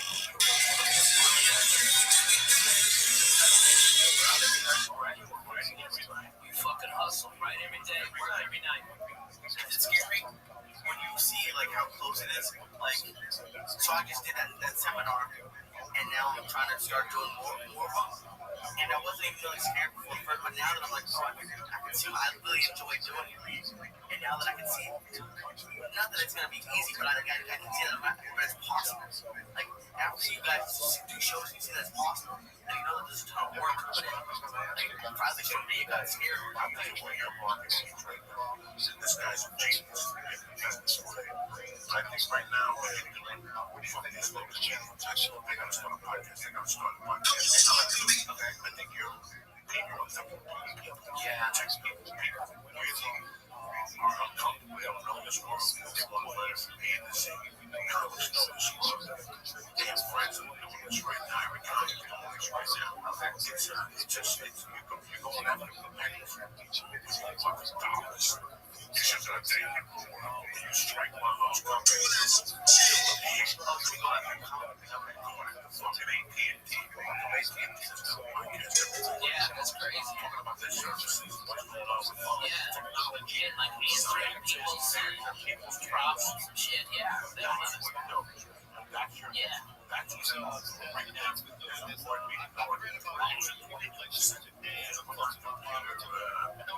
Yeah, savvy. Yeah. Look at fucking Amazon. Amazon today's getting slammed by fucking shit work conditions for people. I mean, they're keeping people working in fucking warehouses over 110 degrees with no breaks. They time everything. They need to fucking counter that shit. I mean, I don't want to buy Amazon now. I mean, but if they would have a podcast that could explain it and tell me, hey, the air conditioning broke, you know, maybe I don't know the full context. Maybe the full context is not being reported. You know, those fucking news agencies is always a fucking by the way. I like to hear the other guy's fucking side of this shit, right? And that's exactly what they need. I mean, you can fucking kill that shit, dude.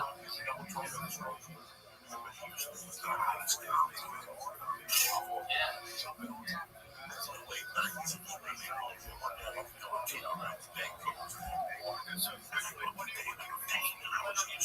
That's a Willie Club. He goes, you know what? There's too many shows for the money. I gotta figure out if there's no one big show there. 5 years later, he was doing deals. Yeah. Set it go. There's expenses. It's fucking the biggest expenses. Yeah. There's a lot of expenses for the price you charge. There's a workshop. It's not the fucking fine type thing. So these people, you think it's a workshop. You think it's just one hour. You think it's a workshop. We get like almost 2 hours. No, you think it's a workshop. There's 2 parts to yours. They gotta go eat lunch and come back.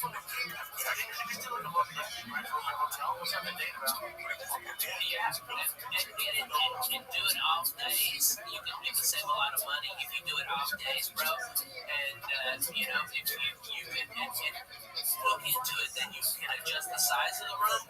All right, so if you have a big turnout, they can open it up. If not, it's a small bottle like bananas. Yep. That's right.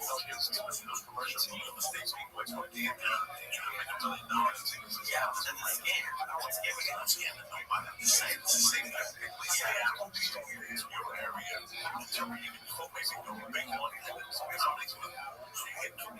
I bet Zanies in Nashville would go, bro. There's a ton of comics there that need to be podcasting. And if you had there, I mean, you can do, they put out to all the comedy clubs in the Southeast, and all these comics are come. There's fucking 40 guys in Memphis, there's fucking shit ton in Louisville, Lexington, fucking Knoxville, Chattanooga, Atlanta, Birmingham, and all of those guys will come up. The one thing I was surprised by the crowd that came out to Toronto, it wasn't a lot of comics. There were a couple there, but mostly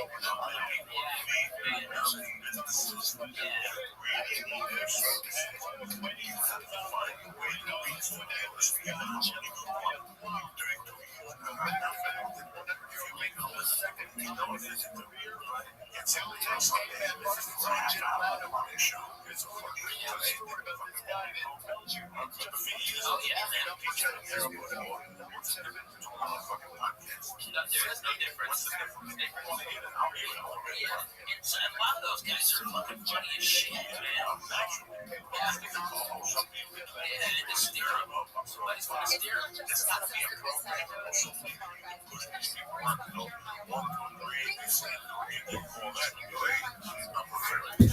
I get that. I know you did that. Now the next one is because you'll leave. So that's a lot of fucking downloads. It's gotta be a company that teach you how to do that. They gotta go to them and go, yo, listen, 18 fucking people $1 apiece every week, whatever. I'm just saying, but it's gotta go. Just the point that Just come to Nashville, okay? I'll set it up. I'll get you a night, okay? I know everybody fucking run out there and supports you. Nashville always supports us podcaster comics, okay? And not only that, you don't even have to get a hotel. You can stay at my house. My house is like 8 blocks away from the club, and it's empty. It's a big fucking house. It's food. Fuck yeah, man. I got everything in there ready to go. I love to. Yeah, man. Leave be my pleasure. And I even got my buddy Aaron who'll pick you up from the from the airport. My car. You can grab my car. Yeah. And then on the road. How did you go? Boston. Oh, okay. Oh, yeah, Boston. Yeah. Boston. I had people interested in this. They just don't know when it starts. It's like, what's his name? Said it. Brown certainly wasn't cool. Yeah, right. So that's the issue I found when I was building it. It's just, you Google it, there's 8,000 people talking, 20,000 different ways to build a podcast. So, like, that's what I said at the beginning. Like, this is just the way I did it. This is fucking okay. Yes. I want the fucking dream work. Right. I read about comedy like every other comedy. But I learned watching Ralphie watching Bill Burr, Rick Rowan, Joe Rogan, and all of them. And you learn different things. So, okay. Right now, I saw that ad for the people on TV. How we can up your market and do this and this. It's always great. Well, I'll tell you what you guys do. That's something that I can shoot for. between that kid and you see how I know that you not what we did or worse. So what different work for some marketplace? This guy is a celebrity and he's got no hits, and this guy's a fucking, this got 2,000 fucking hits. I wonder what the fuck happened. We learned not to release a podcast on a Friday. Right. That's a that fucking thing. We learned not to edit a fucking podcast. These are things we learned by doing. We used to go podcast, we used to edit it. We stopped that, because the numbers went through the fucking roof. Right. You know, they say fucking job and fucking trainees. They know that shit. They love that shit. Gotta drop a stick and take it a dick. So this is what you have to tell us. They don't sit there and look at me. If I had any type of business plan, flooring, fucking tiles, if I was a snappy guy, I'd have somebody in there, but I'd have to push the envelope. Because I want people to say, what the fuck is Ralphie Ray Flooring talking about? Right. Here's up an asshole. I'll continue on my These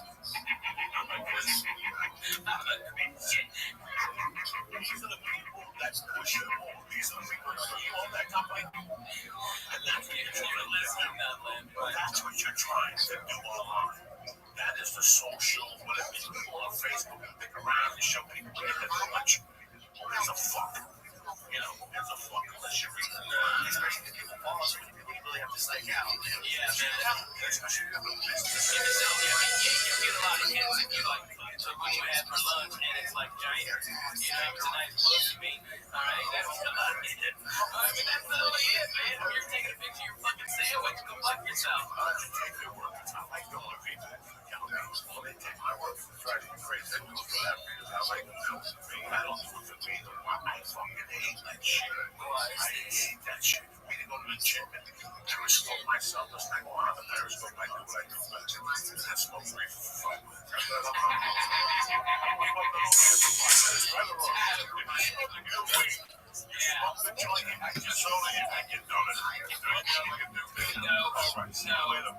As the data later, I'm going to get the fuck out of here. That's right, man. I'm fucking YouTube the music. I want to sing and smoke dope. We'll look at you, scratch your feet. Yeah, right. Meditate on this fucking ass I just smoked. I'm hearing fucking sirens and shit. That's the point. That's the fucking point of this whole thing is to get away and get a fucking crowd. I love getting high. I love getting high.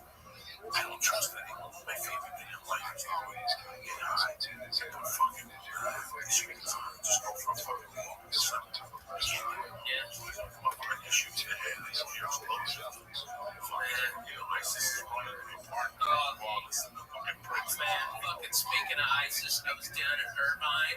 Holy shit. That's just That is the most Arabs I've seen since fucking Midway. Alright? Holy shit, dude. These fucking retards. They throw their goddamn carpets out in front of the fucking fountain. It looks like valet parking for Magic Carpets. It's a Arabian night. It's a Arabian day. Because they look blow up as fuck out there. That's why. Because those fucking, they're very combustible. That's why. And I got shot at by those cocksuckers. I've been out of Iraq. I don't know they're nice people, because I can't fucking tell the difference of walking around with that fucking hot tea or whatever the fuck that shit is. Fucking blow up me like a motherfucker. Man, I'm throwing ham sandwich out and look kill themselves. I saw this fucking problem.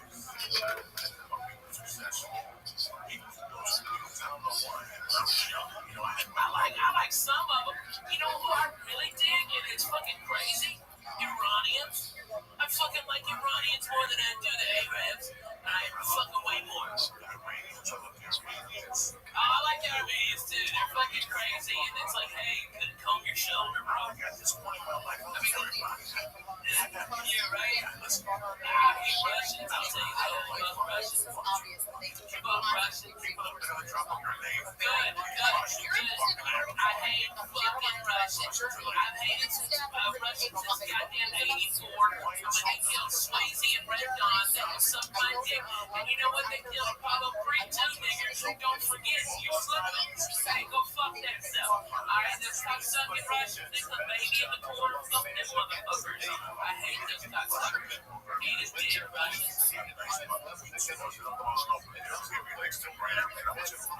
Russians here, they're the ones who sink in the Great American Dream and takes over white people and punching them in the face. I'm talking about the cocksucker Russian. Okay, that is Russian. Okay, I mean, he's probably fucking Russian Jew. Yeah, he's Ashkenazi like a dick, man. I love that guy. Alright, but that's what it is. That's what it is. He lays down. Okay, I like Lee. Yeah, right? For real, because look at you, Lee. You ain't wearing no sweater in the fucking summer. Okay, you ain't smoking shit crazy cigarettes. You don't smell like smoked fish. Alright, those Jews always smell like fucking fish. Those fucking crazy Russian Jews over there in West Hollywood. That's all they got, bro. Oh man, I wish they were on Fairfax. They're on Sunset.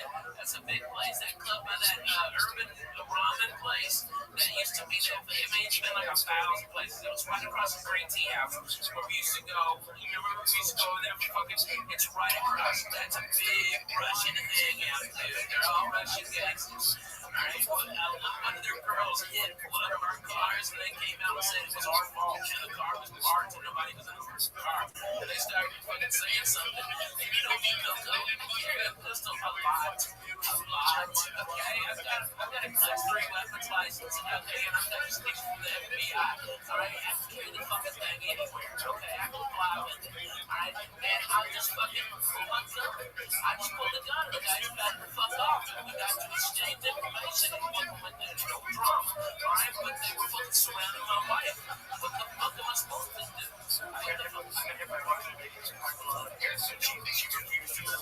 Yeah, exactly. 9 years old, so I thought it was sad.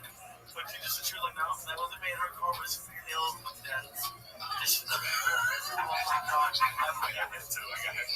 Me too. Understandably.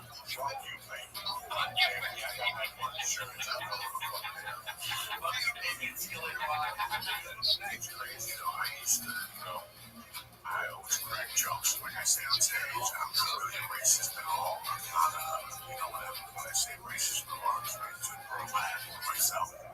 At least to keep me absorbed. That's in the back of my mind. I know this ain't shit about space. Oh man, if I'm not around, I know people are talking about Mexicans. I'm not even fucking Mexican. I hear people talking about Mexicans. They're real people. Yeah, man. And I giggle and I don't make a joke. But I fucking know now, at least I know how you feel. And I know it doesn't bother me. I'm not trying to listen to you. I never felt I felt insecure. Growing up to like being second, like being third kid because I was a kid. But I never got offended when people said shit. Dude, I was white trash. I was fucking white trash, and now I'm fat white trash. You know? Right, exactly. Fuck it. I'm not down. It's shit like shit. Just I don't know. They're just I had a beef with one time. I had a beef with him, and I had this. I was mad anyway, so he just came on. Something like back on the cold fucking. Oh yeah. I'm away from it. Yep. Oh shit. What you making over there? What's she making for dinner? I don't know. It's surprising. Yeah, I guess. Oh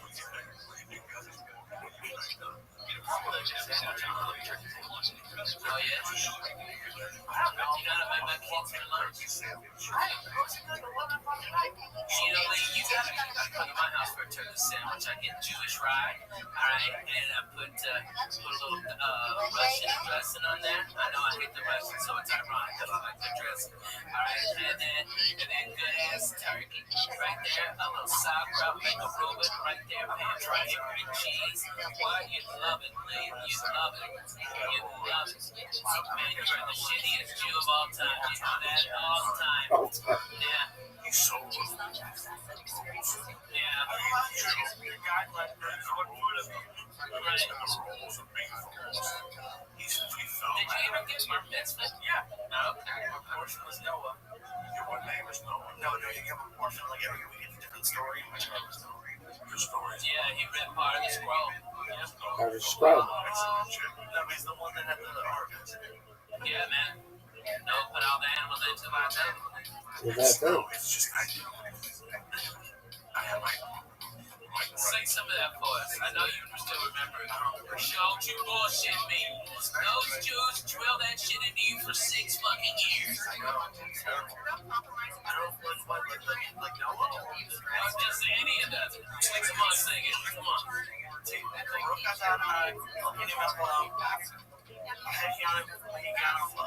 I think that's like one over bread. I'm not sure. Yeah. That's all. Well, let's see what kind of punch. Everybody knows this shit. No shit, man. Hey, and you know what? Fuck this number one in Israel right now. Turn to what's happening now. Fuck yeah. Man, I like Israel. I like the way they fucking roll. I do. Yeah, it's very scary. I went over there and it was fine, but now you see, like, I used to be all well, there's no, but now you gotta look at it. It's kind of ridiculous. There's all this kind of fucking up. Just go to Haifa and everything's chill. Yeah, everything's chill.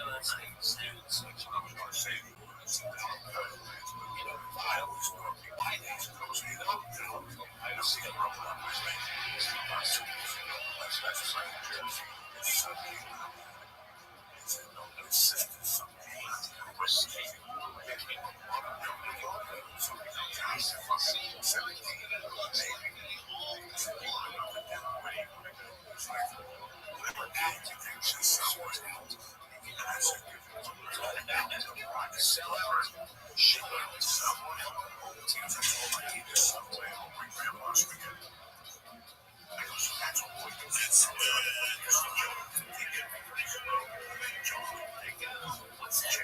Yeah, crack it in. You get one of them fucking tiki drinks. It's so good, man. The fucking egg rolls. Oh, man, the spare ribs. Oh, fried rice.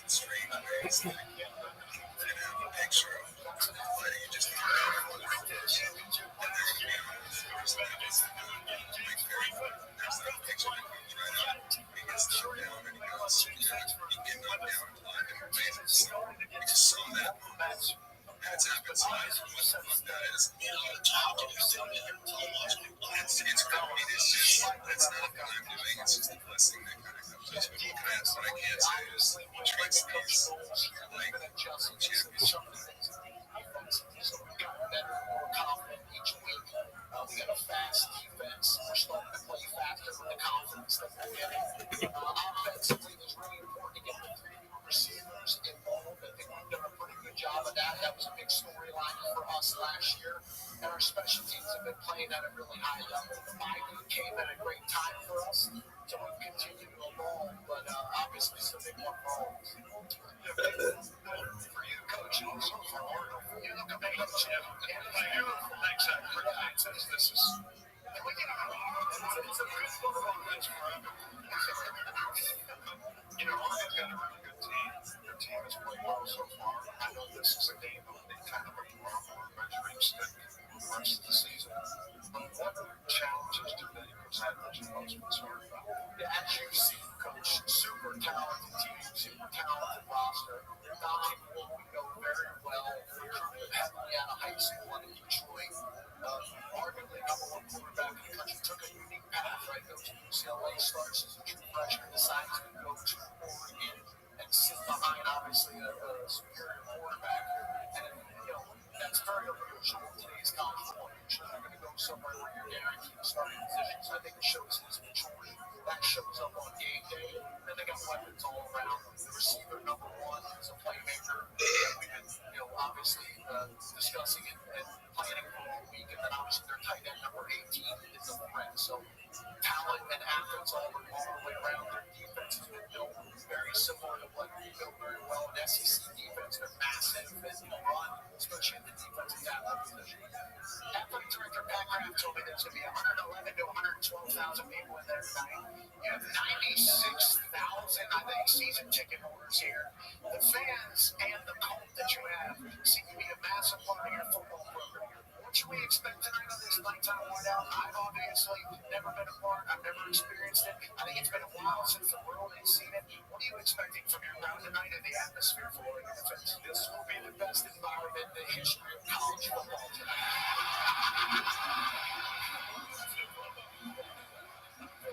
That's awesome. Last year you played Oregon State Field, obviously, what both sides like to do. You went out and got Jim Knowles for games like this. And you mentioned how guys are still kind of getting comfortable with Tennessee, but he put it on him in the run game. I mean, he had 8 or 9 sacks. He had one football. What can you take away from your guys' experience against the last year and then Jim Knowles and the success he had this year? Well, I think the big thing, Coach Saban talked about this earlier in the year. Predominantly a man coverage team in the past under really our last two defensive coordinators. And with Jim, we just got a few more answers. And when you play these types of teams, you better have more answers for problems. There's going to be some personnel challenges throughout the entire season. It really has one day always. And this, of course, is correct for my sister, like you. I love it. Crystals of death. Look at this elite fucking floor outside. Look at that. It's like the big oatmeal and that shit. Straight to a big lot's asshole right there. What's happening? Lisa, you up here? Quran? Yeah, every week. I don't think we're going to podcast. Just a regular fucking Simon Busters. Who's the heck is some fucking super? Just kind of went to the underground the night before after Steve shows. I met Puff Mama the month before. I had a podcast. I never had my name on anything before, but I've gone with you to think it's fun. But I started getting really nervous after I dropped Paul off and before I left. Because I realized I was packing you. And my name was on it. And it was just, it couldn't have been more pointed dabs. I had it. David works for like the biggest book grower in Canada. And he was telling me all about it. And the next day, we had like 24 podcasts. And it was great. And it was the cool thing about it was the people that didn't know me from the podcast. Like I got like this one guy was there, like 80 years old, and for this podcast is great. It's been a great environment. That's kick ass, man. I love Toronto, man. Oh my god, it was the first. I've never been to Canada. Oh, really? It was really nice. It was just so much fun. It was just rain, and it was just amazing up there. Fuck yeah, man. We came up. They fucked around. I got birds in the fucking windows, man. Yeah, that was good. You go one street and it's New York. You turn another street, it's fucking Chicago. You go in one place, it's goddamn Philadelphia. I mean, it's fucking the greatest town to shoot in. It's the people are amazing, man. You know, they don't. I think the dollar got weaker against the Canadian dollar. Now it's like 130. Every dollar $80. So maybe more stuff. Yeah, comedy would. Yeah.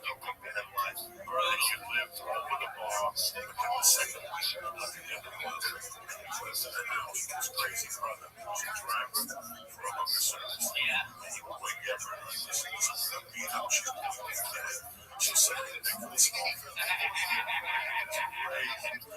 Canadian. 8 US.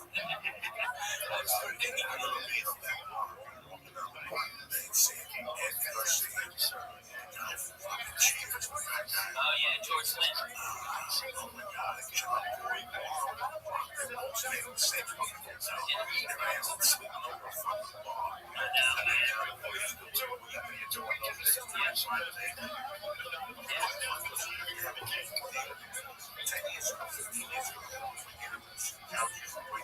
Really? Yeah.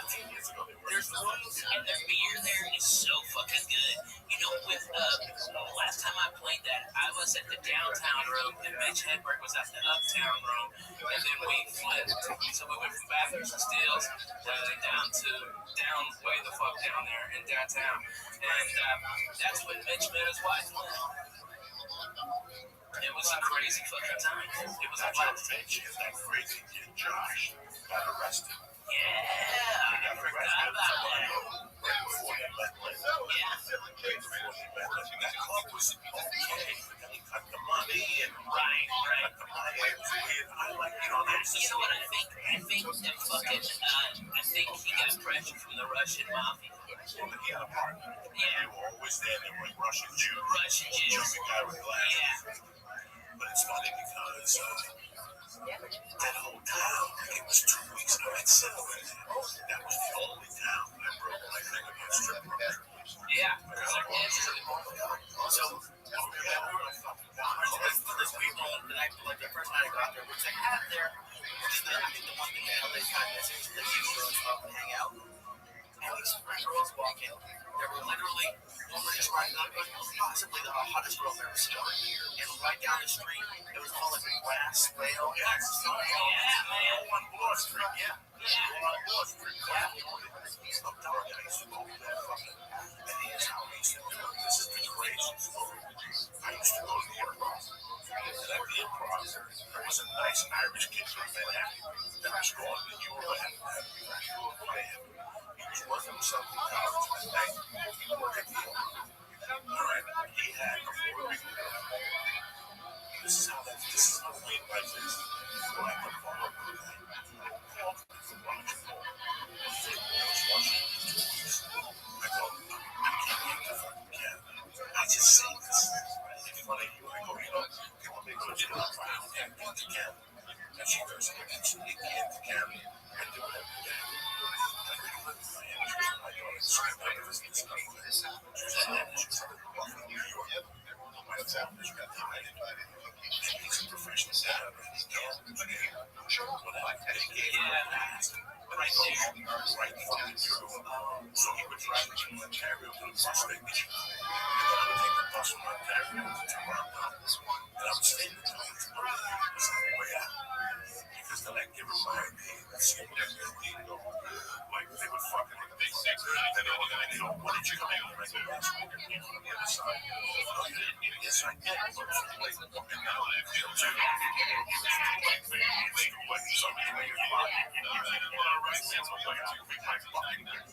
I said, I saw you when you were in partner. That's it. And I give you my ID. I came back to me. So you got it. That's what you had. Good times. And we're saying, just 9/11. Just a great general. Yeah. Yeah, you can't really get over that. I said, why? This is what I'm looking at. And then I was looking at the I've been 15 years ago. But I'm telling you, this is how long ago Dad was still married to his wife. And he lived on marked out. Yeah, marked out. Marked out. This has to be 2000. So it's 15 fucking years ago. 99. There was a girl who used to date Larry in the same. That was the fucking cutest blonde girl you've ever saw in your life. And then she got nails with her beats. She got brand nails with her beats. And this chick walked on LA Pier with 30 feet. With a son in hand. And it fucking never ended. You know, she grew up on the beach. The story was she worked on the beach. And so he got these guys. Dad was still with his wife. This is 16 years ago. We're still myself. There was something weird on the beach. We used to bring them back. One night she saw me and Gavin with a $5 piece.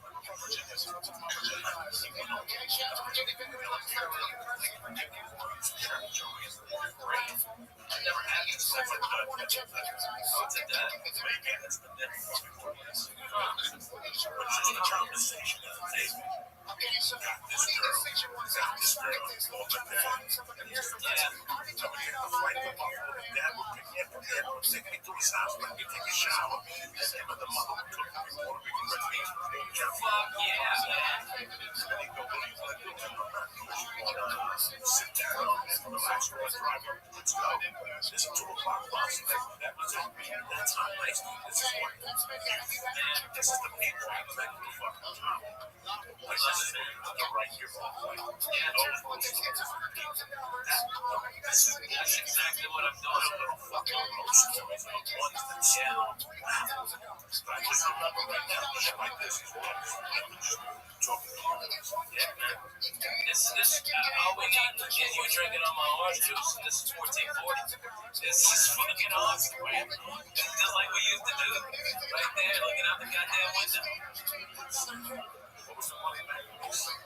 Oh, man, it was Texas Pete's Bloody Mary Mexican bring out from Houston. And it was deadly, deadly, so good, so spicy. And then we put pickled green beans in it. And shrimp and lots of horseradish. Fuck yeah! And sometimes I'd fry up a whole piece of bacon and shove that motherfucker in there. That's how you do it, Lee. Put the Jew in your back pocket. I'm gonna bring you back to life. That's what we did. We get fucked up on that. Sometimes they just want to play my eyes and then get back to sleep.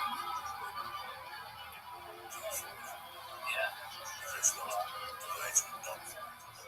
But it was something that does the night you work in your head. Oh, my God. I burned my fucking hair. The Chinese life, he was yelling that joke, and his head was perfectly under the Chinese life. And I was about to say something, no, never get the end of it. He's fucking scared. Joke gets busted out. I know.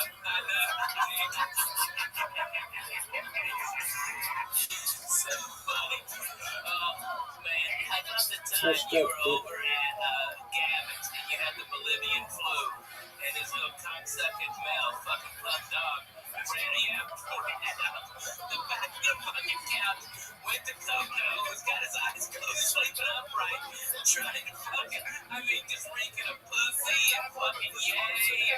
And he had shit on his fucking shirt. And that fucking cocksucking dog was like, that's the fucking funniest shit I've ever seen. Good times. Always stay out of that. I'm going on him. He's around.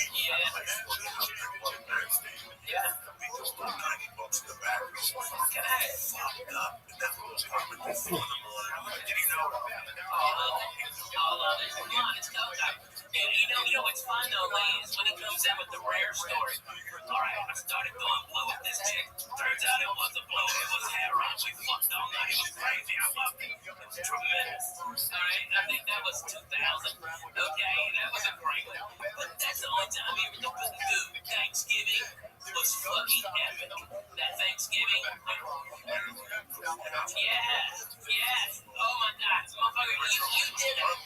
He ate an ounce of mushrooms, Lee. An ounce, not a fucking eight. A goddamn ounce. He ate like a pig. He fucking smoked the best reefer. Fuck yeah, big ass jar. Let's do this. And let me tell you what. I've never seen anybody been able to do that many drugs and stand. Coco not only stood and went down to the fucking OR, got a big old fucking rock and a buck, alright? Did that shit. And from what I heard, Are you talking to me? Comedy Store away. What up, big dog? It was so amazing. And nobody showed up. So I knew what was next. I was fucking lit up. You liked it? Excellent. I have to check it out. If possible, when you're watching something like that, if you can at least mute your mic so that we don't hear you burping and coughing and stuff, I'd appreciate it. Yeah. Thanks, big dog.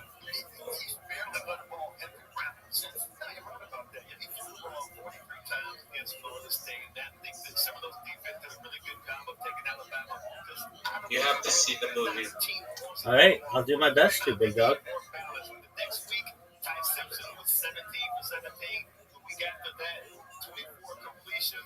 Out of 29 attempts, 4 touchdowns. That's who they are. They need more balance and Right. they're getting jammed And on the I heard you got a standing ovation. People were calling me to the store. Yeah, and you stood up. That's way more impressive than 500 people. If you're a comic and you're hearing this, you understand. Just get a standing ovation from 19 fucking people. It's more amazing than getting it for 25,000 people. That's easy. Anybody can fucking do that. Alright? These people were there on Thanksgiving night. Fucking Diaz blew them away. Fucking tremendous. What a night that was. Maryland was all fucked up. We had a blast. We all ate. It was a great time.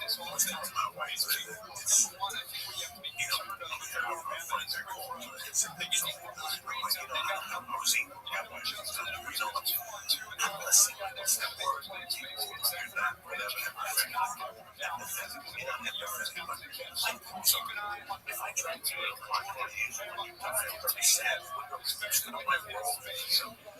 it's just I think about Maryland. I mean, this is where all my weekends go to shit. I was telling my wife that I see this girl all the time around this crisis. All the time it's on the store. All the time I see her, she comes up and says, well, she has a little bit of silence. I'm still thinking about Maryland. I think about Maryland all the time. I think about Maryland. For sure, yes, from Maryland. She's engaged, man. The chance for no other for its way.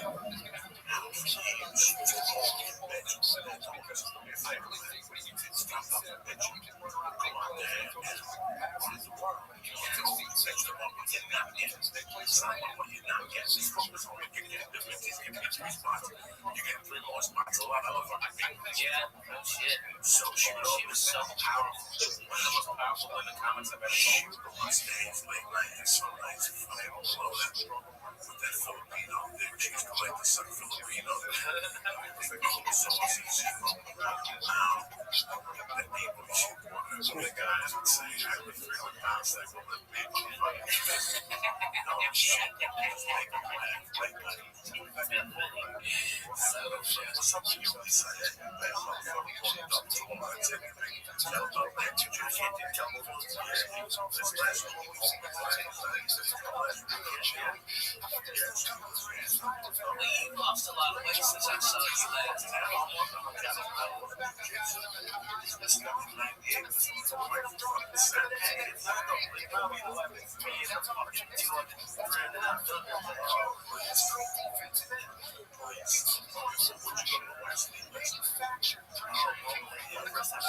Oh, wow. I know so many people who can't like that. I know so many motherfuckers that put more money than that.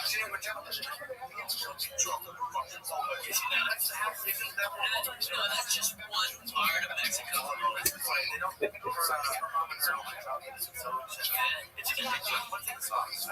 It's fucking amazing. It's a little bit of Jesus.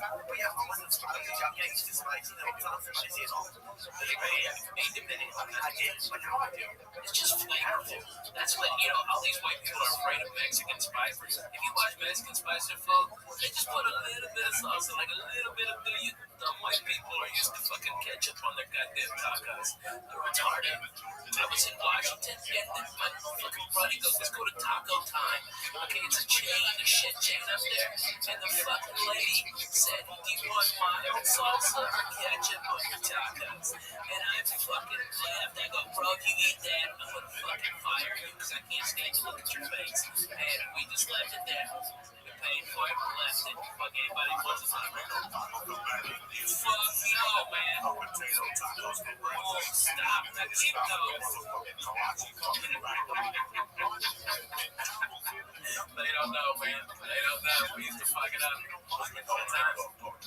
Man, the summer was a little crazy for me. My PTSD I thought was being handled with antidepressants, but it's not. It wasn't. And now it is. And now it's antidepressants and mood stabilizers. Man, I feel fucking Like I haven't felt in 5 years, bro. I don't hurt. I am up at 7, throwing sidekicks for Jesus. I'm fucking the wife real good. I'm putting her legs up. I'm hugging my babies. I'm playing with my babies more. I'm more focused on it. And it's like, man, you were absolutely right. I didn't like the fucking truth being told to me, but man, it was the goddamn truth, Coco. When you broke it down, hey pal, you've been slipping a little bit. You were fucking right. You were goddamn right. And I didn't know how bad it was until I fucking went to the goddamn doctor, describing all my shit, and he goes, "You're under medicated for your PTSD. You're way the fuck under medicated." And now, man, I feel like I haven't felt in years, man. Like the whole world isn't closing in on me. Like fucking, like LA's not bothering me as much. Traffic doesn't bother me. Fucking nothing bothers me no more, man. I am fucking great with life. It is fantastic to not be pissed off, except for with deadly needs. You know what I mean? It's nice. It's nice. You always want to work people get those two like this. Like in the back of your head, you know what's right. And that's the fucking worst. I'm not taking run about everything. No one's right about everything. But when you had a couple guys talks, and during it, you like I hate him. And it's just brutal. You think it's anybody who you hate like it's only Like the most 9 out of 10 men are mad at their dads because they don't understand what but they're not doing it. used to be. Growing up, I hated my stepdad because he would break my shit. He would break whatever was my man. He was too scared. Right now, I always don't like the people. I grew up around people that don't know shit how they fucking up. I can't bring that blues coming down. I go, listen, we got a great time. I got coffee. So they came and told me, they know that this guy around his house. I don't need to bring this up anymore. I went to bed last night. Sleep on the couch. Get a ring of water. We got a headpiece. And they're not telling me what to do. They're not asking me what to do. They kind of hinted to me what the right thing to do. And I get pissed. The conversations I had with them, he looked at me in the conversation. Rabbi, 95. I'm ready to kill my ex-wife. I'm living in a basement. I have no food or refrigerator. I'll sustain me just as a wall. Pay my rent, pay child support. I'm losing weight to more right than power from the road. Then I would cancel all the time. This guy came up to me. He was all couple of seconds. And I came in. Why do you wish you a time? Because as long as I came with you, because just being you, that always all my life. God forbid you wrote a joke. God forbid you showed up. You got a t-shirt. You have a white t-shirt on. You got a white t-shirt on. Look, my hands were fucking clenching. My punches kind of because I'm not saying that bad by you. These guys just being you. And you're throwing it away. I know you do it alone. I know you don't do it either. But I'm like, so I just got shredded around. I walked to the bus and walked back to the club. And I went back to the maybe the fucking fans. I've never seen the guy again. Mendoza has jumped into the professional and dominated the phrase. Wow. And then average. And I followed the guy and he used to come up with the hat and go around me. I want like my wife, my dad's like brown. I was a detective. White something in the 80s. Yeah, Dwight Slade. No, White Slade guys from Yeah. different guy. White something. And they followed him and ripped the room apart. And he went back to the bar and dumped him. Oh, He just moved to LA to get man. Those pesos California.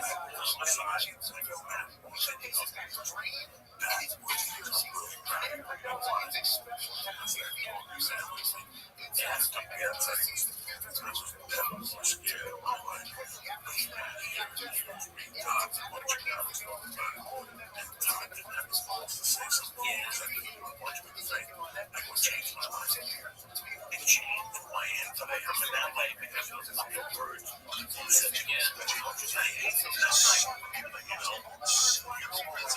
And then my eyes, of this Yeah.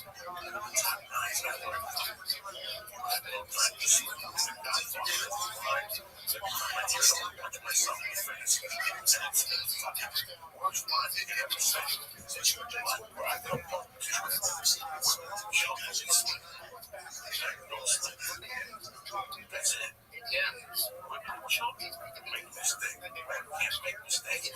We don't have to be perfect. I'm not trying to make a mistake. I do not have to practice to do what I got. We're gonna have the keys to the gas. Yeah. You don't have the keys to the gas. Without a doubt. I haven't had a job in 25 years. I've never had a hand to somebody. I've been in prison. I didn't like a man kicking my back. I haven't had a hand to somebody. I haven't had a hand to somebody since I was 15. For a job to make a living. And somehow at the end of the day, you're fucking partying. As long as you were out every night, right? Riding every night. You fucking hustle, right? Every day, every night. It's scary when you see like how close it is. Like, so I just did that seminar, and now I'm trying to start doing more. And I wasn't even really scared before first, but now that I'm like, I can see, I really enjoy doing it. And now that I can see, not that it's gonna be easy, but I can see that I'm not gonna be awesome. Like after you guys do shows, you see that it's possible, and you know this is how it works. Like at least for me, it got scary. I'm playing where you're working on you right now. And this guy's a genius. Business. But I think right now, when you're doing something fucking slow to me, I think I'm gonna start a podcast. I think I'm gonna start a podcast. I think you're people are talking about people. Yeah. Really are uncomfortable. They don't know this world. They want to understand the scene. Just know you're strong. They have friends that are saying this right now. Every comic is doing this right now. It's a sleep. You're going after the pennies. You want the dollars. You should have done you know, you strike one of those companies. You're going to hit. You know, like, fucking AT&T. How come AT&T is doing a podcast? Yeah, that's crazy. That service is what's going on the phone. Yeah. And like answering people's problems and shit. Yeah.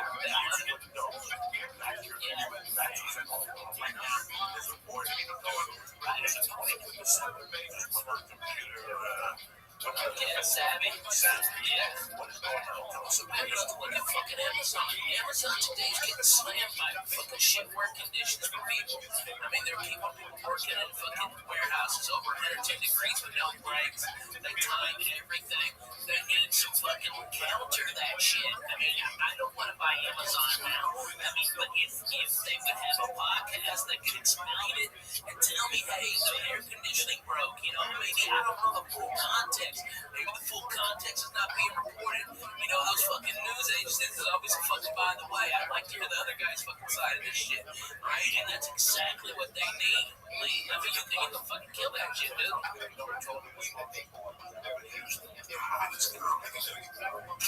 Yeah.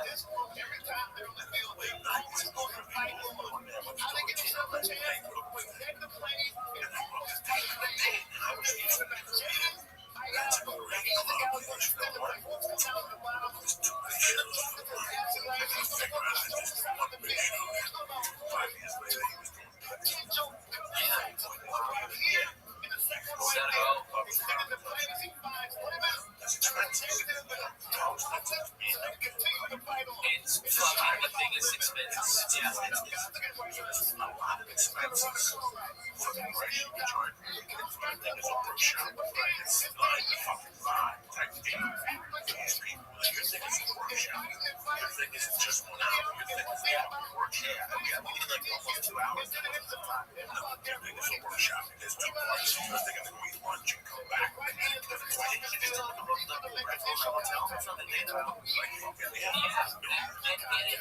do it off days. You can save a lot of money if you do it off days, bro. And you know, if you could look into it, then you can adjust the size of the room.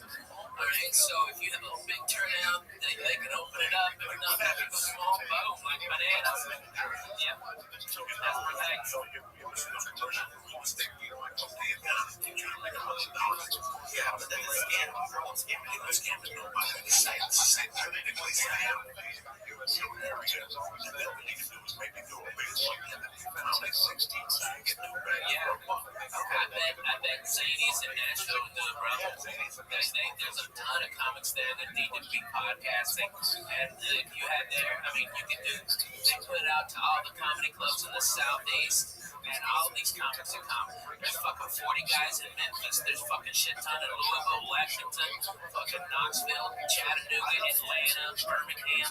Man, all of those guys will come up. I'd love to do everywhere, but that was the one thing that I was surprised by. The crowd that came out to Toronto wasn't a lot of comics. There were a couple there, but it was mostly other people. Yeah, man. Businesses Yeah. and really need your services. You have to find a way to reach to those. You know how many you want during 2 years. That's not for nothing. If you make a living, you know what I mean? Get somebody else on there. If it's the half hour comic show, it's a question. Oh, yeah. Each other terrible for what's the difference between motherfuckers podcasts? No, there is no difference. What's the difference? Yeah, it's a lot of those guys are fucking funny as shit, man. Yeah, and to steer them. Somebody's gonna steer them. There's got to be a program for some reason to push these people on to know, well, to create this and project this and all that. You go, hey, I'm referring to you. I did that. You know, I know you did that. Oh, yeah. Now, the next one is you can really contact the channel because you'll be these motherfuckers down. Come here, teach them how to do that. Yo, listen, they think that they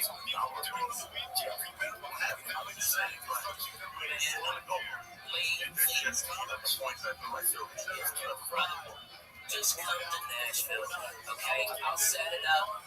I'll get you a night, okay? I know everybody fucking run out there and support you. Nashville always supports us podcaster comics, okay? And dude, and not only that, you don't even have to get a hotel. Yeah, you can stay at my house. My house is like 8 blocks away from the club. And it's empty. It's a big fucking house. It's full. I got everything in there ready to go. Yeah, man, it'd be my pleasure. And I even got my buddy Aaron to pick you up from the airport. My car, grab my car. Oh,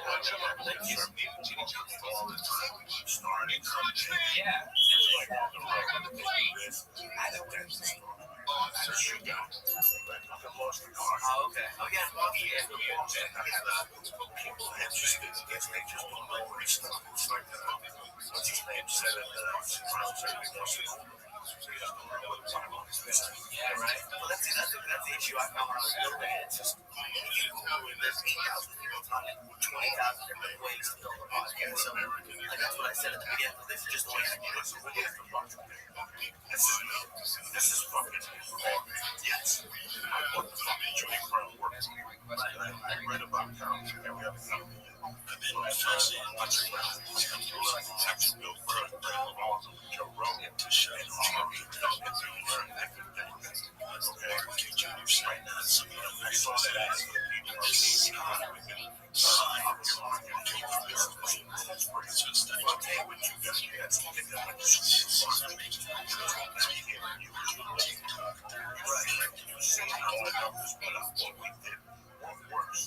what different works in some markets. How many times have you called me and said, wow, we had this guy out who's a celebrity and he's got no hits, and this guy's a plumber, he's got 2,000 fucking hits. I wonder what the fuck happened. We learned not to release a podcast on a Friday. That's his next fucking thing. We learned not to play the fucking podcast. These are the things we learned by doing. We used to do podcasts, we used to have this. We stopped that thing, the numbers was for the fucking room. You know, City Park, Young, and fucking Chinese. They know that shit. They love that You shit. gotta drop a spit with chicken and eggs. So this is what you have to tell the people. They're gonna sit there and look at it. If I had any type of business, flooring fucking tiles, if I was a snappy guy, I'd have somebody in there, but I'd have to push the envelope. Because I want people to say, what the fuck is Ralph May Flooring talking about? Right. He's up an asshole. It's not going to take all night. These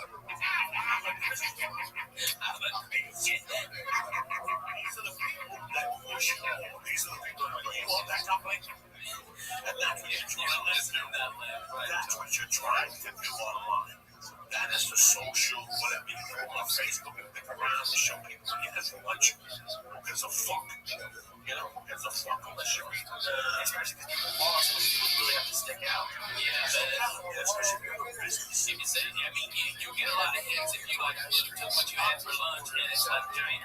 You know, if it's a nice pussy, all right, that's a lot of hits. But that's not only it, man. If you're taking a picture of your fucking sandwich, go fuck yourself.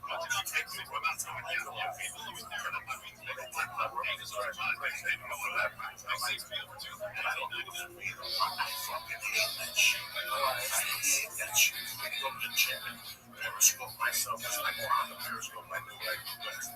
That's what we fuck.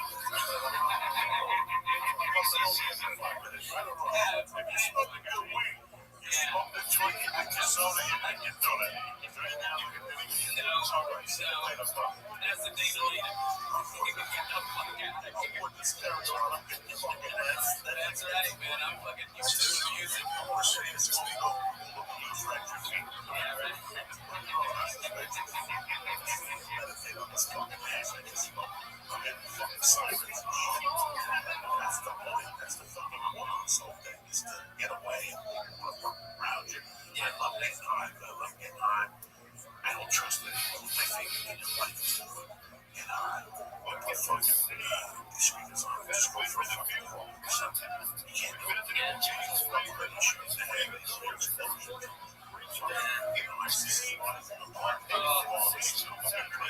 Fucking speaking of ISIS, I was down in Irvine. Holy shit. That is the most J-Raps I've seen since fucking Kuwait. Alright? Holy shit, dude. These fucking retards. They throw their goddamn carpets out in front of the fucking fountain. It looks like ballet parking for magic carpets. It's already damn it's hey, because they look blow up as fuck out there. That's why. Because those fucking they're very combustible. That's why. And I got shot at by those cocksuckers. No, I've been to Iraq. I've been to Iraq. I don't know they're nice people, because I can't fucking tell they're different. So walking around with that fucking hot team or whatever the fuck that shit is, fucking blow up me like a motherfucker. Man, I'm throwing ham sandwich at him, they'll kill themselves. I'll solve this fucking problem.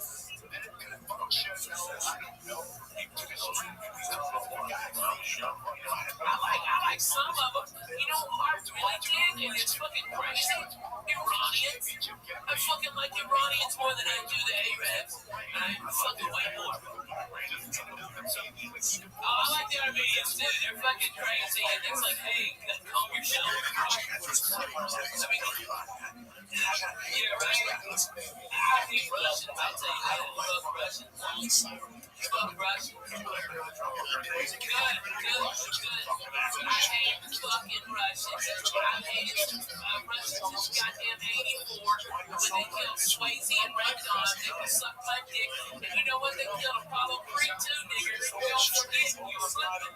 Hey, go fuck that stuff. Alright, this cocksucking Russians. They put baby in the corner. Fuck them motherfuckers. I hate those cocksuckers. Hate his dick, Russians.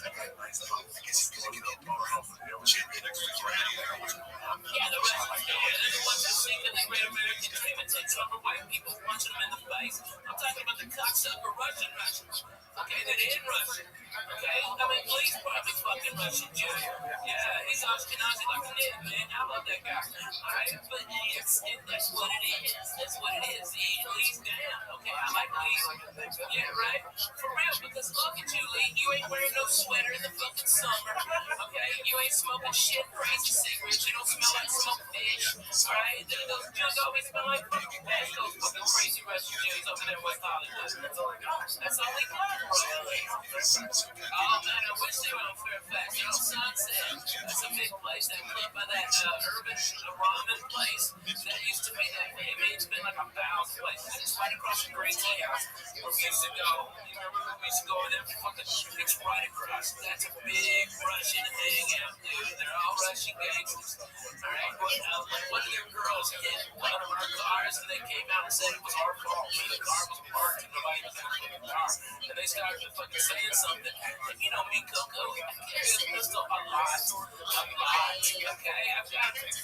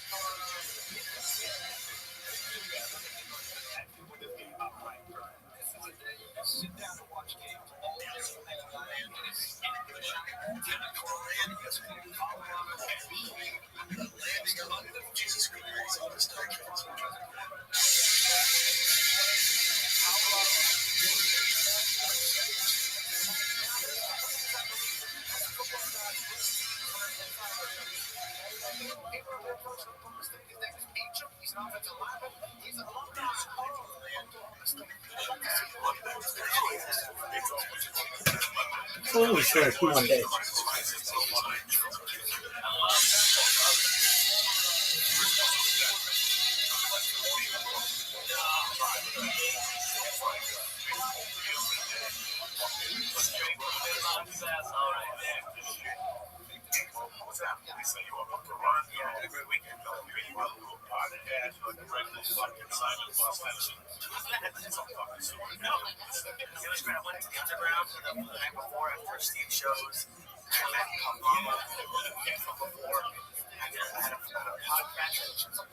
I've never had my name on anything before. Like my mom would use it because it's fun. But like I started getting really nervous after I got pulled off the night before I left. I realized I was happy. And my name was on it. And it was just it was incredible. We did dabs.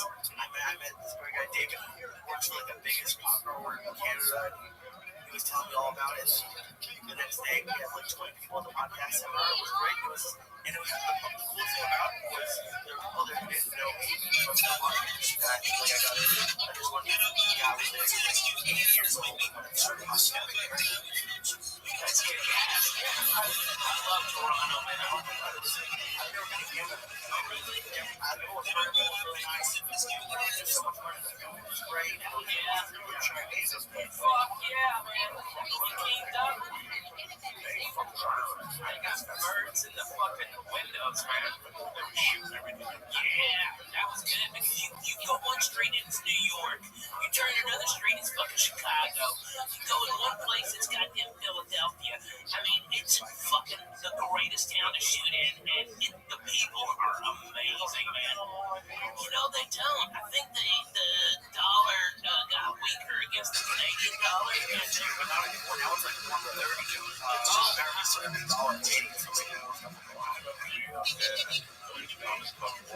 Yeah, Tommy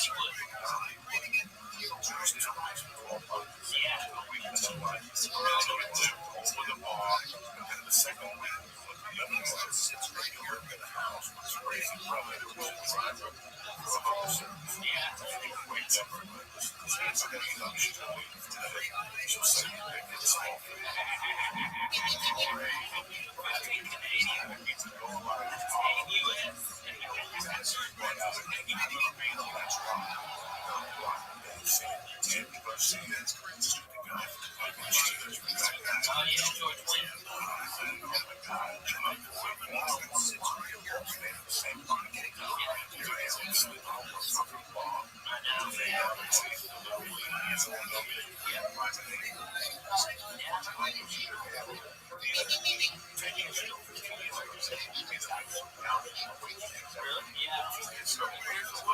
The beer there is so fucking good. You know when last time I played that, I was at the downtown room and Mitch Hedberg was at the uptown room, and then we flipped. So we went from Bathurst and Steeles down way the fuck down there in downtown, and that's when Mitch met his wife. It was a crazy fucking time. It was a blast. Yeah, I forgot about that.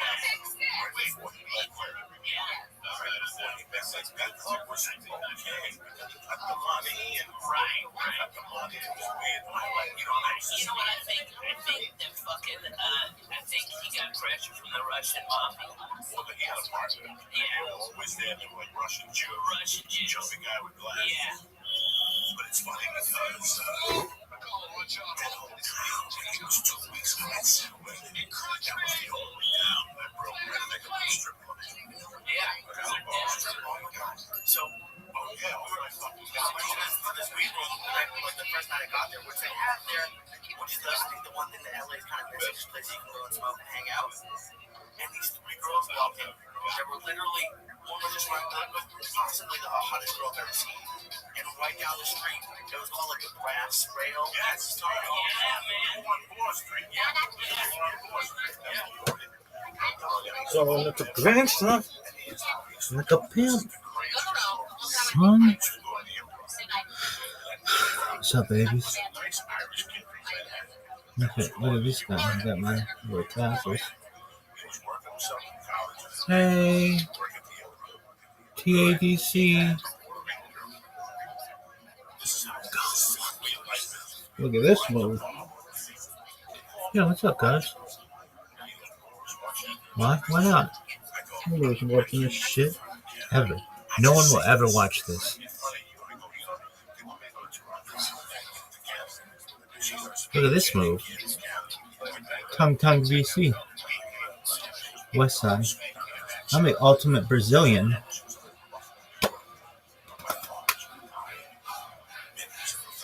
I know Portuguese. I know Chinese. I know Japanese. I know dirty Lebanese. I know. Look at these. Look at this move. This is bloody system. Look at this move.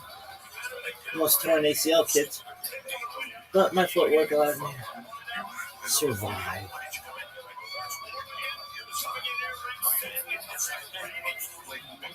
Y'all know I'm a Holocaust survivor?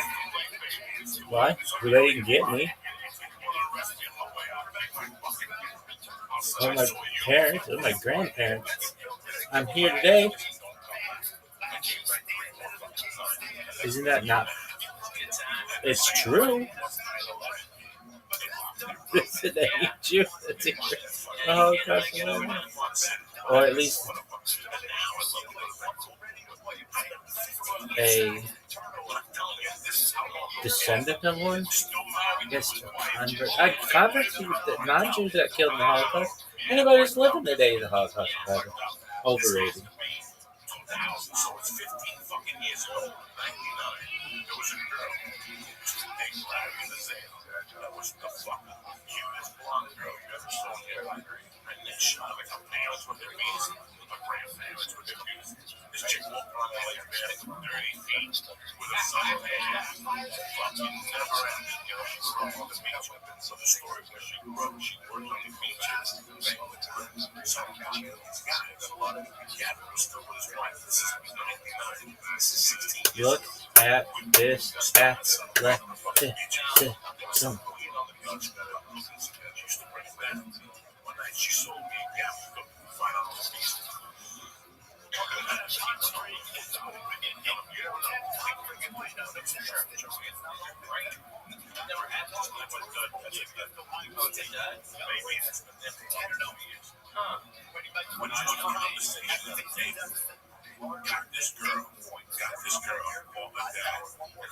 I'm high powered, baby.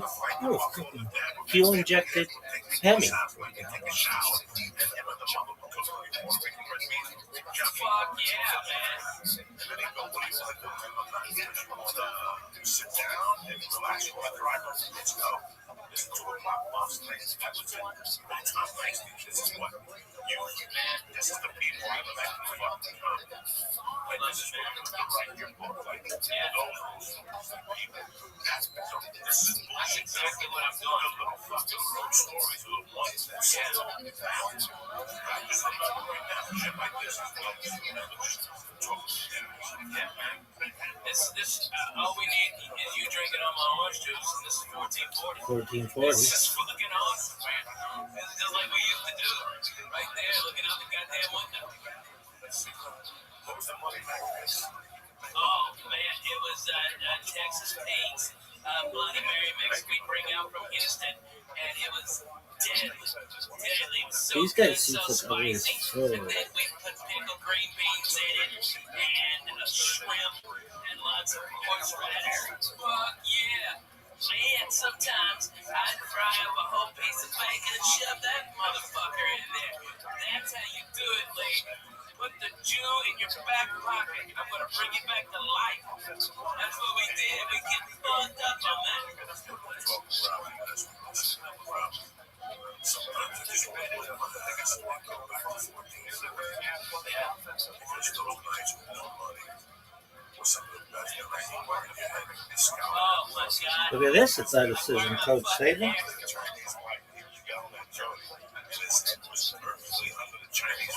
Mega Daddies sucks.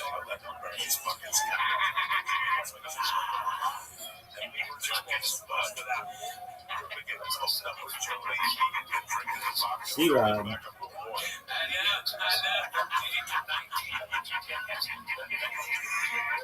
So funny. Oh, man, how about the time you were over at Gavin's and you had the Bolivian flu and his little cocksucking male fucking pug dog ran up the back of the fucking couch with the Kodo who's got his eyes closed, sleeping upright, trying to fucking, just reeking of pussy and fucking Yay and the West Side. shit on his fucking The West Side's probably like pussy and yay. That was the fucking funniest shit I've ever seen. Good times. Dog, I can't wait for fucking fantasy football. I love this. It's like more than davening, perhaps Shabbat. Sick.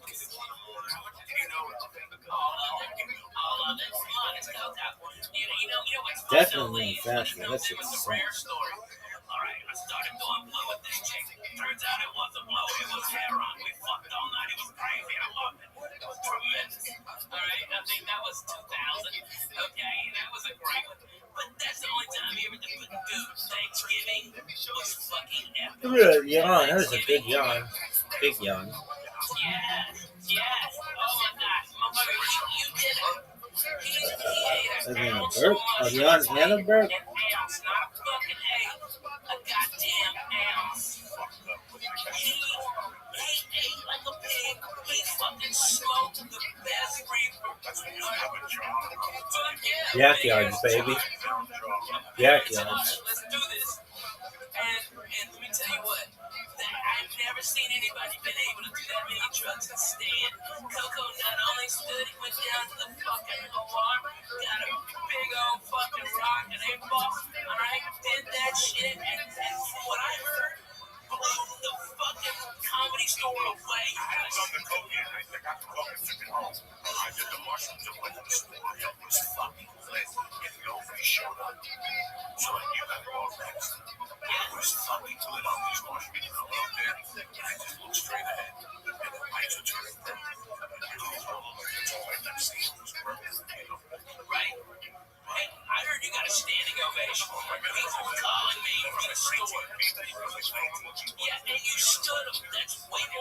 than 500 people. And if you're a comic and you're hearing this, you understand. To get a standing ovation from 19 fucking people is more amazing than getting it for 25,000 people. That's easy. Anybody can fucking do that. Alright? These people were there on Thanksgiving night. Fucking Diaz blew them away. Fucking tremendous. You think about what a night that was. Maryland was all fucked up. We had a blast. We all ate. It was a great time. It was telling my wife that we had our friend that called me and said that somebody died. So, I was eating with my wife. He said, I don't want to seem like, what's that word? People, you're not whatever, empathetic. Empathetic. You're not empathetic, but if I try to do it, I'm 20 years ago, I die. I'm very sad. I'm very used to my world. And it's just, I think about Maryland a lot. It pisses me off when people talk shit. But I was telling my wife today, I see this girl all the time. I was Maryland's friend. I see her all the time. All the time. But she comes over and says, oh, she comes over beside and says, let's not come around. And they go around. All the time, man. I can't live around with my kids. I can't live around my sister. And she was water for this reason. For years, she used to call me a bitch. Your family. Still coming to bitch. Still out there.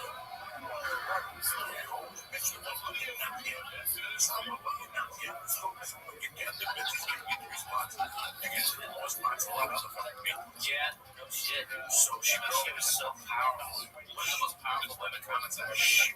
On stage late night and some nights without even blown up. With that Filipino thing, she used to like the son Filipino.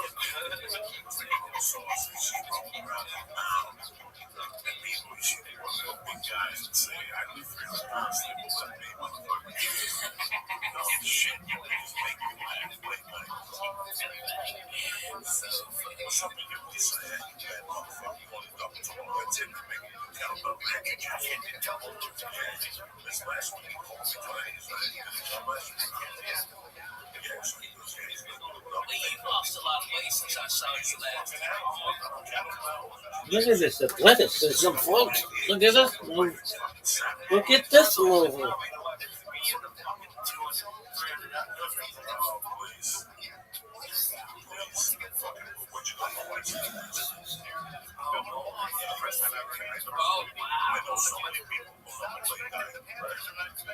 So many motherfuckers that ain't doing more than you did.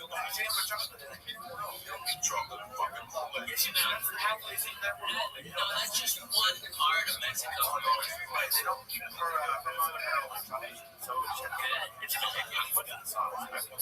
Fucking amazing. It's a little bit of Jesus.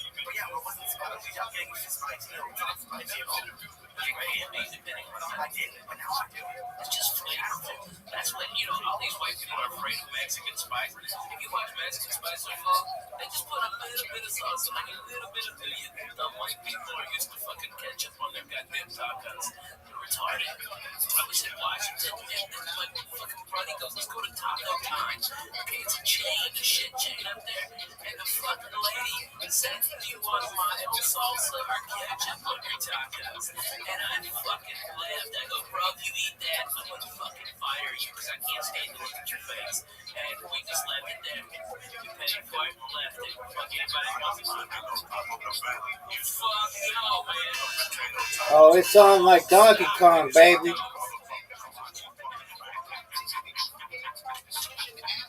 don't know, man. They don't know. We used to fuck it up. Man, this summer was a little crazy for me.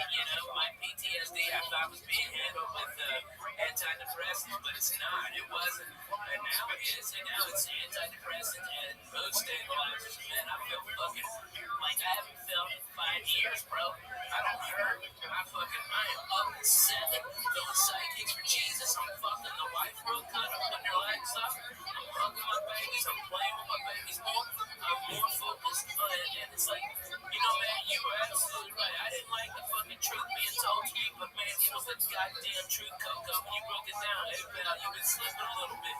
You were fucking right. You were goddamn right. And I didn't know how bad it was until I went to the goddamn doctor. describing all my shit, and he goes, "You're under-medicated for your PTSD. You're way the fuck under-medicated." And now, man, I feel like I haven't felt in years, man. Like the whole world isn't closing in on me. Like fucking, like LA's not bothering me as much. Traffic doesn't bother me.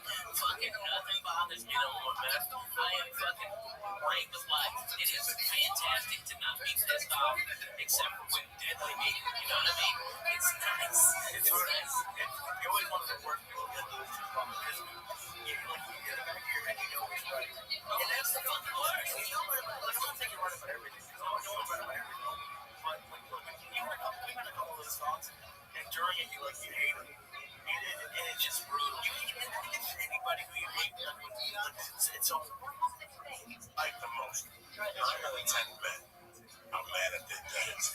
Because they come from the stairs to the progress. but they're not doing it. You ask the people. Growing up, I hated my stepdad because he would break my shit. He would break whatever my man, he was two steps ahead. You always know when to be. I grew up in America. I didn't know what she is, how to fuck that. I didn't get that back when I was coming down on the dog. They said, this was a great time. I said, I gotta talk to you. Somebody pointed out, they went with this guy, Robert, Rabbi. They bring this up, and they brought him over to my place. School on the couch. And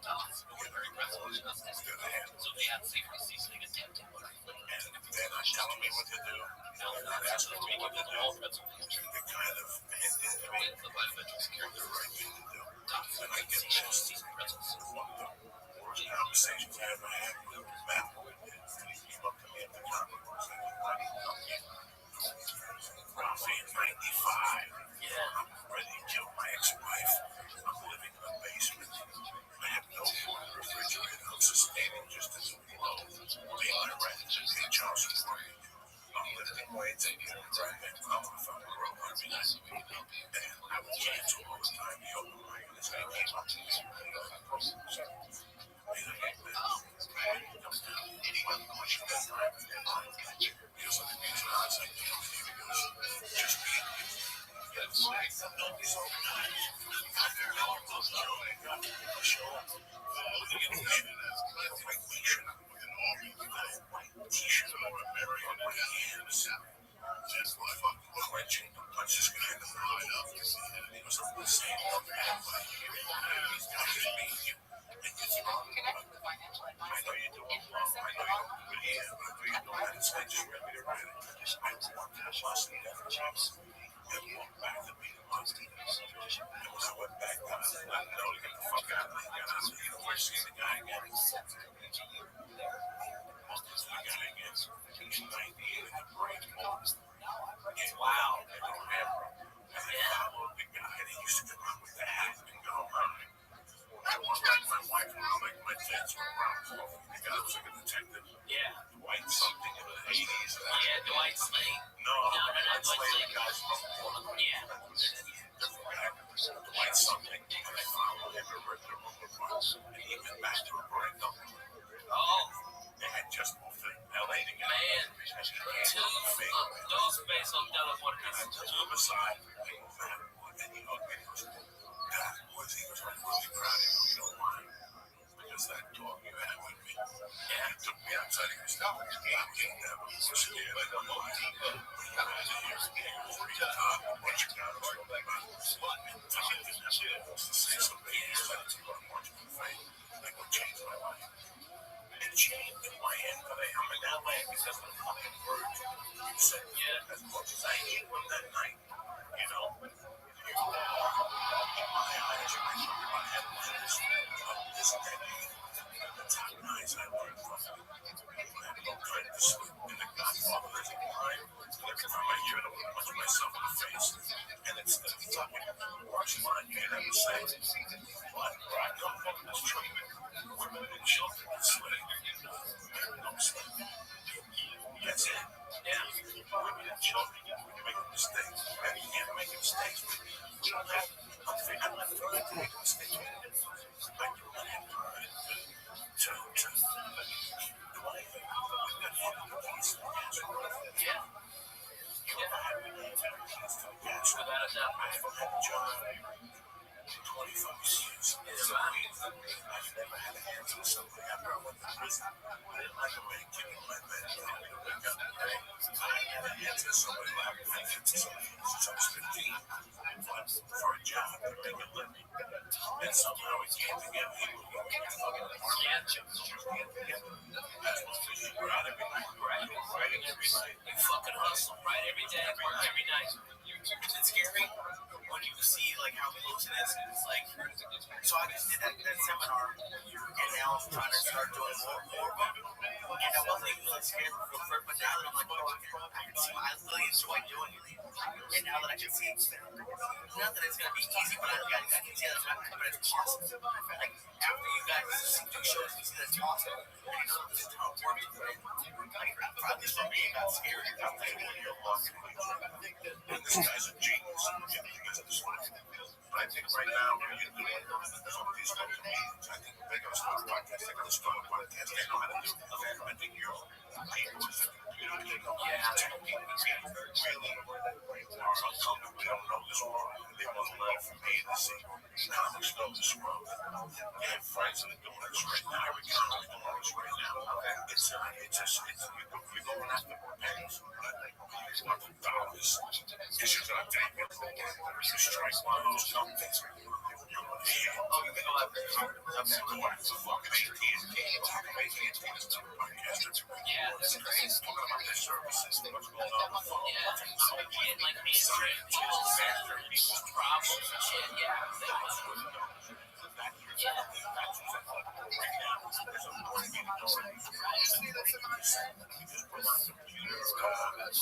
yeah, savvy.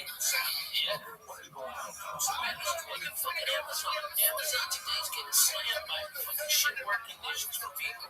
I mean, they're people working in fucking warehouses over 110 degrees with no breaks. They time everything. They need some fucking counter that shit. I mean, I don't want to buy Amazon now. I mean, but if they would have a podcast that could explain it and tell me, hey, the air conditioning broke, you know, maybe I don't know the full context. Maybe the full context is not being reported.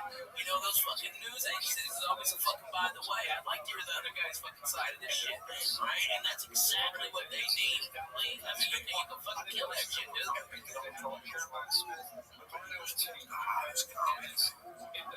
Yeah.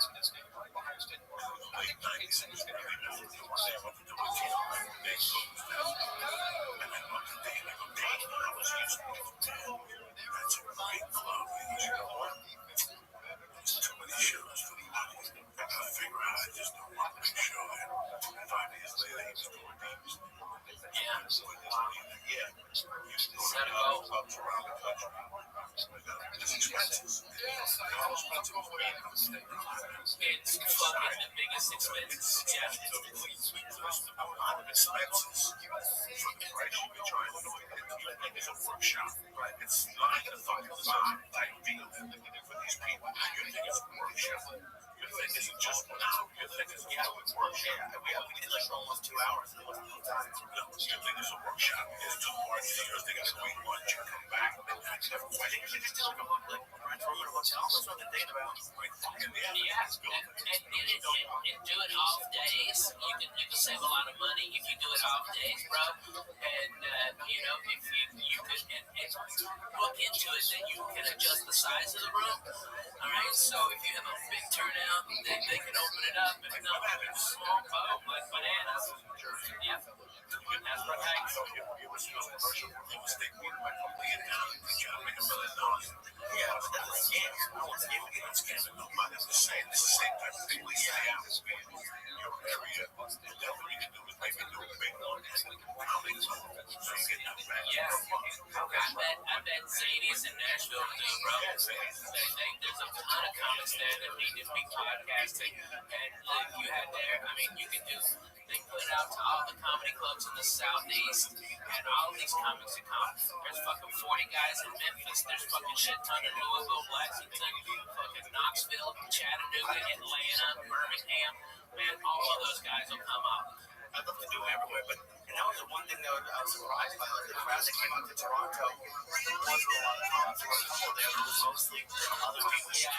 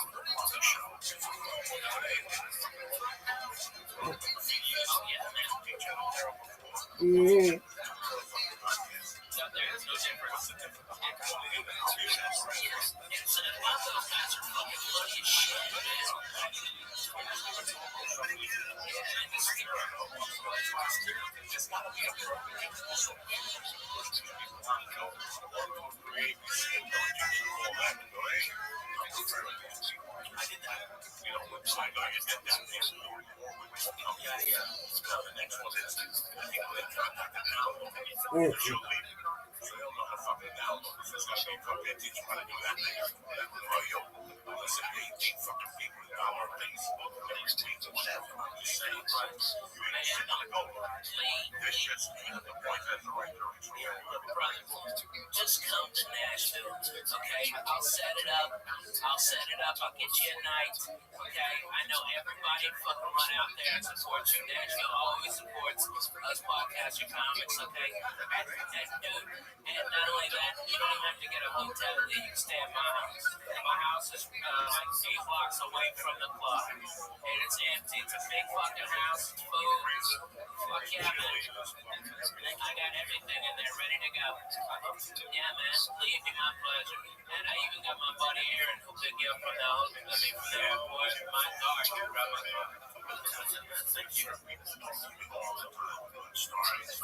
Yeah.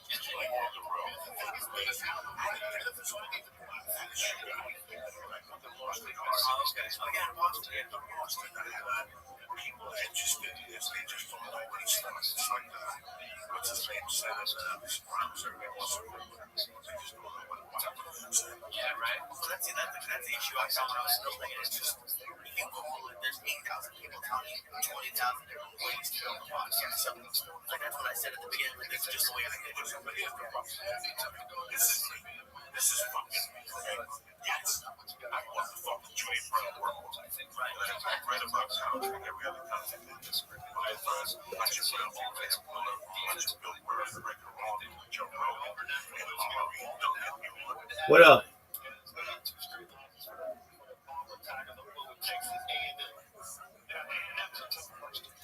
How are you?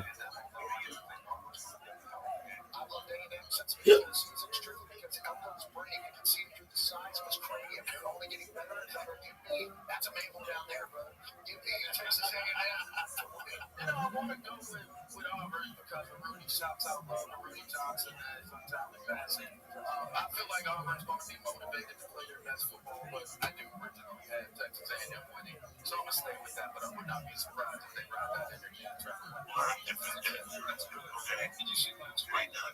I saw that ad for the people on TV. Yo, worst stream ever.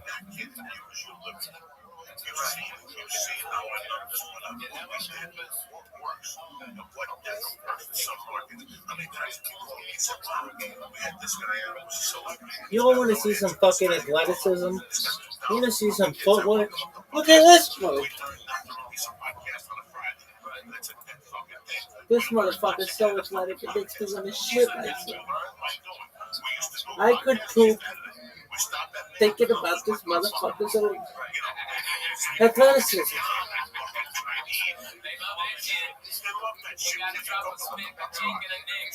Stop. Look at these moves. Stop.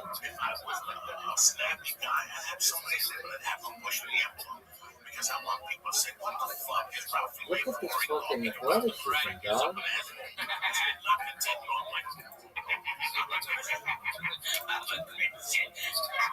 Look at this move.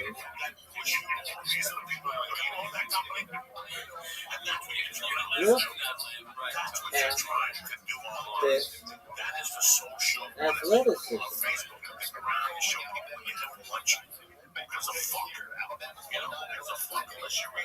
Really unprecedented. Unprecedented athleticism. Unprecedented athleticism. Unprecedented athleticism. Look at this move. So sick. Look at this move. Oh, go you fuck. Dude. Bezos, you gotta work on your fucking platform. Twitch loads so fucking slowly. It's redundant. It's absolutely fucking redundant. Bezos is too busy fucking blow up down shit in his head. You suck. This is the worst stream ever.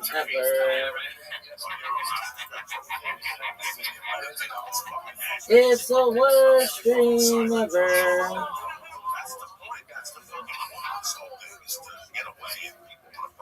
This is the worst stream ever. And everybody knows it.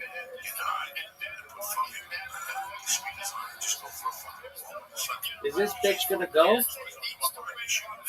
Look at this athleticism, yo. Look at this athleticism. Holy shit.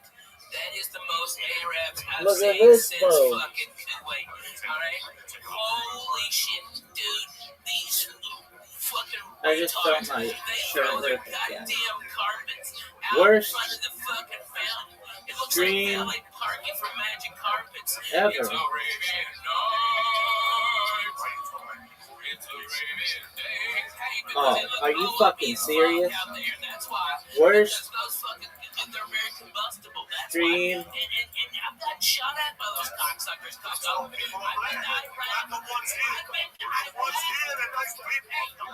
know they're nice people, so because I can't fucking tell the difference. They're walking around with that fucking hot tea or whatever the fuck that shit is, fucking blow up me like a motherfucker. Man, I'll throw a ham sandwich at them, they'll kill themselves. I'll solve this fucking problem.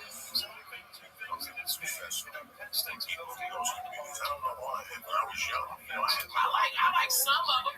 You know who I really dig, and it's fucking crazy? Iranians. I fucking like Iranians more than I do the Arabs. I fucking way more.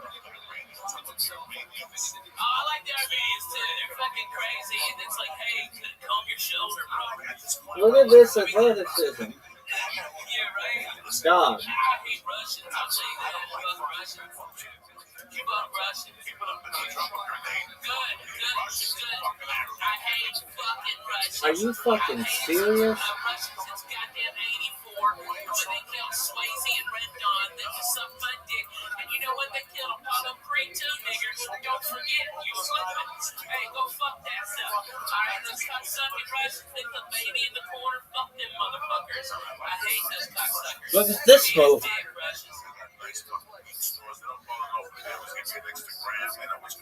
Yeah, the Russians here, they're the ones who sinking the great American dream and take rubber white people, punching them in the face. I'm talking about the cocksucker Russian. Okay, that ain't Russian. Okay, I mean, Lee's probably fucking Russian Jr. Yeah, he's Ashkenazi like a dick, man. I love that guy. Ashkenazi like. That's what it is. Lee's down. Okay, I like Lee. Yeah, right? For real, because look at you, Lee. You ain't wearing no sweater in the fucking summer. Okay, you ain't smoking shit, crazy cigarettes. You don't smell like smoked fish. Alright, those Jews always smell like fucking fish. Those fucking crazy Russian Jews over there in West Hollywood. That's all they got, bro. Oh man, I wish they were on Fairfax. They're on Sunset. That's a big place. That club by that urban ramen place. That used to be that place. I mean, it's been like 1,000 places. It's right across the Green Tea House where we used to go. Remember we used to go over there for fucking.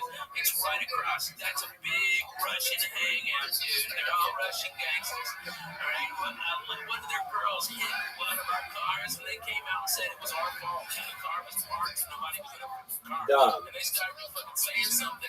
And you know me, Coco, I carry a pistol a lot. Okay, I've got a class 3 weapons license. Okay, and I've got sticks from the FBI. Alright, I can carry the fucking thing anywhere. Okay, I can fly with it. Alright, and I just fucking pull my gun. I just pulled the gun and the guys backed the fuck off. And we got to exchange information and fucking went there and There's no drama.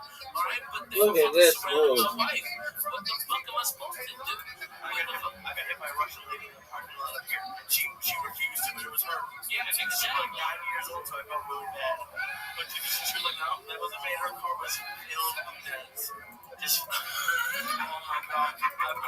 Are you fucking serious?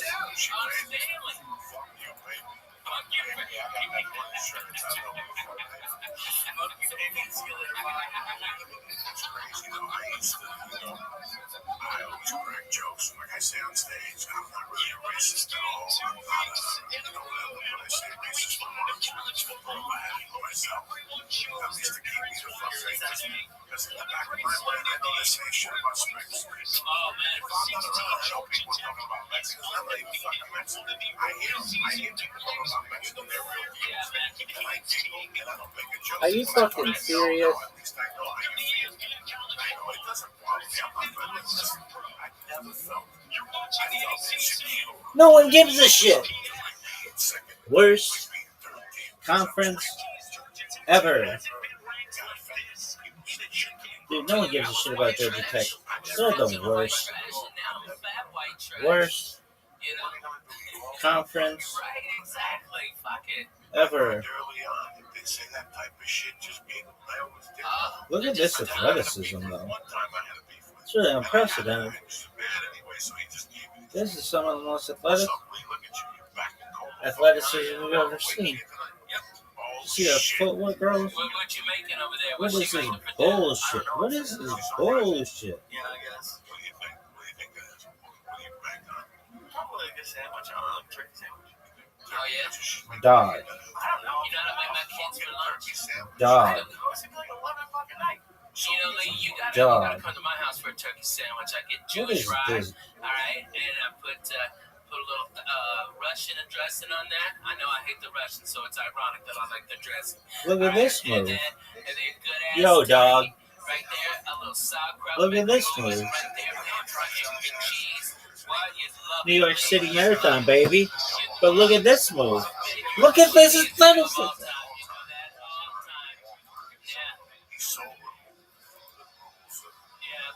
Look at the.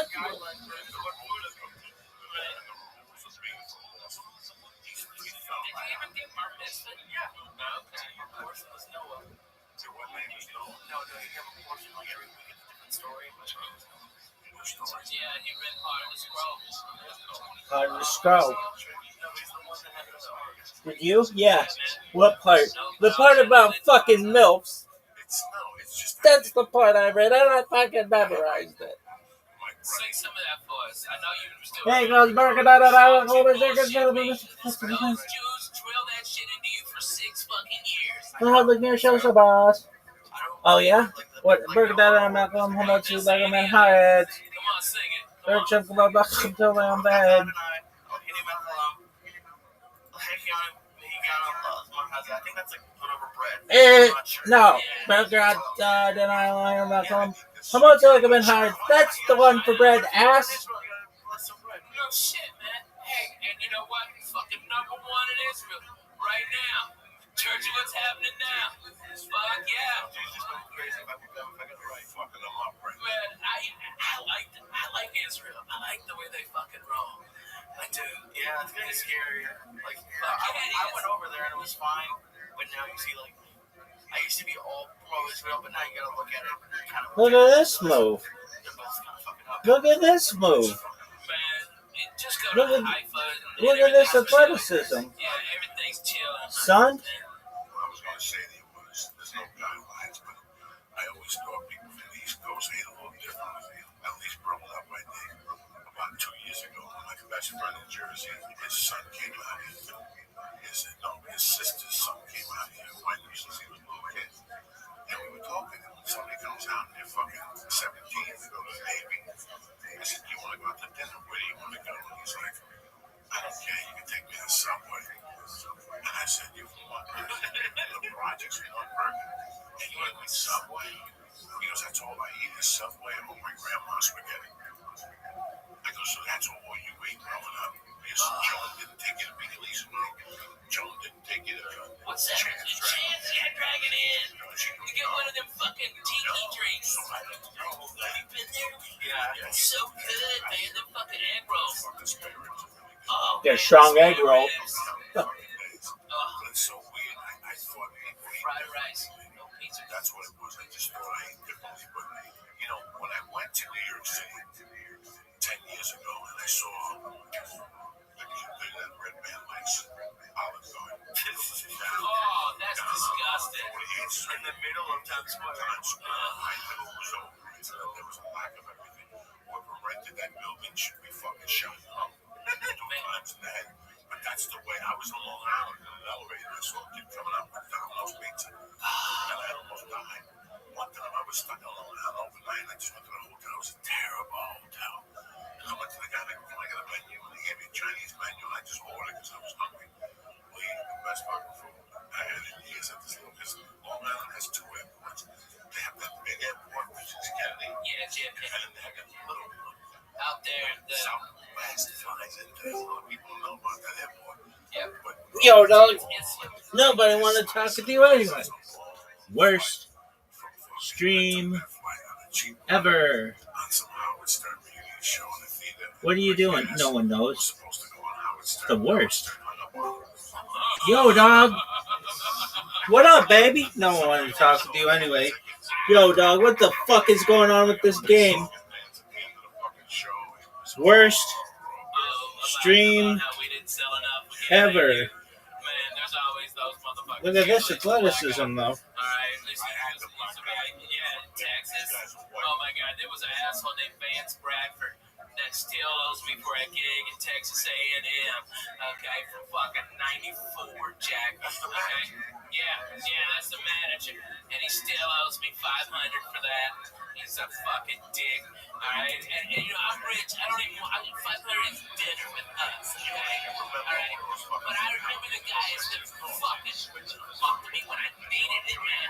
$25 an MC spot in Vail, Colorado, no hotel. I had a call from Blake with the price of employment. And that night it was so cold, I had to leave my car when I started the family up and snapped it. I just left the car. I quit the job. I never called up and never went and got my last check. That's no use. I just left the car.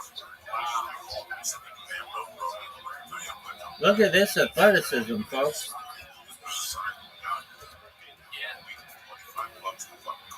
No, that's incomplete. I can see it from here. I sensed it. Smelled that shit. No, did that? Come on, you need to fucking review that. Worst referee ever. Stepping on a fucking dot. Push, perhaps. Look at this athleticism. Dog. What's going on here? Worst stream ever.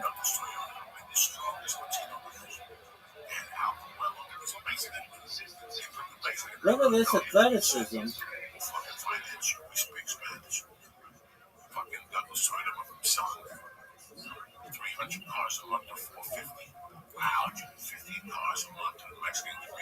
Fuck yeah, man. Are you fucking serious? Are you fucking serious? Are you fucking serious? What is this bullshit?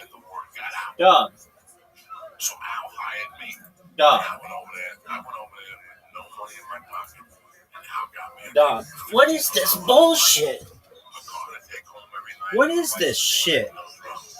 Worst stream ever. Look at this move. You see this athleticism? This motherfucking like JD Jordan Kersey.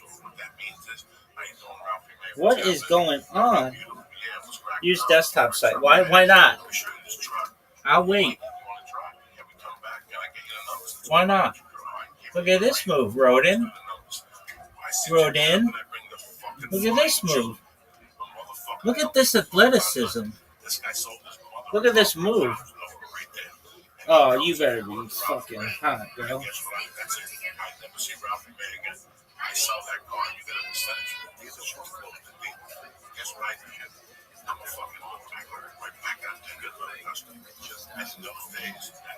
Google sucks.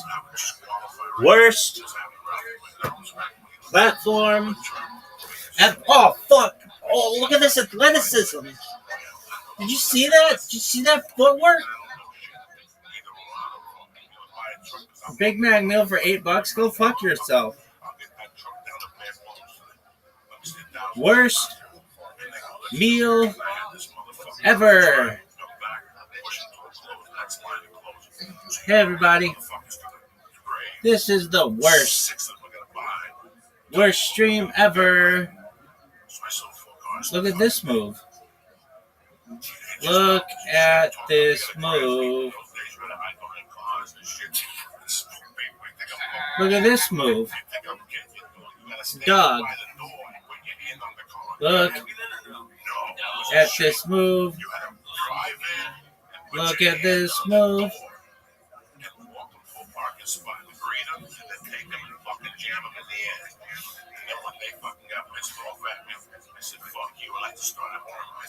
Look at this move. Are you fucking serious? What is this bullshit? This is the worst. Are you fucking serious? Worst stream ever. Hey, we closed it because you might run low on memory. Dude, dog, that's why I fucking have you.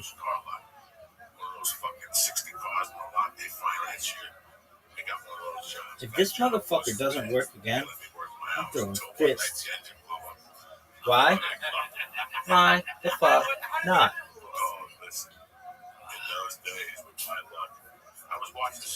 Stay safe, stay.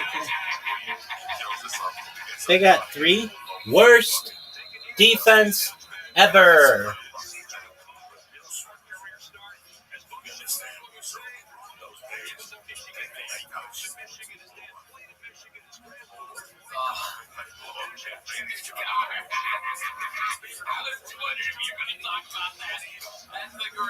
Worst quarterback ever. Cannot join. Make sure you have an active connection. What is this bullshit?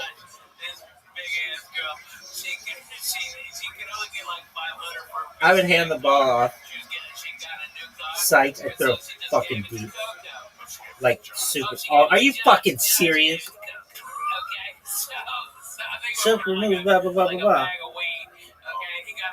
That's not a decision for you to make.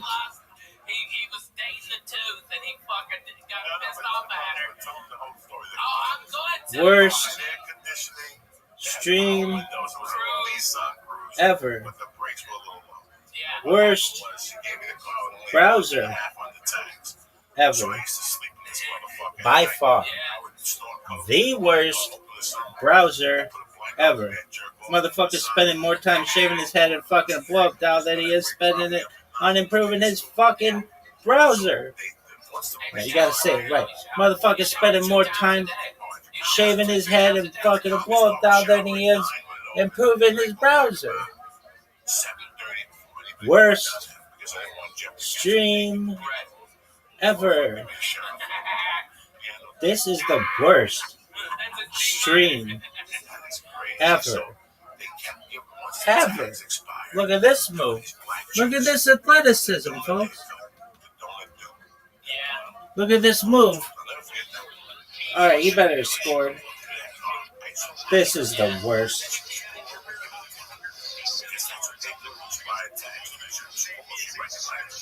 Yeah, dude, they scored like 1,000 points. Would you draft him? Nope.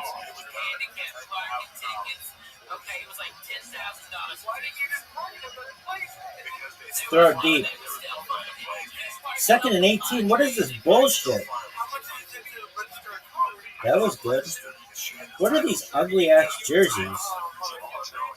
What are these ugly ass jerseys? Who the fuck's wearing? Oh, what is this? A fucking wedding? Worst jerseys ever.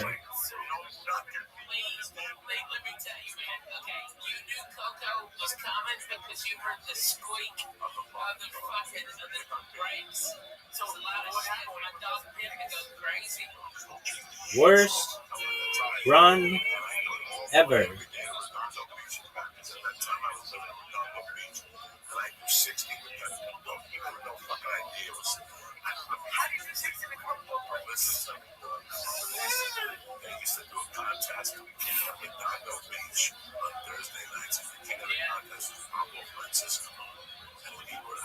I would throw the ball deep. Just like that. It was $100. Oh, the flag is down. Fuck that. Fuck that call. And the first place got free food. And no, you got both. Oh man, we always did, but we waited plenty of time because you. Yeah, holding on the defense, fucking cheaters. These motherfuckers are too busy tying people up to fucking train tracks in Mina. Not busy and not playing man-to-man coverage against the running back.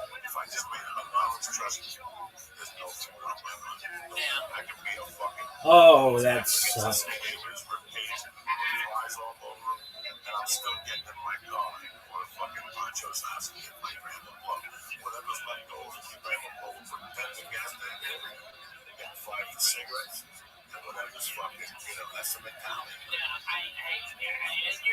What the fuck was that?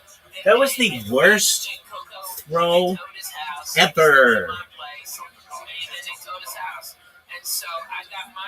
If this shit doesn't work, I'm throwing fists. Look at this move. Worst throw ever. Dude, I'm going to throw it in the end zone. No doubt.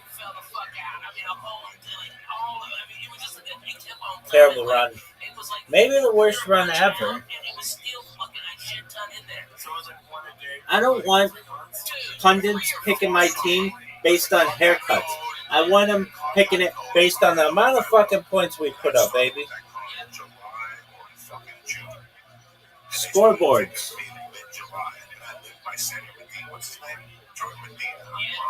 Worst stream ever. Yo, what up, baby? How you living?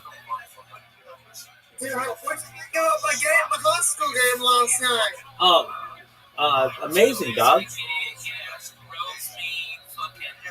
Did you have fun? Did you have fun? Yeah, I had fun. That's great. Is there any NFL games going on today? Nope, just college. You know, Pardon me. I like the Kentucky Wildcats. There you go, baby.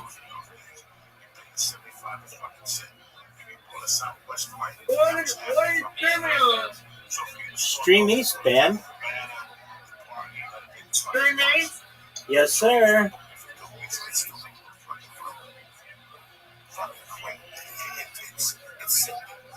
Let me go get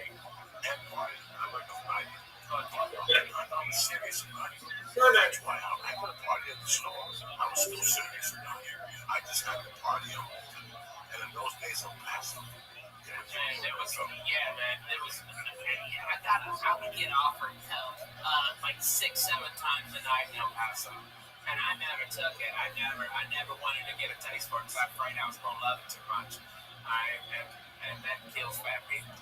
You know. Oh, it's a big run.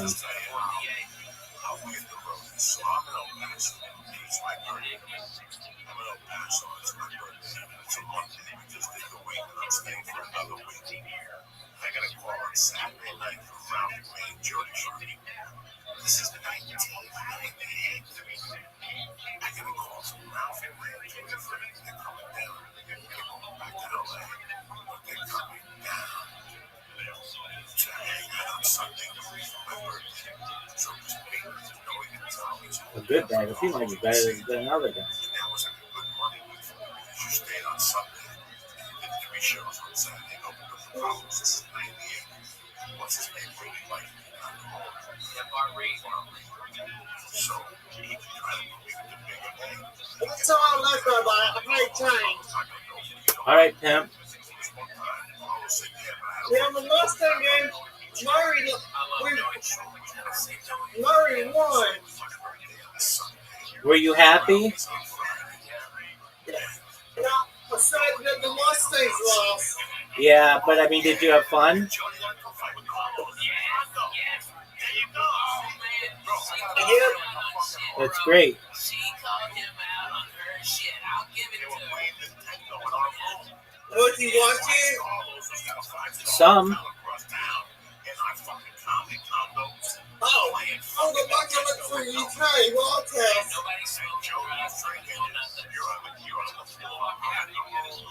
What's his name, Bill?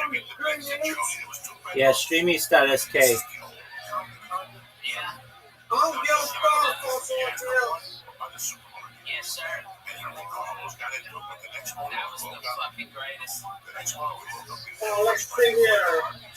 No, we went to a Mexican place and they make these fucking fried tacos that they do in El Paso. Fuck no. Yeah, right. Yeah, You know my new account, Rabbi? Do I know Vanilla Cat? Yeah, my new account. My picture profile. Oh, yeah, I see. I love horses. That's beautiful. That's me, hugging baby horse. A pony? A pony, yeah.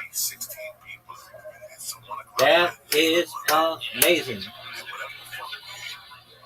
They're cute too. What was his name? Roxy. Oh, sweet. I knew a Roxy in Las Vegas. There's a Roxy and there's another one. Man. It was the greatest fart timing of all time. Wait a minute, what's your name? Everybody's looking at me. Football.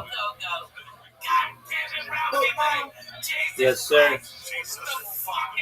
What team? Arkansas. Arkansas? Yeah. Yeah. I'm not saying they're going to win. They might. And me too. They might win.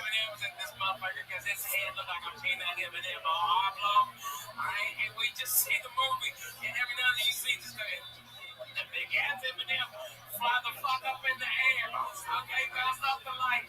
Right, and he was like looking back, like who done it? Oh my god! And we believe in him, and his head had candy.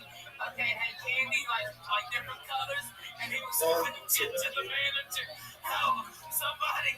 This is the scoundrel, these teenagers. Yeah. It's a day shoe. Yeah.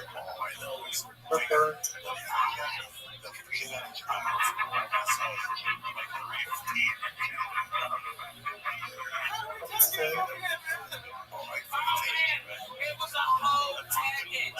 Like when they would get 2 M&Ms, it was a promotion, so it was 2 of those bags of M&Ms.